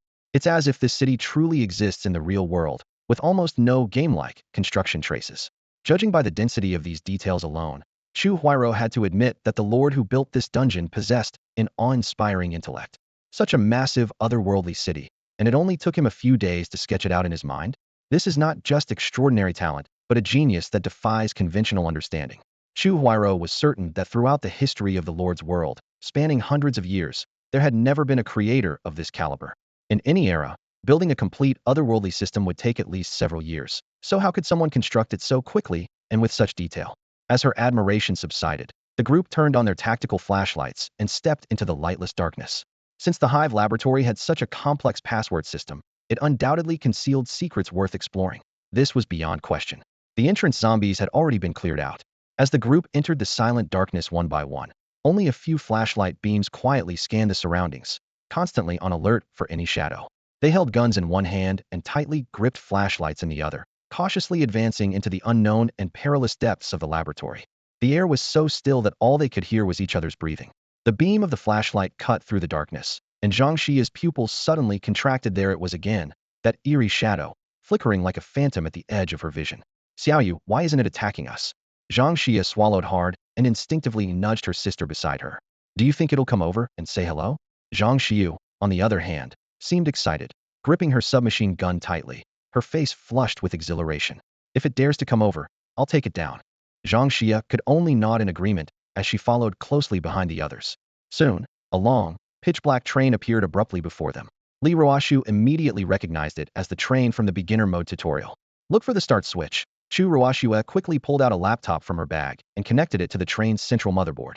Fortunately, although the lab was engulfed in darkness, the power system was still operational. The startup process was surprisingly simple, requiring no repairs, clearly a convenience designed by Chen Yu for adventurers from another world. A few minutes later, the train roared to life and slowly moved deeper into the Hive laboratory. However, just as the train started, 5 figures stealthily jumped onto the last carriage with such speed that it was almost undetectable. This scene was only noticed by the adventurers watching from the periphery. It was the Joshuan team. What are they up to? Planning to ambush the Black Rose team. When Black Rose opened the door, Joshuan's people were watching from afar. I knew they were plotting something. It seems their feud is set to be settled in the lab. An adventurer suddenly became interested. Feud? Tell me more. It's actually quite simple, another explained. Chen Yu of the Joshuan team used to be the ace of Black Rose until Li Ruoshu's arrival overshadowed her. In frustration, she left Black Rose, started her own team with her brother, and formed the Joshuan strategy group. Defeating Li Ruoshu has probably been her biggest obsession over the years. Everyone suddenly understood why the Joshuan strategy group's goals always overlapped with Black Rose, both converging on this laboratory. Indeed, rivals understand each other best. At this moment, the infiltrating Joshuan team remained hidden in one carriage, while Black Rose was oblivious. The train moved steadily through the tunnel, and the Zhang sisters, armed with submachine guns, began their routine patrol. Through the windows, they saw countless zombies staring blankly at the speeding train, creating a spine-chilling scene. At that moment, a dozen zombie dogs suddenly leaped onto the roof from both sides. Zhang Xia quickly raised her submachine gun, aiming at the source of the noise above. Don't worry, sister, they can't get in and won't be greeting you, Zhang Xiu reassured with a slight smile. The train was sealed, and the zombie dogs didn't have the strength to break through the metal. They were soon thrown off the carriage. Just as Zhang Xia breathed a sigh of relief, a dark figure suddenly smashed through a nearby window and burst into the carriage. Startled by the unexpected turn of events, Zhang Xia instinctively aimed her submachine gun at the shadow, unleashing a burst of gunfire. Sparks flew as bullets hit the shadow, producing a sharp metallic sound. The shadow let out a low growl and quickly ran toward another carriage. It's a licker. Zhang Xiyu's eyes lit up with excitement as she raised her gun and pursued without hesitation. Xiaoyu, wait. Zhang Xia called out, her voice tinged with worry, but she followed closely behind. At the front of the carriage, Li Ruoshu saw the two sisters give chase and shook her head slightly, saying nothing. After all, the licker needed to be dealt with quickly. With the sisters' skills, combined with their equipped gear, defeating a licker wasn't too difficult. So Li Ruoshu stayed behind with Chu Huairo to guard Chu Ruoshua. From the moment the licker landed to Zhang Xia's first shot, the sisters showed no hesitation. Their bullets hit the licker's abdomen, its weak spot, causing it enough pain to flee forward. A few minutes later, in another carriage, Zhang Xiu finally spotted the pained licker. It was crouched on the ground, seemingly gnawing on something. Leaning against the metal door, Zhang Xiu adjusted her stance, quickly aimed, and unleashed another burst of gunfire from her submachine gun. Every bullet hit its target, and flashes of light erupted in the carriage. The residual heat from the gun barrel seeped through her tactical gloves, burning her palm. Spent shell casings on the ground were still smoking. Xiaoyu, it's on the roof. Zhang Xia's shout mingled with the roar of the train. Zhang Xiu sprang into the air, using a seat for leverage, and accurately lobbed a grenade toward the licker's position. Boom! The licker's wail echoed through the carriage, causing the windows to buzz with the vibration. The three-metal creature hung upside down from the ceiling vent, its exposed muscle fibers writhing like blood-red worms, glaring fiercely at the attacking girls. Its long tongue lashed out, clearly preparing to counterattack. Xiaoyu, close your eyes. Zhang Xia shouted urgently, throwing a flashbang and rolling to the side. In an instant, the bright light flooded the carriage, accompanied by the roar of a shotgun and the shattering of tempered glass.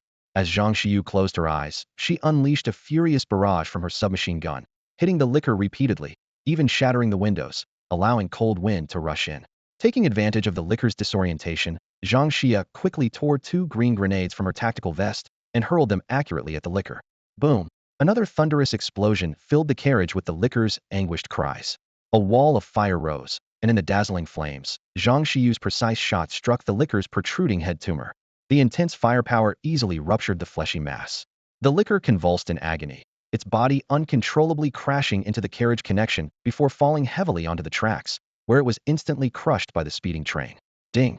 An adventurer has perfectly slain a licker and obtained a licker card. This message timely appeared in Chen Yu's mind. He was leisurely sitting in front of the screen, sipping a cold cola while watching the intense live match. Today's haul was impressive. He had already acquired several high-level monster cards. The method to obtain these cards was actually quite simple. Either upgrade the castle level or slay monsters under extremely difficult conditions. This explained why professional players always had a higher drop rate than ordinary adventurers. In the live stream, the scene of the two sisters swiftly dealing with the licker caused an uproar. With the promotion by the Adventurers Guild, the entire Tide Town was captivated by the broadcast, with residents flocking to watch, even temporarily forgetting about their dungeon challenges. No wonder they're members of Black Rose. Their skills are insane. Ordinary teams would lose half their life against a licker. Look at them, they're actually chasing the licker. The train continued its journey, eventually entering the depths of the hive base. The colossal mechanical roar attracted hordes of zombies, who clawed and lunged at the train. Chuharu acted decisively, throwing several grenades to create a temporary safe zone. The 5 of them quickly disembarked, gunfire erupting as they cleared the surrounding zombies with a barrage of bullets. Minutes later, Chen Yu and his team quietly jumped off the last carriage. Watching the direction in which Black Rose disappeared, a subtle smile appeared on his lips. With Black Rose paving the way, they only needed to handle the occasional straggler. Another fierce gunfight erupted ahead, likely indicating that Black Rose had encountered more lickers. Xian, should we go help? Chen Jiu gripped his rifle eagerly. This is a good chance to take them down. Chen Yuxuan shook his head to stop him. Just follow. This place is more complex than we thought, and the enemies aren't just these. Stay cautious, there might be other lickers around. Before he finished speaking, a figure suddenly lunged from the darkness, targeting Zhao He and the team. Chen Jiu shouted and immediately opened fire, but the licker kept advancing. In the nick of time, Chen Yuxuan raised his shotgun and fired 2 shots, finally forcing the creature back. Seizing the moment as it recoiled in pain, Chen Jiu took the opportunity to land a headshot. Meanwhile, Black Rose had already successfully killed 3 lickers. Hearing the gunfire from behind, Chu Heru exchanged a knowing look with the Zhang sisters, who immediately understood and stayed in place. The roles of stalker and stalked had shifted, and both sides were now aware opponents.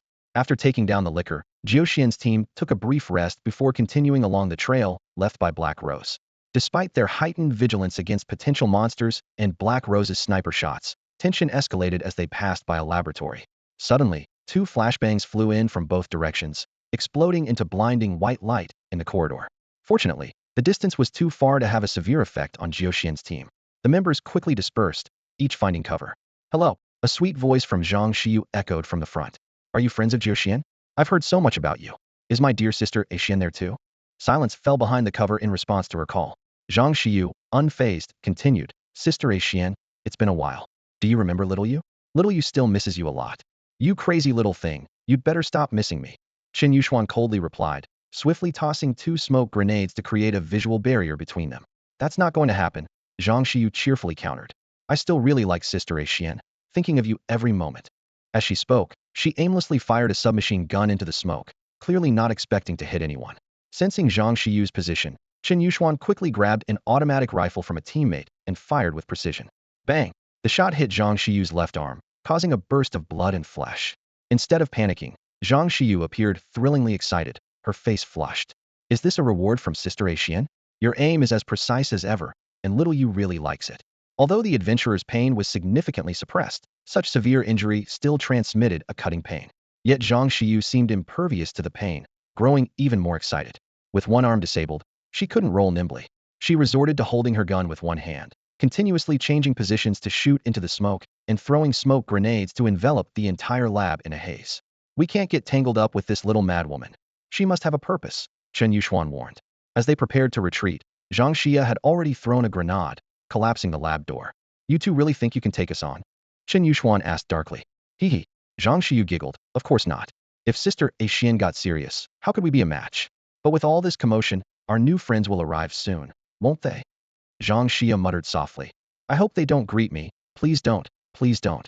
New friends. Chen Yuxuan's eyes widened as she realized their plan, but it was too late. The perimeter of the lab was surrounded by dozens of zombies, several zombie dogs, and even some agile figures. They moved through the swirling smoke, slowly closing in. Zhang Xiyu tilted her head slightly, a smile playing on her lips, and as she turned, she faced an ugly face. Hello. Her submachine gun roared to life, the rapid-fire shots piercing the air, hitting the licker's tough body with precision. The licker lashed out angrily with its claws, suddenly lunging and piercing her abdomen, impaling her. Zhang Xiyu cried out in pain, yet her eyes flashed with defiance. Chen Yuxuan cursed under his breath. Damn, this little lunatic is such a nuisance. Retreat, don't get tangled up with them. Chen Jiu ordered quietly. However, as they turned to retreat through the collapsed doorway behind them, they saw Zhang Xia blocking the exit. She was hurling grenades, almost completely sealing off the passage. Meanwhile, she was muttering, Don't come over, stay back, go over there. Chen Jiu couldn't help but laugh. You two sisters have some issues. Chen Yuxuan sighed. That's why I hate dealing with these two sisters. The lickers are already here, prepare to fight. Zhang Xia's blockade caused the Jiuxian team to lose their best chance to retreat. Nonetheless, the lab's interior provided numerous cover points, which the team used to engage in a battle of attrition with the lickers. Chen Yuxuan unleashed incredible combat skills, her shotgun nearly wiping out the surrounding zombies and zombie dogs. A licker opened its mouth to attack her, but she fiercely shoved a grenade into it. The explosion sent flesh flying, the rotting stench filling the lab and turning stomachs. The number of lickers kept increasing, and zombies surged like a tide. The flashes, gunfire, and the bloody scent from Zhang Xiu gradually attracted distant zombies to the scene. Despite the Jiao Xian team's desperate defense, casualties continued to rise. The battle grew fiercer, and Zhang Xiu was finally overpowered by a licker, falling to the ground and losing her fighting ability. No one knew how long the battle lasted. The Jiao Xian team nearly exhausted all their ammunition, with over half the members dead or injured, leaving only Chen Jiao and Chen Yuxuan still fighting. Chen Yuxuan muttered angrily, "Damn, I was too careless. It's all because I'm not familiar with this beginner mode that I got outsmarted by these two little maniacs." Now, even though the Zhang sisters were out, the team wasn't in much better shape. Corpses littered the area, with 5 or 6 lickers dead and heaps of zombie dog bodies piling up. Although Chen Yuxuan could handle a licker alone due to her formidable combat skills, the problem was that the lickers didn't want to onion fight. Eventually, Chen Jiao was also taken out in a fierce wave of attacks, leaving her to fight alone. At that moment, 2 figures appeared at the lab entrance. With their intense firepower raining down, the lickers stood no chance. These were Chu Huairou and Li Ruoshu. Since their last mission, they seemed to have undergone some transformation, their once clear eyes now showing an eerie blackness. Their physical abilities had vastly improved, seemingly beyond the realm of ordinary humans. A zombie dog attempted a sneak attack, but Chu Huairou swiftly grabbed its jaws and tore it apart. The adventurers watching the live stream gasped in amazement, witnessing this incredible scene. They hadn't expected the virus injection to grant them such powerful abilities to tear apart a zombie dog with bare hands, a strength far exceeding human limits. Chen Yu was astonished to find that out of the 3 people injected with the virus, 2 survived and successfully coexisted with it, gaining enhanced strength. He watched everything unfold in the lab. Chu Ruoxue struggled painfully during her mutation. Her consciousness ultimately succumbed to the virus's invasion, her body twisting and deforming, and the rationality in her eyes vanished completely, turning her into a walking zombie. The system indicated she was offline. However, Li Ruoshu and Chu Huairou made it through. Their skin developed faint blue patterns, and their eyes glimmered with newfound power. 2 out of 3 succeeded, this ratio. Chen Yu shook his head in disbelief. In his design, only those with incredibly strong wills could withstand the virus's erosion. As he looked at the data on the screen, he thought to himself, these professional players really surprise me. No wonder they're part of the strategy team. It seems I need to upgrade the castle quickly and build more adventurer lodges to recruit them under my banner. Through this competition, Chen Yu discovered many promising candidates. Recruiting them would undoubtedly benefit the future development of his territory. In the lab, Li Ruoshu's stats skyrocketed after being enhanced by the virus. She and Chu Huairou coordinated seamlessly, with one providing long-range suppression and the other engaging in close combat. The last remaining licker in the lab was soon eliminated, its body twitching in a pool of blood before finally going still. The 2 stepped over the broken glass and bloodstains, approaching Chen Yuxuan. "Humph." Chen Yuxuan turned her head away, her voice full of unwillingness. "If you're going to kill me, just do it. It's not like it's my first loss." After a failed pursuit and being counterattacked, she felt humiliated enough and just wanted to log off quickly and disband the strategy team once she got back. To her surprise, Li Ruoshu didn't shoot her, but instead took out a vial from her pocket and handed it to her. "We've come together by chance. Why not take down a boss together?" Li Ruoshu smirked challengingly. "Of course, you have to withstand it first. Don't let me look down on you." With that, Li Ruoshu turned and walked out of the lab, her boots clicking crisply on the floor. Chu Huairou gave Chen Yuxuan a friendly smile and a thumbs up, encouraging her to give it her best. Watching their retreating figures, Chen Yuxuan sat dazed, staring at the vial in her hand. The system prompt indicated, virus, with a chance to gain greater power upon injection, but also a chance to mutate into a zombie. She gritted her teeth, a hint of determination in her eyes. Taking a deep breath, Chen Yuxuan picked up the syringe and, without hesitation, plunged it into her arm, pushing down the plunger. Meanwhile, a thrilling chase was unfolding on the streets of Raccoon City. If there was anyone busiest in the entire game, it had to be Qi Maosong, who was being chased like a stray dog by the Tyrant. His motorcycle engine roared, the throttle twisted to its limit, leaving a long black streak on the abandoned streets while the massive creature relentlessly pursued him. The Tyrant seemed fixated on him, its 3-meter frame barreling through Raccoon City's streets, leaving destruction in its wake. Abandoned cars were sent flying like paper as it crashed through them, smashing into nearby buildings and the ground. Qi Maosong glanced back at the scene, cold sweat pouring down his face. "Come on, big guy, you've been chasing me for over half an hour. Can't you give it a rest?" The only response was the Tyrant's deafening roar. To make matters worse, in addition to the Tyrant, a massive horde of regular and advanced zombies was drawn into the chase, creating an overwhelming zombie tide. Lickers, tanks, smokers, and various special infected seemed to be summoned by the Tyrant, their numbers reaching a terrifying scale. If I stop for even a second, I'll definitely be torn to pieces, Chi Maosong thought to himself, keeping the throttle tightly gripped. The battle beneath the Hive Lab had ended, and the commentary now focused mostly on Chi Maosong. The audience eagerly watched, wondering if he could once again escape by the skin of his teeth. Having already escaped the Tyrant twice before, would he manage a third miraculous escape? Chi Maosong's motorcycle had reached speeds of 100 kilometers per hour, and in a city full of obstacles, he maneuvered effortlessly around stationary vehicles, his body almost merging with the bike. Each turn was perfectly executed, his reflexes astonishing. Behind him, the Tyrant in its second form smashed through the blockade of abandoned vehicles. Not even a large truck could halt its progress, as it was sent rolling aside, metal fragments scattering everywhere. Look ahead, another stream of abandoned vehicles appeared. Chi Maosong leaped onto the car roofs, his motorcycle racing across the tops of the derelict cars without losing any speed. The screeching sound of tires against metal was piercing, yet it didn't slow him down at all. As the commentary continued, all the adventurers were captivated, their eyes magnetically drawn to Chi Maosong, watching him skillfully navigate away from the Tyrant behind him. Leaning slightly forward, Chi Maosong gripped the handlebars tightly, executing each turn with precision. Up ahead, there's another team's data signal, the commentator suddenly exclaimed, his voice filled with tension. Look, it's the Fenghe team members, appearing on the road ahead in their tank, he continued. Is this a coincidence? It seems so. Fenghe's team probably didn't expect to encounter Chi Maosong here, let alone what's trailing behind him. Indeed, as the commentator noted, Fenghe's team was completely unprepared for the encounter. When the motorbike appeared before them, the main cannon of their tank was already adjusting its aim, and Chi Maosong's figure was clearly visible through the crosshairs. But in the next moment, the ground began to shake, small stones bouncing on the surface, and the equipment inside the tank emitted a faint humming sound. Fenghe's team leader's eyes widened, his pupils contracted sharply. He quickly reached out to stop the young gunner who was about to fire. Wait, there's something behind. What thing? The gunner asked dismissively, a confident smile on his lips. Whatever it is, it'll be blown to smithereens by my cannon. His finger hovered over the firing button. Holy crap. Don't move. Don't any of you move. Close the tank hatch. Fenghe's team leader's voice rose sharply, almost a shout. The cockpit fell into silence, save for the leader's rapid breathing. Through the observation port above, he saw a massive, dense horde of zombies surging forward like a tide. Holy crap. When the Tyrant's second form came into view, the only thought left in the minds of Fenghe's team was this exclamation. The monstrous creature was enormous, muscles bulging, causing the ground to tremble with each step. What is that monster? Someone murmured, their voice tinged with fear. Following closely behind the Tyrant were the faster lickers moving on all fours like swift lizards, smokers emitting toxic gases from their mouths, and slightly slower tank zombies, as well as obese, bloated zombies. Together, they formed an unstoppable wave of the undead. This is the apocalypse.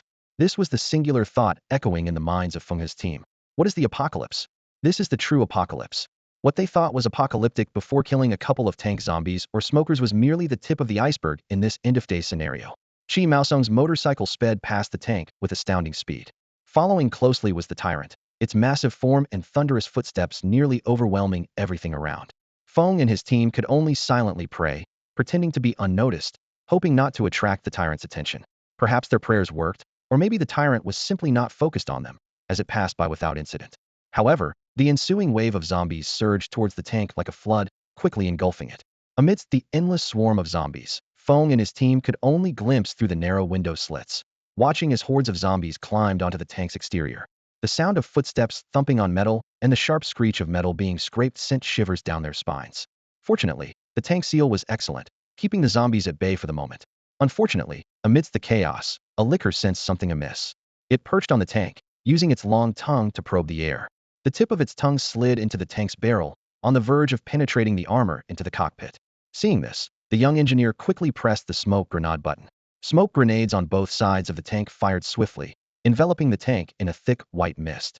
The licker retracted its tongue, stood up, and glanced around, seemingly unaware of any anomaly. It turned away and vanished into the sea of zombies. What it didn't realize was that the tank's turret had silently shifted. Boom. With a thunderous explosion, the tank's main cannon precisely hit the licker, obliterating it instantly. As the zombie horde gradually dispersed, those pursuing Chi Maosong also started moving away in a certain direction. Feng and his team finally breathed a sigh of relief. But shortly after, the young engineer asked softly, Captain, Should we move? The captain paused briefly, a flicker of excitement crossing his eyes. Let's follow them. The other team members were momentarily stunned, looking at the captain's face, where determination and excitement were written all over his resolute features. I'm going to blow it to pieces. The captain's words were brief and powerful, instantly igniting the team's fighting spirit. Yes, blow it to pieces. The team members responded excitedly, a long-missed smile appearing on their faces. Now, with a tank at their disposal, they were no longer passive bystanders. The sting that had weighed on their hearts vanished with the captain's command, replaced by a thirst for battle. The driver swiftly pressed down the left track, turning the tank slowly, then hit the gas, charging towards the direction of the zombie horde like a ferocious beast. Meanwhile, inside the police station, Chang Wenhao stood on the rooftop of a high building, listening to the distant, earth-shaking noises, particularly the booming of the tank's main cannon, which carried far, clearly audible even 3 streets away. Through binoculars, he saw the fleeting shadows of the zombie horde in the distance. What's going on? Chang Wenhao muttered, frowning. Is this some kind of trigger mechanism for such a massive zombie outbreak? Although he didn't spot Chi Maosong, upon hearing the tank cannon's blast, he quickly redirected his gaze, catching sight of Feng's tank slowly passing by. What kind of vehicle is that? It looks pretty cool, Chang Wenhao remarked softly. Who cares what it is? I can't believe there are other teams following the zombie horde. That's a death wish. Wu Chengshu sneered, a hint of disdain in his eyes. The key to this game is defense and endurance. Going on the offensive is just asking for trouble. Finding a solid defensive position and fighting a war of attrition, like we are, is the path to victory. The new sniper in Chang Su's strategy group, without taking his eyes off the scope, chimed in. Exactly. The key to winning is surviving until the end. His fingers gently caressed the sniper rifle, though inside, he yearned for the challenge of powerful zombies. Using this precise rifle against regular zombies felt like smashing cotton with a sledgehammer to Zhang Qinghe, an unsettling feeling. Among the spectators, someone recognized him. Wait, that new face looks like a member of the strongest strategy group from Deep Sea Town. I remember seeing him in previous competitions. His skills are impressive. So it's him. No wonder he looks familiar. Looks like Chang Su brought in some reinforcements. They brought in a pro, yet he's just hiding like a turtle. Even Yun Zhao's team is putting on a better show. This is what it means to stop at nothing for victory. Chang Su probably just wants to hang on until the end to reverse the recent negative reviews. As these mocking voices rose, the expressions on Yun Zhao's team's faces lightened. The shadow cast by Chi Maosong's earlier solo wipeout seemed to lift slightly. While Chang Su's side was watching the show, Chi Maosong had already locked onto his target. Circling a gas station twice, he finally found an opening. The audience outside erupted. Whoa, a gas station. Is he going to recreate the classic scene of burning the Tyrant? Now that's real boss behavior. If he pulls this off, Chi Maosong's name will be forever etched on the Tide Town leaderboard. Chi Maosong twisted the throttle, and the motorcycle surged to 130 km/h. As he neared the gas station, he braked hard, leapt off with a roll to absorb the impact. The motorcycle continued to speed ahead, clearly abandoned as his escape route. He quickly got to his feet and began opening the gas station's fuel lines. Gasoline gushed out like a fountain. That's it. Chi Maosong laughed wildly, recalling the earlier explosion scene. But just then, a zombie dog lunged at him, knocking him to the ground, his handgun flying away. Damn it. Without the handgun, he couldn't ignite the gas station. Seeing the Tyrant closing in, Chi Maosong summoned his last reserves of strength, shook off the zombie dog, and sprinted toward where his handgun had fallen. Fate, however, had other plans. A lurking licker had taken position on the gas station roof, and its long tongue shot out like a viper, piercing Chi Maosong's body in an instant. The Tyrant then stormed into the gas station, swiping down with a massive claw, reducing Chi Maosong to a bloody pulp. Gasoline gushed uncontrollably under the Tyrant's assault, but it was too late. Chi Maosong was dead, unable to ignite the intended explosion. The adventurers outside watched with disappointment written all over their faces. Chi Maosong devised an elaborate plan to lure the Tyrant to the gas station. Soaked in gasoline, he was only missing the final spark for ignition. Just as everyone was on edge, a thunderous roar split the sky, a shell whistled down and struck the gasoline-drenched Tyrant. Boom. The first explosion wasn't that large. But then, boom. The second deafening blast followed, setting off the underground fuel at the gas station. In an instant, a massive mushroom cloud of fire shot into the sky, with orange-red flames raging like an enraged fire god, devouring everything in sight. The audience was in awe, and the comment section exploded with excitement. Wow, that was epic. Awesome. This underground match is incredible. Who knew you could take down the Tyrant like this? From now on, I'm a diehard fan of Lord Chen. Not far away, Feng and the team members emerged from their tank, gazing at the towering pillar of fire, barely able to contain their excitement. Ha ha ha, Captain, did you see that? I hit it with my shell. Yeah right, if I hadn't loaded the shell, you wouldn't have hit anything. However, before the cheers could settle, a chilling roar emerged from the ruins of the gas station.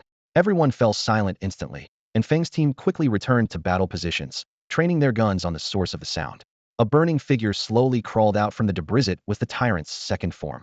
Despite being blown to pieces, with only one arm left crawling on the ground, it still clung to life. Damn, this monster isn't dead yet. Feng's team was enraged, unleashing a barrage of shells, while the machine gun on the tank spewed endless fire. The Tyrant roared in agony but continued its relentless advance. Captain, this isn't working. We fired so many shells, and it's still moving. Should we retreat? The driver shouted while reversing. Retreat, my foot. Feng retorted sharply. Losing the match doesn't matter, but we have to take down this monster today. Shells were loaded into the tank's barrel one after another, and the main gun was starting to emit a scorching heat. If this continued, the barrel might not withstand it and could explode at any moment. Just as hope was fading, a tanker suddenly appeared from afar, crashing fiercely into the Tyrant, forcing it back 2 steps. Feng and his team were momentarily stunned, watching this unexpected turn of events. The glass of the tanker's cabin rolled down slowly, revealing a man who gave them a thumbs up. Don't just stand there, fire at me. It was Wu Yu. Earlier, Wu Yu had noticed Qi Maosong and predicted the Tyrant's target. He and his remaining teammate quickly found the tanker and followed. Wu Yu and his team were not part of the main attack group and weren't aiming for victory in the competition. They simply couldn't stand by when they saw the Tyrant emerging from the flames and charged in without hesitation. Unfortunately, his teammate died on impact, and Wu Yu was gravely injured, his head bleeding. He only managed to shout, "Fire at me," before the tank's main gun roared again, hitting the tanker precisely. Boom. The tanker exploded instantly, the powerful blast wave sweeping through the street, engulfing the Tyrant in flames. The Tyrant let out a piercing wail amidst the explosion's aftermath, struggling for a few seconds before finally becoming motionless. Flames wrapped around its body, and the entire street was shrouded in heat and scorching air, causing the temperature to soar. Is it dead? Someone whispered. It seems so, it's not moving, another team member replied. Huh, that was awesome. We blew up the Tyrant. Piece of cake, piece of cake. We could win easily if we did it again. A team member laughed, his tone filled with pride. I'm dying of laughter. This must be it. Don't tell me there's a third phase? No sooner had he spoken than the flames began to churn violently, rising like boiling water. Suddenly, as if absorbed by some force, the flames quickly receded, and a mass of flesh burst forth from the Tyrant's remains. The mass of flesh writhed in the flames, like a long loaf of bread, gradually crawling out of the fiery sea. Tentacles shot out from the flesh, resembling a massive digestive organ. As the flame's power continued to swell, enormous pustules filled with acid grew on its back. The Tyrant's original appearance was gone, replaced by a grotesque, twisted form. Its limbs replaced by tentacles, it crawled eerily across the ground. Tyrant third form. The chat was in chaos, question marks flooding the screen. Qi Maosong had just logged into the live stream and was struck by a wave of cold terror at the sight of the monstrous figure, his scalp tingling. This is hellish. Too much. He cursed under his breath. At that moment, the teammate who couldn't keep his mouth shut gave himself a hard slap. Serves you right for jinxing it. Shells loaded, ready to fire, ordered Captain Foam with a voice that, despite its shock, was filled with determination. The tank's main cannon roared as shells screamed towards the massive body of the Tyrant. The orange-earth explosions burst across its tumor-covered surface, but were as ineffective as striking hardened steel, causing no real harm. The Tyrant's enormous tentacles suddenly lashed out, swiftly grasping the retreating tank and crushing it into scrap metal as if it were made of clay. Slender tentacles snaked through the rubble, skillfully extracting each member of Feng's squad and delivering them into the giant, pulsating tumor on the Tyrant's head. In an instant, Feng's team was completely wiped out. The onlooking adventurers were in an uproar. How can anyone defeat this? It's too overpowered. With that size, it's impossible to fight without some magical assistance. Lord Chen's boss design is just too extreme.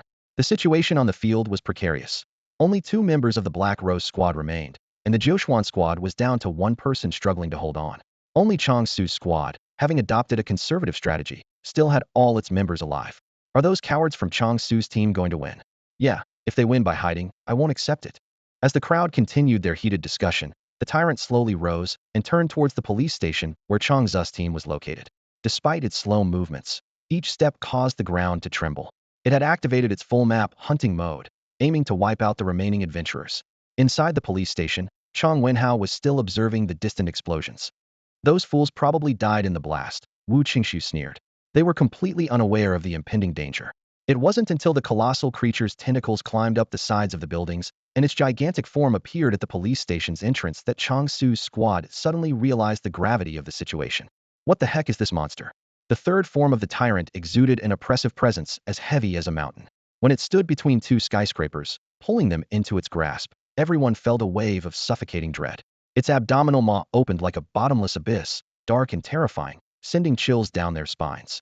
Zhang Qinghe stood frozen, eyes wide, his mind almost ceasing to function. Was this the true power of the Lord of Tidal Town? Something was off. Tidal Town had been disqualified and relegated to the area of new lords. How could such a powerful dungeon exist here? Everything about this place was unprecedented, a spectacle never before seen in its centuries-long history. Even the meticulously crafted micro-worlds of the strongest lords of Deep Sea Town paled in comparison. Under the overwhelming impact of the Tyrant's third form, Zhang Qinghe was nearly paralyzed, his legs like lead, unable to move. It wasn't until Chang Wenhao's shout pierced the air, "Fire," that he snapped back to reality. Upon hearing the command, Chang Su and his team immediately raised their heavy weapons and unleashed a barrage at the Tyrant's third form. RPG rockets streaked through the air, trailing bright flames, and exploded into fiery blooms upon impact. The Gatling gun at the entrance spun furiously, metal casings raining down, as thousands of bullets poured into the Tyrant's massive body in mere seconds. Yet, even tank missiles struggled to inflict real damage on it, let alone the limited arsenal of the police. Despite the intensity of Chang Wenhao and his team's firepower, it was like throwing stones at an elephant, with little effect. The Tyrant advanced, a massive tentacle sweeping through the air, effortlessly demolishing the entire police station. Chang Su's team suffered heavy casualties, with the survivors desperately racing towards the armory, where some heavy equipment and rocket launchers their only potential counterattack remained. The Tyrant's third form pursued, crawling over the ruins of the police station like a giant trampling a trivial toy.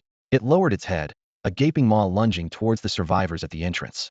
At this critical moment, Li Ruoshu stood atop a nearby high-rise, shouldering a rocket launcher, his sight locked on the armory. Just as the Tyrant was about to devour Chang Su's group, he decisively pulled the trigger. A rocket streaked across the sky, trailing a brilliant tail, and struck the armory just as the Tyrant was about to reach Chang Su's group. Instantly, a cataclysmic explosion erupted within the armory.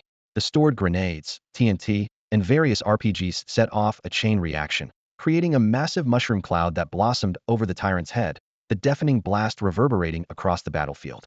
A spectacular scene unfolded before everyone's eyes. Holy crap, the chat exploded. No wonder it's Li Ruoshu. Even from such a distance, she can hit the target with precision using a rocket launcher. The timing was impeccable. Chang Su and his group clearly didn't expect to become carefully crafted bait. The explosion lit up the sky, and the outcome was obvious. Chang Su's death meant a certain victory for the Black Rose team. Only Chen Yu remained on the battlefield. Although he had previously resisted the virus infection, boosting his combat capabilities, the Black Rose team was their nemesis.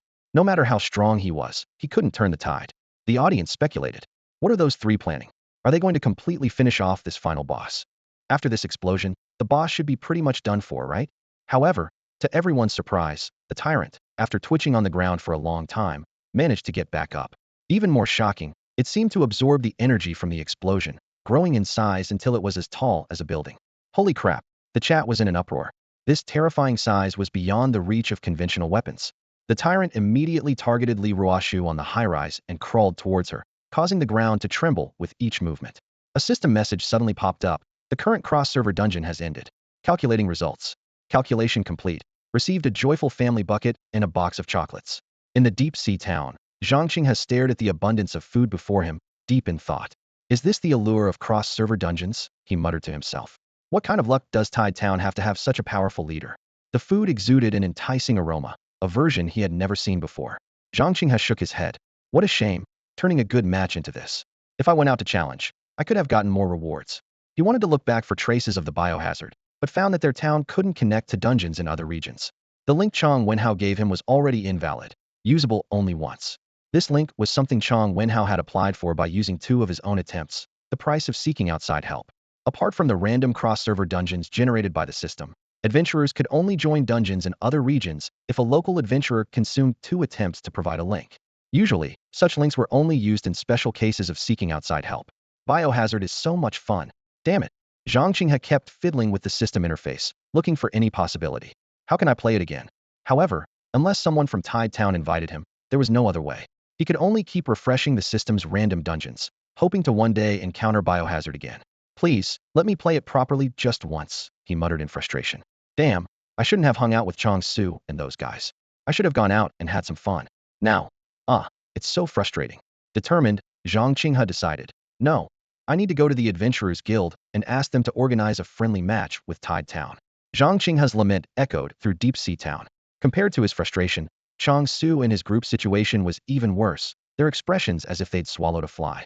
The entire internet was mocking them, their strategy becoming a laughingstock, with public opinion worse than that of the Cloud Falcon. Outraged, Chong Wenhao disbanded the strategy team on the spot. It was simply too humiliating, and dragging it out any further would only make him more of a laughingstock. Big brother? Who the hell is your big brother? He fumed, shoving Wu Chengxiu aside and storming back to his room, slamming the door shut with a thud, seething in silence. Meanwhile, the match had essentially concluded. Li Ruoshu hadn't defeated Chen Yu, allowing the competition to continue. However, everyone understood that the current battle was no longer a contest between adventurers, but a life-and-death struggle between adventurer and the final boss. All eyes in Tidal Town were now on Li Ruoshu, with everyone hoping she could find a way to defeat the Tyrant's third form. The Tyrant's massive body slithered slowly through the city, looming like a malevolent god intent on destruction under the apocalyptic skies. Its movements were slow, yet its enormous size made its destructive power undeniable. Each shift was enough to span a building, and though it appeared sluggish, it was actually more ferocious than its second form. In just a few moves, the Tyrant reached the high-rise where Li Ruoshu stood. Its gigantic tentacles struck the building like a sledgehammer. With a deafening crash, the entire structure collapsed. Amidst the rubble and debris, Li Ruoshu quickly leaped, using her grappling hook to latch onto another building, pulling herself to a higher floor. She dispatched a few zombies within the building, then turned to face the colossal Tyrant with a furrowed brow. If even the armory's explosion couldn't destroy it, what in this city could possibly stand against such a monster? There were certainly many gas stations, but if they struggled to destroy even the second form, could explosions truly defeat the third form? Doubts filled Li Ruoshu's mind. More troubling, she noticed that with each explosion, the Tyrant seemed to swell, as if absorbing energy. The Tyrant's third form had locked onto Li Ruoshu's location and was closing in. With no other options, Li Ruoshu relied on her grappling hook to swiftly navigate between skyscrapers. Thanks to the hook's agility, she managed to deftly evade the Tyrant's relentless pursuit multiple times. Each narrow escape came at the cost of another building collapsing, concrete and steel raining down. The Tyrant let out an ear-splitting roar, its cumbersome body struggling to crawl through the debris. This spectacle left the outside adventurers ecstatic, shouting in excitement. It was truly impressive. Li Ruoshu proved to be Black Rose's ace. In such extreme circumstances, she managed to survive against all odds. She darted between skyscrapers, taunting the terrifying Tyrant like an aerial acrobat. The commentator's voice grew increasingly fervent. If Chi Maosong's skills represent the limits of human capability, then at this moment, Li Ruoshu's performance is nothing short of a magnificent art display. After undergoing virus enhancement, Li Ruoshu's physical abilities had significantly improved, including her reaction speed. As a professional player, her reflexes were already sharp, and now her skills had reached an almost unrivaled level. Each leap was nearly flawless, and her grappling hook's accuracy was impeccable. In this complex environment, her exceptional reflexes allowed her to survive the Tyrant's pursuit. Witnessing this, Chen Yu couldn't help but exclaim, "Wow, Spider-Man!" In Chen Yu's eyes, if Li Ruoshu were to don a Spider-Man suit, she would be the perfect Spider-Man, or with an added 3D maneuver gear, she'd be Mikasa. However, such a method of escape was not a sustainable solution. She had lured the Tyrant into the gas station and used her handgun to ignite the entire place. The explosion engulfed the surrounding area in flames, but instead of being harmed, the Tyrant absorbed the fire, causing its body to expand and remain unscathed. Fighting like this was proving ineffective. Li Ruoshu climbed a nearby high-rise building, scanning the surroundings from the rooftop. She was certain that Chen Yu had left a way to deal with the Tyrant, but she hadn't found a clue yet. Her eyes swept across the buildings, but the approaching Tyrant made it impossible for her to stay calm. As she watched the Tyrant absorb the fire's power from the gas station and charge at her again, her eyes darkened. Just as she prepared to act once more, the sudden sound of helicopter blades came from behind her. She quickly turned around to see a helicopter appear in her view, hovering steadily at the edge of the building. The pilot was none other than Chu Huairou. "No time to explain, get on board," Chu Huairou shouted. Without hesitation, Li Ruoshu leaped and grabbed the rope ladder hanging from the helicopter. The helicopter swiftly ascended, pulling her away from the building, leaving the Tyrant's tentacles trailing behind. Inside the helicopter, Chen Yuxuan set up a sniper rifle longer than she was tall, the 8x scope precisely locked onto the only weak point on the Tyrant's head. Without a moment's hesitation, She aimed at its eye and decisively pulled the trigger. Die, you ugly thing, she muttered under her breath.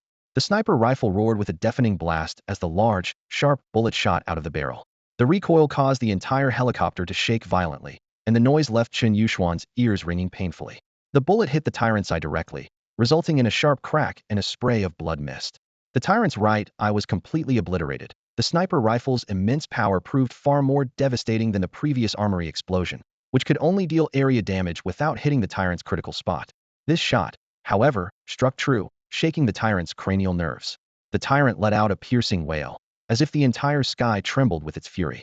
With one eye destroyed, it seemed even more frenzied, its remaining eye glaring at the helicopter as it roared and climbed once more towards the airborne target. Chu Huarou swiftly maneuvered the helicopter, sharply pulling it upwards to narrowly avoid the deadly whip from the Tyrant. The aircraft carved a steep arc in the sky, the rotors whirring with a piercing hum as the fuselage shuddered from the intense movement. This guy is really tough to handle, isn't he? Chen Yuxuan cursed, steadying the sniper rifle against her shoulder. Through the scope, the Tyrant's grotesque face was magnified several times, every detail clear. However, the Tyrant was now on guard. As the sniper bullet whistled precisely toward its eye, a thick tentacle shot out like lightning, intercepting the bullet's path. The moment the bullet hit, the tentacle exploded into a mist of blood, but another tentacle quickly grew from the wound, writhing to fill the defensive gap. Damn! Chen Yuxuan muttered, scanning the Tyrant's body through the scope for other potential weaknesses, but finding none. The creature's defense seemed impenetrable. Below the rope ladder, Li Ruoshu clung to the swaying rope with one hand, her body suspended high above the ground. Shielding her eyes from the howling wind with the other hand, she surveyed the city below like a radar, searching for potential targets. The central plaza? Too crowded with buildings, no good. The stadium? Too open and exposed, also no good. The secret research base? Too hidden, hard to locate quickly. Suddenly, her gaze locked onto a vast area on the city outskirts. There stood dozens of massive metal storage tanks, each marked with prominent danger signs. Upon closer inspection, she saw labels like chlorine and flammable emblazoned on the tanks, with various chemical substances stacked around, all tagged with danger or extremely hazardous warnings. Li Ruoshu quickly climbed up the rope ladder, agilely making her way through the cabin door. She shouted to Chu Huarou in the cockpit, "Captain, head towards 3 o'clock, to the chemical plant area." Roger that, Chu Huarou replied succinctly, skillfully steering the helicopter towards the distant chemical plant. The Tyrant let out an ear-splitting roar, its massive form following closely behind, each step causing the ground to quake. Skyscrapers along its path crumbled like card houses, debris and glass shards raining down. "Ruoshu, are you sure we can trigger an explosion here?" Chen Yuxuan asked through the window, a hint of uncertainty in her voice. After all, their knowledge of this city was too limited. "Who cares?" Li Ruoshu replied bluntly. "We have bombs on the helicopter. Drop a few, and we'll find out." The helicopter was equipped with only a few airdropped bombs, but if there was enough explosive material below, these bombs could trigger a chain reaction. Everyone's eyes were glued to the chemical plant area. Chen Yu's lips curled into a slight smile of interest. So it comes down to the chemical plant after all. Makes sense. Other areas require a certain level of strategic understanding and specialized operations to be effective. In reality, there were other places in the city that could potentially kill the Tyrant. The laser energy cannon in the secret research lab, the heavy missiles in the military base, or even the nuclear power plant. But these facilities either required time to breach or needed precise steps to operate effectively against the Tyrant. In comparison, the chemical plant was indeed the simplest and most direct choice. If all the chemicals in the plant were detonated, the explosion would be equivalent to about 2,000 tons of TNT, enough to completely destroy the Tyrant. However, the aftermath would affect a radius of 100 kilometers, virtually leveling the entire city. The helicopter hovered over the chemical plant, while in the distance, the Tyrant's massive form was crossing the river, its body colliding with the bridge. The sturdy structure crumbled under its immense force, with fragments of concrete and steel raining into the river below. "Closer, closer." The commentator's voice rose with excitement. "The Tyrant's third form is slowly approaching the chemical plant. Will this strike be effective? Let's wait and see." As the Tyrant stepped into the chemical plant area, Li Ruoshu and Chen Yuxuan had already armed the airdropped bombs in the cabin, aiming them at the marked danger zones below. The small parachutes on the bombs opened, allowing them to descend steadily towards their targets. In no time, 7 or 8 bombs were drifting down, each heading towards a critical point. Once the bombs were released, the helicopter's engines roared as it rapidly gained altitude, speeding away from the site. The Tyrant, roaring in pursuit, had already advanced deep into the plant. Finally, a series of muffled booms echoed the sound of the bombs detonating one after another. Then, as if triggering a chain reaction, A series of even more violent explosions erupted within the plant, flames shooting skyward, shockwaves rolling through the air. In the instant when all these explosions linked up, a blinding white light flashed. After the flash of white light, Li Ruoshu found her perception of the world blurred. A searing glow, like the sun itself, erupted violently from the chemical plant's location.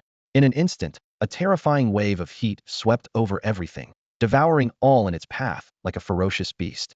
The helicopter melted instantly under the intense heat. Its wings, its shell, even their bodies disintegrated in the thousands of degrees.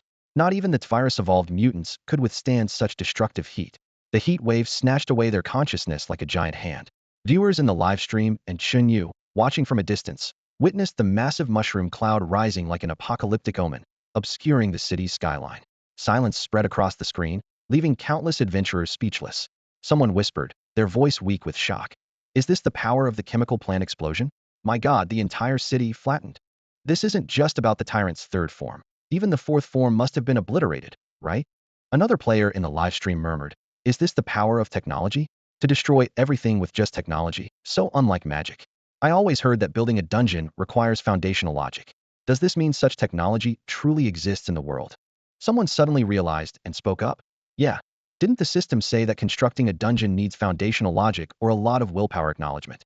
But I've never seen such technology exist before. If it truly is foundational logic, then the dungeon Lord Chen built, it's incredibly powerful. Wow, there's actually a force more terrifying than swords and magic? The destructive power of technology surpasses even forbidden magic. These words instantly ignited discussion in the livestream, yet no one dared to deny it. Even the strongest forbidden spells, like summoning a meteor, couldn't erase an entire city in an instant. The explosion's power left the adventurers in a long-lasting state of unrest. Even Chen Yu couldn't help but fall silent. Just then, the system notification chimed in. Congratulations, your adventurer successfully killed the Tyrant Nemesis Pursuer model and earned a monster card. This message exploded like a bomb in the livestream. The adventurers were more shocked than ever. But for Chen Yu, the result brought a smile to his face, almost breaking into laughter. A card dropped? My God, this is incredibly lucky. A level 2 dungeon dropped an extraordinary card. He could hardly believe it. The card drop rate for dungeons is supposed to be extremely low, especially for a dungeon of this difficulty. The probability of an extraordinary card appearing is terrifyingly low. Even with Li Ruoshu and the others boosting the chances several times over, such a card almost never appears. Chen Yu rubbed his eyes, feeling elated. This drop rate must be around 0.02. It's like hitting the jackpot. If it weren't for the system's extreme limits, the chance of a card drop would be practically non-existent. His eyes sparkled with excitement and energy, as if future challenges were no longer a concern. Even facing the Goblin Kingdom, the Nemesis Pursuer card would be enough to destroy it single-handedly. If the story started with a chemical plant explosion, the drop rate for cards would immediately plummet to 0. This is also how the system guides dungeon lords to create more interesting dungeons. Only those that are engaging enough and meet specific conditions will have a chance to drop cards. Otherwise, everyone would just create a deity and give adventurers a god-slaying weapon to farm cards, turning the entire dark world into a battlefield of false gods. Chen Yu accepted the softly glowing card, feeling a slight chill at his fingertips. He quickly opened the system interface, deftly swiping his fingers across the semi-transparent control panel to complete a series of complex operations, confirming that the card was successfully recorded. The professional competition concluded amidst an atmosphere of awe. The final, meticulously designed explosion left a lasting afterimage on everyone's retinas, and it took a while before they recovered from the shock. This competition was like a spark, igniting an intense enthusiasm for the biochemical crisis in the entire Tide town. On the streets, in taverns and tea houses, excited adventurers discussed fervently, their eyes shining with anticipation as if they could already see themselves, clad in tactical gear, navigating the zombie-infested post-apocalyptic ruins with flair. Countless adventurers eagerly flocked to the biochemical crisis dungeon, gearing up and brimming with confidence, hoping to replicate the glorious achievements of the professional players. However, reality is often harsh. A large number of confident adventurers met their demise in the novice mode. Some were surrounded and killed by ordinary zombies, their bodies torn to shreds. Others were knocked down from behind by zombie dogs, their throats ripped open by sharp teeth, and many more fell victim to the liquors thawed from cryogenic pods, their sharp claws piercing through their chests with ease. The adventurer's mindset shifted dramatically from initial high spirits to desperate cries. Each believed they would be the protagonist of the story, only to find out that in this dungeon, the true stars were the terrifying liquors. In novice mode, encounters with liquors turned into a race against death, whether the liquors would thaw first or the players would escape. Even with detailed guides meticulously prepared by strategy groups, Clearing the dungeon was no easy task. Following the guide step by step, less skilled players often had to spend twice as much time as others to pass a level. In the biochemical crisis, time is life. When time runs out, the lickers inevitably arrive, bringing bloody death. In novice mode, lickers are nearly invincible, and only the laser corridor can completely eliminate them. Adventurers hoping to solve the problem with a small handgun are destined for disappointment. Even Bai Fei, who claimed to have connections and wielded a powerful Desert Eagle, couldn't get past novice mode. Her failure was mainly due to her fear of pain each time she was knocked down by zombies. She would immediately shut off her perception system and await death, effectively taking her hands off the keyboard and giving up. Adventurers like Bai Fei are not uncommon, as not everyone can face fear and pain like Chen Yu. This explains why horror and gore-themed dungeons usually struggle to maintain lasting popularity. The success of the biochemical crisis is largely due to its unique operation and meticulously designed game content. Currently, about half of the adventurers in the biochemical crisis dungeon are still struggling in novice mode. Their dreams of breezing through the challenges have been shattered, replaced by cries of despair echoing through this zombie-filled apocalyptic world. Compared to newcomers to Resident Evil, seasoned players who have gradually mastered the game through beginner mode exude confidence, their faces brimming with a who else but me attitude. Tanks? They know how to drive them. Gas stations? No problem. The police station? Familiar territory. Zip lines? A breeze. The helicopter on the Twin Towers? No challenge at all. Isn't this as simple as having hands? With professional players leading the way, these maneuvers aren't achievable by everyone, but at least some can manage them. Almost every veteran player roars triumphantly in the Resident Evil chat channel, occasionally flaunting their skills. Watch me take on the Tyrant solo. Just watch me. Their bravado is sky high. However, things are rarely as simple as they imagine. As the tank squad's command rings out, advance a little to the left. The tone quickly shifts to urgency. Damn, can you drive? Turn the turret 30 degrees to the right. Not 360 degrees. 30 degrees. Then, during the shell loading process. Come on, hold it steady, don't move. At this point, the entrance to the Hive laboratory suddenly becomes incredibly complicated. Team members start to panic. Can someone tell me what 11 equals? Where's the power socket? No, you need to connect the wire to the keypad. Half an hour later, this Minesweeper mini-game is just barely resolved, but the process has already exhausted everyone, leaving their backs drenched in sweat. Some even attempted to mimic Chi Maosong's zipline stunt, but the results were less than satisfactory. Some flew but couldn't stop steadily, falling straight down. Others went the wrong direction, crashing into building walls. Watching the fluid flight sequences from the competition, everyone felt they were all talk and no action, muttering, "Next time, I'll get it." But the reality was, they simply didn't understand the underlying techniques. The most absurd were those teams, brimming with confidence, who decided to blow up the chemical plant directly. Chanting slogans like, "Art is an explosion," they didn't expect to be overrun by high-level zombies inside, wiped out in seconds.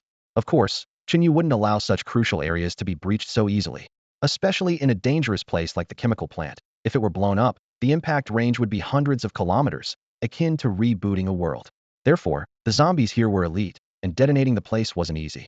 Without airdropped bombs from a helicopter, relying solely on grenades and RPGs wouldn't achieve the goal. As for the helicopter, acquiring it wasn't easy. To reach the Twin Towers, you first had to climb dozens of floors, each guarded by zombies. Corpses piled up inside, even blocking the entrance. To be fair, these adventurers had some skill, at least capable of pulling off some slick moves. In contrast, most players in normal mode were like sitting ducks in Left 4 Dead, cornered by zombies. Even if they knew where the heavy artillery was, they were helpless against the powerful zombies. A smoker could simply blow smoke, leaving them powerless. When those seemingly exhilarating competition scenes came to an abrupt halt, the screen was left with nothing but endless wails and the voices of the defeated. In their quest to become stronger, many players turned to Chen Yu for help. "Lord Chen, how can we become stronger?" Sensing their eagerness, Chen Yu smiled slightly and nodded in agreement. Understood. He quickly issued an announcement. A new system of equipment, talents, and skins will be added to the normal mode of Resident Evil. These new systems could be purchased with soul crystals, which could be obtained through 3 avenues. The game settlement system has introduced 3 new ways to obtain soul crystals. First, players can earn basic soul crystal rewards by killing zombies in the regular mode. Secondly, successfully defeating other players in battles will also grant a small amount of soul crystals. Lastly, soul crystals can be directly exchanged with joy coins at a rate of 1:100. The weapon and equipment system has been updated accordingly. A standard Desert Eagle costs 20,000 soul crystals, while the golden version with unlimited ammo costs 5 times more, totaling 100,000 soul crystals. More advanced weapons are available in skin format. A regular submachine gun can be upgraded to an Uzi, and an automatic rifle can be advanced to an H416 assault rifle. Additionally, everything from tanks to motorcycles, and even the grappling hook in tactical backpacks specially marked as the Chi Maosong edition, have corresponding skins to choose from. The armor system is equally detailed. Helmets are categorized from level 1 to 3 in special grade, and protective suits also have corresponding levels. While these pieces of equipment can somewhat enhance the ability to combat ordinary zombies, the improvement is only slight. As for upgrading character talent points, besides requiring soul crystals, special materials that can only be obtained during game settlements are necessary, which will undoubtedly encourage players to frequently visit the dungeons. When this update announcement was released, adventurers who had endured a day of tough gameplay were instantly thrilled. They seemed to see a savior arriving, but didn't realize it was actually a meticulously designed pay-to-win trap. Only 200 joy coins for a Desert Eagle. That's so generous. 1,000 joy coins for a golden Desert Eagle with unlimited ammo. No more worrying about bullets. You can even farm soul crystals for free. This dungeon is amazing. Players cheered for the unprecedented high returns. Some were so excited that they declared, "As long as the Great Xia Nevernight City stands, I will loyally follow Lord Chen. Whoever dares to threaten Great Xia, I will use all my might to punish them." Whether it was the Joy Poker or Biohazard mode, the profits far exceeded those of any previous dungeon. Players eagerly anticipated the expansion of the territory to accommodate more adventurers. In their eyes, it had already become a money tree, and they were willing to give everything for it. The adventurers didn't see any issues with the in-game purchase system introduced by Chen Yu. Even if there were doubts, they were quickly drowned out by the overwhelming support from loyal fans. The reason for this acceptance was clear: the enticing rewards. Losing all 5 lives in a day seemed worthwhile if the earnings far exceeded those from other dungeons. Players in the Joyful card game were spending 2,500 joy coins daily, yet they wore satisfied smiles. The food they received upon exiting the game not only met their daily needs, but often left them with extras. Such benefits were unheard of in other dungeons. The thrill was heightened by the chance to win additional joy coins, which could be converted to real money or saved as a tangible asset. When the exchange rate for joy coins rose to 1 to 2, early adopters like Bai Feifei, Lin Xiaoxiao, Li Ruopu, and Wu Yu saw their assets double instantly, realizing they had made a wise investment. Initially, they were drawn to the game by the novelty of it, but the delicious food kept them coming back. Now, with joy coins linked to real currency, every game became significant. In the Resident Evil game, the more joy coins spent on in-game purchases, the higher their value climbed. This increase directly stimulated the adventurer's dopamine, creating a positive feedback loop. The chat channels buzzed with trade offers. Buying 10,000 joy coins at 1 to 1.98. Unlimited purchase at 1 to 1.97, with a 0.01 point discount for large orders. Selling large amounts of joy coins at a 2.01 rate. Serious inquiries only. Buying at 1 to 2. Genuine player, not a trader. Most of these traders were regular players looking to stock up for tomorrow's purchases, but some were speculators who saw an opportunity. With only a storage fee and no transaction fee, savvy adventurers began buying low and selling high to profit from the difference, reminiscent of merchant behavior in the Dungeon and 8 Million Warriors. Chen Yu decided to let it be for now, as it stimulated the game's economy and provided good publicity. He planned to introduce a small transaction fee when the time was right. Thus, the popularity of Daxia's Evernight City soared to its peak within a single day. However, while adventurers worried about their joy coin balances and endured the challenges of Resident Evil, a storm brewed within the Adventurers Guild. The hastily organized competition had left many senior members arriving late, putting the current guild leader under scrutiny. Shaoli, you've been in this position for over a decade, haven't you? Why is it that everything is done so recklessly these days? The eldest elder in the Adventurers Guild meeting room spoke up. Indeed, our town has slipped from being an exemplary town to just an emerging one this quarter. We won't dwell on whose responsibility that is. Another elderly man with white hair continued. But now, look at what you've done, reallocating the guild's resources without consulting us. Isn't that a bit out of line? How many times do we have to tell you? If we want Tide Town to regain its status as an exemplary town, we need to focus all our efforts on those lords with background and influence. Another person advised earnestly. I heard that the competition you're organizing is for a new lord with no background? No background. How could such a newcomer achieve anything significant? Isn't it a waste of resources? The voices of the elders echoed in the meeting room, filled with anger and dissatisfaction. Li Yunk listened quietly to the elders' reprimands. Each elder had white hair and faces marked by the passage of time. He couldn't help but sigh, thinking that perhaps after retirement, he might become one of these old men. Once, he too believed that new lords couldn't achieve much and that giving them resources was a waste. However, now Li Yunk felt a sense of relieved that he hadn't become stubbornly stuck in old ways, and grateful that he could admit mistakes, humble himself, and correct past errors. More importantly, Li Yunk was confident that the decision he made today would be the most correct one of his life. He was determined to prove its correctness to these old stubborns before him. Li Yunk smiled slightly and spoke slowly. Dear elders, I know you're upset, but please don't be quick to anger.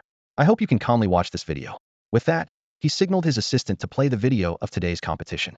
In the Adventurers Guild, most positions, except for a few special ones, were held by older members. This arrangement provided work for those who had lost the system's support due to age and capitalized on their extensive experience to theoretically better lead the town. However, aside from positions like front desk assistants, editors, and commentators, others had received no information about the competition and were unaware of its details.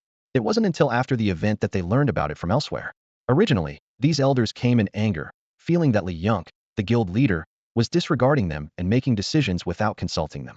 They instinctively believed that resources should be allocated to lords with backgrounds, viewing new lords as a waste.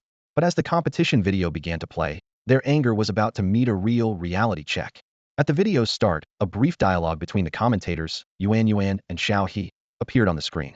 Although the elders still showed disdain, as the footage unfolded, a bird's-eye view of Raccoon City appeared, a massive city, imposing and standing like a forest of steel under an apocalyptic atmosphere.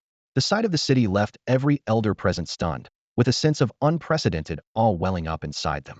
This city, whether in terms of its architectural scale or its internal operations, seemed to deliver an unprecedented impact, a revolution they had never imagined might be quietly unfolding. Is this really a city? The sight before them was almost unbelievable. The city's vastness was even more spectacular than some metropolitan areas. Every corner was brimming with intricate details, far from the cookie-cutter, pieced-together designs they were accustomed to. Just looking at the map, Raccoon City's numerous marked areas seemed overwhelming, with no repetition in sight. To them, it appeared to be an insurmountable task. The elders seated before them were all seasoned veterans, otherwise, they wouldn't have the opportunity to sit in such a position today. They had seen much of the world, but many of the large cities they had encountered were essentially extensions of templates.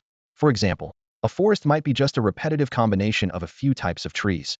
A plain might be a simple open field with a few decorative plants, lacking much originality. Leaders often exhausted themselves on these environmental designs, resorting mostly to basic copy-pasting. Even when unique designs appeared, they were a small fraction compared to the scene before them. However, this city's design was unlike anything they had seen before. It wasn't just a backdrop or decoration. Every detail was filled with creativity and novelty, as if it were an entirely different world. An elder in a robe finally couldn't contain himself and stood up, staring dumbfoundedly at the screen with a look of shock and admiration. The mere opening scene left him speechless. He muttered, "Is this the world you mentioned for the competition?"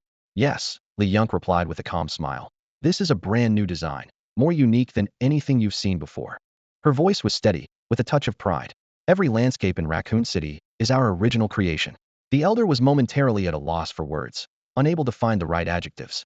He pointed at the screen, struggling to articulate his thoughts. As the scene progressed, new surprises kept emerging.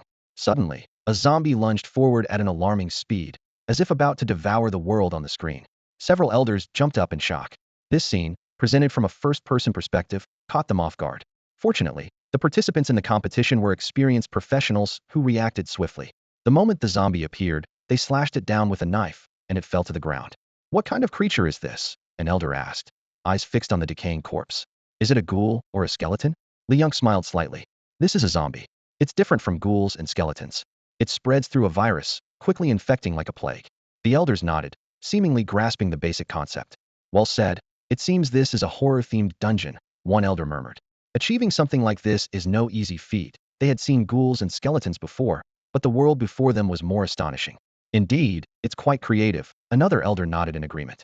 Although they were used to seeing simplified designs, the details of this city clearly surprised them. The city's exterior design, in particular, was undoubtedly a top-tier world-class dungeon. As the scene continued, more monsters appeared. The sound of submachine gun fire and the roar of tanks were battle scenes they had never witnessed. The appearance of zombie hordes, alien creatures, and giant tank monsters heightened the tension. The elders' gazes involuntarily grew serious. One elder licked his lips, clearly captivated by the scene before him. "Li Yunk, how did you come up with these monsters?" he couldn't help but ask. "Are all of these the original creations of the Lord?" "Yes," Li Yunk replied confidently, with a slight adjustment of her attire. Her eyes sparkled with confidence. "All the settings, all the monsters, are original creations, things I've never seen before." "So many original creations. It seems this Lord's abilities are quite remarkable," an elder remarked with a hint of admiration in his eyes. This is not just a talented individual, but a lord with limitless creativity. The leader seated at the head also nodded slightly, a hint of approval in his eyes. Finally, he spoke slowly. Gentlemen, please continue watching. At that moment, everyone felt the city's overwhelming presence and uniqueness, as if they had just stepped into a new world, a dungeon where creativity and horror coexisted. Li Yunk gave a faint smile. The scene progressed, finally reaching the moment when the Tyrant made his debut. Four rockets were launched simultaneously, creating such a spectacular scene that several elderly onlookers couldn't help but take a deep breath. Is this magic?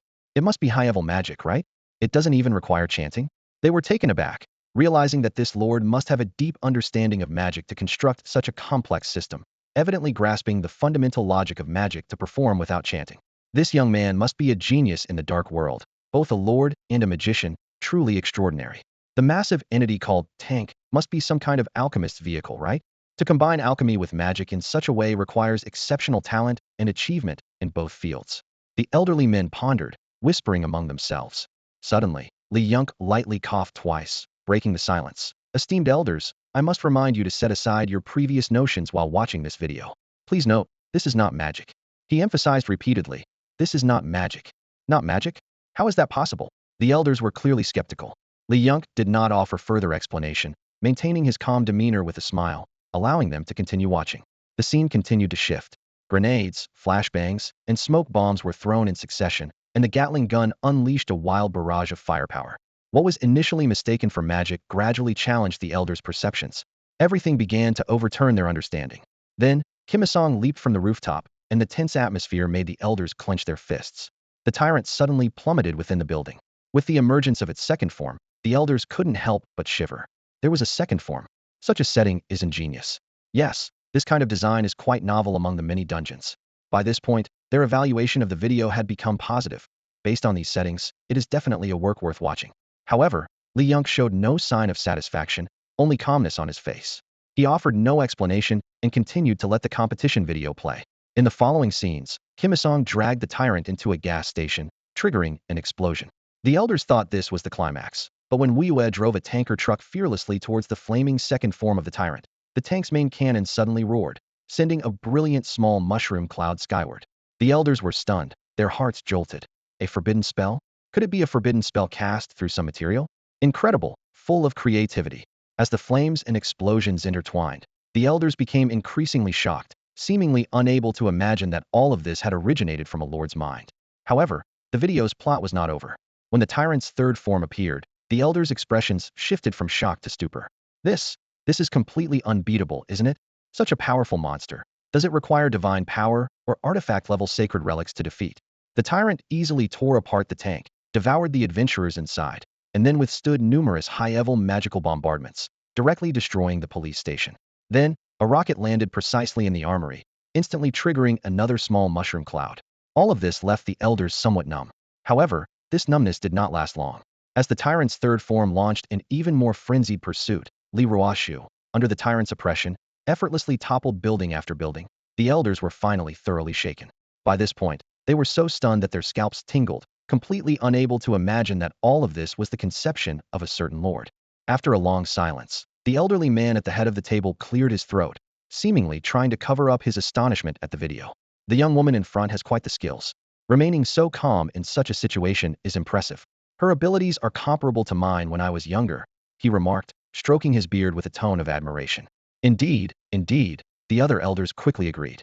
Back in the day, Elder Lu was the most formidable adventurer in Tidesville, unmatched by anyone before or after. We witnessed his prowess firsthand. Li Yunk listened to these flattering words, unable to help but roll her eyes internally. These old folks really knew how to embellish their own reputation. However, she kept her thoughts to herself, knowing she needed to maintain respect for these senior figures to make things easier. Li, my dear. One of the elders turned to Li Yunk. If I'm not mistaken, that's your girl, right? Li Yunk nodded in acknowledgement. Yes, that's right. No wonder she's so skilled. The elders chimed in with praise. She has a bright future ahead and could represent Tidesville in competitions elsewhere. The video continued, and when the screen froze on the massive mushroom cloud rising from the chemical plant explosion, the elders simultaneously stood up, hands bracing on the table, eyes wide with shock. This must be divine power, they exclaimed. Only divine wrath could cause such a terrifying explosion. Has the lord of this domain already reached such an understanding of magic? Sensing the right moment, Li Yong turned off the video and cleared her throat. Seniors, to my knowledge, this is not magic, but something called technology. Technology? Yes, technology. The lord of this domain calls it future technology. The elders fell into deep thought. After a while, Elder Lu spoke. Li, you've done well. With a world like this and such a grand competition, Tidesville stands a strong chance of securing a top spot in the Excellent Towns contest next time. The other elders echoed their agreement, attributing the success to Elder Lu's leadership. It's all thanks to Elder Lu's guidance. Without his persistent efforts, we wouldn't have discovered such a remarkable world. Listening to these self-congratulatory remarks, Li Yong frowned slightly, but could only endure silently. In truth, the current state of Tidesville was indeed partly due to these increasingly stubborn old men. This time, Li Yong intended to use this dungeon to give these old men a reality check. He waited patiently until their mutual flattery subsided, then cleared his throat and continued. I need to mention that the lord of this territory agreed to let us host this competition, but there are conditions. This statement revealed Li Yong's true purpose for the visit. When he initially agreed to Chen Yu's terms, only he was present. He hadn't consulted these old men. He knew they would likely express dissatisfaction later. So he crafted a plan. First, shock them with the dungeon's incredible value, lay its potential plainly before them, and then present the conditions. This approach would both appease these old men and give Chen Yu an explanation. What conditions? Sure enough, as soon as he finished speaking, Lu Lao frowned, his tone clearly displeased. In the worldview of these elders, the Adventurers Guild was always above the Lord and adventurers. It was always the Lord who sought their help, not the other way around. Li Yong had anticipated this reaction and remained calm, speaking steadily. The first condition is that the Adventurers Guild homepage must always have a recommended spot for Daxia's Nevernight City. Lu Lao's gaze darkened instantly. Although visibly unhappy, he reluctantly spoke. Supporting promising lords is our duty, but he paused, emphasizing his words. The Lord should understand that this recommendation slot is given by us, and we can revoke it at any time. What's the second condition? Li Yong sighed inwardly. If the first condition provoked such a reaction, the second was bound to cause even more upheaval. But he had no choice but to press on. The second condition is that the other party retains ownership of the competition, meaning they can withdraw it at any time. Absolutely not. Lu Lao slammed the table, shaking the entire meeting room. His face reddened with anger as he shouted, "This is outrageous. Does a mere dungeon lord intend to rule over us? Tell him it's absolutely impossible." "Yes, shall we? This was handled far too rashly. How can we accept such terms?" The other elders joined in, their faces full of dissatisfaction and reproach. Seeing the expressions on their faces, Li Yong furrowed his brow, feeling a surge of anger himself. He looked directly into Lu Lao's eyes and said firmly, "But the dungeon belongs to them, and they have the right to ownership. If you don't agree, I will tell them to consider the competition non-existent." With that, Li Yong stood, pretending to leave the meeting room. "Wait!" Lu Lao called out just as he was about to step out the door. Li Yong paused but didn't turn back. The room was silent except for Lu Lao's rapid breathing. Lu Lao's eyes flickered, clearly weighing the pros and cons. After a long pause, Lu Lao finally spoke, his tone tinged with reluctance. "Fine, shall we? Let's proceed as they suggest for now. We'll revisit this matter after the outstanding town evaluation." With that, Lu Lao and the other elders left the meeting room, their footsteps echoing down the hallway. Watching their retreating figures, Li Yong sat back down at the conference table, fingers tapping lightly on the surface, his expression heavy. He understood Lu Lao's intentions all too well. After the outstanding town evaluation, the old man could be promoted back to the city to enjoy a comfortable life. Before leaving, he could stir things up, leaving the issue unresolved and exerting pressure on Tide Town. Li Yong knew this old man's petty nature well, which was why he had attracted such a group of subordinates. But understanding aside, facing this situation left Li Yong feeling at a loss, unable to think of an effective solution at the moment. The old man named Lu showed no concern for the fate of Tide's town. As an outsider about to return to the city, he couldn't care less about the rise or fall of the town. In the game of power, suppressing outstanding dungeons in other regions was a common practice. According to the rules of the adventurer world, once Tide's town grew strong enough to absorb neighboring towns and become a new city, the original city would fall apart and eventually become a vassal to Tide's town. Li Yong understood well that although everyone knew that promoting the prosperity of dungeons was beneficial to all, people's attitudes would quickly change when personal power was at stake. He decided to strike first before the other party could act, planning to retire early and join the Council of Elders. In the Adventurers Guild, passing or abolishing a proposal was extremely difficult. As long as the current guild leader and any council elder proposed a veto, even Lu would be powerless. However, there were two key points to realizing this plan. First, he needed to retire with enough accomplishments to join the Council of Elders, which wouldn't be a problem as long as the biochemical crisis dungeon continued to exist. Secondly, He needed to ensure that the next guild leader was on his side. After careful consideration, Li Yunk decided to discuss the guild leader position with Li Ruoshu. As a native of Tide's town, he had deep affection for the land. Unlike Lu, who was exiled here for his wrongdoings. Having such an exceptionally promising local dungeon, he couldn't let Lu's narrow-mindedness ruin everything. However, when he arrived at Li Ruoshu's residence, he found that she was already gone. Meanwhile, Li Ruoshu was reviewing a contract email from the Lord of the Great Xia, Evernight City Territory. The Lord of the Great Xia, Evernight City Territory has sent you a contract. Do you accept? Note: by signing the contract, you will share the fate of the territory. As long as the Guardian Stone exists, you will be immortal. If it breaks, you will face death. Note: after signing, you can continue to travel between the Adventurer World and the Dark World, but you cannot use the powers of the Dark World when returning to the Adventurer World.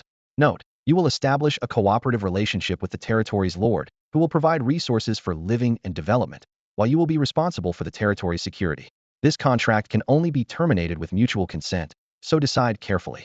This contract was specifically sent by Chen Yu to Li Ruoshu. As the most promising top performer in her territory, she was naturally a prime candidate. The same offer was also extended to another adventurer, Qi Maosong, who performed outstandingly in the biochemical crisis competition. Although there were many talented individuals in the competition, these two had the deepest connections with the territory and were undoubtedly the most suitable choices. Li Ruoshu didn't hesitate much and quickly selected agree. In an instant, a white light flashed. When she opened her eyes again, she found herself standing in front of a castle. This castle was entirely different from the last two times she had seen it. The once dilapidated exterior was now pristine, with elegant towers reaching towards the sky, giving the entire structure a fresh, new look. This transformation was all thanks to Chen Yu, who had just upgraded the castle to level 3. Today had been a particularly fruitful day for Chen Yu. The excitement of the biohazard competition had swept through, coupled with the appreciation of joy coins. A large number of adventurers flocked to exchange for joy coins, quickly filling his coffers. Taking advantage of this wealth accumulation, he unhesitatingly invested in soul crystals, upgrading the main castle to level 3 and bringing all other buildings up to the same standard.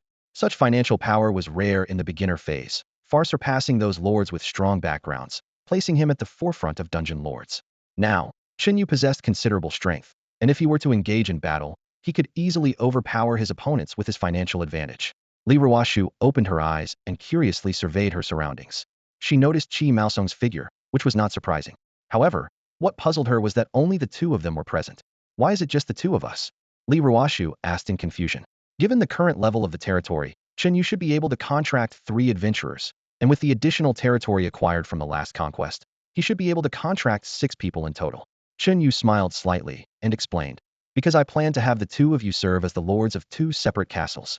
In my view, internal stability is the most important aspect of a region, so the remaining slots can be filled by whoever you choose. Us deciding? Qi Maosong was slightly taken aback, furrowing his brow. Chen Yu nodded affirmatively. That's right. Our territory will continue to expand, and in the future, it belongs to all of us. As the Lord, I can't possibly manage every detail, so I'll give you a lot of freedom to use your talents. The first freedom is to choose your own teammates. This development trend was clear. Chen Yu was like the boss, with Li Ruoshu and Qi Maosong acting as managers of the Joy Poker and Biohazard areas, respectively, while others were the lower-level employees. This was exactly Chen Yu's intention, as he wanted to delegate and focus on more important matters. Both of them had no objections to this arrangement. Being able to manage a region autonomously meant avoiding many unnecessary troubles.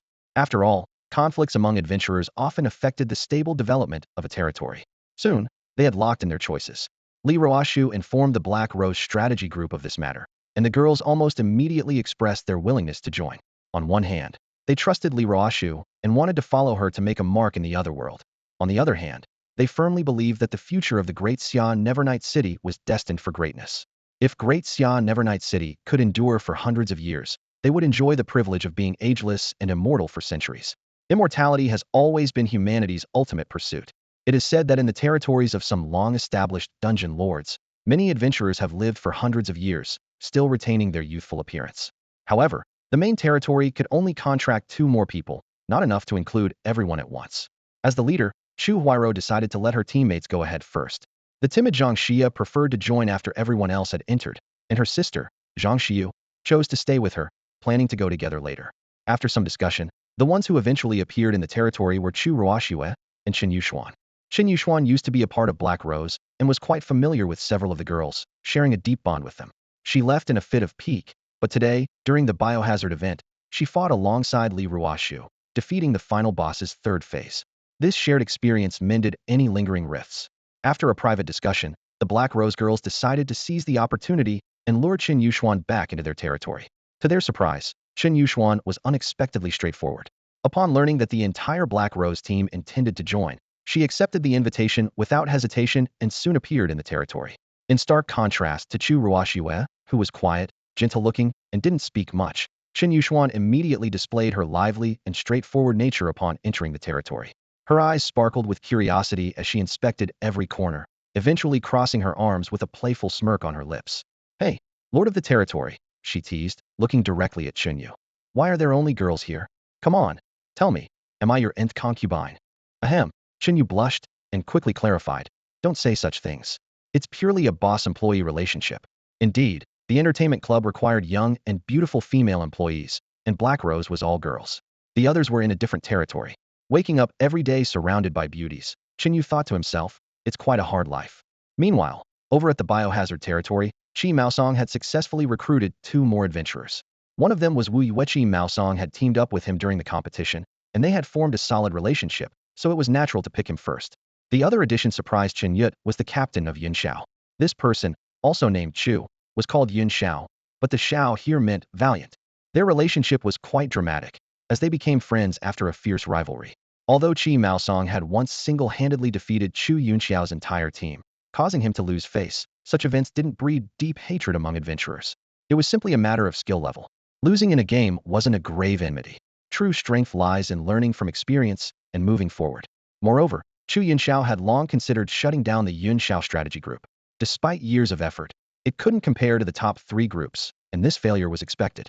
Instead of lamenting, he thought he might find a better outlet for his talents in this dark world. So, when Qi Maosong approached him, after a drink and a chat, Chu Yunxiao didn't hesitate much and announced the closure of the strategy group. This decision caused a chain reaction. The 5 major strategy groups in Tidal Town quickly disbanded.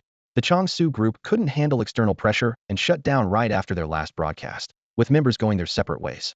Yunxiao closed down. Only Black Rose, Jiu Xian, and Feng He remained, but their key players had moved to Chen Yu's territory and wouldn't return unless necessary. In the future, Tidal Town might only have the Feng He strategy group left. However, heroes are as numerous as fish in a river. One group may fall, but others will rise. It's just a matter of time. All 6 contracted adventurers had arrived. Currently, they were at a basic level, with only level 1, and urgently needed magic crystals for an upgrade.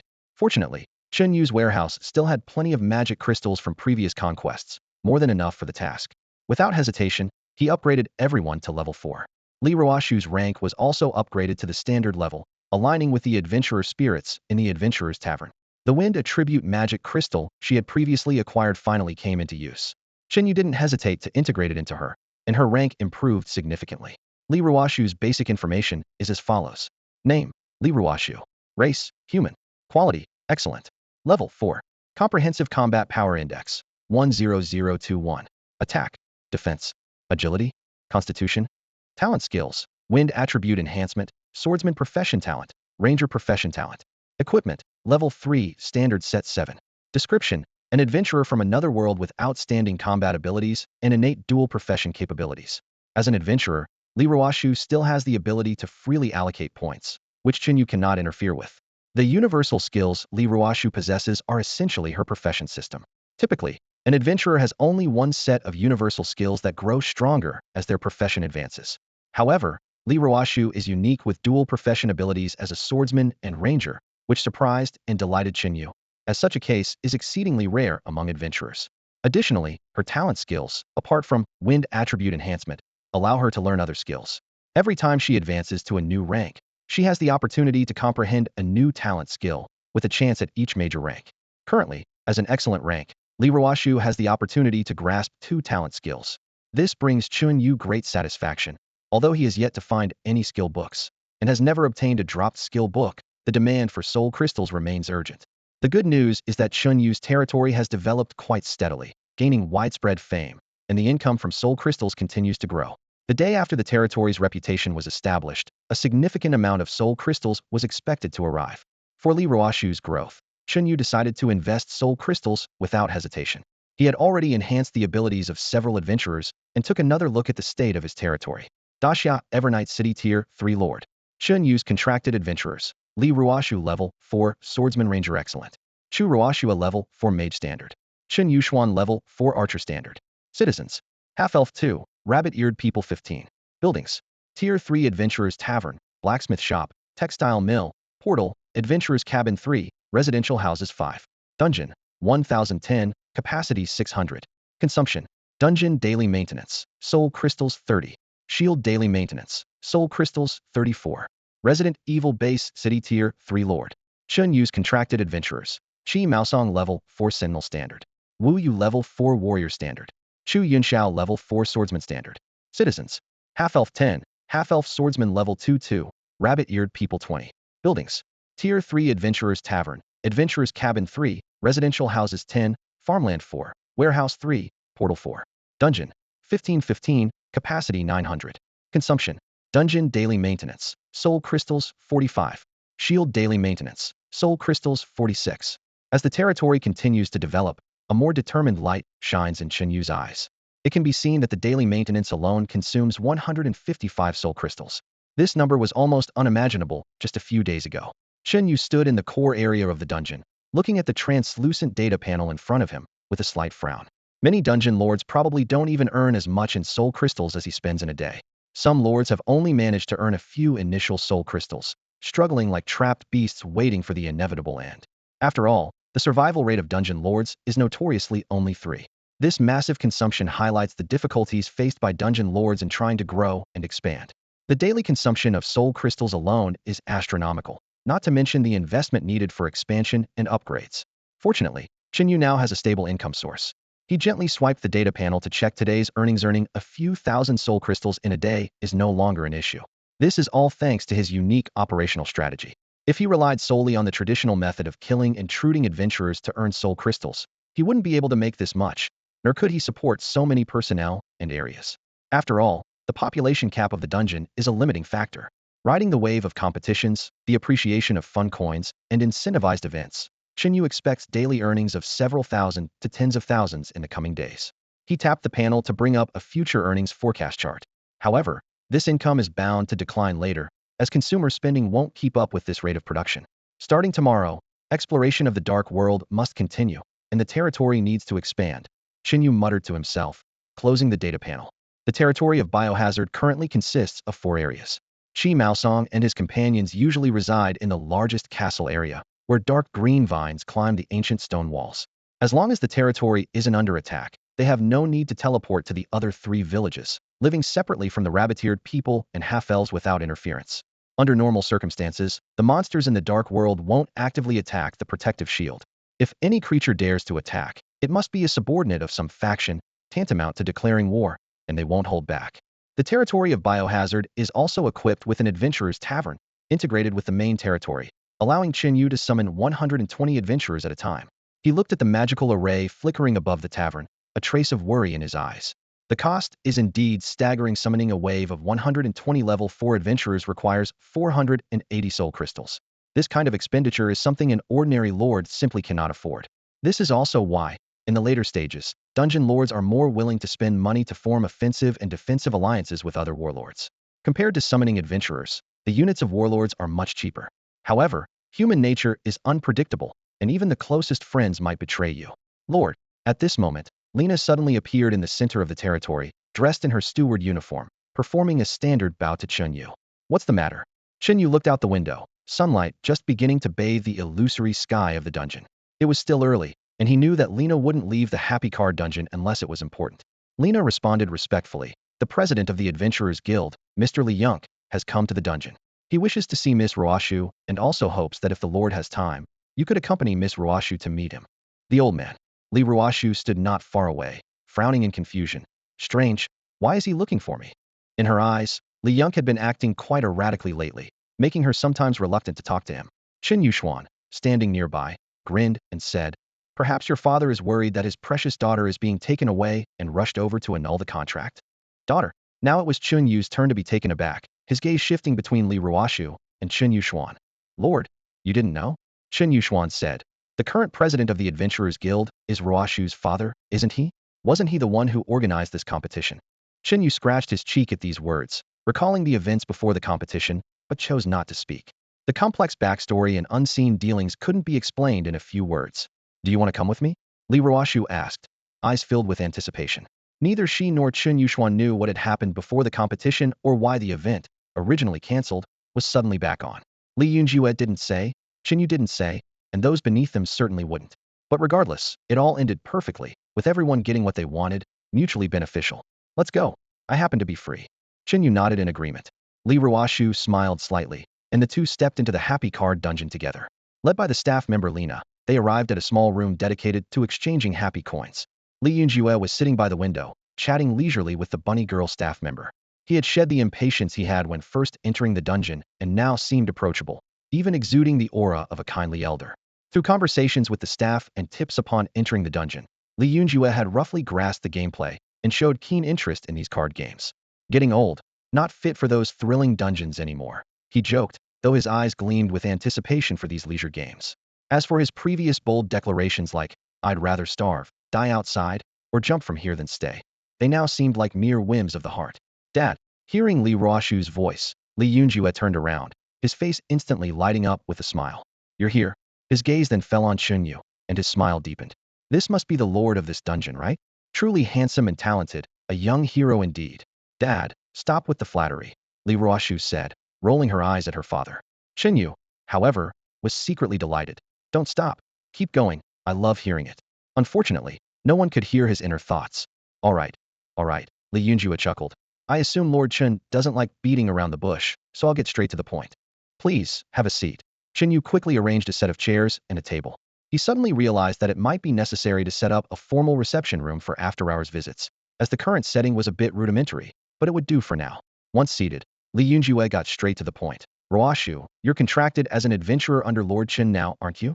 Li Ruashu nodded, a hint of apology in her eyes. Sorry, Dad. I didn't discuss it with you because I was afraid you'd stop me. Silly girl, Li Yunjue chuckled. Why would I stop you? From what I see, Lord Chen's territory has room for development and a promising future. You should work hard and strive to leave your mark on history's monument. He sighed. I know I've changed a bit lately, but the pressure from all sides was just too much. I could hardly breathe. Li Ruashu nodded gently, her voice soft. Dad, I know. I also have my faults. All right, Li Yunjue interrupted. I'm not here to talk about that today.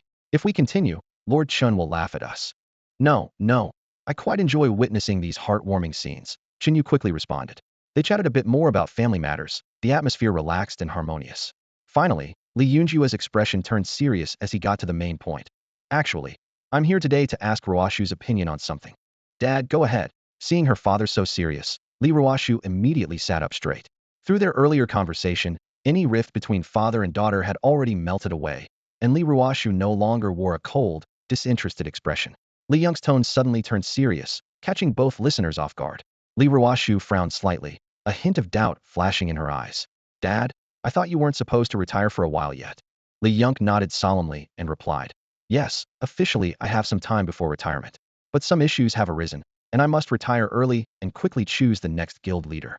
As soon as he finished speaking, Li Yung recounted everything that had happened in the Adventurers Guild meeting room, especially mentioning the elder members, whose eyes held complex emotions.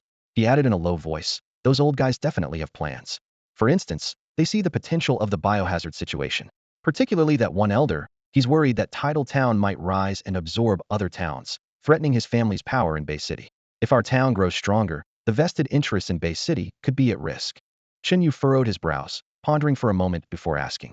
So you're worried they might target you? Li Yung nodded, his voice tinged with uncertainty. I can't say for sure, but judging from the meeting's reaction, it's a possibility. Although the proposal has passed, whether it might be repealed or if Bay City will pressure us due to our rise is unpredictable. We must eliminate these uncertainties and prevent external forces from suppressing us. With a hint of indignation, he said, these people are already old, yet they still meddle everywhere for their own interests. It's truly shameless. Li Ruashu couldn't help but let out a derisive laugh, coldly saying, indeed, they have no self-awareness. To avoid this situation, the only thing we can do now is ensure you become the next guild leader before I retire. That way, we'll have a voice in the decision-making process and possibly counter them. Li Yung's tone revealed some helplessness and anxiety, but I don't want to. Li Ruashu flatly refused. I don't want to be stuck in that office, dealing with all those troublesome affairs and those annoying old men. It's so frustrating. Li Yunk explained helplessly. I can handle those things for you. As guild leader, you can continue doing your own things, continue being a contract adventurer in the dark world, and just come back occasionally. However, you'll need to keep the contract stuff under wraps. No way, not even considering it. It's too much trouble. Li Ruoshu had no interest in these administrative matters, and his impatience was evident. Li Yunk sighed, falling into a brief silence. But can we trust someone else?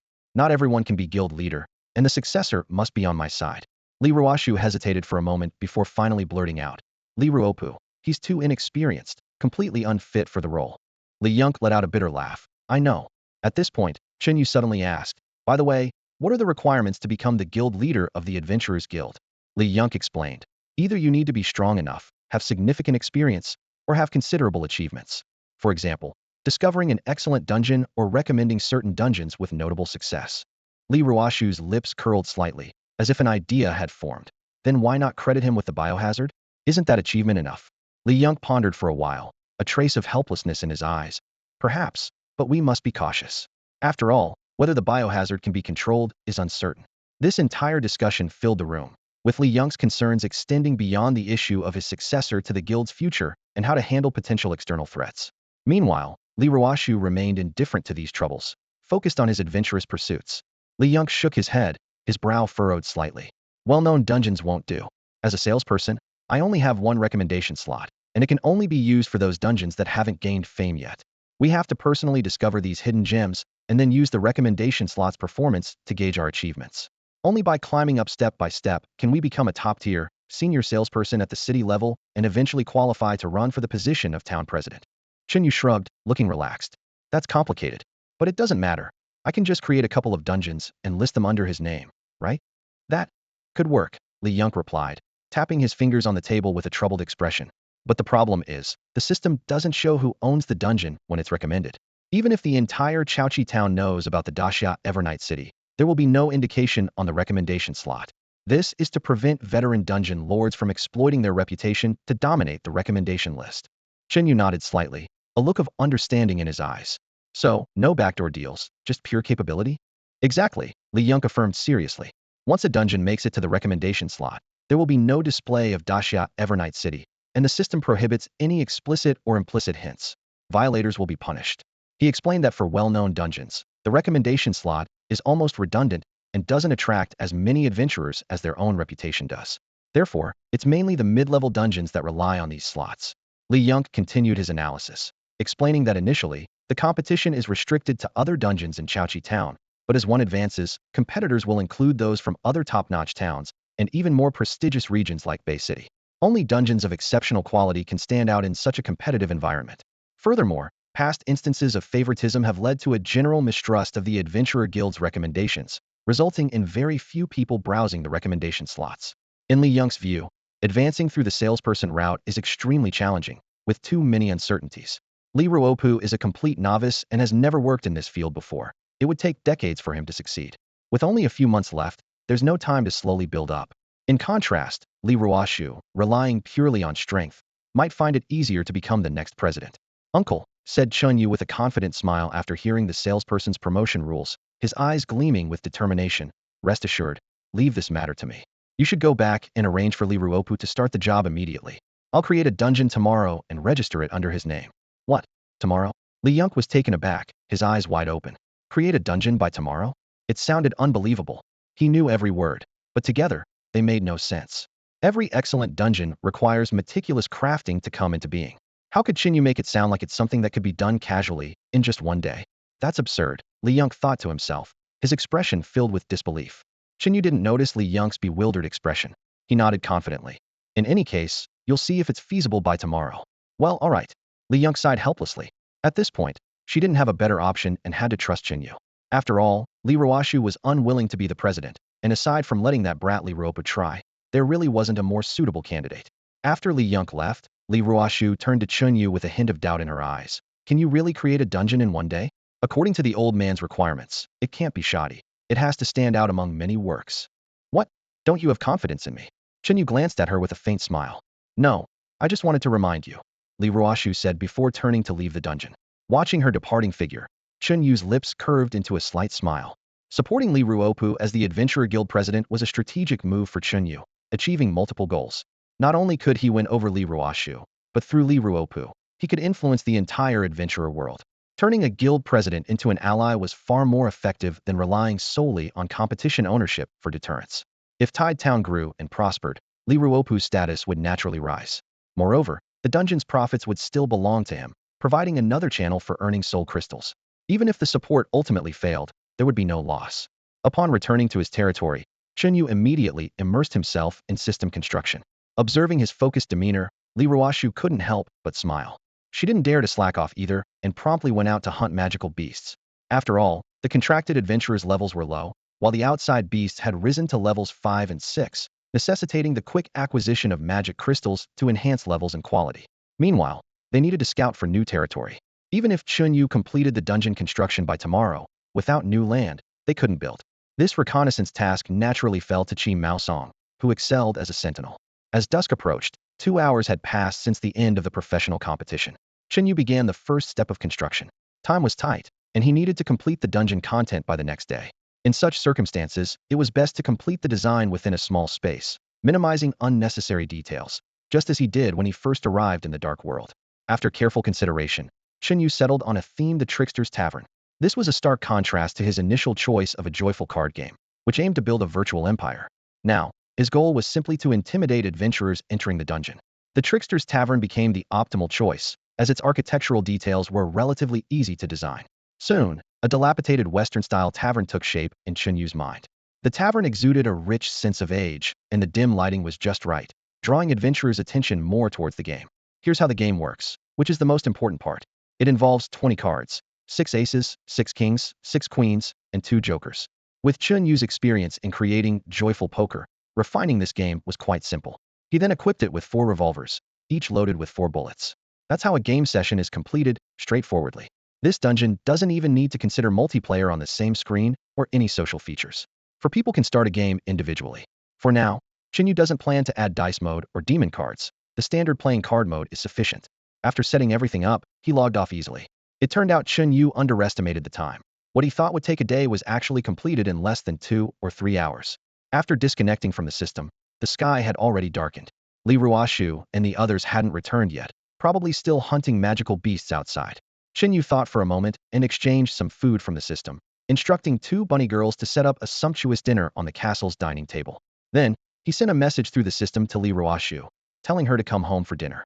Immediately after, Chen Yu immersed himself back into the system, planning to continue refining the monetization system of Resident Evil. At dusk, deep in the forest. This was the forest to the east of the territory, even farther than the Resident Evil territory, considered quite remote. 6 of Chen Yu's contracted adventurers were standing there, having discovered a goblin tribe. Li Ruoshu looked at Qi Maosong, who descended from above the trees, and asked, "How many enemies are there?" Originally, the 3 of them were hunting magical beasts near the territory, but they didn't expect Qi Maosong to find a tribe worth attacking so quickly, and it was the troublesome goblins. So, they teleported here through a teleportation array. There are about 100 goblins, and many of them are of excellent grade, with combat power far surpassing the tribe we attacked last time. Most are around level 5 or 6, Qi Maosong reported succinctly. Li Ruoshu nodded slightly, a hint of contemplation in her eyes. The most troublesome part is how to break through the gates. Using a tank zombie to charge should solve the problem. So, are we going to make a move? Wu Yu asked eagerly. Li Ruoshu shook her head gently. Not for now, let's not alert them. Tomorrow, we'll gather other adventurers and take them down in one go. Today's task is just to grind and level up, and also to explore the surrounding territories. Since the task is complete, there's no need to push ourselves further. At that moment, Li Ruoshu received a message from Chen Yu. She glanced at it, a smile playing on her lips. The Lord has summoned us back for dinner, so let's call it a day and return to report to him before making further decisions. Finally, we can eat? I'm so excited I'm starving. Wu Yu exclaimed, rubbing his hands together. Qi Maosong rolled his eyes. Didn't you just eat something earlier? How are you hungry again? Wu Yu chuckled sheepishly. It was just too delicious. I can't help wanting more. In the Resident Evil territory, any food can be exchanged easily, consuming some soul crystals to obtain it. This is a privilege given by Chen Yu. So, when Wu Yu first entered the Dark World, he eagerly prepared a lavish meal, enjoying it thoroughly without any reservations. Of course, the consumption of food is negligible to Chen Yu. Even if Wu Yu eats enough for 10 people in a day, Chen Yu doesn't mind at all. Li Ruoshu couldn't help but laugh. The Lord said this is our welcome feast. So let's all head back to the main territory together. 2 hours later, the enticing aroma filled the castle's dining hall. Chen Yu and his 6 contracted adventurers sat around a long table draped with a pristine white tablecloth, which was laden with exquisite dishes. At first, Wu Yu hesitated when he saw these dishes that differed from hamburgers and fried chicken. However, as soon as he picked up a piece of the translucent poached 9-section shrimp and tasted it, he was immediately captivated by its delicious flavor. My lord, what are these dishes? They smell amazing, Wu Yu exclaimed, chewing with delight. Chen Yu smiled and introduced the dishes. This is poached 9-section shrimp, salt and pepper king crab, charcoal grilled lamb chops, and Buddha jumps over the wall. These are all well-known cuisines. Even better than hamburgers and fried chicken. The others nodded in agreement. Hearing the comparison to fast food, Chen Yu paused for a moment and then explained, those fast foods are convenient, but they're ultimately processed and not good for health in the long run. Here, I offer authentic cuisine. Chinese culinary tradition spans 5,000 years, and any single cuisine could keep you tasting for a lifetime. As he said this, Chen Yu felt a twinge of regret. In his past life, he was so busy with work and paying off loans that he missed out on many gourmet experiences, and now he found it challenging to perfectly replicate many top dishes. During the meal, they discussed today's hunting haul and the discovery of a goblin tribe. The efficiency of these elite adventurers truly amazed Chen Yu. After the meal, Qi Maosong and 2 others returned to their quarters to relax by watching short videos. Meanwhile, the 3 female adventurers went to set up their rooms, preparing for a long-term stay. Before leaving, Li Ruoshu noticed Chen Yu was about to dive back into system work and expressed her concern. Make sure to rest. There's no need to rush. My father won't be pressuring you. Chen Yu waved her off reassuringly. It's fine. You all go ahead. Once Li Ruoshu left, Chen Yu continued to focus on system development. In fact, the dungeon for Li Ruopu had already been planned and was ready to be constructed once they secured the Goblin tribe the next day. He was currently working on perfecting the monetization system for the Resident Evil scenario. After completing this task, Chen Yu planned to embark on an even grander project creating Dungeon and 8 million warriors. This would not only generate significant revenue for him, but also serve as a crucial step in enhancing the abilities of the contracted adventurers. In his vision, adventurers would first gain virus abilities in Resident Evil to enhance their physical capabilities, then progress through 8 million warriors to transition and awaken, and eventually advance through celestial and demonic dungeons. Of course, these plans were for the future. At present, Chen Yu updated the monetization content for Resident Evil and posted new quests on the interface of Daxia's Evernight City. The announcement of the mission sparked an enthusiastic response from the adventurers in the bustling city of Daxia. The mission was straightforward: capture the Goblin tribe in the Eastern Forest. Successful completion would earn participants 500 joy coins, and the first 20 to finish would receive an additional 100 contribution points. The mission had a time limit of 6 hours and was limited to 60 participants, issued by Chen Yu. As soon as the news broke, many adventurers leapt out of bed, eager to seize this rare opportunity. One adventurer shouted, "Finally, a mission in Daxia. Let's grab it. Contribution points, here I come." Within a minute, over 100 people had signed up. Recently, they had witnessed the incredible benefits of being a Starry Sky member. With the daily reward of 100 joy coins and a weekly bonus of 500 joy coins, the long-term gains were too tempting to resist. Not to mention the prestige of being recognized by the system with a special title when entering the world of Resident Evil. It was an unparalleled thrill. However, this mission required only 60 adventurers, with contribution points awarded to only the top 20. As usual, Chen Yu would select participants based on their activity within the territory. Those who had long served Chen Yu would undoubtedly be prioritized. Thus, the adventurers competed fiercely for a spot, like beasts drawn to a prize. Meanwhile, in another dungeon's territory, Zhao Haoyang emerged sweating from the construction of the dungeon, turning to Wu Qingshu beside him. "Go inside and see if it resembles our setup," he said. Wu Qingshu responded quietly. The number of adventurers in Tidal Town has dropped sharply these days, and the once stable income has plummeted. The emergence of the Resident Evil world is definitely the key. Since the disbandment of the Changsu strategy group, Wu Qingshu knew he wouldn't become a top star. He planned to try his luck in the dark world, believing that if he could support a promising lord, he might achieve legendary status. Although the possibility was slim, with the right person and the right path, anything was possible. Daxiao? Wu Qingshu considered it, but due to past grievances with Li Ruoshu, he couldn't align with Chen Yu. Ultimately, he chose Everlast City, a territory on par with Daxia, controlled by Zhao Haoyang. Zhao Haoyang had a strong background in power, and Wu Qingshu believed he made the right choice. Upon arriving in Everlast City, Zhao Haoyang was immediately concerned about the situation in Tidal Town. What happened in Tidal Town today? Why have so many adventurers disappeared, and why has revenue plummeted? His voice carried an undertone of anxiety. As in the dark world, Soul crystals represented not just wealth, but life and death. Every fluctuation in data could directly impact his future. Wu Qingxiu explained the situation regarding the Resident Evil world to Zhao Haoyang, who felt a jolt of pressure. Although he didn't know who was behind Daxia, this sudden dark horse made him wary. After discussing, they decided to replicate Daxia's successful model and began working on duplicating its operational strategy. Just as they were about to copy it, a tricky problem emerged. Wu Qingxiu could clearly see the game video and the panoramic view of Raccoon City, but Zhao Haoyang could see nothing. This was due to the system's rules. Chen Yu only granted viewing access to the adventurer world, not extending it to the dark world and the lord world. So, they had to resort to a clumsy method.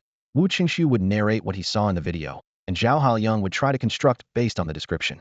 It sounded simple, but in practice, it was fraught with difficulties. There were frequent discrepancies between Wu Qingxiu's descriptions and Zhao Haoyang's interpretations. Additionally, the technological system was entirely different from conventional magic, making it nearly impossible for someone unfamiliar with technology to accurately recreate the structure of firearms. In the end, Wu Qingxiu came out of Zhao Haoyang's constructed dungeon with a grim expression.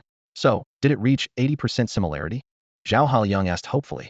Wu Qingxiu hesitated, swallowing back his urge to say it was a pile of crap. After all, Zhao was his lord and future partner, and he didn't want to be too discouraging. He sighed and said, maybe we shouldn't copy this. Really? Is it not good enough? Zhao Haoyang frowned. Based on what you described, I thought my design was quite expansive and perfect. It is quite expansive, Wu Qingxiu thought to himself, like building a toilet for a pile of crap. He then suggested, that happy card game dungeon is also good. I've played it before, and it's comparatively easier to replicate. Indeed, replicating a card game was much simpler. While it might not achieve perfect resemblance, capturing the essence wasn't too difficult. It was just a matter of setting up rooms, arranging tables and chairs, and making some playing cards. After some effort, Zhao Haoyang finally completed the new project. Wu Qingxiu took a look and felt something was off everywhere, but at least the gameplay content was complete, making it a passable replica. How is it? Zhao Haoyang asked eagerly. He was at a development bottleneck, unable to sustain with just the God of Destruction's punishment. Since he couldn't return to the Lord world to purchase new IP rights for now, he had to try creating something on his own. This attempt at replicating Happy Card Game was a gamble. All right, let's run it and see, Wu Qingxiu said, unable to pinpoint exactly what was wrong, but given the circumstances, they had to test the waters. Should we release it directly? Zhao Haoyang asked. This question made Wu Qingxiu chuckle. He realized this young master knew nothing about dungeon operations. He patiently explained, it's better to test it on a recommended slot first, to avoid damaging the territory's reputation. I happen to know a good salesperson who has a recommendation slot and can help you arrange it. Although Eternal City was overshadowed by the Grand Xia's Evernight City, a lean camel is still bigger than a horse. After benefiting from a steady stream of resources for so long, Wu Qingxiu thought to himself that his situation was at least better than some other small dungeon territories. Besides, with the punishment of the God of Destruction looming over them, he couldn't afford to tarnish his reputation. So, he promptly began to address the matter. Meanwhile, Zhao Haoyang was still lost in his beautiful fantasies of future success, seemingly forgetting the reality. As night deepened and the clock struck midnight, adventurers continued to explore the world of Resident Evil, where the darkness of Raccoon City heightened their sense of thrill and tension. However, as midnight arrived, a line of text suddenly appeared on all adventurers' screens. Unfortunately, you failed to escape Raccoon City before midnight. This message left the adventurers puzzled, wondering what it meant. As they speculated, the sky suddenly lit up. Everyone stepped out of the shadows, looking up at the night sky. A massive ball of light, resembling a second sun, trailed a long tail of flames as it rapidly descended to the center of Raccoon City. Then, with a thunderous roar, the entire city seemed to tear apart, and the violent tremors sent shivers through everyone's hearts. In an instant, Raccoon City was reduced to ruins. The deceased adventurers didn't exit the game. Instead, the camera panned upward to reveal a giant mushroom cloud rising into the sky. The scene was even more dazzling than the explosion of the Tyrant's third form. Wow, I thought dying was the worst, but this nuke is insane, obliterating the whole city. An adventurer exclaimed in shock at the sight. Is this some kind of forced logout for our health? Another player complained, covering their face in disbelief. All right, the dungeon has been updated, a voice from the system announced. Soon after, the sound of players logging off echoed in the channel. Brothers, go get some sleep. It's best to sleep until noon. The next day, after the Resident Evil update was complete, the server reopened. Instantly, a wave of adventurers flooded in, most of whom had been mercilessly defeated the day before. Today, they were filled with anger, ready to use money to conquer the pesky zombies. Do you want to spend 100,000 soul crystals to exchange for an infinite ammo golden desert eagle? A system prompt appeared. Yes, a player confirmed without hesitation. Soul crystals insufficient. Please recharge. Redirecting to the recharge page. Congratulations, your exchange was successful. You have a new weapon. Come experience it in Resident Evil. The system continued to remind the player. Waiting in queue, an estimated 158 people ahead of you. Another wait prompt appeared on the screen. The players waited with burning enthusiasm, yet the anticipation was agonizing. Why hasn't it been my turn yet? So slow. Can't the people ahead just die already? One player grumbled impatiently. Damn, there's a sneaky player with a 98k hiding in a house sniping others. Another player cursed. That sniper rifle is awesome, but it's ridiculously expensive. Can't afford it, really can't. It's a rich kid's toy. Let's stick to honing our skills. Indeed, this dungeon wasn't just about having the best gear. Without skill, even the best equipment was useless. An excited player announced, haha, I'm in. Come to my channel to see my new ghost motorcycle. Just as he mounted the motorcycle, ready to speed through the streets of Raccoon City, a zombie suddenly appeared, knocking him offline. Despite being logged out, his spirits remained high. After all, having fun was what mattered most. This was the success of the Resident Evil dungeon. Adventurers no longer focused solely on completing the game. They found countless ways to enjoy themselves in this city full of the unknown. Whether it was jumping off buildings, riding ghost motorcycles, driving tanks, or using a 98k to take down enemies, everyone could discover their own joy in this wasteland. As for completing the game, who cares, as long as everyone can have fun here. In the world of Resident Evil, some people wander, while others access the dark world through a list of tasks. Their destination is coincidentally located in the Resident Evil area, as it's closer to the Goblin tribe, saving a significant amount on teleportation costs. After all, teleporting 60 people requires 60 soul crystals. Saving where possible is wise, though necessary expenses can't be avoided. Chen Yu, Li, and others also arrived here via the territory's teleportation array. Their journey was split into two parts. Li was to lead a team of adventurers to capture the Goblin tribe, while Qi Maosong, along with Wu Yu and Xu Yunxiao, was to head east to the Rabbit Ear town to recruit more rabbit girls. Before departure, the Rabbit Ear village chief solemnly accepted the 20 soul crystals from Chen Yu, with a determined look in his eyes. My lord, rest assured, I will ensure that the young, beautiful, and capable ones are selected for you, he promised. Chen Yu felt a bit embarrassed as he noticed the odd glances from several girls. He chuckled awkwardly and cleared his throat. Chief, you're very. There's no need to be so blunt. He realized that explaining would only make it seem more suspicious. No need to explain. He quickly gestured, moving past the topic. As they were about to leave, Bai Feifei specifically approached Chen Yu to share some intelligence they had gathered during their previous reconnaissance of the Goblin Kingdom. Although they had been captured by goblins, as adventurers, they could withdraw from the dark world at any time. Their mission took them deep into the Goblin Kingdom, and they narrowly escaped danger before successfully disconnecting and returning to the adventurer world. Thanks to them, Chen Yu now knew the exact location and general defensive strength of the Goblin Kingdom. To reward the bravery of Bai Feifei and her group, Chen Yu awarded each of them 500 joy coins and 100 contribution points, acknowledging their daring venture into the Goblin Kingdom. After a brief adjustment, Li Ruoshu led 62 adventurers eastward. Their route was the same as Qi Maosong's, but since Rabbit Ear Town was far, they wouldn't arrive that day, leaving Qi Maosong, Wu Yu, and Xu Yunxiao to continue their mission. 2 hours later, they reached the Goblin tribe they had scouted the previous day. The gates were tightly shut, with 4 towering watchtowers guarding the territory. Since the protective barrier vanished, this trial ground, once sealed by the gods, began to awaken, first affecting the native races of the Dark World. The tribe's defenses had been upgraded and reinforced. Each watchtower housed 5 or 6 goblins armed with bows and arrows, all above level 5. Any living creature approaching would face a barrage of arrows. This level of defense was top-notch for the region. The goblins within seemed relatively unwary, living at a leisurely pace, possibly because it was the agreed day for prisoner exchange. The adults of the tribe were gathered in the central tent, discussing something with their leader. The goblins occasionally glanced towards the tent, where 2 distinguished individuals sat. Their presence was rare and enhanced the tribe's defenses significantly. Meanwhile, in the dungeon, everything proceeded as usual, anticipating the events about to unfold. Several vicious goblins were herding slaves into prison carts one by one.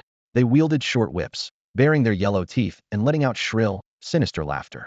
The slaves, clad in tattered clothing, looked worn out and haggard, comprising both men and women of various racial fells with drooping pointed ears, rabbit-eared folk with their long ears hanging limp, and other races whose features had faded from prolonged torment. The male slaves bore whip marks across their bodies, their muscles grotesquely distorted from excessive labor. The females had vacant eyes, with many having swollen bellies, clearly used as breeding tools. This was the rise of the Goblin Kingdom through plundering, enslavement, and reproduction. They had become the dominant force in the region. However, today their reign of terror was about to end. Chixiao, Chixiao. A thunderous roar echoed from outside the fort, shaking the wooden palisades. On the watchtower, 20 goblin archers frantically drew their bows and loosed arrows like rain, yet they could not halt the unknown threat. Their small green faces twisted in fear, eyes bulging as if they'd seen something terrifying. One goblin scrambled to the alarm bell, shaking it wildly, sending the sharp alarm ringing throughout the tribe. The leather flap of a tent was flung open, and the goblin leader charged out with a rusty machete, his green muscles glistening in the sunlight. Beside him followed a goblin mage draped in tattered robes, wielding a crooked staff, and a brawny goblin warrior clad in rough iron armor. These three were the big shots sent by the kingdom to oversee the transportation of prisoners. Jili Gulu, the leader shouted urgently. Jili Gwala, the mage screeched in response. Jili Wala, the warrior growled deeply. After a brief exchange, the leader concluded with a final Yoshi, stepping aside to make way for the warrior. The goblin warrior puffed out his chest, eyes gleaming with confidence. With a snap of his fingers, several minions brought forth a massive boar with sharp tusks. The beast's thick hide was covered in crude iron armor, nostrils flaring with hot breath, hooves scraping the ground restlessly. The warrior leaped onto the boar, his demeanor transforming instantly. This was the Goblin Kingdom's most formidable class, the Goblin Boar Rider. He hefted a giant iron hammer, its spiked head glinting menacingly in the sun, and charged toward the fort gate, ready to make the intruders pay in blood. But in the next moment, the fort's wooden gate shattered with a deafening roar, splinters flying. A colossal creature, all muscle and sinew, burst through. Its gray-green skin was covered in warts and boils, and its thick arms dwarfed the waist of any ordinary goblin. It let out an earth-shaking roar at the goblins inside, a wave of putrid breath washing over them. The sight left the boar rider dumbfounded, his mount spinning in terror, letting out a high-pitched squeal. "What the hell is that monster?" the boar rider exclaimed, eyes wide. "Never seen anything like it. It's taller than me riding this boar." While the goblins were bewildered, the adventurer who had transformed into a tank zombie looked down upon the green-skinned creatures with exhilaration in his eyes. He let out another roar, the sound waves nearly shattering nearby windows. "Awesome," the adventurer shouted internally. "This perspective, this muscle, this terrifying power, it's incredible." He beat his chest like a gorilla, producing a deep thud, then roared as he swung his massive arm at a nearby goblin. The terrifying strength flattened the poor creature into a green smear, blood and innards splattering everywhere. As for why he didn't just smash his way in immediately, and instead made such a show, well, it was all about style. The moment the tank zombie moved, the goblin boar rider couldn't hold back any longer. How could he stand by and watch this monster wreak havoc on his turf? He roared, casting a buff on himself, a green glow briefly enveloping him before he raised his massive hammer and charged. His quality was rare level. The tank zombie's quality was also rare level. The tank zombie and the charging giant boar collided, like a clash between two massive creatures, a pure battle of strength. The ground trembled from the impact, dust rising, and the surrounding goblins were knocked off their feet by the shockwave.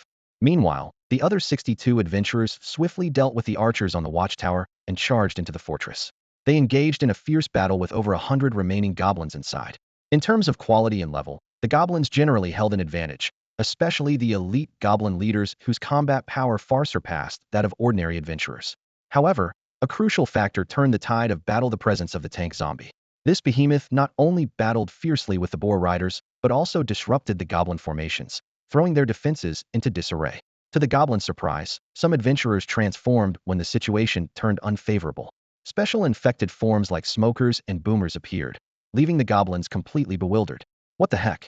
How did they suddenly transform? Several goblin leaders were about to take action, but were swiftly taken out by Li Ruoshu's three-person team.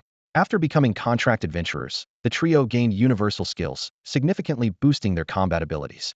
With her newly acquired mage talent, Chu Ruoshue conjured a fireball with a mere flick of her finger, precisely hitting a goblin leader and forcing him back several steps. She then cast a buff on Chen Yu, imbuing his arrows with fire magic. Chen Yu drew his bow and shot with seamless precision. The flame-wreathed arrow soared through the air, striking the retreating leader in the chest and exploding on impact, killing him instantly. Damn it! The goblin chief, enraged, charged at the trio with a rusty greatsword. Li Ruoshu stepped forward to confront him. Possessing dual classes of swordsman and ranger, her actual combat power far exceeded the system's displayed stats. Even though the goblin chief was of elite quality with a combat power index of 300, he found himself overwhelmed by Li Ruoshu. The frustration of wielding a sword capable of easily cleaving through humans, yet constantly missing its target, made the goblin chief increasingly agitated. Enhanced by wind attributes, Li Ruoshu's agility was greatly amplified, and her attacks carried a wind-piercing effect. She was well-versed in dealing with enemies with health bars. Gradually, the Goblin chief couldn't keep up and had to shout towards the camp for assistance from the mage. The Goblin tribe was already suffering heavy losses, and even the boar riders were struggling to defend themselves against the combined assault of the tank zombie and several backstabbing adventurers. Seeing the situation collapse, the Goblin mage, fueled by fury, finally completed his long-awaited spell. Rain of Fire, everyone spread out. Li Ruoshu sensed the danger and immediately warned the others to defend themselves. In the next moment, flames rained down from the sky, engulfing the entire Goblin tribe. Amidst the roaring fire, goblins who couldn't escape in time wailed in agony, soon reduced to charred remains. Amidst the chaos, the Goblin mage quietly slipped away through a hidden passage. Li Ruoshu was about to give chase, but noticed the Goblin chief attempting to destroy the Guardian Stone. If the stone were destroyed, the territory couldn't be claimed, and their hours of effort would be wasted. Li Ruoshu couldn't accept such an outcome. She dashed forward, enduring the scorching fire rain, and prioritized killing the Goblin chief. The rain of fire finally ceased, but the Goblin tribe was left in flames. The adventurers immediately began extinguishing the fire, working with urgency to control its spread. Simultaneously, they mercilessly ensured that any surviving goblins were eliminated, leaving no threats behind. Ruoshu, are you okay? Chu Ruoshu approached, concerned about the burn on Li Ruoshu's shoulder, and couldn't help but ask. It's okay, just apply some health potion when you get back, Li Ruoshu replied calmly, tapping on the system interface. Health potions aren't expensive in the system store, and even if you die, you can be resurrected at the Adventurer's Lodge. However, the pain you feel directly will be more intense than when using a spirit descent, and that's unavoidable. She turned to the group. Let's sort through the loot first, and see if we can get any magic crystals from those leaders. All right. Chu Ruoshu nodded in agreement, and immediately turned to make arrangements. Ruoshu, come over here. Bai Feifei's voice, tinged with tears, suddenly called out from nearby. Li Ruoshu quickly walked over, and when she saw the scene near the dungeon, her pupils contracted sharply. Countless charred corpses lay scattered on the ground, their skin a horrifying black and their limbs twisted in agonizing positions. These were the slaves who had been burned alive by the Goblin mage's rain of fire spell. Chu Ruoshu covered her mouth, her voice trembling. No wonder that mage deliberately aimed the rain of fire in this direction. He probably thought we were here to rescue these captives and wanted to delay us with this method. Damn it, I didn't even notice at the time. Even if you had noticed, there would have been nothing you could do. The rain of fire had already fallen. Li Ruoshu shook her head. As a rare quality mage, his ultimate move, after such a long chant, isn't something that can be easily blocked. It's despicable. I want to kill every last one of these goblins, an adventurer growled, gritting his teeth. Letting that mage escape, I won't be able to sleep tonight just thinking about it. Other adventurers were also filled with anger, their faces showing their fury. Most adventurers are inherently good-natured, harboring hostility only toward evil races, and goblins are one of the races they despise the most. Right, the zombie hounds, an adventurer suddenly suggested. Captain Lee, let us transform into zombie hounds to chase after them. Yeah, whether we catch them or not, let us go after them. Otherwise, I can't sleep tonight. More than 20 adventurers agreed in unison, their eyes burning with the desire for revenge. Technically, their mission was complete after defeating the Goblin tribe, and they didn't need to stay any longer. But clearly, the Goblin mage's cruel actions had thoroughly enraged them. Even if they couldn't win, they wanted to rush over and take a bite out of that bastard. Seeing the anger in their eyes, Li Ruoshu didn't hesitate for a moment and immediately used the zombie hound card on all the adventurers who wanted to pursue the mage. In an instant, over 20 zombie hounds howled as they charged into the dark passage, chasing after where the Goblin mage had disappeared. Only a few girls remained in the territory to handle the aftermath. Over 30 adventurers had already perished, returning to the adventurer world. Among them was the adventurer who had transformed into a tank zombie. It was he and the other transformed adventurers who protected everyone in the fire, preventing greater casualties. Li Ruoshu sighed, unable to bear looking at the charred bodies in the direction of the dungeon any longer, and turned to the Guardian Stone. Do you want to absorb the Goblin tribe's Guardian Stone? The prompt appeared in Chen Yu's mind. Without hesitation, Chen Yu chose yes, and then ordered, absorb it. Activate the protective shield. He called over the idle half-elf and rabbit-eared residents to start rebuilding the parts of the tribe that had been burned by the fire, most importantly ensuring the proper burial of those bodies. This Goblin tribe had 3 acres of fertile land, enough to provide food for 60 people. It's not much, but it's better than nothing.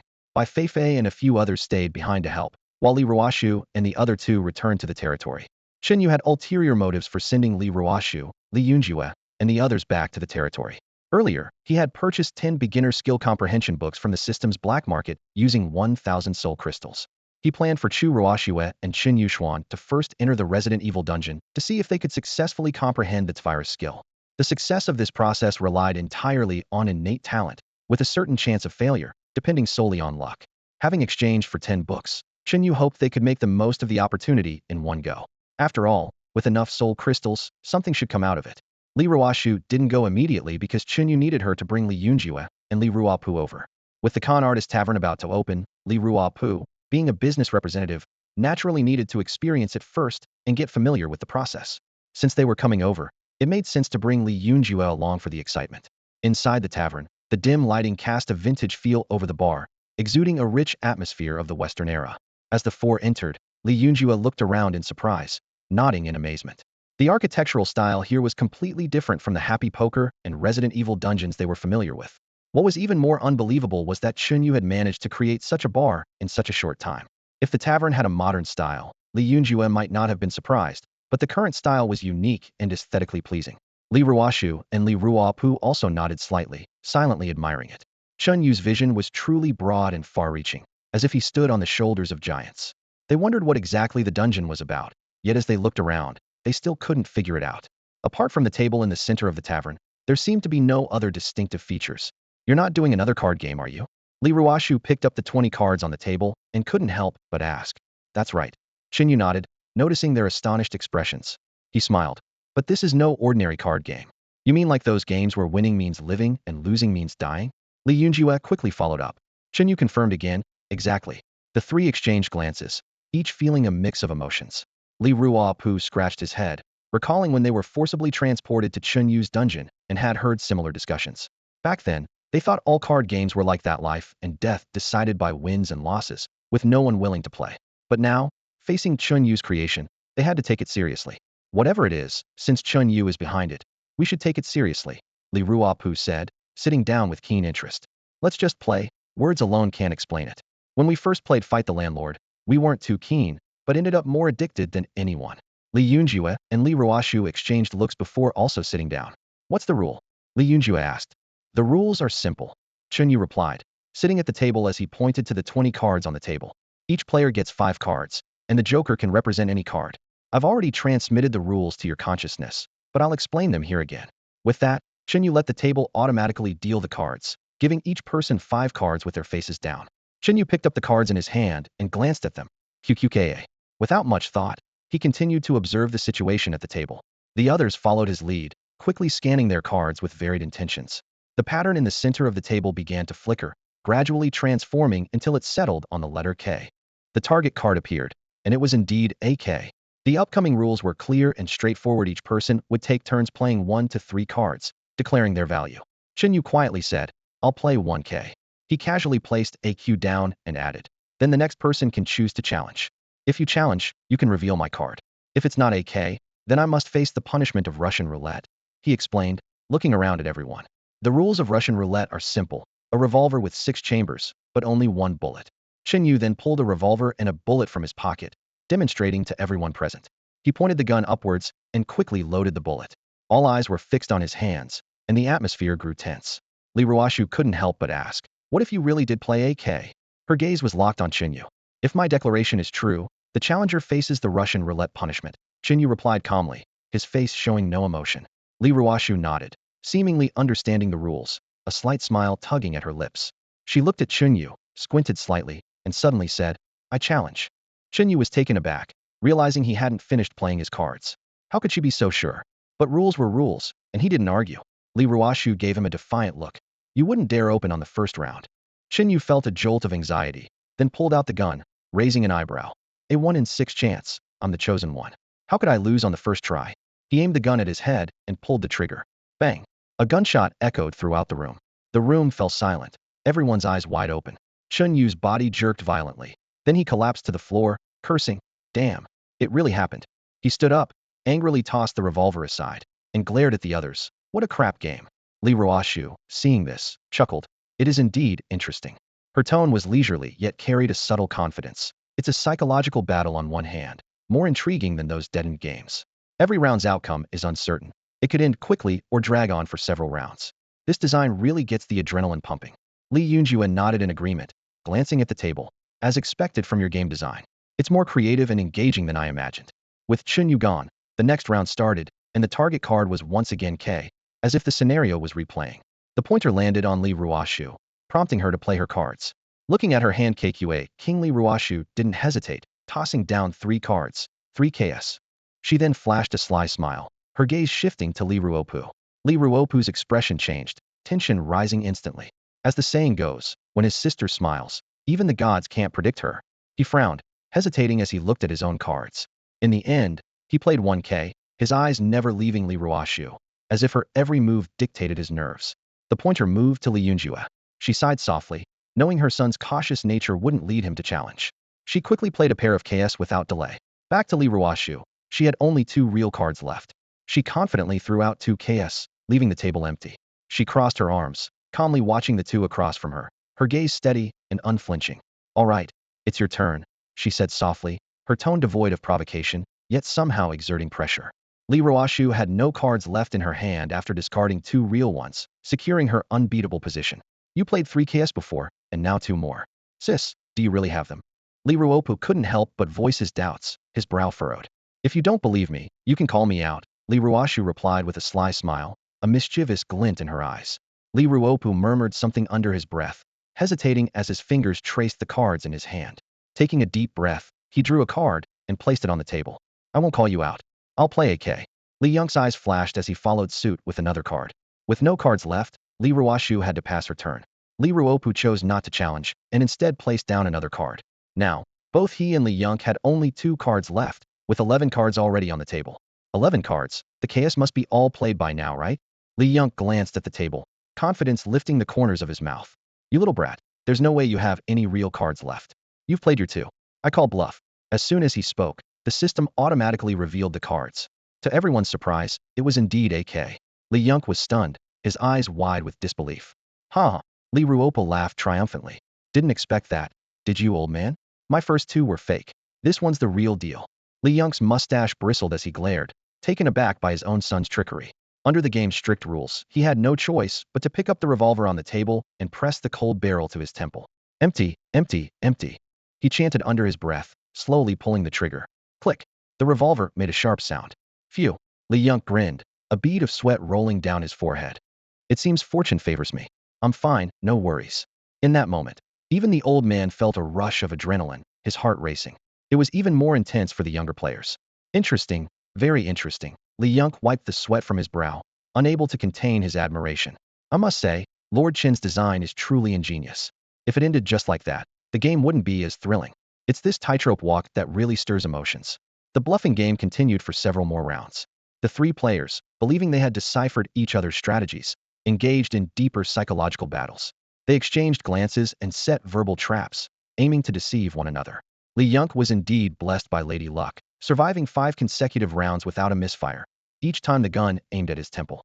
Unfortunately, the siblings had figured out his patterns, and he was eventually out after 6 straight losses. Li Ruopu, strategizing carefully, seemed in control.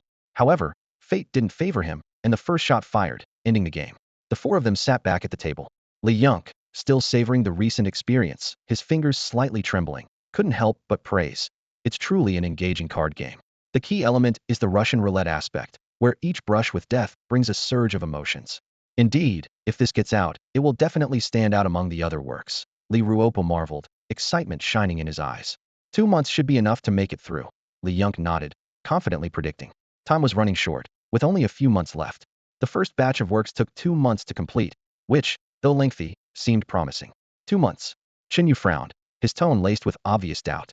Why so long? He had confidence in the Bluff Tavern, believing it excelled at stirring emotions. Li Yong and Li Ruopu exchanged a glance, sharing a look of helplessness. Li Ruopu reluctantly explained. If we're being honest, it's because of you. With Happy Poker and Resident Evil around, adventurers in Titletown are less focused on the guild's recommendations. At least, not as much as they used to be.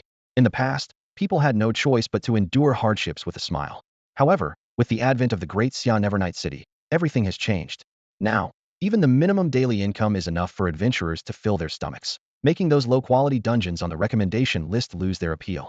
Chen Yu looked at the 3 people in front of him and continued his analysis. At the current market price of joy coins, Adventurers can completely avoid dungeons and trade directly with the wealthy by exchanging their daily quota for joy coins. As long as they aren't too picky about their meals, they can easily support themselves and even save some money. Li Ruopu shook his head. The food in Great Xia Nevernight City is not only abundant, but also of high quality. At this rate, the entire Tide Village will soon achieve moderate prosperity. Now, apart from those wealthy thrill seekers, who would bother with the recommendation list? So, because I'm too strong, I've unintentionally hindered this development path, Chen Yu said softly. Li Yunk chimed in. The popularity of the biohazard event will last a long time, and during this period, new dungeons on the recommendation list will find it hard to stand out. However, the quality of the Trickster Tavern is quite good. It might make a name for itself in just a month. The issue isn't quality, Li Ruoshu added. The biggest problem is the game's pace is too fast. Adventurers barely learn how to play before the game ends. Chen Yu recalled how he had spent several hours playing cards with Li Ruopu and the others in the Joyful Card Room to avoid this issue. However, the Trickster Tavern couldn't be handled the same way. Playing too often could lead to boredom, and it's not a multiplayer mode where NPCs can join in. The short game duration is a problem, and so is the lack of exposure. Chen Yu tapped his fingers on the table, suddenly struck by an idea. Why not make it free? Free? The other three exclaimed in surprise. Li Yunk hesitated. Lord Chun, do you mean using joy coins as an entry ticket? But the system might not agree. No. Chen Yu waved his hand. Completely free, not a single joy coin charged. Then we won't have any revenue, Li Ruoshu blurted out. We're not here for charity. As soon as he finished speaking, he noticed Li Yunk and Li Ruopu giving him strange looks. What kind of look is that? Nothing. Li Ruopu touched his nose and said no more. Indeed, becoming a contract adventurer had changed his perspective. Chen Yu smiled, a hint of approval in his eyes. This employee is indeed good. Thinking about the boss's interests, he reassured. Don't worry, competitive games thrive on being free. What they need most is popularity. Once the hype builds up, there are plenty of ways to make money. He paused, then continued. And I remember once the dungeon goes live, it will appear on the recommendation lists of other towns, right? Li Yunk nodded. Yes, but the recommendation list there is jokingly called the poison list, even worse than our local one. There are many reasons for this, but at the core, it's because most salespeople never think about climbing up the ranks. Who wants to spend decades on this path to run for the Adventurers Guild president? Whether you'd get elected is one thing, but enduring the journey is enough to wear someone out. So, the salespeople in charge of the foreign recommendation lists aim for easy money. They collaborate with dungeon lords to promote dungeons no one plays locally and take them to other towns to make quick cash. Once made, it's made, regardless of sustainability. It started with a few people, then more joined, and eventually, the whole list turned into an ignored rotten list. She took a deep breath. But precisely because of this situation, maintaining a free mode is even more crucial, right? Chen Yu nodded with a smile. Exactly. Free is indeed the best option. He looked at Li Ruoshu. But you might be wondering, how do we make money? Li Ruoshu still felt some doubt. Even competitive dungeons can get dull after a while. If we switch to a paid model someday, people might stop coming. You're right, Chen Yu chuckled. So this dungeon can't charge a fee. But, he paused, a slight grin appearing. I have a new idea. If we hold an inter-town competition now, ranking based on game outcomes, would you be willing to pay to participate? Of course, who doesn't want to join the fun? Li Ruoshu answered without hesitation. A glint of satisfaction appeared in Chen Yu's eyes. What if we add individual rankings to this competition, showing everyone who contributed the most to a town's rank and who performed the best? Then I'd definitely aim for first place. Li Ruoshu replied confidently. Okay, then I can share my money-making strategy now. Chen Yu stood up, as if revealing a secret. Once this dungeon launches in Tide's town, I'll maintain the free mode and introduce a ranking mode. This mode will use a single entry per match and will only pair players with those from other towns. In these ranking matches, personal scores will be calculated based on wins and losses, and regional rankings will be determined from personal totals. Each town's leaderboard will be displayed at the dungeon entrance. Additionally, the strongest individual players and the top town players will receive a prominent badge. He paused, a smile forming. Moreover, the top 3 regional players will see a prompt at the dungeon entrance. The strongest adventurer from Town XXX has entered the dungeon. And each top town adventurer's name will have a shimmering suffix. Most importantly, when they win, that suffix will shine even brighter. Hearing this, both Li Yunk and Li Ruoshu were captivated, their eyes filled with anticipation. Chen Yu smiled slightly, clearly satisfied with his plan. This is just a preliminary idea. Details and some content might be adjusted, but the overall direction won't change. They realized that such intense competition and rankings would surely ignite the players' enthusiasm. The 3 of them were momentarily stunned. Their eyes sparkled with amazement and contemplation as they quickly realized the commercial potential of this dungeon. Attract players with free access, incite competition through leaderboards, and finally transitioned to a paid model to harvest soul crystals. This step-by-step business strategy was a revelation to them. Li Yunk jumped from his seat, clapping vigorously, his eyes filled with admiration. Lord Chen, if this dungeon doesn't become popular, it would be an injustice. Chen Yu smiled calmly. It's really nothing, just a few simple tricks, all thanks to the contrast with others. This was the truth. In his past life, such marketing strategies were quite common. But in this world, where other lords rigidly charged fees, even this free strategy set him apart. There's just one flaw, Chen Yu added with a hint of regret. A flaw? Li Yunk frowned, pondering but unable to pinpoint the issue. Where? In the paid model, only 3 people can die each time, so one always survives, which means the yield is only 75. It's a pity, Chen Yu explained, leaving the others momentarily speechless. The test concluded successfully. Li Yunk and Li Ruopu couldn't wait to promote the dungeon to the recommendation list. Li Ruoshu also understood her task, to expand the territory and prepare for the inn's entry into more external recommendations, constructing more dungeons to increase soul crystal revenue. Back in the territory, Chen Yu immediately instructed Li Ruoshu to head to the Resident Evil dungeon to comprehend the virus abilities. In this dark world, real combat power isn't just about the power index. It also involves equipment, talent skills, general skills, and attribute enhancements. As the enemy's strength grows, their skills will become more powerful and numerous, especially when warlords start massing troops. Although it's theoretically possible to recruit an unlimited number of contract adventurers, Chen Yu preferred a strategy of elite forces. Contract adventurers possess the trait of immortality, so rather than spreading resources thinly over many, it's better to focus on cultivating a few elites. He decided that each territory only needed 5 main forces, with others providing support. You must comprehend the strongest virus skills, Chen Yu instructed Li Ruoshu and the others, while handing them 20 new skill books. Don't bother with the weaker ones. Aim for talent skills of at least purple quality or higher. As for how many skill books you use, don't worry about it. Your brother has plenty of money. In Raccoon City, Chu Ruoshue and Chun Yuxuan sat cross-legged in silence on the rooftop of the Twin Towers, eyes closed. Below them, the streets were teeming with grotesque zombies wandering aimlessly. This was a world they had created, where they held GM privileges, allowing them to travel freely and even resurrect after death. During the trial phase of the Deceiver's Tavern, both had injected the virus 3 times and battled countless advanced zombies. The process was always the same. Use a basic insight skill book, inject the virus, comprehend its mutation, and trigger the skill book's effect. Chu Ruoshue's first attempt failed. Her will eroded as she turned into a zombie, but she succeeded in her later attempts, gaining innate skills. Unfortunately, their achievements still fell short of Chun Yu's expectations.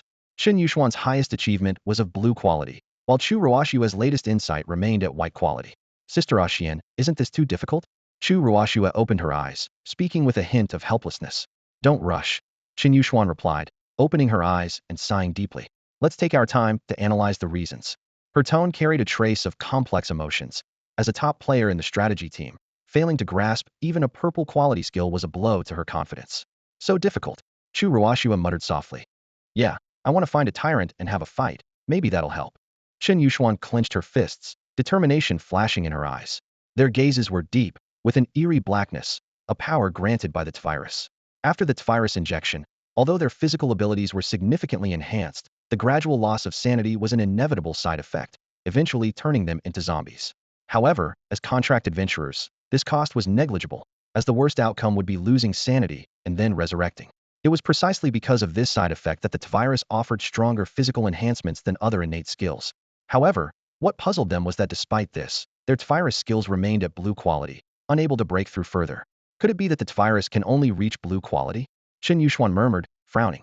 Chu Ruoshua pondered for a moment and said, let's sort out the differences between white, green, and blue qualities.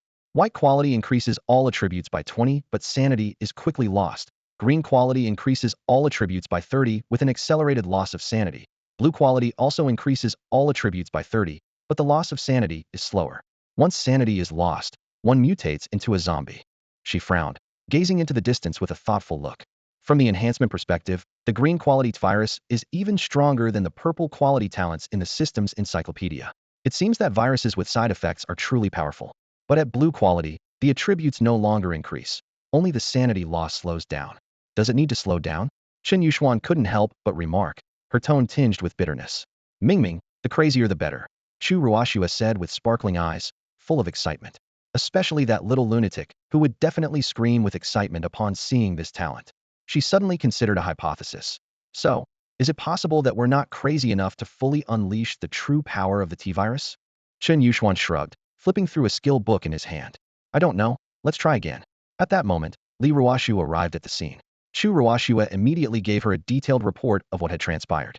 After listening, Li Ruoshu frowned slightly, thought for a moment, and said, "Let me give it a shot." No sooner had she spoken than Li Ruoshu flashed into the laboratory, quickly extracting a vial of T-virus serum. In the next second, she appeared in front of a tank zombie. As the zombie roared thunderously, Li Ruoshu remained unfazed, calmly injecting the serum into her bloodstream. The T-virus rapidly spread through her body, its potent toxins momentarily engulfing her consciousness. After a brief darkness, Li Ruoshu's eyes snapped open, her pupils now gleaming with an eerie light. The tank zombie charged with a roar, but Li Ruoshu's eyes showed no trace of emotion. Holding a military knife, she engaged in a fierce battle with the colossal creature. After about 10 minutes, Li Ruoshu reappeared on the rooftop of the Twin Towers, her body stained with blood, and the blackness in her eyes even deeper. "Ruoshu, are you okay?" Chu Ruoshua asked with some concern. "I'm fine. I've figured it out," Li Ruoshu said, reverting from her T-virus form, her pupils returning to normal. "How did it go?" Chen Yuxuan asked eagerly. "Purple quality." The two exchanged a glance, and Chen Yuxuan chuckled wryly. "No surprise there. You grasped the purple quality in one go." After reviewing the skill effects, Li Ruoshu decided to abandon it. For her, the level was still too low. She continued to analyze. Grasping the purple quality doesn't seem difficult. You two should be able to achieve it. Is there something we're missing? Chu Ruoshua quickly asked. "Ruoshu, what attribute does your skill have?" T-virus, strong attack. Once activated, it boosts all attributes by 30, increases attack power by an additional 20, and causes a rapid loss of sanity. This answer left Chu Ruoshua and Chen Yuxuan astonished. There's a suffix too? The trio's gaze turned toward the horde of zombies below. Although all infected with the T-virus, there were indeed significant differences between different types and strengths of zombies. "Looks like we'll need to spend some time researching this," Chu Ruoshua said excitedly, as this was right up her alley of research interests. In the world of adventurers, Bai Xiaobai sat sullenly at the wooden table in the treehouse, his fingers unconsciously tapping the surface. The recent battle scene replayed in his mind. Over 20 zombie dogs had besieged the Goblin mage, yet the mage managed to escape. "Damn, we were so close to taking that bastard down," Bai Xiaobai muttered in frustration. Indeed, there was a significant power gap between ordinary zombie dogs and the rare Goblin mage. In terms of quality levels, ranging from ordinary, excellent, rare to exceptional, they were a whole tier apart. "Don't lose heart," his brother sitting across from him said with a reassuring smile. "That guy got bitten by each of us and infected with the zombie virus. Maybe the Goblin Kingdom is already facing a zombie outbreak." "True," another chimed in. "Besides, Lord Chun will definitely attack the Goblin Kingdom soon. We'll have another chance for revenge then." The four exchanged smiles and high-fived, making a pact. "It's settled. We'll go after that mage together." With the tension eased, the conversation shifted to today's entertainment plans. "How about playing Resident Evil?" someone suggested. "There are too many people. The queue will take forever." "How about a game of Dodiju? We've already converted today's credits to fun coins. 4 people for Dodiju? Mahjong would be better. Mahjong is too complicated, and playing it on Happy Games uses up attempts." As everyone voiced their opinions, Bai Xiaobai suddenly posted a message in the group chat. "Guys, guess what I discovered? A new dungeon? Can't be, the homepage still shows the same too." In just one day, even Lord Chen couldn't release a new game that fast. The three joked, "Traitor, weren't you supposed to be a diehard fan of Lord Chen? And yet you're checking the recommendation list." "I clicked it by accident." Bai Xiaobai quickly defended himself. "But I really found something good, a new dungeon that's free." This revelation left the other 3 momentarily stunned. "No way. Besides Lord Chun, who else would dare to open a dungeon for free?" Their voices echoed in surprise. Bai Xiaobai shook his head with a smile. "I don't get it either. There's nothing written on the recommendation list, but I checked it out, and it's truly free. Doesn't cost a thing. It's quite interesting." He recalled the fun coins in Resident Evil, saying, "At least in Resident Evil, you have to spend some fun coins. But this dungeon is free? Are they seriously doing charity?" "Guys, I checked it too. It's genuinely free. Even the 4-player dungeon doesn't charge. Maybe some dungeon lord is in a bad mood and made a free dungeon just to mess with us? Otherwise, I can't figure out why this would happen. Let's go. Since it's free, we might as well give it a try." With that, he and his buddies all entered the recommendation list. Once in the game interface, they saw a dungeon named Con Artist Tavern and immediately chose to invite a team. Moments later, a dimly lit tavern appeared before them, brimming with a strong Wild West cowboy vibe. The dungeon was crafted with impressive skill, and the unique architectural style around them made the group exchange glances of admiration. The lord of this dungeon is no ordinary person. Initially, they intended to approach with a critical mindset, but upon seeing the tavern, their attitudes shifted. With such a design, they could tolerate almost anything. If they really serve that, you won't be happy, Pighead chuckled. All right, stop it, Bai Xiaobai impatiently interrupted. Look over there, there are a few masks. Are we supposed to wear one each? I'll pick the pig mask. Monkey responded. Then I'll take the bull mask, Bai Xiaobai said, picking up the last mask and putting it on. As soon as they donned the masks, they found themselves firmly stuck to a four-person table, unable to move as if glued to their chairs. The surroundings seemed to form a cage, and the game rules emerged in their minds. Card games. Monkey scratched his head. Are they trying to take a piece of the pie from the great summer city that never sleeps? It seems popular, so they're starting to imitate it. Pighead laughed. Even the name is similar. It's just for laughs, really. His laughter triggered a pig squeal from his mask, startling him. The animal masks were quite amusing. Enough joking around. Have you guys read the game rules? Let's get started, Bullhead urged eagerly after skimming through the rules, finding the dungeon's creativity refreshing. Bai Xiaobai glanced at the rules and nodded. All right, there's some novelty here. Let's give it a try. He then noticed the unique design of the firearms in the game. This lord actually uses guns too. Seems influenced by Lord Chen, but the style is a bit different. It's interesting. As the four prepared themselves, a tense yet exciting atmosphere filled the tavern, and the game commenced. As the argument among the group subsided, the game commenced immediately. Nyoto was the first to play, laying down 3 kings. Nyoto, starting with 3 kings? Are you sure you have them? If not, your bullhead might just explode. Zhutu squinted at the cards suspiciously. We're good brothers. How could I deceive you? Nyoto replied with an innocent look. Good brother, I doubt you, Zhutu declared decisively. After his challenge failed, he cursed in frustration. Damn, you really have 3. That's what you get for not trusting me. No feelings left. Nyoto chuckled triumphantly, loading the revolver. Zhutu took a deep breath and carefully placed the gun against his temple. Click, an empty chamber. Phew, haha, I'm blessed by Lady Luck, can't die. He taunted Nyoto with a glance. The game continued. Minutes later, the first real gunshot shattered the tense atmosphere. The system calculated the results, and the final reward was a small bag of plain rice. On the leaderboard, all food items convert to ordinary rice, the kind grown in the adventurer world's fields average in taste, but filling. Bai Xiaobai was used to this, but this time he was shocked by the yield. The small bag of rice was enough to last him a whole day, and then some. Holy crap, Bai Xiaobai felt like he discovered a new world, his eyes filled with both shock and joy. I'm rich. He quickly did the math. 1 round could earn a small bag of rice. 10 rounds meant 10 bags.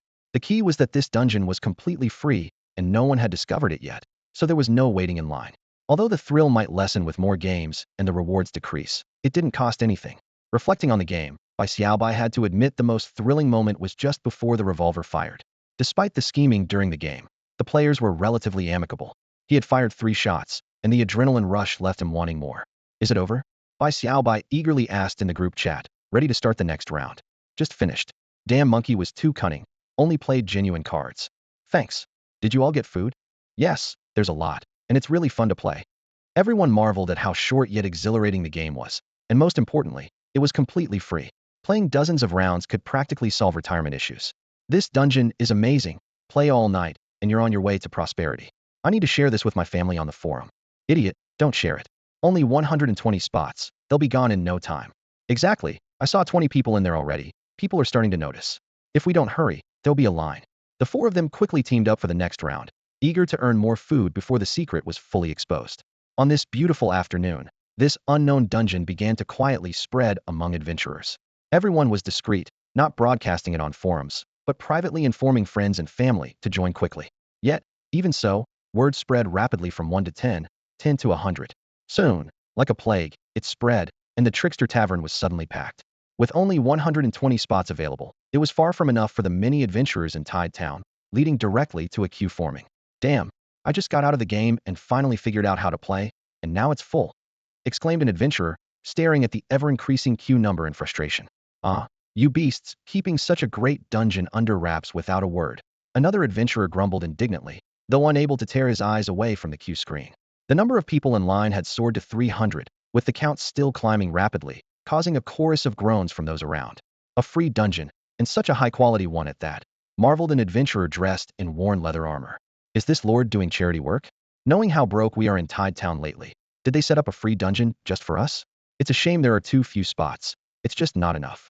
If I find out who this lord is, I'll definitely worship them, a small-framed adventurer said with admiration. Didn't you already worship Lord Chen? Someone chimed in nearby. I have a big tongue. I can worship both. The small adventurer replied without hesitation, prompting laughter all around. The frenzy at the Trickster Tavern invigorated Li Ruopu, a salesman. Standing in the corner, he watched the bustling scene with a slight smile. However, this situation was expected. After all, it's free who wouldn't play? To put it bluntly, with the recent upheaval in Tide Town, some adventurers have become quite poor, to the point where they need financial support from their elderly family members. So, never mind the tavern's quality. Even if it were terrible, adventurers would still try it for any potential profit. At this rate, in just a few days, I might qualify for a recommendation from more towns. Li Ruopu mused, excitement gleaming in his eyes. 2 months' worth of achievements resolved in just a few days. That's the power of Lord Chen. Li Ruopu suddenly felt that he had only done 2 right things in his life. Becoming a fan of Chen Yu and introducing his sister to the great Xia city as a contract adventurer. Following the right person makes winning as easy as drinking water. In contrast to the hustle and bustle of the Trickster Tavern, the Happy Games, also on the recommendation list, welcomed its first guest. An adventurer entered the dungeon, looked around, and saw it was empty. After another glance at the ordinary dungeon-style architecture, he was stunned. He rubbed his eyes and looked around again, as if unsure if he was in the right place. In the territory, Zhao Haoyang saw the arrival of his first guest and smiled. Thinking it was, after all, his first customer, he straightened his clothes and quickly walked into the dungeon to greet them. Hello, esteemed guest. Zhao Haoyang, wearing an elegant suit, bowed to the adventurer, his voice tinged with undisguised excitement. I am the lord of this dungeon. You can call me Lord Zhao. Welcome to my dungeon. Our dungeon's mission is... Before Zhao Haoyang could finish, the adventurer raised his hand to interrupt. Wait, you say you're the lord of this dungeon? Yes, I am. No, don't speak yet, the adventurer said, scanning the surroundings with furrowed brows. So, this isn't some newly updated gameplay? And your surname is Zhao? Yes, I am. Hearing, yes, the adventurer's face turned to shock. He staggered a couple of steps, disbelief etched on his face, before suddenly erupting in a furious shout. Hey, you little brat, where the hell have you brought me? Is this still the great Xia city? Zhao Haoyang was momentarily stunned, unsure of what was happening. The barrage had already begun, with the opponent's voice hitting him like cannon fire. What do you mean, huh? Who are you trying to scare with a pixelated face like that? It was then that Zhao Haoyang realized, because he was in a recommended spot, his face had been automatically pixelated in this dungeon, making it impossible for the other person to see his real appearance. He quickly tried to explain. Sir, my face is like this because... Because of what, huh? The other person interrupted, his voice filled with anger. Why are you trying to ride on someone else's popularity? I only just realized that this dungeon is called Happy Card Game, and I'm not happy at all. A torrent of profanities followed, like machine gun fire, overwhelming even the subtitling team, who couldn't keep up and declared defeat. Zhao Haoyang had intended to maintain some dignity, but he was bombarded to the point he couldn't lift his head. Every time he tried to speak, he was met with dozens of rapid-fire insults. The adventurer had initially thought that the Happy Card Game had opened a new line here and was excited to avoid the queues. But upon entering, he realized he had been deceived. Unable to swallow this indignation, he unleashed his anger from start to finish, nearly causing Zhao Haoyang to lose his composure. When Zhao Haoyang finally reached the end of his patience and was about to retaliate, the adventurer threw out a final threat and exited, leaving not even a soul crystal behind. This scene angered Zhao Haoyang so much that he spat out a mouthful of blood, his face turning pale. However, the adventurer's fury did not subside. After exiting, the more he thought about it, the angrier he became. He immediately took to the forums to start a thread, launching a tirade of curses. He vowed to find out which salesperson was responsible for this dungeon and promised to confront them in person once he did.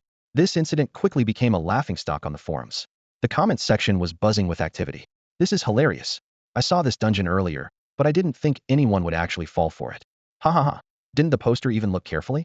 Lord Chen is so popular now, why would they need a recommended spot? Unless they make the dungeon free, they can't even compete with the fraud tavern, let alone Lord Chen. What a joke. Happy Card Game. Haha, the blatant attempt to ride on popularity must be inspired by the creators of the Punishment of Destruction. To be fair, the Punishment of Destruction might have copied the Punishment of Angels, but at least it was decent and playable. This Happy Card Game looks like trash. Have you been in there too? Humor. Not really. I figured it out from the poster's reaction. Seeing the endless stream of mockery, the adventurer couldn't take it anymore and began inquiring about which salesperson had put up the recommended spot. This move frightened the salesperson, who quickly contacted Wu Qingxiu. In the dark world, Wu Qingxiu, who was out hunting, received the message and hurried back immediately. As soon as he saw Zhao Haoyang, he began to question him, his brow furrowed. What on earth happened? I went through a lot to get you that recommended spot, and you've already managed to offend the first customer? Zhao Haoyang defended himself, his voice choked with emotion. I don't know. He just started attacking me out of nowhere. We're all human. How can he say such horrible things? Wu Qingshu looked at the sensitive lord before him and sighed deeply. What a mess. I thought I had a decent lord to work with, but not only are you not smart, you're also overly sensitive. How bad could a few insults be? Skeptical, he opened the link sent by the salesperson, only to quickly close it after a glance, his expression turning complicated. He glanced at Zhao Haoyang with resignation. All right, I get it. You've been through enough. Wu Qingshu sighed once more. It seems we have no choice but to go the free route if we want to compete with them, Wu Qingshu declared decisively. Free? Won't that mean a loss? Zhao Haoyang frowned. Just building it cost 100 soul crystals, not to mention it takes 1 soul crystal a day for maintenance. We can't focus on small profits right now, Wu Qingshu said through gritted teeth. We need to attract players with free access first, and then charge them once they're hooked. After pondering for a moment, Zhao Haoyang made up his mind and began to rearrange things. Happy Card Game quickly announced a maintenance update, and a brand new free dungeon appeared on the recommended list alongside Trickster's Tavern. Oh, Happy Card Game is free now. That's rare. Let's see what kind of dungeon it is. It's free anyway, worth a try. Adventurers flocked in, quickly reaching the 20-person limit, and even forming a queue. Seeing this, Zhao Haoyang felt his spirits lift and immediately began to greet the guests warmly, explaining the card game rules. Lord, this environment is too basic, one adventurer frowned. The dungeon style is fine, but the details are too rough. And these cards, they're so garishly colorful. Come on, it's free, don't be picky, another adventurer said as they sat down. Let's just give it a try. A table was soon filled, and Zhao Haoyang hastily introduced the rules. This is Happy Do Diju, and the gameplay is like this. Wait, an adventurer interrupted. Isn't this just a copy? Zhao Haoyang awkwardly explained. It's not copying, it's called borrowing. The 20 adventurers exchanged glances and suddenly laughed. Not bad, it's a decent imitation, has a bit of Lord Chen's style. If everyone agrees, let's start. Lord Zhao, where are the chips? Zhao Haoyang quickly handed out the initial chips, and games began at 6 tables simultaneously. Since he hadn't hired any staff, he had to manage everything himself. Soon, the shouts of Do Diju filled the air. Before long, the first adventurer ran out of chips. Zhao Haoyang's eyes lit up as he approached. Would you like to top up some happy coins? We're offering a grand opening discount. You can get 100 happy coins at a time. The adventurer thought for a moment. I could. But, he paused, it feels like something's missing. If there's anything missing, just let me know. Whether this dungeon succeeds depends on adventurers like you, Zhao Haoyang said, folding his hands on the table and focusing intently on the adventurer before him. I know what's missed Sinjit's popularity, the adventurer declared confidently. Zhao Haoyang was taken aback, his brow furrowing slightly. What do you mean by that? Unbeknownst to Zhao Haoyang, the confident adventurer in front of him was Bai Xiaobai, a loyal fan of the Daxia city that never sleeps. He mistakenly thought this was a genuinely helpful adventurer offering sincere advice. Bai Xiaobai adjusted his collar with a seasoned air. I think having only 20 people is too few. It's not exciting enough. You should level up this dungeon, at least expand it to accommodate 80 people. Zhao Haoyang was momentarily stunned, his lips twitching. But what? Bai Xiaobai interrupted impatiently, frowning. Expanding to 80 isn't hard. Just build 2 level 2 dungeons. But the problem is, Zhao Haoyang tried to explain, but he was cut off again. What? There's still a problem. Bai Xiaobai squinted, scrutinizing Zhao Haoyang. You can't handle it, can you? He eyed Zhao Haoyang doubtfully. You don't even have a level 2 castle, do you? If that's the case, we're not sure we want to spend our fun coins here. As soon as Bai Xiaobai finished speaking, his friends and other adventurers chimed in, surrounding Zhao Haoyang with a chorus of voices. Yeah, Lord Zhao. It's not fun with so few people. It's more lively with a crowd. Don't worry about the cost of a few soul crystals. Look at how many people are lined up outside. Once you expand, people will come, and with everyone having fun, you'll earn lots of soul crystals. Exactly, if you don't invest, this dungeon will never take off. Zhao Haoyang stood there, beads of sweat forming on his forehead, his expression full of hesitation and conflict. Seeing his reluctance, another adventurer added fuel to the fire. Oh well, let's leave. It's no fun here. If you can't even make a small investment, how do you plan to run a dungeon? It's boring, really. As the 20 adventurers turned to leave, Zhao Haoyang panicked. Had all his efforts been in vain? In a moment of desperation, he gritted his teeth, his facial muscles twitching. All right, he said decisively. Wait here, I'll go expand the dungeon right now, and soon there'll be more people. With that, Zhao Haoyang hurriedly turned and left, his steps so rushed he nearly stumbled. It wasn't long before noticeable changes appeared around the dungeon. The space expanded, walls extended outward, and new areas were opened up. The population quickly increased from 20 to 80. This move cost Zhao Haoyang all his remaining soul crystals, 500 in total, leaving none. Zhao Haoyang soon returned to the adventurers, his face showing both anticipation and fatigue. Everyone, as you can see, the population has expanded to 80, and more people are coming. It's time to start spending, he said, directing his words to the original 20 adventurers, his eyes full of expectation. The 20 adventurers exchanged glances, a hint of cunning flashing in their eyes. One of them sneered. You expect us to invest? Copycats don't deserve it. But didn't you just say? Zhao Haoyang was dumbfounded, his expression shifting from anticipation to confusion. We were just messing with you, and you fell for it. Bai Xiaobai continued, a mocking smile playing on his lips. Did you really think we'd support the business of a copycat? If we're going to invest, it'll be in the Daxia city that never sleeps, not here. That's the hope for our Tides town's prosperity. We won't support you instead. I don't know what you were thinking. If you manage your dungeon well, we might support you, but if you keep taking shortcuts, don't blame us. Zhao Haoyang stood there, his face turning from red to pale, lips trembling, unable to utter a word. In reality, once they became affluent, adventurers didn't mind supporting dungeon lords who were serious about their games. But for those who just wanted to cash in on trends, they stood united in their stance. The God of Destruction's punishment was indeed copied, but he copied it from foreign servers, which is beyond our control. But this is truly unbearable. In the past, we had no choice, but now we just want to support those who genuinely create dungeons. You're not even worth a finger of Lord Chen, yet you dare to run a gambling dungeon here. If you don't go bankrupt, who will? For almost an entire day, the taunts of dozens of adventurers surged like a tide, and Zhao Haoyang finally couldn't take it anymore and quit the game.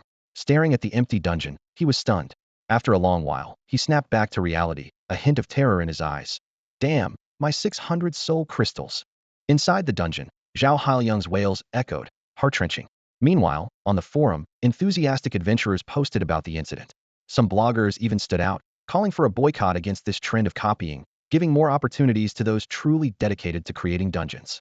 Everyone knew that the Grand Summer Nevernight City had given us countless opportunities. We can't let these opportunists take advantage. They must learn that such tricks can't fool players. Voices like these were everywhere, and the forum discussions grew more intense, quickly reaching trending status. This wave of public opinion left Zhao Haoyang's joyful gambling, with 0 soul crystals found even after a day online. Although many entered his dungeon, without exception, they were there to mock him, looking for laughs. In stark contrast, the scammer's tavern had a queue of over 1,000, making it impossible to get in. As night fell, only Chen Yu and Chen Yuxuan sat at the dining table. Chen Yu curiously looked at Chen Yuxuan and asked, "Where are the other two?" Chen Yuxuan, devouring eel rice with eyes full of enjoyment, replied, "They're still working hard in there. But they need to eat, right?" Chen Yu frowned, a bit puzzled. Chen Yuxuan shrugged nonchalantly. "No worries, if they faint from hunger, I'll go in and carry them out." Chen Yu shook his head and couldn't help but laugh. "You seem so relaxed. Have you completed your comprehension?" Chen Yuxuan hummed indifferently, his tone revealing pride. "Of course." Chen Yu smiled. With that smug little expression, it must be of high quality, right? Just so-so, orange quality. Chen Yuxuan's lips curled into a proud smile, his eyes gleaming with pride. T-Virus, Fatal Weakness, boosts all attributes by 30 upon activation, and allows you to spot enemies' weak points during ranged attacks. Rationality drops quickly, but once rationality is lost, you can mutate into a zombie. Who can stop that? His tone was light, but you could sense his confidence and anticipation for this skill. Although the skill didn't have a significant advantage compared to green quality, the ability to spot weaknesses was extraordinary. As long as you hit a weakness, the damage could be off the charts. As for the side effect of turning into a zombie after losing rationality, Chen Yuxuan didn't mind. "If I die, I die. It's no big deal anyway." "What? It's already reached orange quality so quickly?" A hint of surprise flashed in Chen Yu's eyes. He wasn't unfamiliar with this area of knowledge. After all, his former self was a top student with a solid understanding of this field. Still, seeing this result, Chen Yu couldn't help but be amazed. Such a breakthrough wasn't easy for ordinary people, yet Chen Yuxuan achieved it effortlessly. No wonder she was the ace of the Jiuxuan strategy group. Her talent was truly remarkable. Chen Yuxuan smiled proudly. "It was tough at first, but then I discovered some tricks, and it became easy." She paused, a hint of pride in her eyes. "After numerous tests, we found that the Tvirus is more suited for amplifying strengths, meaning it can enhance one's advantages, and I'm not talking about physical aspects." She grinned slyly. "I wasn't thinking in that direction." Chen Yu couldn't help but laugh. This girl was incredibly bold, constantly teasing him. "So later, we started developing in that direction," Chen Yuxuan continued. "For example, after injecting the Tvirus, as long as I fight with long-range weapons like firearms, the skills I comprehend are of higher quality." Her tone was full of confidence. "In this regard, I must say, Chen Yu, the Resident Evil world you created is incredibly comprehensive. It can meet almost any need. Moreover, The sniper rifle on the Twin Towers perfectly complements my combat style. I comprehended that orange quality skill while fighting the Tyrant. Her eyes showed a hint of regret. Unfortunately, in the dark world, there's neither that sniper rifle nor firearms, so I have to make do with a longbow. What about them? Chen Yu asked. Chen Yu shrugged. Xiaoxue hasn't found her niche yet, though she's comprehended purple quality. She wants to break through herself. Her eyes flashed with a bit of helplessness. As for Ruashu, she couldn't help but complain. Her goal is ridiculously high. She insists on not settling for the red quality virus. Chen Yu nodded. Though a bit helpless, seeing everyone making progress made him quite happy. After all, as the boss, he knew that employees taking the initiative to improve was a good thing, and he couldn't demand too much. Today's gains are pretty good, he murmured. I estimate we'll reach a level 4 castle by tomorrow, and a level 5 castle the day after. He couldn't help but marvel at the speed, especially with the adventurers' enthusiasm in recent days pushing the process forward. After dinner, Chen Yu continued to focus on constructing the dungeon. Currently, the dungeon was his most focused project, especially the 8 million warriors section. Compared to constructing Resident Evil, creating the 8 million warriors was far more complex due to the vast amount of data involved. The challenge of Resident Evil lies in the scene construction, Chen Yu pondered. But for me, constructing scenes isn't difficult. I have the imagery in my mind, so it's no problem. He smiled softly. The 8 million warriors, on the other hand, require more complex data work besides scene construction. He leaned on the table, his eyes deep. Career balance, dungeon monster settings, skill design all need to be precise. Otherwise, the entire system could collapse. He took a deep breath and continued. Career skills are crucial. They must be well designed as they affect whether adventurers can successfully change jobs and awaken. If not done well, the entire system could have cracks. He chuckled lightly again. However, the main thing is the underlying logic and public recognition.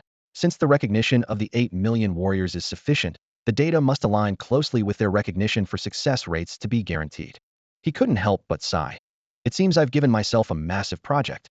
Meticulously crafting each stroke, a dazzling white light flashed from a teleportation array in a warlord's castle to the west. 50 ice dragons soared into the sky above the castle, their roars shaking the heavens and the earth. Below, the lizardmen instinctively knelt, submitting to this powerful presence. Lizardman leader Lu Yufan stood on the castle's watchtower, gazing up at the 50 ice dragons in awe. So, this was the might of the dragon race's elite forces? The mere aura they exuded filled him with terror. With such a formidable army, how could he not conquer that dungeon lord? Lu Yufan commanded hundreds of lizardmen, whose greatest advantage was their sheer numbers and low cost. With these 50 ice dragons, he even felt invincible in the region, confident that even the nearby golden holy lion lord posed no threat. Meanwhile, on the communication interface, Sun Yao sent Lu Yufan a message. Tomorrow, head to my brother's territory and launch an attack on that dungeon lord. Wear him down first. Then, continue to probe his other territories and lock down his entire economy. I want him destroyed. After 2 days of preparation, Sun Yao finally had the resources to dispatch 50 ice dragons. More dragons would follow, despite the high cost of using the Alliance's teleportation array, which Sun Yao could easily afford. You have a protective shield, but I have dragons. You can summon adventurers from another world, but I have dragons. You have transformation cards, but I have dragons. With dragons in the air, how can I lose? In a certain territory, Sun Yao looked up in a certain direction, his gaze profound. The next day, at the break of dawn, disaster struck the biohazard dungeon. Lines 6 to 15 were completely shut down, and the adventurers within were ejected. What the hell happened? An adventurer exclaimed. 10 whole lines are down, leaving only 5 operational. I just got in and was kicked out. I just bought a tank skin and was about to drive it when this happened. Did the territory get attacked? The shutdown of 10 lines meant that 600 adventurers were simultaneously booted from the dungeon, a situation far more severe than the previous attack on the territory. The sudden event jolted Chen Yu awake from his bed. He immediately got up to check what was happening in his territory, finding that the main biohazard territory's protective shield was under constant attack. What's going on? Chen Yu frowned. With only about 30 ordinary citizens under his command, he had them dispersed across various areas, leaving only a few half-elf citizens managing the farmlands and cleaning in the main biohazard territory. With Chi Maosong and the others yet to return, the biohazard territory felt empty, unable to mount an effective defense against the invaders. At this moment, Li Ruoshu and the other 2 had also arrived. The 4 exchanged glances and quickly headed to the teleportation array, transporting themselves to the biohazard territory. Upon reaching this territory, Chen Yu was taken aback by the sheer number of enemies he faced. 200 to 300 lizardmen were lined up around the perimeter, their scales glinting with a cold sheen. Most were of ordinary grade, with a few reaching excellent grade. This diverse army had a complex composition, spearmen with sharp lances at the front, and archers in the back continuously loosing arrows that rained down upon the territory. This relentless assault had completely shut down the dungeon system of the territory. Even more concerning were the dozens of blue dragons circling in the sky. Their massive forms stirred up chilly winds with each beat of their wings. These dragons were of no low quality, all reaching the excellent grade, with a few even exuding a rare grade glow, boasting combat prowess far surpassing the ground forces. They hadn't attacked immediately, but hovered above, poised to strike at any moment. The enemy's strategy was clear: maintain minimal attack pressure to keep the protective barrier active, thus severing the dungeon's signal and cutting off Chen Yu's soul crystal supply. Seeing this, Li Ruoshu and her companions' expressions turned grim. Cutting off our resources? Who can tolerate that? The three shouted in unison, charging out of the protective barrier without hesitation. Li Ruoshu, wielding dual swords, moved like the wind and swiftly engaged a lizardman spearman. Her sword, enhanced by wind attributes, became a silver streak that precisely sliced through the lizardman's throat. With her wind-enhanced speed, she was far quicker than the lizardman, making unknown encounters almost instant victories. Although Li Ruoshu and Chu Ruoshu hadn't mastered their ideal skills, they still held the upper hand against these unevenly graded lizardmen. Most were ordinary grade, with a few reaching excellent grade, and their combat indices were generally low. Against the trio with combat strength far exceeding their current quality, the lizardmen stood little chance in single combat. However, the strength of a warlord never lies in individual units, but in the coordinated combat capabilities of the entire formation. An organized army is fundamentally different from a disorganized mob. The surprise attack by Li Ruoshu and her companions caught the lizardmen off guard, killing a dozen or so within seconds. But the lizardmen quickly regrouped, forming a defensive phalanx spearmen tightly arrayed in front with overlapping shields, while archers launched arrows from the rear. Worse, the ice dragons in the sky began a coordinated attack, diving down and unleashing freezing breaths. Facing the onslaught of 200 lizardmen and 50 ice dragons alone, the trio found it difficult to withstand even a single volley, forcing them to retreat into the protective barrier. However, just before retreating, Chen Yu drew her longbow and activated her orange-grade skill, T-Virus, Fatal Weakness. Her vision transformed, turning the world into black and white, with red dots appearing on the enemies indicating their fatal weaknesses. Chen Yu swiftly aimed at an ice dragon above, drew her bowstring, and released. The arrow flew true, striking a red dot on the dragon's belly. A harrowing cry echoed through the sky as the excellent grade dragon plummeted to the ground, killed instantly. This scene stunned everyone, including Chen Yuan. Ordinary grade weapon had just felled an excellent grade dragon. Was this the power of the orange grade T-Virus skill Chen Yu had mastered in the biohazard? The aerial dragon group, shaken by the strike, quickly ascended, no longer daring to hover at low altitudes. Although they had successfully slain a dragon, the enemy numbers remained overwhelming, making it clear that Li Ruoshu and her companions were struggling to cope with such a formidable siege. Exchanging a life for a life is possible, but resurrection requires time and resources, Chen Yu said, clutching one eye in pain from overusing the virus agent, sweat beading on his forehead. The battle intensified as the lizardmen army surged like a tidal wave, relentlessly attacking the protective shield after repelling Li Ruoshu and the others. With a furrowed brow, Chen Yu quickly issued an urgent mission on the system panel. Mission name: Defend the territory. Objective: Defend the territory and locate the enemy's nest. Reward: Top 30 receive 100 contribution points. Completion rewards 300 joy coins. Recruitment: 120 people. As soon as the mission was released, Titletown erupted with excitement. What? How dare they attack Lord Chen's territory? Brothers, charge. Let's not only drive them away but also teach them a lesson. The adventurers were outraged. To them, every minute Chen Yu's territory was at a standstill meant not only loss for the Lord, but also a direct impact on their livelihoods.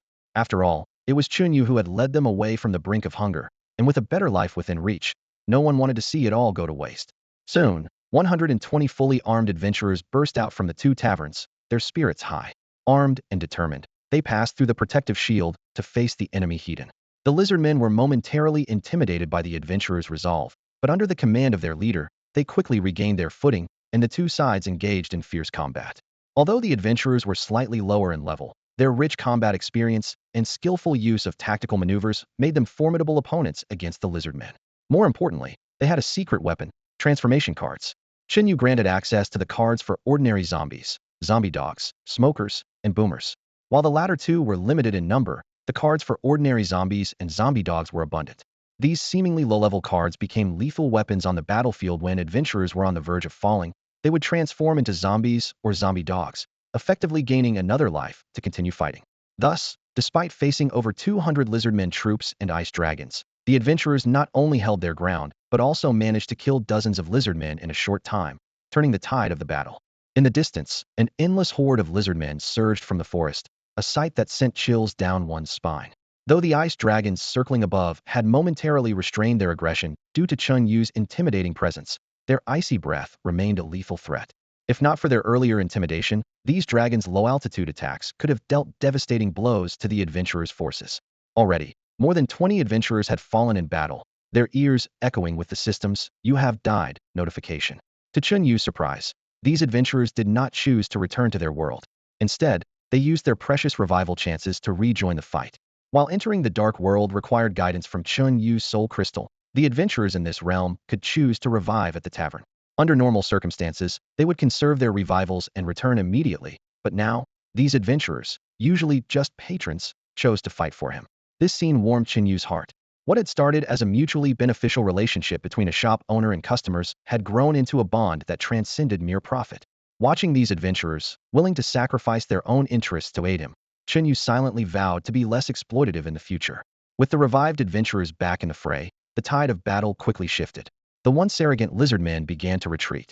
Meanwhile, Li Ruoshu, while dispatching enemies, noticed something unusual in the forest depths. Many lizardmen were avoiding direct confrontation, choosing instead to take a detour. At that moment, an alarm sounded from one of the village territories, signaling an attack.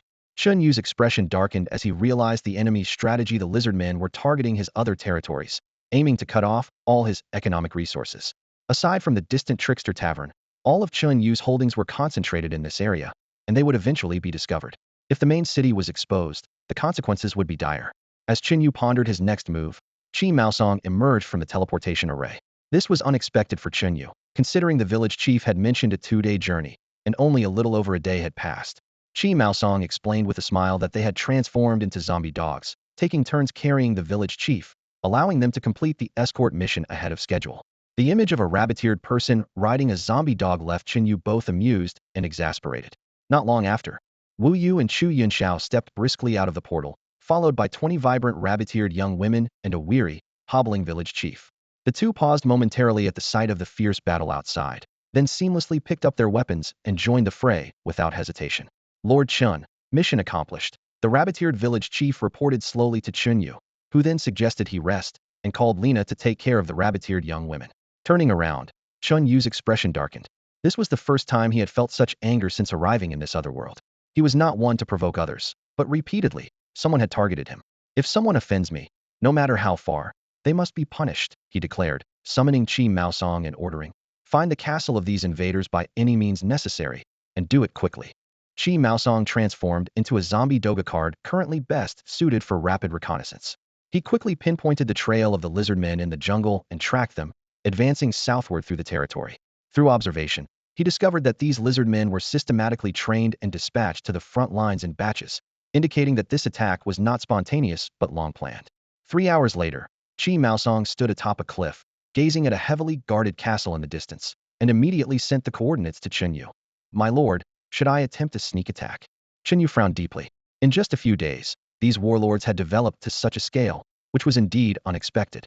From Qi Maosong's observations, it was clear that the territory was filled with defense towers, making it difficult for Qi Maosong to penetrate alone.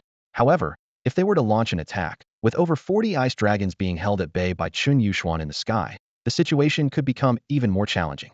This was a tricky problem. Although they could currently defend, a prolonged war of attrition would be highly disadvantageous. The territory needed to be taken, but how to proceed? Using the Tyrant card seemed wasteful. Suddenly, inspiration struck Chen Yu. The most common defense tactic among dungeon lords was forming alliances. Although he rarely interacted with other lords, Licia frequently kept in touch with him. Moreover, based on the coordinates sent by Qi Maosong, the target territory was only a 2-hour journey from the location Licia had previously provided. With this in mind, Chen Yu immediately messaged Licia, "Are you there? I'm here. Why are you reaching out to me?" Licia replied swiftly, surprised by his initiative. Since confirming each other's safety last time, she had been focused on her own development and seldom contacted Chen Yu. Chen Yu got straight to the point. "This territory is near you, right? Can you help me take it down?" "Huh? I can, but I'm currently in the middle of competing for a secret realm. Can it wait for an hour or two? You don't need to deploy your troops. I'll send you soul crystals to directly boost your forces." Consider it hiring your troops, and my people will handle the command. With that, Chen Yu transferred 1,000 soul crystals. Wait, that much? Licia was stunned by the sudden large payment. It's only been a few days. How do you have so many soul crystals? Licia was taken aback by the sudden shower of soul crystals. Stunned, she stood there, holding the shimmering crystals in her hands, her mind racing with thoughts. It dawned on her that her previous worries were unfounded. A dungeon lord capable of casually throwing out 1,000 soul crystals was not someone she needed to be concerned about. Piecing together the information she had gathered from the lord's chatroom over the past few days, Licia quickly understood the situation. Upon learning that Chen Yu's territory was under attack, she sprang into action, promptly channeling all 1,000 soul crystals into the war mill. The troop production system within her territory kicked into high gear, operating at full capacity. She didn't covet Chen Yu's gift, but instead used all the resources to support troop deployment. Within just a few minutes, a battalion of 200 Golden Saint Lions was ready for action, marching majestically towards Lu Yufan's territory. To facilitate Qi Maosong's command, Chen Yu and Licia had established an alliance, allowing field units to share real-time location information. In their sprinting state, these 200 Golden Saint Lions reached the target location in just 2 hours. The full name of the Golden Saint Lions is Lionhead Golden Beasts, resembling centaurs with lion heads. When these 200 robust creatures, standing nearly 3 meters tall, appeared before Qi Maosong, he was left wide-eyed in astonishment. What the heck? Qi Maosong muttered.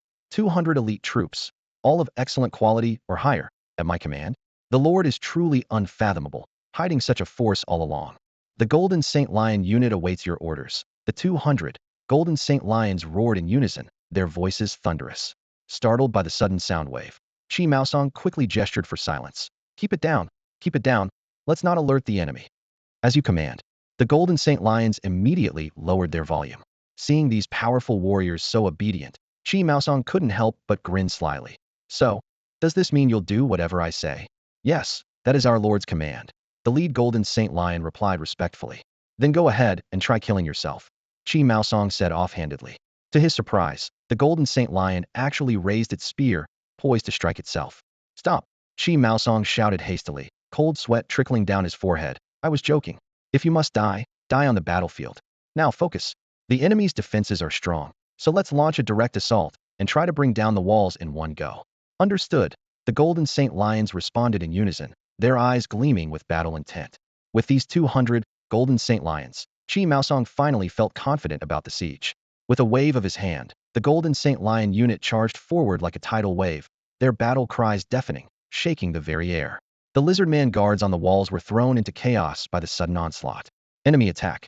Enemy attack! The Lizardman troops were instantly alarmed, but by the time they reacted, the Golden Saint Lions were already at the gates, using their powerful bodies and weapons to fiercely batter the wooden structure, which groaned under the strain. Is it that woman's troops? Why is she suddenly attacking me? Lu Yufan, on the watchtower, rushed out in a panic, his face ashen as he witnessed the scene before him. Being in the same region, Lu Yufan naturally recognized Licia and knew how formidable her troops were. In terms of ground combat capability, she was nearly unbeatable in this area, only rivaled by another with an equally powerful troop talent. Standing atop the wall, Lu Yufan watched the tide of Golden Saint Lions below, his brow furrowed. But it's strange. Weren't they embroiled in a fierce battle over a secret realm? Why do they suddenly have time to attack me? And why? Why attack me? Lu Yufan couldn't figure it out. What could have provoked this woman to send an entire force of 200 Golden Sacred Lions to attack his territory? Lu Yufan stood on the watchtower of the city wall, gazing at the distant, glimmering golden-armored lions, feeling a shiver run down his spine. When did she get this rich? 200 Golden Sacred Lions practically emptied her whole territory to wage this battle. Lu Yufan clenched his fists, sweat beading on his forehead. He couldn't fathom the reason behind this, but defending the territory was now his priority. He promptly used the magical crystal to issue orders, calling back all Lizardmen troops from the front line and sending an urgent request for aid to his ally, Sun Yawo. Within the territory, the training ground's magical formations flickered continuously as new Lizardmen warriors emerged, quickly joining the defensive ranks. The Lizardmen on the walls must hold the line. Lu Yufan's voice was hoarse as he issued a stern directive. No matter what, we must hold for 2 hours until the frontline troops return. With the orders dispatched, the frontline assault troops immediately ceased their attack on the enemy and retreated in formation. Upon receiving the message, Sun Yawu cursed under his breath and urgently recalled the ice dragons from the front, redirecting them to support Lu Yufan's territory. Our objective for today is achieved. That lord must have expended a significant amount of soul crystals. Sun Yao calmly analyzed in the command room. Once we drive off these golden sacred lions, we can then go after that dungeon lord.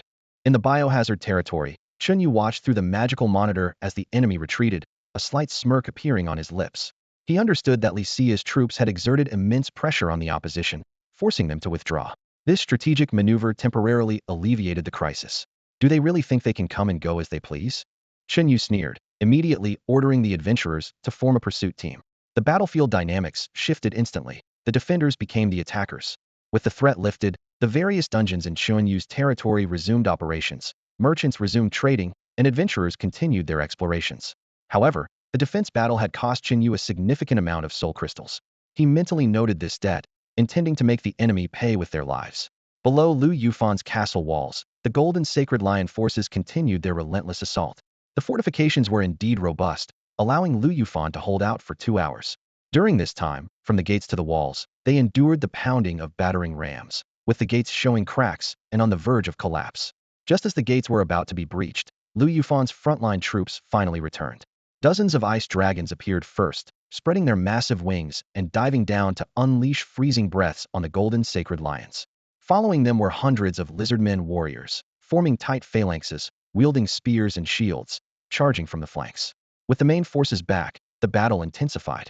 The Golden Sacred Lions had already suffered significant losses during the siege and now faced attacks from behind, further decimating their numbers to just over 100. Such a casualty rate was extreme, even for elite troops. Keep pushing. Ignore the rear, just break down the gates. Qi Maosong, seeing the gates near collapse, shouted orders not wanting to fail at the last moment. The Golden Sacred Lions, seemingly emboldened, roared in defiance, launching a final charge at the gates. The thunderous roar sent shivers through Lu Yufan on the watchtower, prompting him to urgently contact Sun Yao again. Brother Sun, when is your reinforcements arriving? I can't hold on much longer. Stop shouting, they're here. Sun Yao replied impatiently. He too had invested heavily, depleting a significant amount of resources. In the center of the castle, the teleportation array suddenly blazed with blinding blue light as ice dragons emerged, diving towards the Golden Sacred Lions at the gate. A total of 50 new reinforcements, combined with the 50 already arrived, made 100 ice dragons circling above, their freezing breath sweeping the battlefield like a blizzard. On the ground, 700 to 800 lizardmen warriors surrounded the enemy. The Golden Sacred Lions found themselves trapped, caught between the rear and the unfavorable terrain.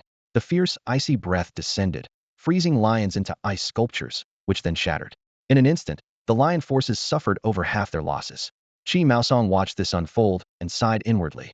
There's no choice left. I suppose it's time to use that card. The adventurers, in hot pursuit, followed the enemy into their territory and joined the fierce battle. However, the enemy's numbers were overwhelming, and the situation was dire for them. One by one, the Golden Holy Lions fell, and the adventurers who came to support them were sacrificed one after another, forced to retreat back to the adventurers' world. In such a non-siege battle, resurrection had lost its meaning. From the watchtower, Lu Yufan watched the battle nearing victory, barely able to contain his excitement. Brother Sun, your ice dragons are incredible. Even the Golden Holy Lions are no match. With these dragons, I can dominate this area. He was already planning to seize Li Xia's territory in a victorious pursuit to show her his might. Of course, Sun Yao replied smugly. I always said, with dragons on our side, how could we lose? Brother Sun is mighty. Brother Sun is unstoppable. Brother Sun. Boom. A deafening explosion erupted beside Lu Yufan, leaving him standing dumbfounded as he watched the tower beside the watchtower crumble into ruins.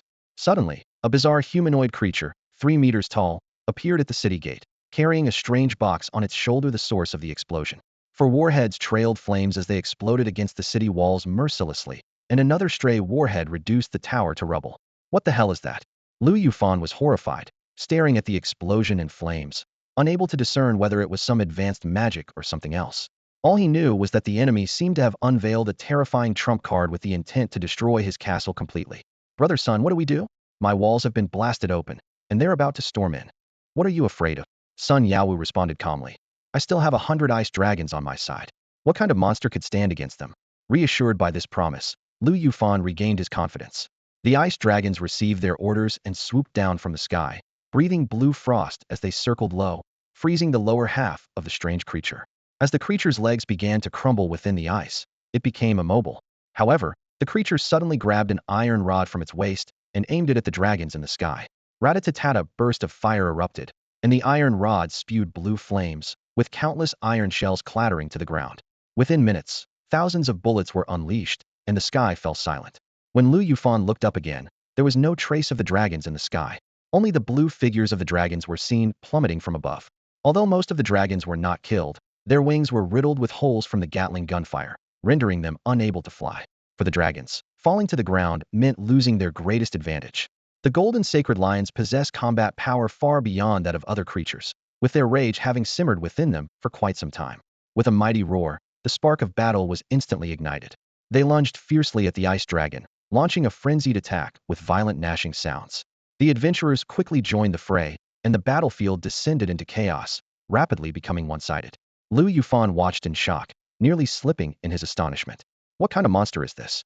It not only blasted through my city walls, but also took down the flying dragon in the sky. How did things change so drastically in just a few minutes? The fear in his heart was indescribable. Fortunately, the ice dragon's breath had already frozen the monster. Despite the dragon being vanquished, there were still plenty of lizard men present, enough to counter these creatures. Gritting his teeth, Lu Yufan angrily ordered, "Focus on that monster. Kill it first, then deal with the rest of the enemies." The lizardmen archers swiftly drew their bows, arrows raining down on Kimisong, whose lower body was frozen. Struggling to move, Kimisong couldn't withstand the barrage and quickly fell. However, before Lu Yufan could fully relax, he witnessed an even more terrifying sight. "The first phase is down?" he muttered, staring at the creature's massive figure in disbelief. Before he could react, the creature suddenly expanded into a gigantic behemoth. It leaped into the lizardmen's ranks, unleashing a massacre. The tyrant's power was unparalleled, tearing through the enemy ranks and slaughtering 200 to 300 lizardmen in moments. The scene as simple and brutal as mowing grass. Lu Yufan watched in horror, nearly fainting. What kind of monster is this? How is it so powerful? Despite the tyrant's terrifying strength, its existence surpassed exceptional combat power, and the second phase of Rampage couldn't last long. Kimisong quickly realized the third phase was imminent. He dashed to the watchtower, grabbing Lu Yufan in his grasp. "This is the Alliance's teleportation array, right? You know what to do. Send me through, and I'll spare your life," Kimisong urged. Lu Yufan, nearly wetting himself in fear, stammered his agreement. Yes, I'll activate it right away." In his panic, he activated the Alliance's teleportation array, and the massive tyrant vanished from the castle. Lu Yufan fell to the ground, utterly disoriented. The lizardmen forces suffered heavy losses from the tyrant's rampage, with nearly half perishing and the rest severely injured. Under the combined assault of the golden sacred lions and the adventurers, the lizardmen quickly crumbled, ultimately meeting their demise. Li Ruoshu slowly approached Lu Yufan, raising her sword. Seeing this, Lu Yufan hastily shouted, "He promised to spare me." Li Ruoshu sneered. "He may have promised to spare you, but we didn't." Before he could respond, her sword slashed, cutting Lu Yufan's throat, blood gushing forth like a fountain. Then, Li Ruoshu turned to find the castle's guardian stone, initiating the fusion process. "Do you wish to spend 1,000 soul crystals to activate the protective shield?" Without hesitation, she selected yes. The guardian stone's energy surged, enveloping the entire castle in a powerful shield. With this, another territory fell under her command. As for Sun Yao's territory, it was ravaged by the tyrant's third phase rampage, reduced to ruins, with even the guardian stone destroyed. Though it was a loss, the territory was distant from her main forces, making its loss inconsequential. Chen Yu stood in the warehouse, meticulously taking stock of the remaining supplies. Basic materials like iron and steel ingots were in ample supply, enough to support another round of equipment crafting. However, the most crucial item, the magic crystals, were completely depleted, all used up in the ongoing battles to summon troops. After finishing the inventory, he immediately set about constructing a teleportation array to bring Li Ruoshu and the others back. Unfortunately, Chi Maosong, due to the severe side effects of using the tyrant's third form, was too weak to return and could only await death in Sun Yao's distant territory, to revive later in the Adventurer's Lodge. This setback forced the planned upgrade to a level 4 castle to be postponed until tomorrow. "These flying creatures are really troublesome," Li Ruoshu sighed as she looked up at the sky. "If only we had firearms." "Exactly," Chen Yuxuan replied, a hint of longing in his eyes. "Give me a sniper rifle, and I could pick off those ice dragons one by one." Firearms. Chen Yu pondered. In this world of swords and magic, obtaining firearms wasn't easy. Perhaps he needed to find a way to replicate them through other means. If the tyrant can use rocket launchers and Gatling guns here, Chu Ruoshu suddenly spoke up. "Doesn't that mean any gun that comes with a card can be used?" This suggestion sparked an idea in Chen Yu's mind. "You're suggesting using the Pokédex cards to replicate firearms?" Chu Ruoshu thought for a moment. "But I've noticed that the tyrant's equipment is somewhat different from those in Resident Evil. The underlying logic of this world might have made certain adjustments to firearms, and would need to ask Qi Maosong for specifics. Afterward, the group went their separate ways. Wu Yu and Chu Yunxiao headed to the Resident Evil world to learn the T-virus skills. Chen Yu Xuan, due to the side effects of the T-virus, with black lines swirling in his vision, had to choose death and revival. Chen Yu remained in the Resident Evil territory to await Qi Maosong's revival. During this rare moment of calm, Chen Yu distributed battle rewards and compensated those adventurers willing to exhaust their revival chances to defend the territory at a rate of 500 joy coins per instance. Although they didn't ask for compensation, Chen Yu knew that any relationship needed to be maintained through fair exchanges. Not long after, Qi Maosong revived at the adventurer's lodge. He scratched his head sheepishly. "My lord, I'm sorry.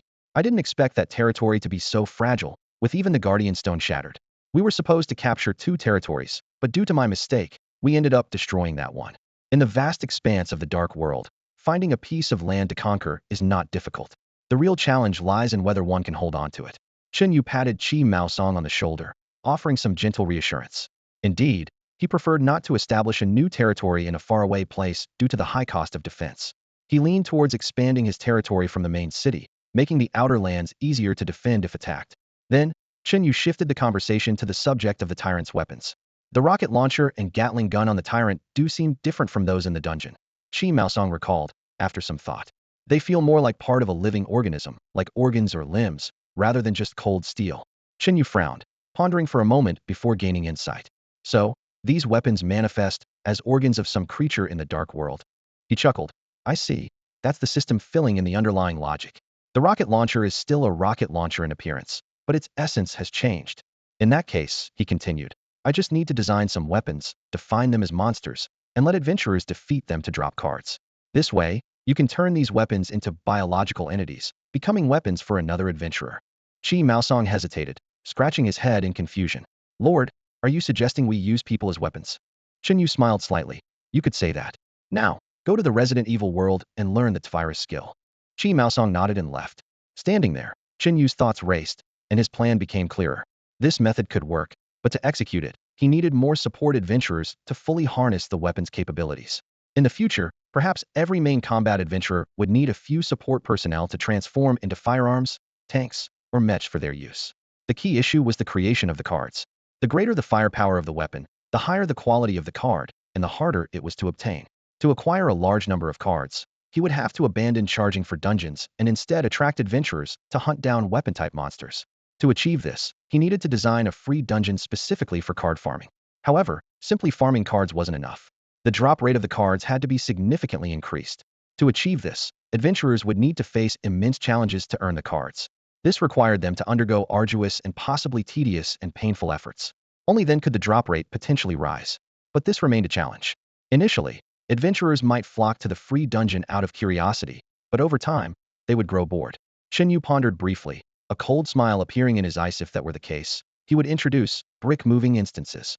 Adventurers would act as laborers, repeatedly performing the same menial tasks and defeating dungeon monsters. Depending on the quality of the monsters, they would earn joy coins as rewards.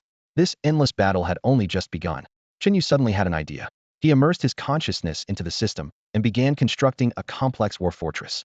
The surface of the fortress was covered with various obstacles, protruding rocks, bottomless chasms, and solid defensive positions. Each design was meticulously considered to create challenges for the adventurers to come. In strategic corners of the fortress, Chen Yu placed monsters resembling pistols, sniper rifles, and submachine guns. These creatures lay in wait, ready to launch deadly attacks on intruders at any moment. Upon entering this world, the adventurers are armed only with a simple wooden stick. Their task is daunting: to navigate through the barrage of gunfire using the terrain for cover and ultimately reach the top of the fortress to shatter the gun-like monsters with their wooden sticks. Using cold weapons against firearms, Chen Yu smirked. Starting at hell difficulty is the only way to significantly boost the drop rate. This was his way of treating adventurers like expendable pawns. Different qualities of firearm monsters have varying levels of damage and health, and the rewards for defeating them differ as well. A finely crafted firearm yields 100 joy coins, a rare one 500, and an excellent one as much as 10,000 joy coins. Given the current castle level, the highest quality achievable is excellent, as legendary quality is currently out of reach, and setting it would be pointless. In truth, Chen Yu did not expect anyone to defeat the excellent quality monsters. On one hand, the difficulty under these conditions is too high, making it nearly impossible for adventurers to win. On the other, The drop rate is extremely low. This level is mainly set to motivate adventurers after all. A single success can earn them 10,000 joy coins, equivalent to 4 days' earnings, serving as a strong incentive. Chen Yu's main goal was to have adventurers focus on the more lucrative fine-quality firearms, ensuring more stable and valuable returns. After placing the firearm monsters, Chen Yu added some vehicle-type monsters, primarily various motorcycles. These vehicles were of fine and rare quality, with rewards for defeating them following the same mechanism as the firearms. Additionally, Chen Yu designed a large number of non-aggressive, common-quality small robot monsters, with 24 series from A to Z, each with a unique appearance. These small robots have no attack capabilities and only possess simple auxiliary functions, making them easy to defeat usually with a single strike, but they only drop 1 joy coin upon being taken down. Creating these small robots was intended for future tactical support. Support personnel naturally have lower levels and combat strength than frontline fighters, and they cannot always transform into firearm forms, as that would waste cards. On the battlefield, support personnel can transform into these small robots, accompanying frontline fighters and morphing when needed. The auxiliary functions of these robots can sometimes yield unexpected results. Particularly, the G-Series, Corona, can be enhanced with the future skills of a mechanic class, transforming into attack forms like G1, G2, and G3. Due to their small size, they can hide on frontline fighters at critical moments, making them less likely to be detected by enemies. The design of the brick-moving dungeon content is complete for now. Chen Yu's main focus is on firearms, motorcycles, and support robots. As for higher-level equipment like tanks, mechs, laser cannons, and fighter jets, he tried adjusting the data and found these items far exceed the categories of fine or rare. Even the lowest quality of such equipment is rated as excellent, making them extremely rare drops. Although a dungeon lord can freely adjust monster data, the card grades are system-defined, with the system determining quality ranges based on the monster's overall strength. Equipment like tanks and mechs are classified as excellent or above, with very low drop rates. Instead of investing significant resources to acquire these, it's more practical to wait for the castle to upgrade before pursuing these steel behemoths. After exiting the dungeon construction, Chen Yu tidied up the reception room in the joyful chess game, placing luxury sofas, mahogany tea tables, and other exquisite furniture. Compared to the previous game room, this place now appears more upscale and sophisticated. In the future, when hosting guests from the adventurer world, this will be an ideal spot for them. After these adjustments, Chen Yu logged out of the system. Just before closing the system, he noticed an unread message in the list. Upon opening it, he saw it was from Licia. Chen Yu, have you resolved your issues over there? The 22 golden sacred lions have returned to my territory. Thank you. With their assistance, I feel more confident in dealing with the situation to the south. Chen Yu casually replied. No need to thank me. It was your troop to begin with. Returning them was only right, and you helped me out too. Chen Yu chose not to keep the 20+ golden sacred lions because their maintenance cost was too high. While under the protective shield, they consumed an enormous amount of soul crystals, and unless they stayed outdoors, this consumption couldn't be reduced. Keeping them here was pointless. It was better to use those resources to recruit more contracted adventurers. Licia's response came quickly. Honestly, I didn't expect you to become so strong. I heard a powerful dungeon lord emerged, but I didn't expect it to be you. However, with so many soul crystals in your possession, other warlords will surely take notice, so be careful not to expose your strength. She continued. At this stage, anyone who can easily produce 1,000 soul crystals becomes a target for other lords. The wealth of soul crystals is essentially the cornerstone of world conquest. Therefore, I must warn you that other powerful warlords might have their eyes on you. Compared to those with top-tier troops, I know I'm still too weak. She added, if you run into any trouble, feel free to reach out to me. I'll definitely help you. Chen Yu paused for a moment and replied with 2 words, got it. Then, he closed the system. In another territory, Licia looked down at the reply on her screen, a smile appearing on her lips. Knowing that Chen Yu had amassed such a formidable capital, she felt relieved. Now, she could focus all her attention on her own war efforts. Recently, the deaths of dungeon lords have been increasing. The regional chat channels were filled with the lamentations of lords unable to maintain their dungeons, being devoured by beasts.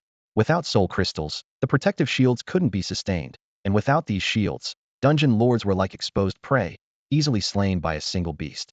After these days of struggle, an estimated 80 of dungeon lords have perished. Most of the remaining 20 are barely holding on, and in a few more days, many more will likely fall. Only a few, supported by their families and sustaining themselves through proxy IPs, manage to barely hang on. The survival rate for dungeon lords is a mere 3, not an exaggeration. Licia had been worried about this, but now, with the knowledge of Chen Yu's astonishing financial power, her concerns vanished. She looked towards the south, her heart unburdened, knowing she could now focus on pursuing her own goals. In the peaceful afternoon, the small town of Chaoshi was once again abuzz with excitement. A brand new dungeon from the Grand Xia Nevernight City had stirred up a storm with its astonishing zero-entry fee policy. This dungeon, named Iron Fortress, immediately captured the attention of countless adventurers upon its announcement. Compared to the Trickster's Tavern, which could only accommodate 120 people, Lord Chen had transformed his newly conquered territory into a massive dungeon capable of holding 600 adventurers. As soon as the news broke, cheers erupted from those adventurers who had long been waiting in vain to enter a dungeon. Lord Chen is truly an angel of mercy. An angel? No one can compare to Lord Chen. Throngs of adventurers flocked to the interface of the Grand Xia Nevernight City. There, the entrances to 3 dungeons were neatly arranged: Joyful Chess, Biohazard, and the latest Iron Fortress. Soon, the rules of Iron Fortress caught everyone's attention. This was a war-themed game where 600 adventurers would gather in trenches to launch a full-scale assault on the towering Iron Fortress, with the ultimate goal of defeating the final boss. Although it seemed like a typical challenge mode, the spectacle of 600 people charging simultaneously filled everyone with adrenaline. What thrilled the adventurers even more was the reward system. Defeating a white-named monster, 1 joy coin. Defeating a green-named monster, 100 joy coins. Defeating a blue-named monster, 500 joy coins. Defeating a purple-named monster, 10,000 joy coins. 10,000 joy coins? That's 4 times more than the 2,500 we can earn in a day. Did Lord Chen make a mistake? Maybe we have to pay Lord Chen 10,000 instead. This, earn money while playing dungeons, model was unheard of for centuries in the adventurer world. As the news spread, joy coin hoarders panicked, rushing to sell off their coins. The market was in chaos, with the value of joy coins plummeting from 1 to 2 down to 1 to 1.5.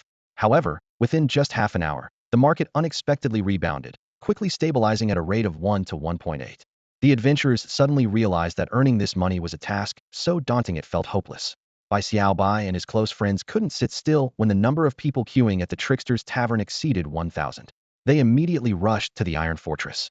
Upon arriving at the battlefield, the sight before them left them speechless. Hundreds of figures filled the trenches beneath the fortress, an estimated crowd of over 300 people.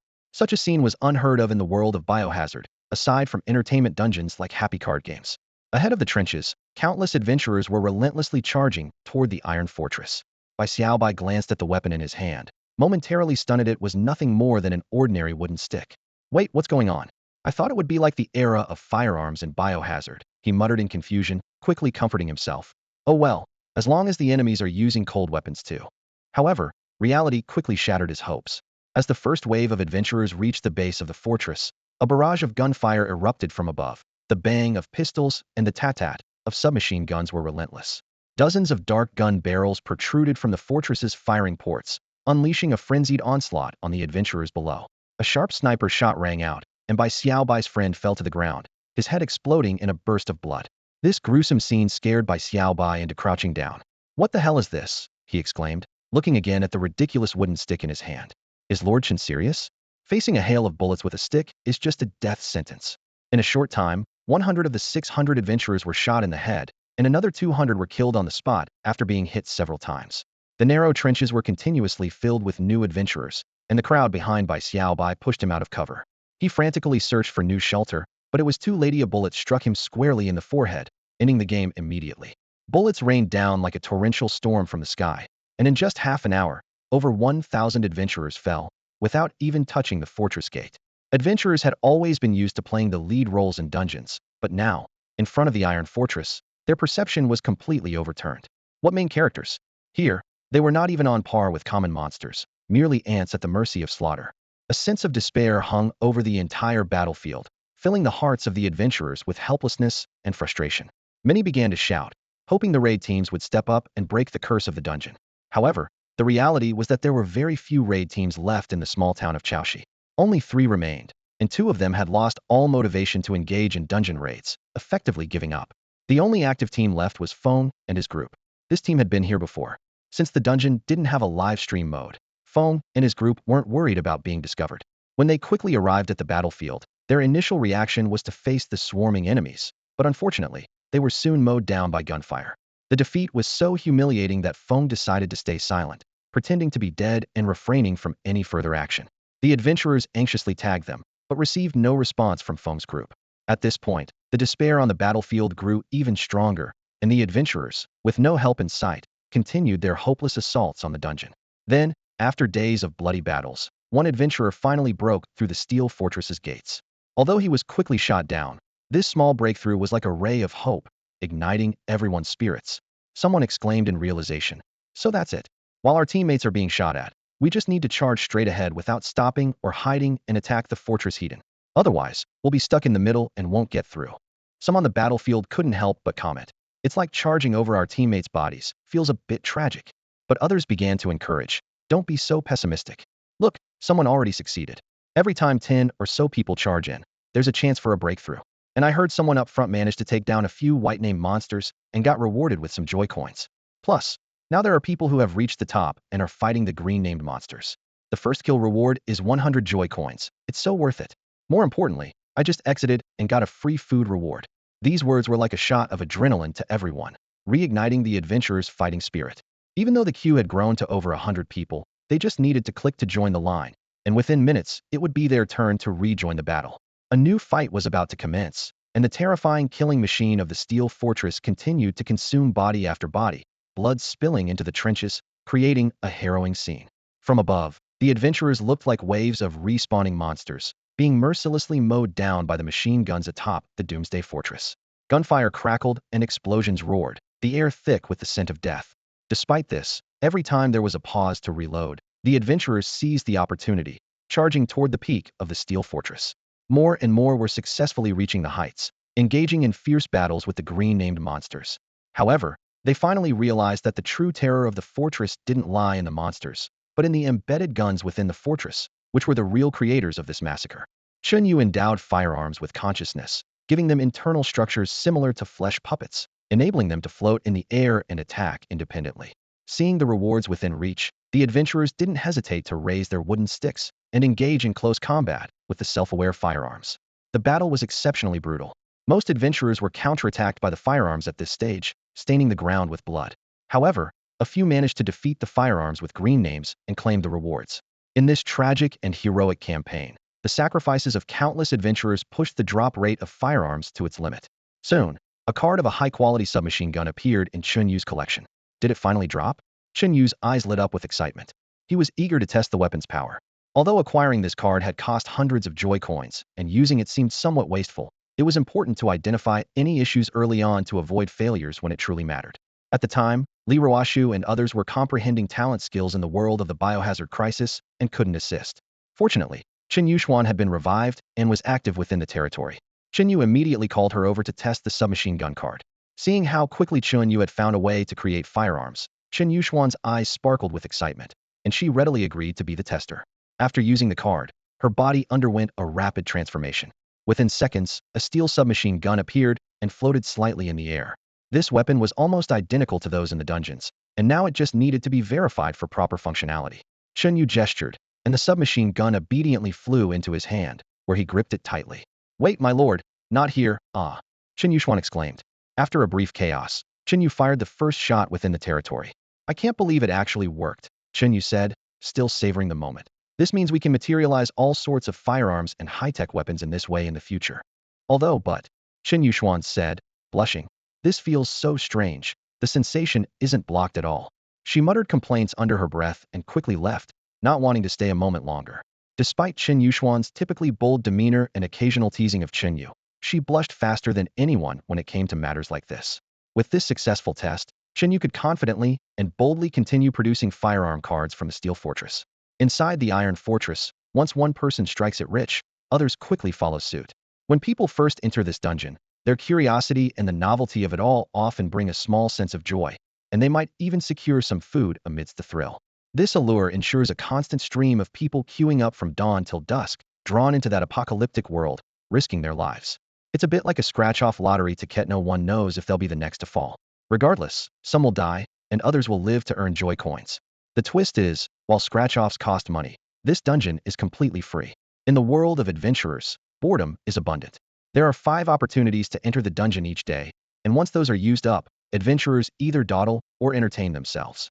But now, they have a new option: brick moving. This term quickly becomes popular among adventurers. Did you move bricks today? Rain or shine, I'm waiting for you at the Iron Fortress. If you're bored, buddy, come to the Iron Fortress and take me on. Such slogans appear on the Iron Fortress channel interface. Regardless of success or failure, It takes no more than 2 minutes. If lucky enough to enter the fortress, one can enjoy different pleasures and earn some food without any loss. This mentality attracts adventurers from Tidal Town, who head to the Iron Fortress after using all their chances. They don't see themselves as cheap labor for Chen Yu. Instead, they view brick moving as a noble way to fill their monotonous lives. Brick mover, brick moving spirit. Brick moving turns you into a person of high status. This slogan quietly spreads in Tidal Town, where everyone believes that even earning a single joy coin is a delightful bonus. Meanwhile, the guild leader of Deep Sea Town sends Li Yunk a letter expressing interest in visiting Tidal Town's emerging dungeon to understand its specifics. As a fellow guild leader, Li Yunk understands the intent. Back when Tidal Town was impoverished, he had sought help from other towns' guild leaders to introduce quality dungeons and alleviate local pressure. However, no one responded. Quality dungeon resources were scarce, and towns were too busy with their own issues to share. Opening up would lead to guilds facing the wrath of adventurers. Dungeons like Happy Cards and Biohazard have limited daily entries and cannot be shared with other towns. Adventure taverns and similar instances naturally open elsewhere without needing allocation. The Iron Fortress, however, is different. Li Yunk's relationship with the Great Xia Sleepless City has long changed, with occasional visits to Happy Cards for games and tea chats in the reception room. Thus, he understands Chen Yu's true intention behind the Iron Fortress. Since Chen Yu needs a large workforce, opening the fortress to Deep Sea Town could bring more opportunities. After some thought, Li Yunk decides to invite the Deep Sea Town leader to visit the Iron Fortress, allowing other towns to witness the marvels of future technology. Though the invitation doesn't explicitly state it, Li Yunk's true intentions are clear. A few minutes later, the guild leaders from 2 small towns appeared in the trenches beneath the Iron Fortress. The air was filled with the sounds of shouting and gunfire, like a relentless storm. As the leader from Deep Sea Town stepped into the trench, the scene before him left him momentarily stunned, his breath almost taken away by the shock. Yunjue this. He gripped Li Yunjue's shoulder tightly, his eyes full of disbelief and astonishment. Li Yunjue nodded, maintaining a calm expression despite the intense atmosphere of battle. The adventurers from Tidal Town seemed immune to the threat of firearms, having been hardened by past biochemical crises. However, the leader from Deep Sea Town was particularly shaken. To him, the power of firearms was undeniable, especially when faced with the massive, beast-like Iron Fortress, which seemed capable of reducing everything to nothing. Every shot fired kept his nerves on edge. Suddenly, a sharp bang from a sniper rifle shattered the air's silence. As the Deep Sea Town leader moved to assess the situation, a bullet struck his head, killing him instantly. Simultaneously, Li Yunjue also exited the game. Moments later, the leader of Deep Sea Town received a new email notification. Yunjue, is this dungeon of yours really free? No conditions, just enter if you want. Yes, Li Yunjue replied simply, but his tone was confident and composed. The Deep Sea Town leader paused in thought before responding again. Brother, I have a humble request. No need to say more, permission granted. Really, of course, we're neighbors, helping each other is only right. Li Yunjue responded without hesitation. He had heard about the issues with Deep Sea Town's dungeons, which had affected the town's economy and development. Now, this leader, like Li Yunjue once was seeking help but receiving little response. Unexpectedly, in Tidal Town, where he least expected it, he found an opportunity to introduce a dungeon. Minutes later, the homepage for Deep Sea Town's adventurers prominently displayed a new icon for the upcoming dungeon introduction. This news quickly captured the attention of countless adventurers, sparking lively discussions. An introduction? Did the Adventurer Guild find a foreign dungeon? No way. Good dungeons are never enough for oneself. Why would they share them with others? Could it be unwanted trash? Maybe it's something other towns don't play, so they're pushing it to us to collect soul crystals. Adventurers speculated anxiously. Could it be trash? Someone muttered. No way. With the current situation, the Adventurer Guild wouldn't do that. Another adventurer quickly countered. Amidst the discussions, someone noticed the word free next to the dungeon introduction. This word instantly ignited the entire discussion area. Free? No entry limits. Oh my, there's actually a free dungeon in this world. Wow, I never expected this kind of offer. Alright, even if it's trash, I won't complain. Being free takes guts. Hurry, log in and check it out. I've been hungry for 2 days, counting on this to keep going. Instantly, everyone's interest was piqued, and they eagerly prepared to try it out. Under the spotlight of Deep Sea Town, the dungeon introduction progress reached 100. With the final notification sound, the Iron Fortress officially opened. Over 1,000 adventurers clicked to enter almost simultaneously, only to be met with an unexpected queue screen. There are 1,058 people ahead of you. Please wait patiently. Queue up. When the words queue up appeared before them, the adventurers of the Deep Sea Squad felt a rush of tension. They knew all too well what queuing meant. The mere fact that the dungeon had such a long line was enough to indicate its popularity in the area. Could such a sought-after dungeon really have been introduced here? The residents of Tide Town were truly fortunate. And what's more, it was free of charge. This lord was clearly a benevolent soul. Knowing that the town was struggling to make ends meet, he generously offered his help. In that moment, the residents of Deep Sea Town felt an unprecedented warmth. However, as they watched the line move forward at an astonishing speed, a sense of unease crept in. This dungeon seemed far from simple. Finally, the first adventurer from Deep Sea Town entered the dungeon. Standing in the trenches, he looked around in confusion, seeing the adventurers of Tide Town all around him. He couldn't help but grab someone and ask, "Brother, what are you all doing here? Are you trying to get yourselves killed? Haven't you played this before?" Before he could finish, another wave of people surged forward, pushing him ahead. As he stepped out of the trench, he witnessed a sight that would remain etched in his memory forever. Unfamiliar weapons were firing at the adventurers ahead. With a loud bang, blood splattered onto his face. An adventurer next to him had their head blown apart. He was so shocked that he was momentarily frozen. A few seconds later, he met the same fate, his head shot off in an instant. The system's settlement prompt quickly appeared. Settlement complete. You have received a pack of instant noodles. From the moment he entered the dungeon to the moment he left, less than 2 minutes had passed. The adventurer sat dazed, not realizing the game had already ended. It took him a long time to process what had happened. Wait, what just happened? I went in and out, and all I got was a pack of noodles. The process of this foreign dungeon was surprisingly straightforward. He looked down at the noodles in his hand, and soon the aroma began to waft through the air. Recently, due to the dungeon, Deep Sea Town had been cut off from the adventurer world, and people hadn't had a decent meal for days. Many were starving for 2 or 3 days. In this context, a pack of noodles meant everything. For the first time, this adventurer experienced the power of firearms and an unprecedented joy, whether from the thrill of the game or the satisfaction of the noodles. In these tough times, the noodles not only filled his stomach but also tasted exceptionally good. This simple happiness was enough to warm the adventurers' hearts. Eating the noodles, a sense of satisfaction unlike any other welled up inside him. Without hesitation, the adventurers who received noodles queued up again. The news quickly spread throughout Deep Sea Town.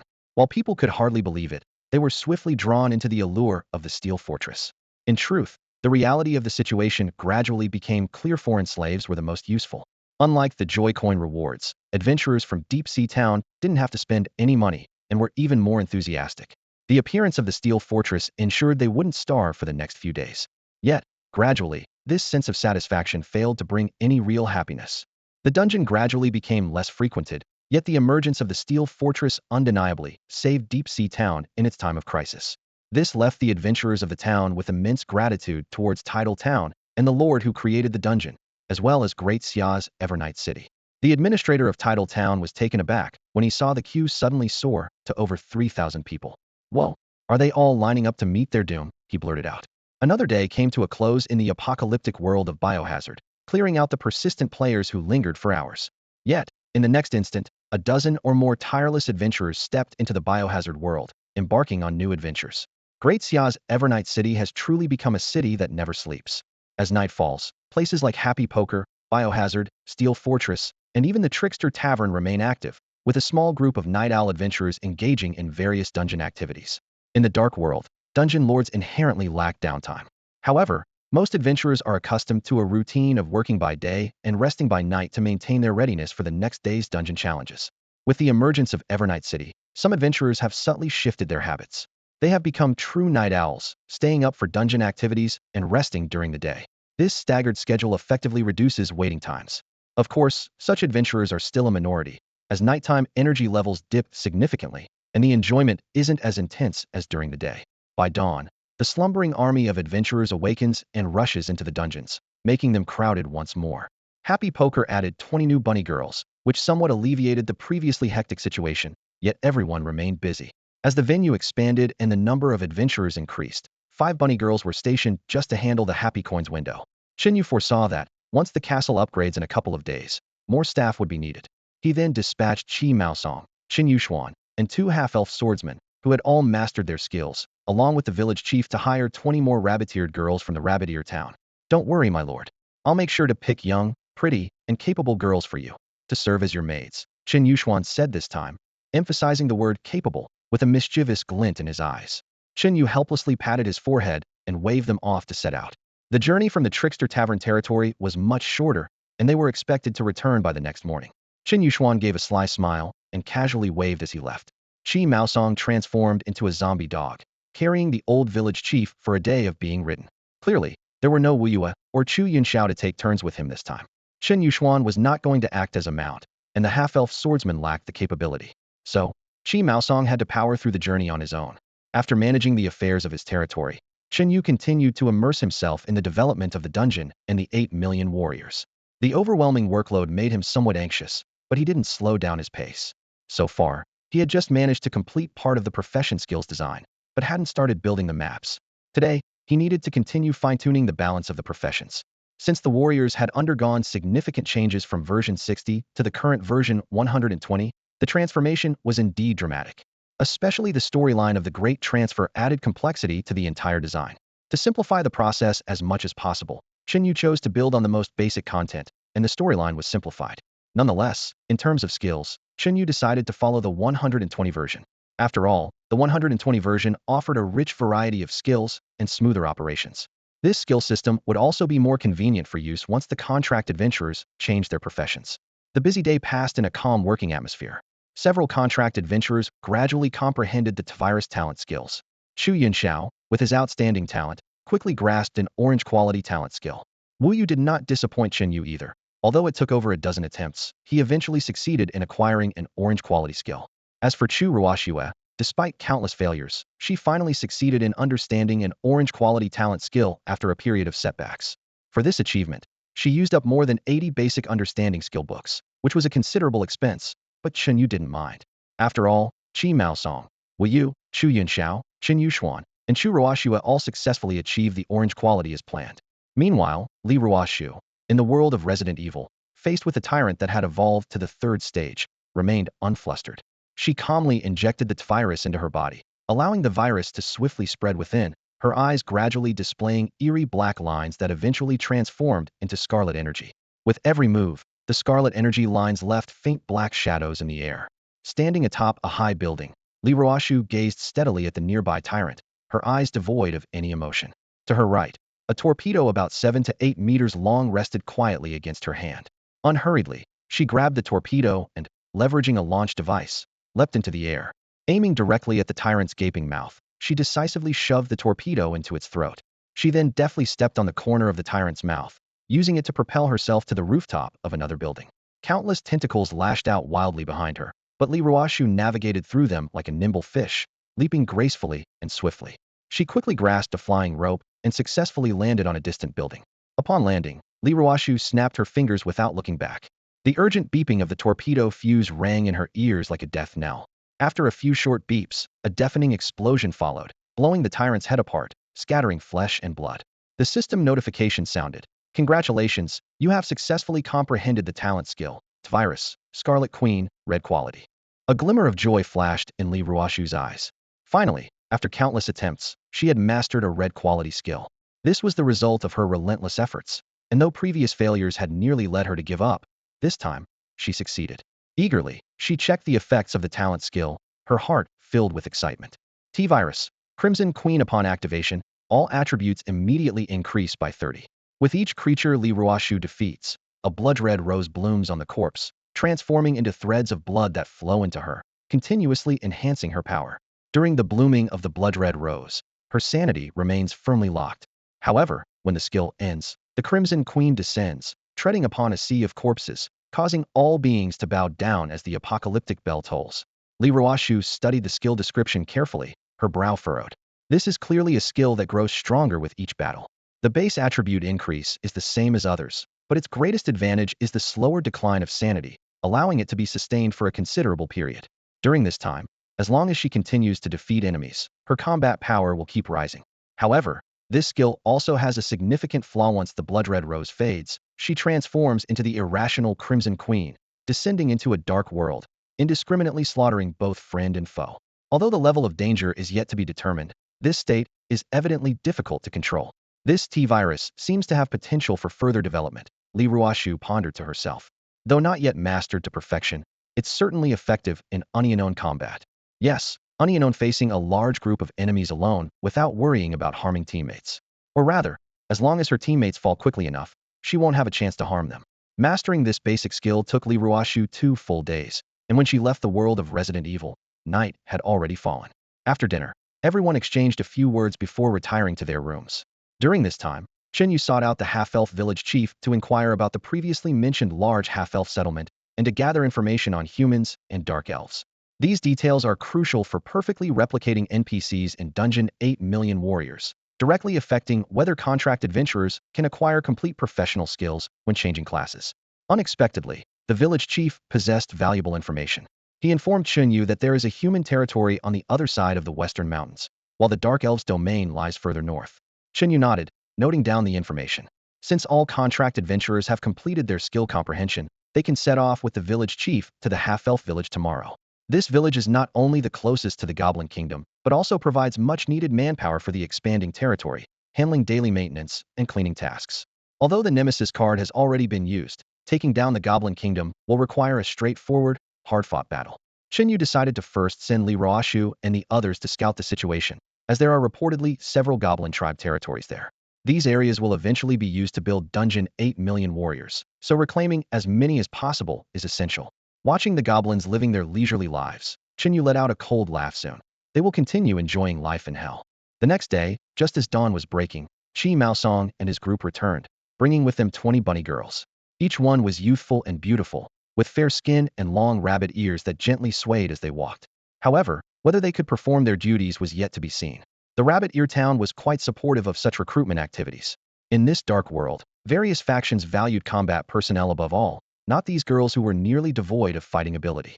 For the bunny girls, simply reaching a place where their lives would be safe was more than enough. They dared not wish for more, as life in this world was cheaper than grass. Chen Yu immediately called Lena and the others to arrange duties for the 20 new bunny girls. With these new additions, the staff at Happy Cards was finally sufficient. Once everything was settled, Chen Yu gathered 6 contracted adventurers, along with the half-elf village chief and 2 half-elf swordsmen, to head towards the large village to the north. In the misty forest, 9 figures moved cautiously. Li Ruoshu led the way, gripping her dual swords backwards to deftly slash through thorny vines. Behind her was Chu Ruoshue with her staff on her back, while Qin Yushuan held a feathered arrow, its sharp tip glinting in the gaps between her fingers. They had been traveling for over 2 hours, with a considerable distance still left to their destination. Along the way, they effortlessly dispatched over a dozen magical beasts, collecting a significant number of magic crystals. These battles significantly boosted their levels and quality. All had reached level 7, with their quality upgraded to excellent, and their combat power index soared to 21,042 points. This power level was above the average for wild magical beasts, so they had not encountered any real danger.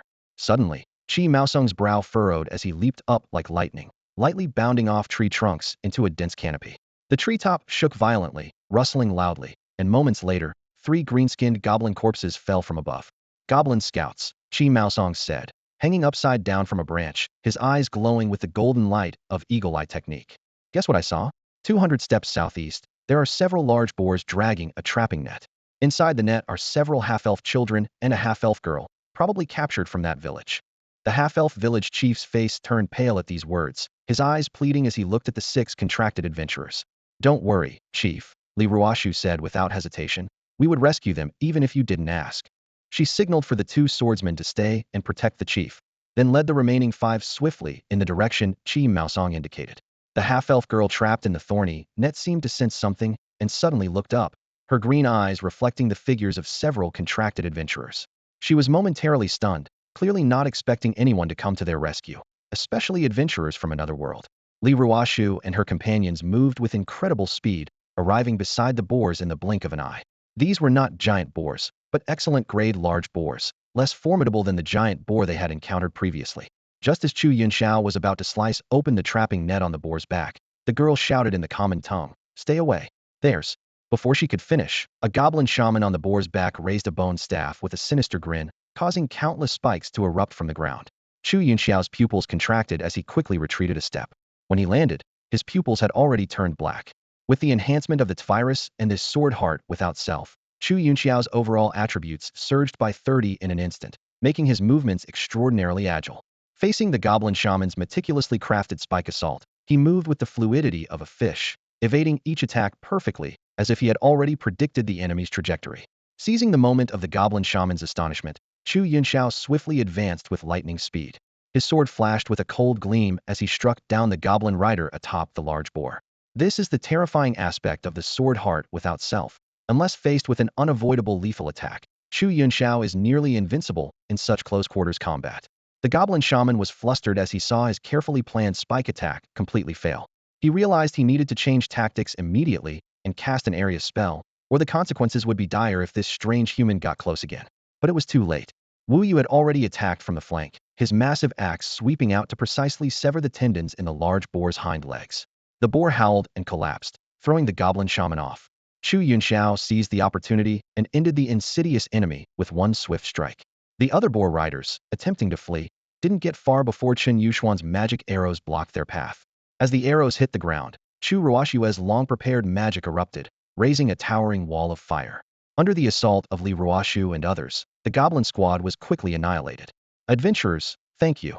The rescued silver-haired girl bowed in gratitude. Li Ruoshu keenly noticed that she was different from ordinary half-elves, with longer, pointed ears and eyes that shimmered with a divine light. At this moment, the half-elf village chief approached, stunned. Are you a light elf? Hello, esteemed elder and adventurers. The silver-haired girl gave a faint smile. My name is Ansaria, and I am indeed a light elf from the City of Light. I fled here due to certain circumstances. This unexpected revelation took everyone by surprise. As a high-ranking race, light elves were not supposed to be in such a novice area. In the dark world divided by the gods, cross-regional actions are severely suppressed, making them even weaker than the local creatures. This explained why the powerful Ansaria ended up captured by goblins. Had she not been rescued in time, her fate would have been grim. The identity of the silver-haired girl was something Li Ruoshu and the others planned to investigate later. The immediate concern, however, was the crisis facing the half-elf village. According to the silver-haired girl, the village had been attacked by goblins, resulting in severe losses and the abduction of many villagers, who were now held captive in a nearby goblin settlement. Ansaria urgently requested Li Ruoshu and the others for assistance, hoping to rescue the villagers quickly to prevent further disaster.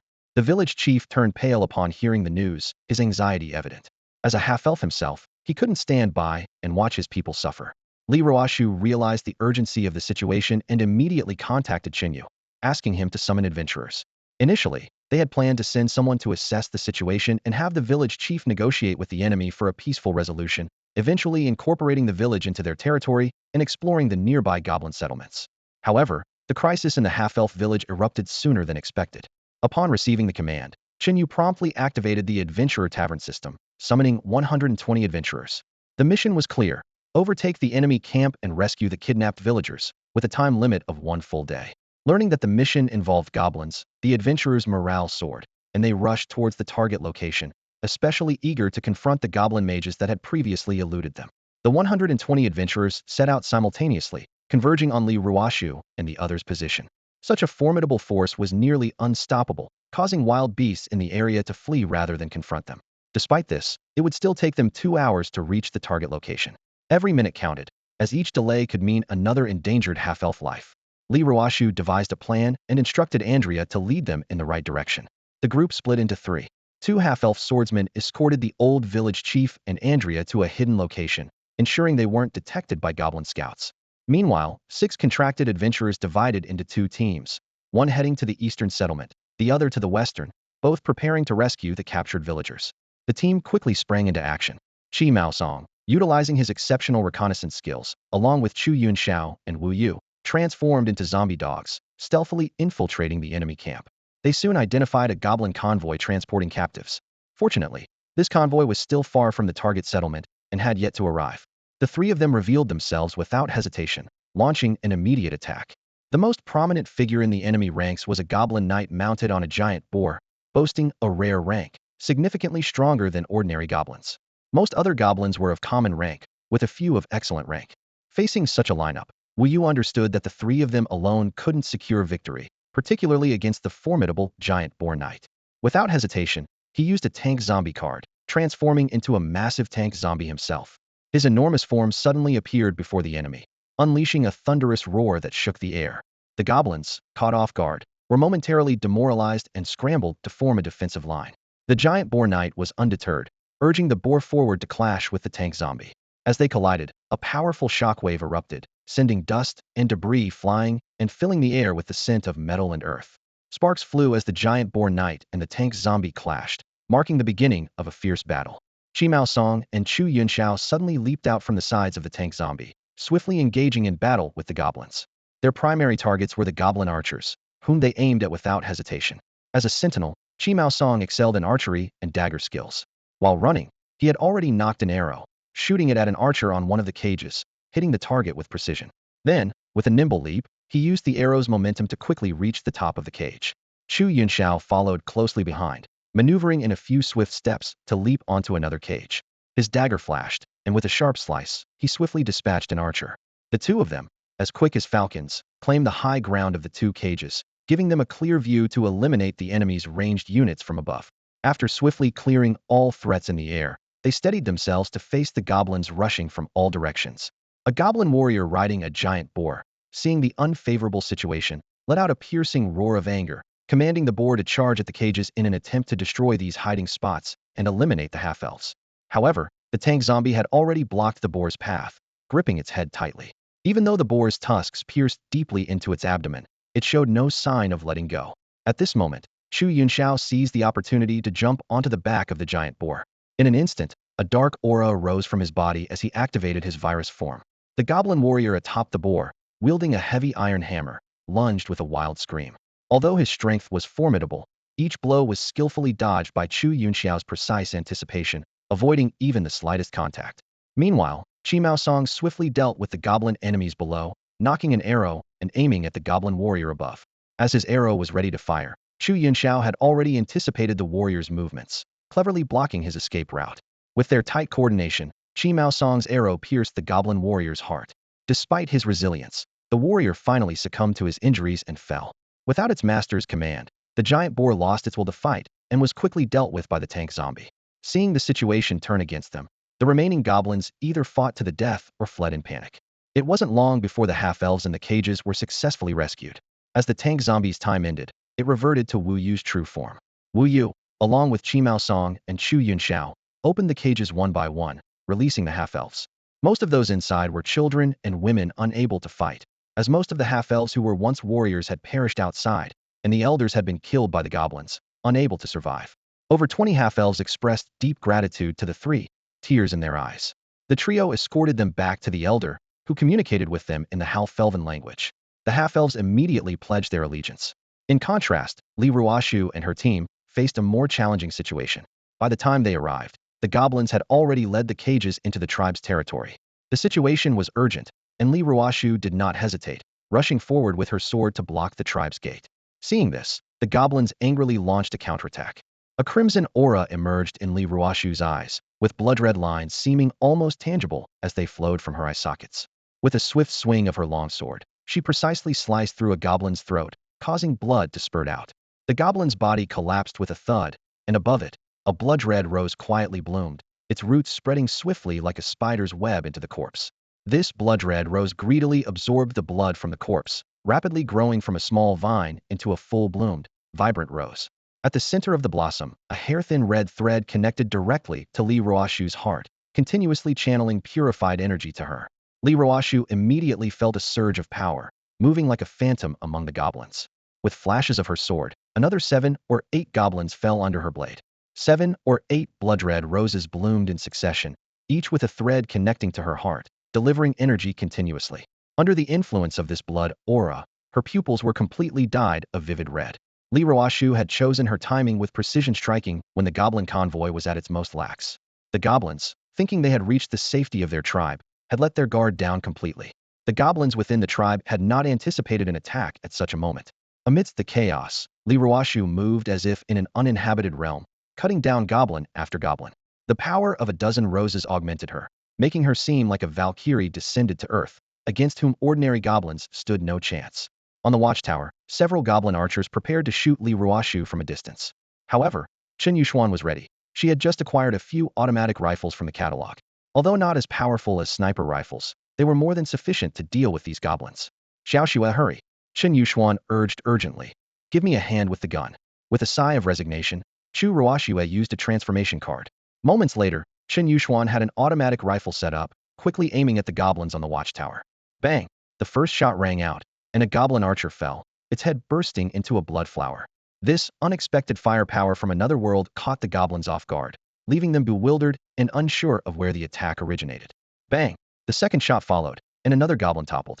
This time, they heard the gunfire, and several goblins on the watchtower quickly located Chen Yuxuan's position. After a brief exchange of gibberish, they grabbed their bows, intending to eliminate this long-range threat first. Chen Yuxuan nimbly retreated into the forest, then climbed another tall tree. Using the dense foliage as cover, she aimed once more at the goblin archers on the watchtower. Sister Asian, can you stop fidgeting and just shoot properly? Chu Ruoxue complained from within the gun. Just a little habit, don't distract me. I'm aiming. Chen Yuxuan replied, quickly locking onto her next target through the rifle's built-in 4x scope. Bang! Bang! 2 successive shots rang out, and 2 goblin archers were hit squarely in the head. Now accustomed to the rifle, Chen Yuxuan's shooting efficiency had noticeably improved. The remaining archers, having learned their lesson, stayed hidden inside the watchtower, keeping their heads down to avoid exposure. They knew that poking their heads out would mean certain death. This response played perfectly into Chen Yuxuan's hands. As long as these archers remained pinned down, they posed no threat to Li Ruoxu below. At this moment, Li Ruoxu had already slain over 20 goblins, and her combat prowess was soaring. With no suppression from long-range fire, her movements became more fluid and expansive. She weaved through the goblin horde, each swing of her sword claiming a life, with arcs of blood painting the air. Meanwhile, the giant boar knight, hindered by the narrow terrain, couldn't fully leverage its charging advantage and could only circle the periphery, unable to find an opportunity to approach Li Ruoxu. With Chen Yuxuan providing cover from above, Li Ruoxu single-handedly decimated the goblin tribe, their screams echoing in the air. The tide only shifted when a goblin mage, cloaked in a brown robe, appeared at the edge of the battlefield. This goblin mage was of a high rank, reaching rare-level status.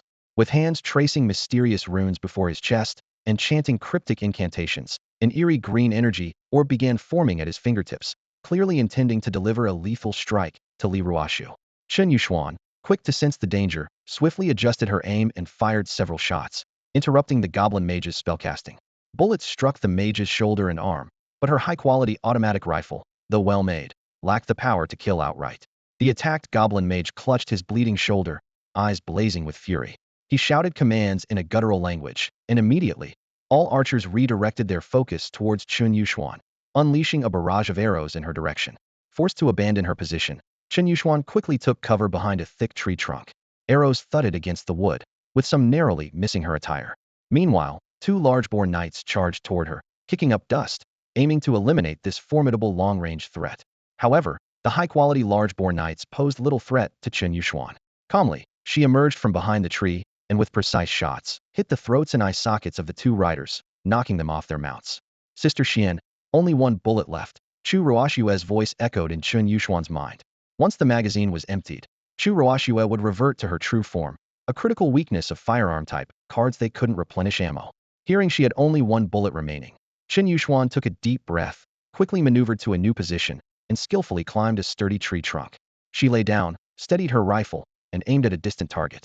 While a high-quality automatic rifle typically couldn't kill a rare-level goblin mage, a well-placed shot could change everything. Black, ominous lines appeared in Chen Yuxuan's eyes as she activated her T-Virus, Fatal Weakness ability. In her vision, the world reduced to black and white outlines, with the goblins' bodies marked by glowing red points weakness indicators. The smaller the red, the higher the damage multiplier upon a hit. Chen Yuxuan focused intently on the goblin mage. As the weakness spots shifted, she patiently waited, her breathing steady and slow. Finally, she spotted an extremely tiny red dot on the goblin mage's forehead. Aim, hold breath, fire. Without hesitation, Chen Yuxuan pulled the trigger. Bang! The bullet whistled through the air at lightning speed, hitting the goblin mage squarely in the forehead. A headshot, the mage's head exploded, and his body remained in a spell-casting posture for a few seconds before collapsing. As the final bullet was fired, the magazine emptied, and Chu Ruoxue returned to her true form, standing by Chen Yuxuan's side. This wave of precise suppressive fire had a profound effect. Witnessing the rare-level goblin mage being taken out with a headshot, the remaining archers were terrified and dared not act rashly again. They could only watch as Li Ruoxu moved unchallenged on the ground, her sword flashing as she nearly wiped out the goblins on the perimeter, leaving only the giant boar knight struggling to hold on. The colossal boar knight let out an earth-shattering roar as it collided head-on with Li Ruoxu, thrusting the battle into a fever pitch. From a distance, Chen Yuxuan rubbed her eyes, strained from watching the battlefield intently for too long, and said tensely, Sister Ruoxu won't be able to hold on much longer. We need to get the prison card out of here quickly. If she loses control, those half-elves will be slaughtered. In the world of the biocrisis, they had already witnessed the terrifying aftermath of Li Ruoxu's skill where she lost all reason, unable to distinguish friend from foe. For Chen Yu and her companions, death was merely a return to the Adventurer's Lodge, but the imprisoned half-elves wouldn't be so fortunate. If Li Ruoshu went berserk, the nearby half-elves would surely perish. Chen Yu and Chu Ruoshua swiftly pulled out two Osiris robot cards. After a flash of light, they transformed into two mini O-type robots with rotor blades atop their heads. Amidst the buzzing of the rotors, they flew above the boars pulling the prison cart. Though these small robots were quite useful for infiltration missions, the archers in the watchtower quickly spotted the unexpected guests. However, Chen Yu and her partner hadn't intended to infiltrate the tribe. Once they reached the entrance, they simultaneously dispelled their transformation, landing steadily in front of the prison cart. After quickly adjusting the boars' positions, they each drew a dagger and stabbed fiercely into the rear of the cart-drawing boars. Yow! The startled boars let out piercing screams and, dragging the heavy prison cart, bolted towards the depths of the forest. The giant boar knight attempted to call them back with a low growl, but the pain in their hindquarters had driven them mad, and they quickly disappeared into the dense woods. At this moment, ominous red shadows began to surface on Li Ruoshu's body. Chen Yu and Chu Ruoshua knew time was running out and immediately withdrew from the battlefield. Moments later, a dark red, gigantic blood rose bloomed at the Goblin tribe's entrance, its bloody glow spreading, casting a dark red shadow over the sky. Chen Yu glanced back from afar to see that Li Ruoshu's physical form had vanished, replaced by a 2 to 3 meter tall red phantom. This phantom bore Li Ruoshu's likeness but floated ethereally, with eerie red clouds swirling around its lower half and countless thorny vines extending from its back. This was the Scarlet Queen, born from absorbing the blood of over 30 goblins. The real Li Ruoshu had already returned to the Adventurer's Lodge, while what remained was a being driven solely by the urge to kill. The Scarlet Queen let out a piercing shriek, her hands morphing instantly into razor-sharp claws, slashing at the goblins closing in. Each swipe left crimson trails in the air, creating deadly blooms at the tribe's entrance. The bodies of those slain by the Scarlet Queen also sprouted blood roses, but unlike the ones that provided power, these roses erupted into violent explosions after blooming. In mere minutes, a dozen such roses had grown at the entrance, their vine-like tendrils spreading like living things, quickly covering the entire gate. Chen Yu and Chu Ruoshua had successfully rescued all the half-elves and looked back at the battlefield. Half the sky was stained with the vivid red of those blood roses. Finally, a flame-like red energy burst from the center of the Goblin tribe, and with a thunderous explosion, the entire tribe was engulfed in flames. Chen Yu didn't look back because she knew that this wave of attacks was far from enough to destroy the entire Goblin tribe. Although the tribe suffered heavy casualties, most of the fallen were the weaker goblins. The larger ones, like the giant boar knight, were still unharmed. She realized that she would need to gather more people to launch a full-scale attack to completely dismantle this dark force. The two of them hurried to the half-elf village, where 120 summoned adventurers had already gathered. The fires of battle were still burning in the village, but with the help of these adventurers, the remaining goblins were quickly eradicated. With the end of the battle, the team led by Chen Yu finally took control of the half-elf village. Do you want to spend 500 soul crystals to activate the shield? The system prompt sounded. Yes. Chen Yu confirmed without hesitation. As the shield gradually unfolded, the half-elves in the village finally breathed a sigh of relief. Among these half-elves, almost none were armed. The remainder were vulnerable women and children. Without any military support, they were almost helpless civilians in this dark era. The 50 or so villagers expressed their gratitude to the adventurers, some even kneeling in the direction of Chen Yu's territory. Chen Yu frowned slightly and gestured for them to rise. Get up, we don't do that here. If you truly want to thank me, then work hard. Soon, she returned to her territory through the teleportation array. Only then did the kneeling half-elves rise, while Chen Yu headed straight to the holy light elf, Celia. She glanced around, her gaze lingering on Celia for a moment. Celia lowered her head uneasily, feeling a tinge of apprehension. Did the Lord have some interest in her and plan to? But after scrutinizing for a while, Chen Yu finally let out a satisfied laugh. Resemblance. It's uncanny. Silver short hair, pointed ears. If you wore a green top and a redand white skirt, you'd be just like that character. She was one of the most crucial characters among the 8 million warriors. Chen Yu had been troubled about finding someone suitable to play this NPC, as a significant discrepancy in appearance could affect the game's replication effect.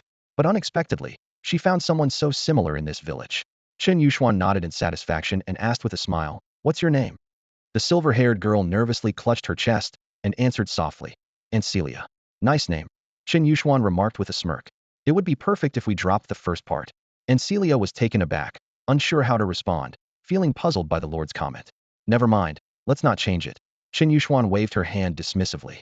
"Otherwise, if some legal department comes after me across dimensions, I'd be in trouble. And Celia remained bewildered but didn't ask further. Though still confused, she wanted to say something to the Lord but didn't know how to begin. She wasn't sure if this Lord could truly take care of her. However, the recent battle had given her a temporary sense of security.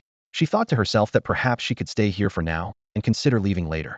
And Celia said nothing more, just lowered her head quietly. Chen Yu didn't pay much attention to her internal struggle either. She seemed more focused on the immediate tasks at hand after all.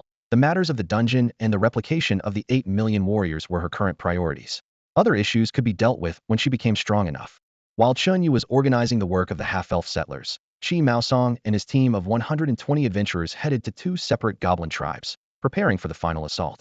The goblin tribe on the right had already fallen into chaos after being hit by the Scarlet Queen's attack. The goblin archers on the watchtower were mostly dead or wounded. The few remaining crouched nervously at the top, anxiously scanning their surroundings, fearing they might meet the same fate. Their fears weren't unfounded, as several eyes in the jungle were already targeting them. Fei Fei, be my weapon, Chen Yu said with a smile to Bai Fei Fei. After being turned down by Chu Ruoxue, he turned to Bai Fei Fei, who agreed without knowing what was to come. Instantly, she transformed into an incredibly accurate automatic rifle. Seeing this, Lin Xiaoxiao eagerly said to her friend Wu Lanlan, Lanlan, I want a gun like that too. Wu Lanlan sighed, opened her compendium, and used a transformation card. Soon, 5 automatic rifles were set up above the jungle canopy, aimed at the goblin archers on the watchtower. The gunfire erupted like thunder. Bang, bang, bang. Bullets whistled through the air, and goblins fell one by one. Only experienced shooters would dare to fire in such a dangerous environment. Within just 3 rounds of shooting, the goblins on the watchtower were all taken down. Without the watchtower's surveillance, the goblins in the tribe were thrown into chaos. At this moment, the adventurers sprang into action. They each used A to Z series mini-robot cards, transforming into various types of small robots. Some flew with propellers, others moved swiftly on wheels, and some even burrowed underground, silently infiltrating the goblin tribe. Just as the goblins gathered, unaware of what had happened, a group of adventurers appeared, catching them off guard. The goblin tribe plunged into further disarray. The 5 snipers outside continued their relentless, precise shooting, and more goblins fell. The team led by Li Ruoshu fought bravely, cutting down goblins with ease. The adventurers' dual health bars made them formidable in battle, working in perfect sync, their aggressive fighting style overwhelming the enemy. With the last giant boar rider slain, the tribe was completely conquered. Just as the goblin leader was about to destroy the guardian stone, Chen Yu activated his black and white vision and shot him in the head.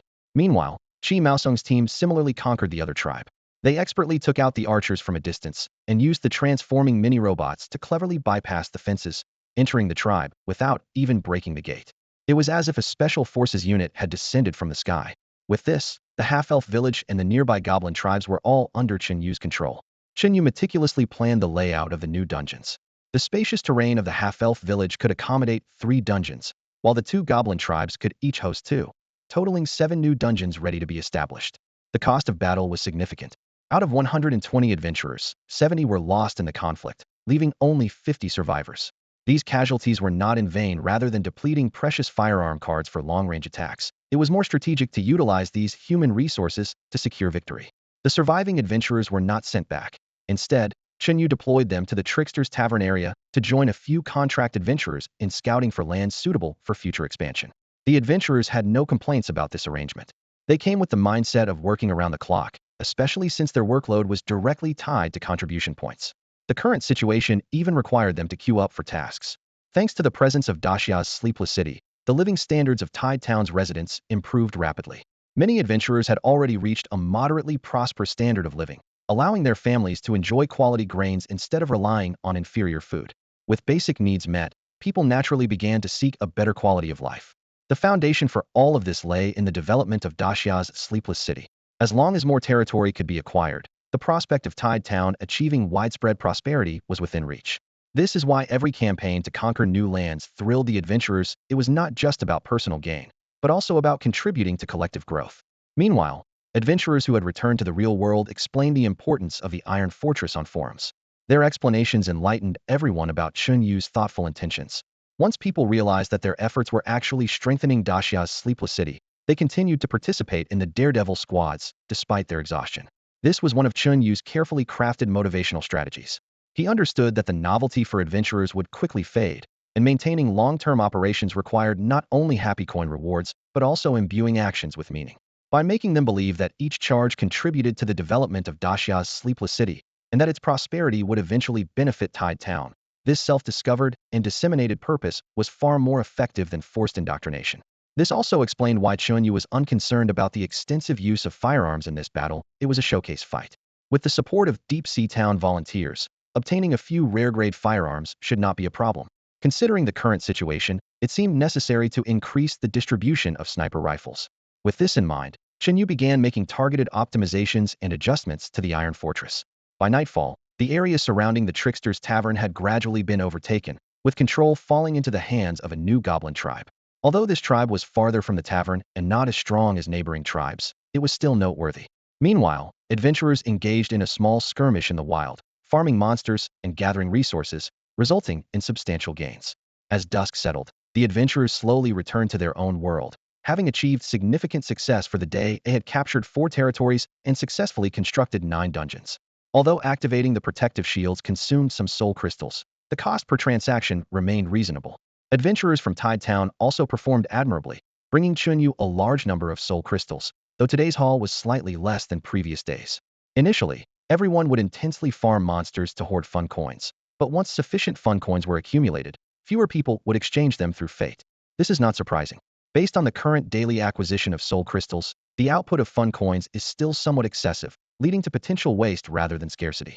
Consequently, in the coming days, the earnings from soul crystals are bound to gradually decrease until they reach a balance point, the maximum number of adventurers the biohazard crisis can accommodate. Currently, the system's operation relies on monetized content to consume the excess fun coins. In this regard, Chen Yu has made numerous refinements, introducing new gameplay and skins. For instance, different styles of Ghostfire motorcycle skins don't directly enhance combat power, but improve the adventurer's experience. Some skins increase the motorcycle's acceleration, others extend its range, and some even feature retractable glider wings. These seemingly simple designs have become popular purchase targets for adventurers. They are fun without disrupting the game's balance. For most adventurers, changes in combat power are not the most important. What truly attracts them are designs that maintain dungeon balance while offering more enjoyment. Additionally, enhancing physical attributes through soul crystals and various materials obtained from completing levels is another popular system. Although each upgrade is minor, it provides a noticeable sense of progress. These small changes make adventurers feel like they are growing without overpowering them and compromising the game's challenge. The normal mode is still challenging for most adventurers, especially when the number has not yet exceeded 3,000. Even top-tier paying players, equipped with various items, still find themselves like novices when facing formidable foes, chased across the map by powerful enemies. As for tactical squads, they remain a distant goal for many. During this time, Chen Yu occasionally feels a bit bored, so he continues to introduce new skins and items into the game. Any ideas that come to mind are quickly implemented. For example, there are colorful smoke grenades, grenades that explode with a brilliant firework effect, or grappling hooks that shout 666 when thrown. Although these items don't enhance power, they are surprisingly popular among adventurers. Chen Yu cleverly sets the price so that each skin and item can be purchased for just 100 fun coins. These small items not only provide considerable enjoyment, but also entice adventurers to spend. Seeing the low prices, more adventurers decided to purchase, and with a larger purchasing base, a significant amount of joy coins was consumed. Chen Yu looked at the data panel and nodded in satisfaction. The low price strategy was indeed effective, with skin sales continually increasing and joy coin revenue steadily growing. This way, when the next skin is released, adventurers, accustomed to reasonable prices, won't resist but will be more eager to collect. They'll switch between different skins, enjoying the variety of experiences. As long as the balance of power isn't disrupted, the regular mode of biohazard will remain consistently full. Chen Yu mused to himself, tapping his fingers on the table. He had already calculated that even in the later stages, when adventurers max out their physical attributes, they'd only reach the level of a tactical squad. By then, it would actually be the most popular phase of the dungeons. Chen Yu shifted his gaze from the data panel, contemplating the current priorities. Right now, the most important thing is to upgrade the castle level and increase the population of the dungeons. The grand scene of 1,000 players on the same screen in Biohazard hadn't been realized yet, requiring further effort from him. His eyes fell on the resource bar, and Chen Yu checked the current number of soul crystals. After a moment of thought, he made a decision. There was nothing urgently needed, and all skills had been learned, so it was better to use all these resources to upgrade the castle. As the soul crystals were injected into the castle core, the system notifications sounded. Congratulations, your castle has been upgraded to level 4, and all building limits have been raised to level 4. Then another notification followed. Congratulations, Your castle has been upgraded to level 5, and all building limits have been raised to level 5. With a series of operations, Chen Yu upgraded the castle directly to level 5. He didn't keep any soul crystals, only leaving enough for daily consumption. After all, by tomorrow, a new wave of adventurers would bring him more soul crystals to spend. The night passed without incident. The next morning, after the Joy Poker Bank absorbed another wave of soul crystals, Chen Yu immediately initiated upgrades for all the dungeons. Simultaneously, he began developing the newly acquired dungeon territories. The current status of the dungeons is as follows. Joy Poker Lines 1 to 10, accommodating 1,000 people. Biohazard Lines 1 to 15, accommodating 1,500 people. Trickster Tavern Lines 1 to 4, accommodating 400 people. Iron Fortress Lines 1 to 10, accommodating 1,000 people. Dungeon and 8 Million Warriors Lines 1 to 7, under construction, not yet open or upgraded. This wave of upgrades left the adventurers of Tides Town ecstatic. The increase in daily player limits directly boosted further economic development. Especially the Trickster Tavern, with a full capacity of 400 people, left countless adventurers in awe. Whose lord is this? Are they really doing charity? For 100 people, are you crazy? Maybe we should set up a ticket booth. We're worried you might go bankrupt. Adventurers eagerly discussed in the tavern, secretly fearing the generous lord of the Trickster Tavern might go bankrupt due to overgenerosity. Some keen adventurers noticed certain clues from the changes in population limits, but considering the special nature of the recommendations, they chose to remain silent. On this day, besides constructing the dungeon and 8 million warriors, Chen Yu only did two things: recruiting contract adventurers and sending people to provoke the Goblin Kingdom. Based on by Feifei's intelligence, the two recently captured Goblin tribes are located near the Goblin Kingdom, serving as strategic outposts akin to two front-teeth fortresses.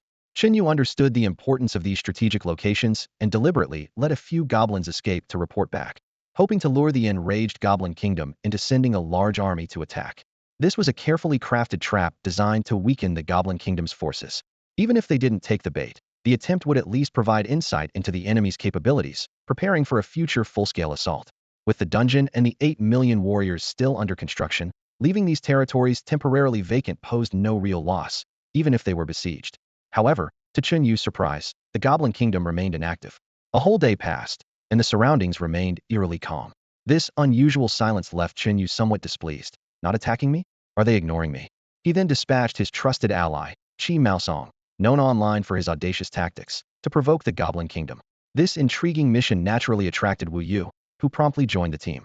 Meanwhile, atop the police station meeting building in the Resident Evil game, a trendy girl with pigtails was wreaking havoc. Zhang Xiu, wielding an RPG taken from the police armory, was relentlessly bombing the dense horde of zombies below. Inevitably, some ordinary players were caught in the crossfire. These accidentally injured adventurers flooded her livestream to question why a professional player was targeting newbies. Zhang Xiu nonchalantly replied, "Sorry, you were out of sight. I thought you were zombies. Take it up with the great Xian Nightless City." Her three-part response left the players frustrated but silent. Her fun time was abruptly ended by a headshot from a pistol. Exiting the results screen, she glared at the culprit, her sister, Zhang Xia. "Sis, I wasn't done with my RPG." Zhang Xia quickly opened the message interface and pointed it out. "Lord Chen sent 2 job offers. He wants us to go as soon as possible. Haven't you been waiting for this opportunity?"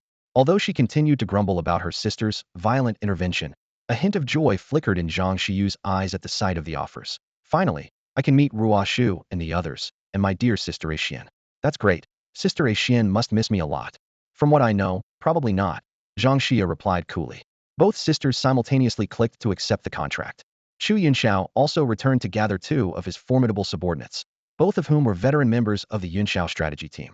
One was called Yunda, and the other Yunair. Meanwhile, Chen Yuxuan arranged for Chunjiu to lead the Jiuxuan strategy team members into the territory where the Iron Fortress was located. Chunjiu was the leader of the group, with Zhao He as his deputy. The other 3 were seasoned members of Jiuxuan, and being part of the strategy team meant their skills were undoubtedly strong. So far, Chen Yu's contracted adventurers had reached a total of 15. Having such a number of contracted adventurers at the initial stage was already quite remarkable.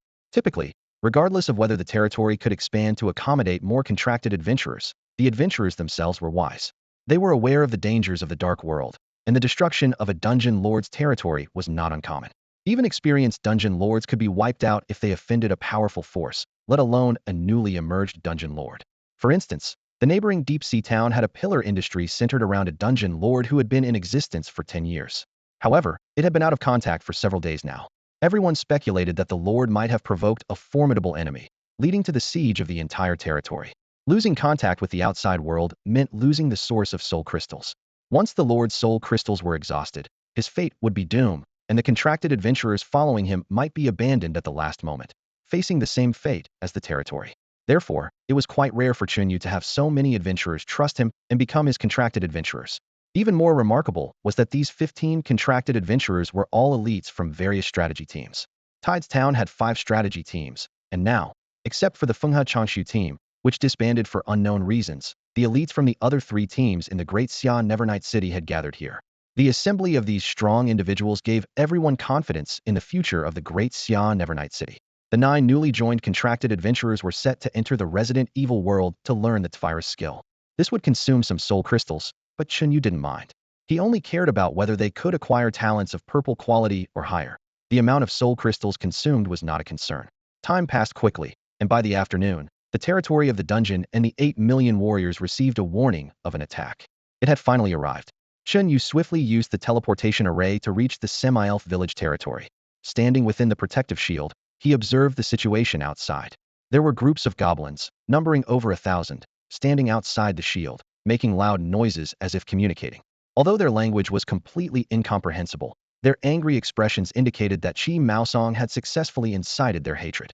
At the edge of the protective shield, Qi Maosong and Wu Yu stood there, exchanging insults with the goblins outside. Though they couldn't understand each other's language, their tone and stance suggested they were exchanging some very harsh words. Even without understanding the language, the tension in the air was palpable, indicating that a significant conflict was about to erupt. Li Ruoshu and the other 4 contract adventurers approached quickly, their eyes widening at the scene before them. Hundreds of goblins surrounded the base, leaving no gaps, and among them were a dozen or so burly goblin giant boar riders, creating quite a formidable sight. Did you 2 dig up someone's ancestral grave? Chen Yuxuan couldn't help but ask. How did you attract such an army? Qi Maosong, looking innocent, explained, we didn't really do much. We just transformed into little robots and snuck into their kingdom when the guards were distracted. We saw a little goblin wearing a crown and gave him a playful kick. No wonder they're out for blood, and Celia remarked, pausing in disbelief. You trampled on the dignity of their heir to the throne.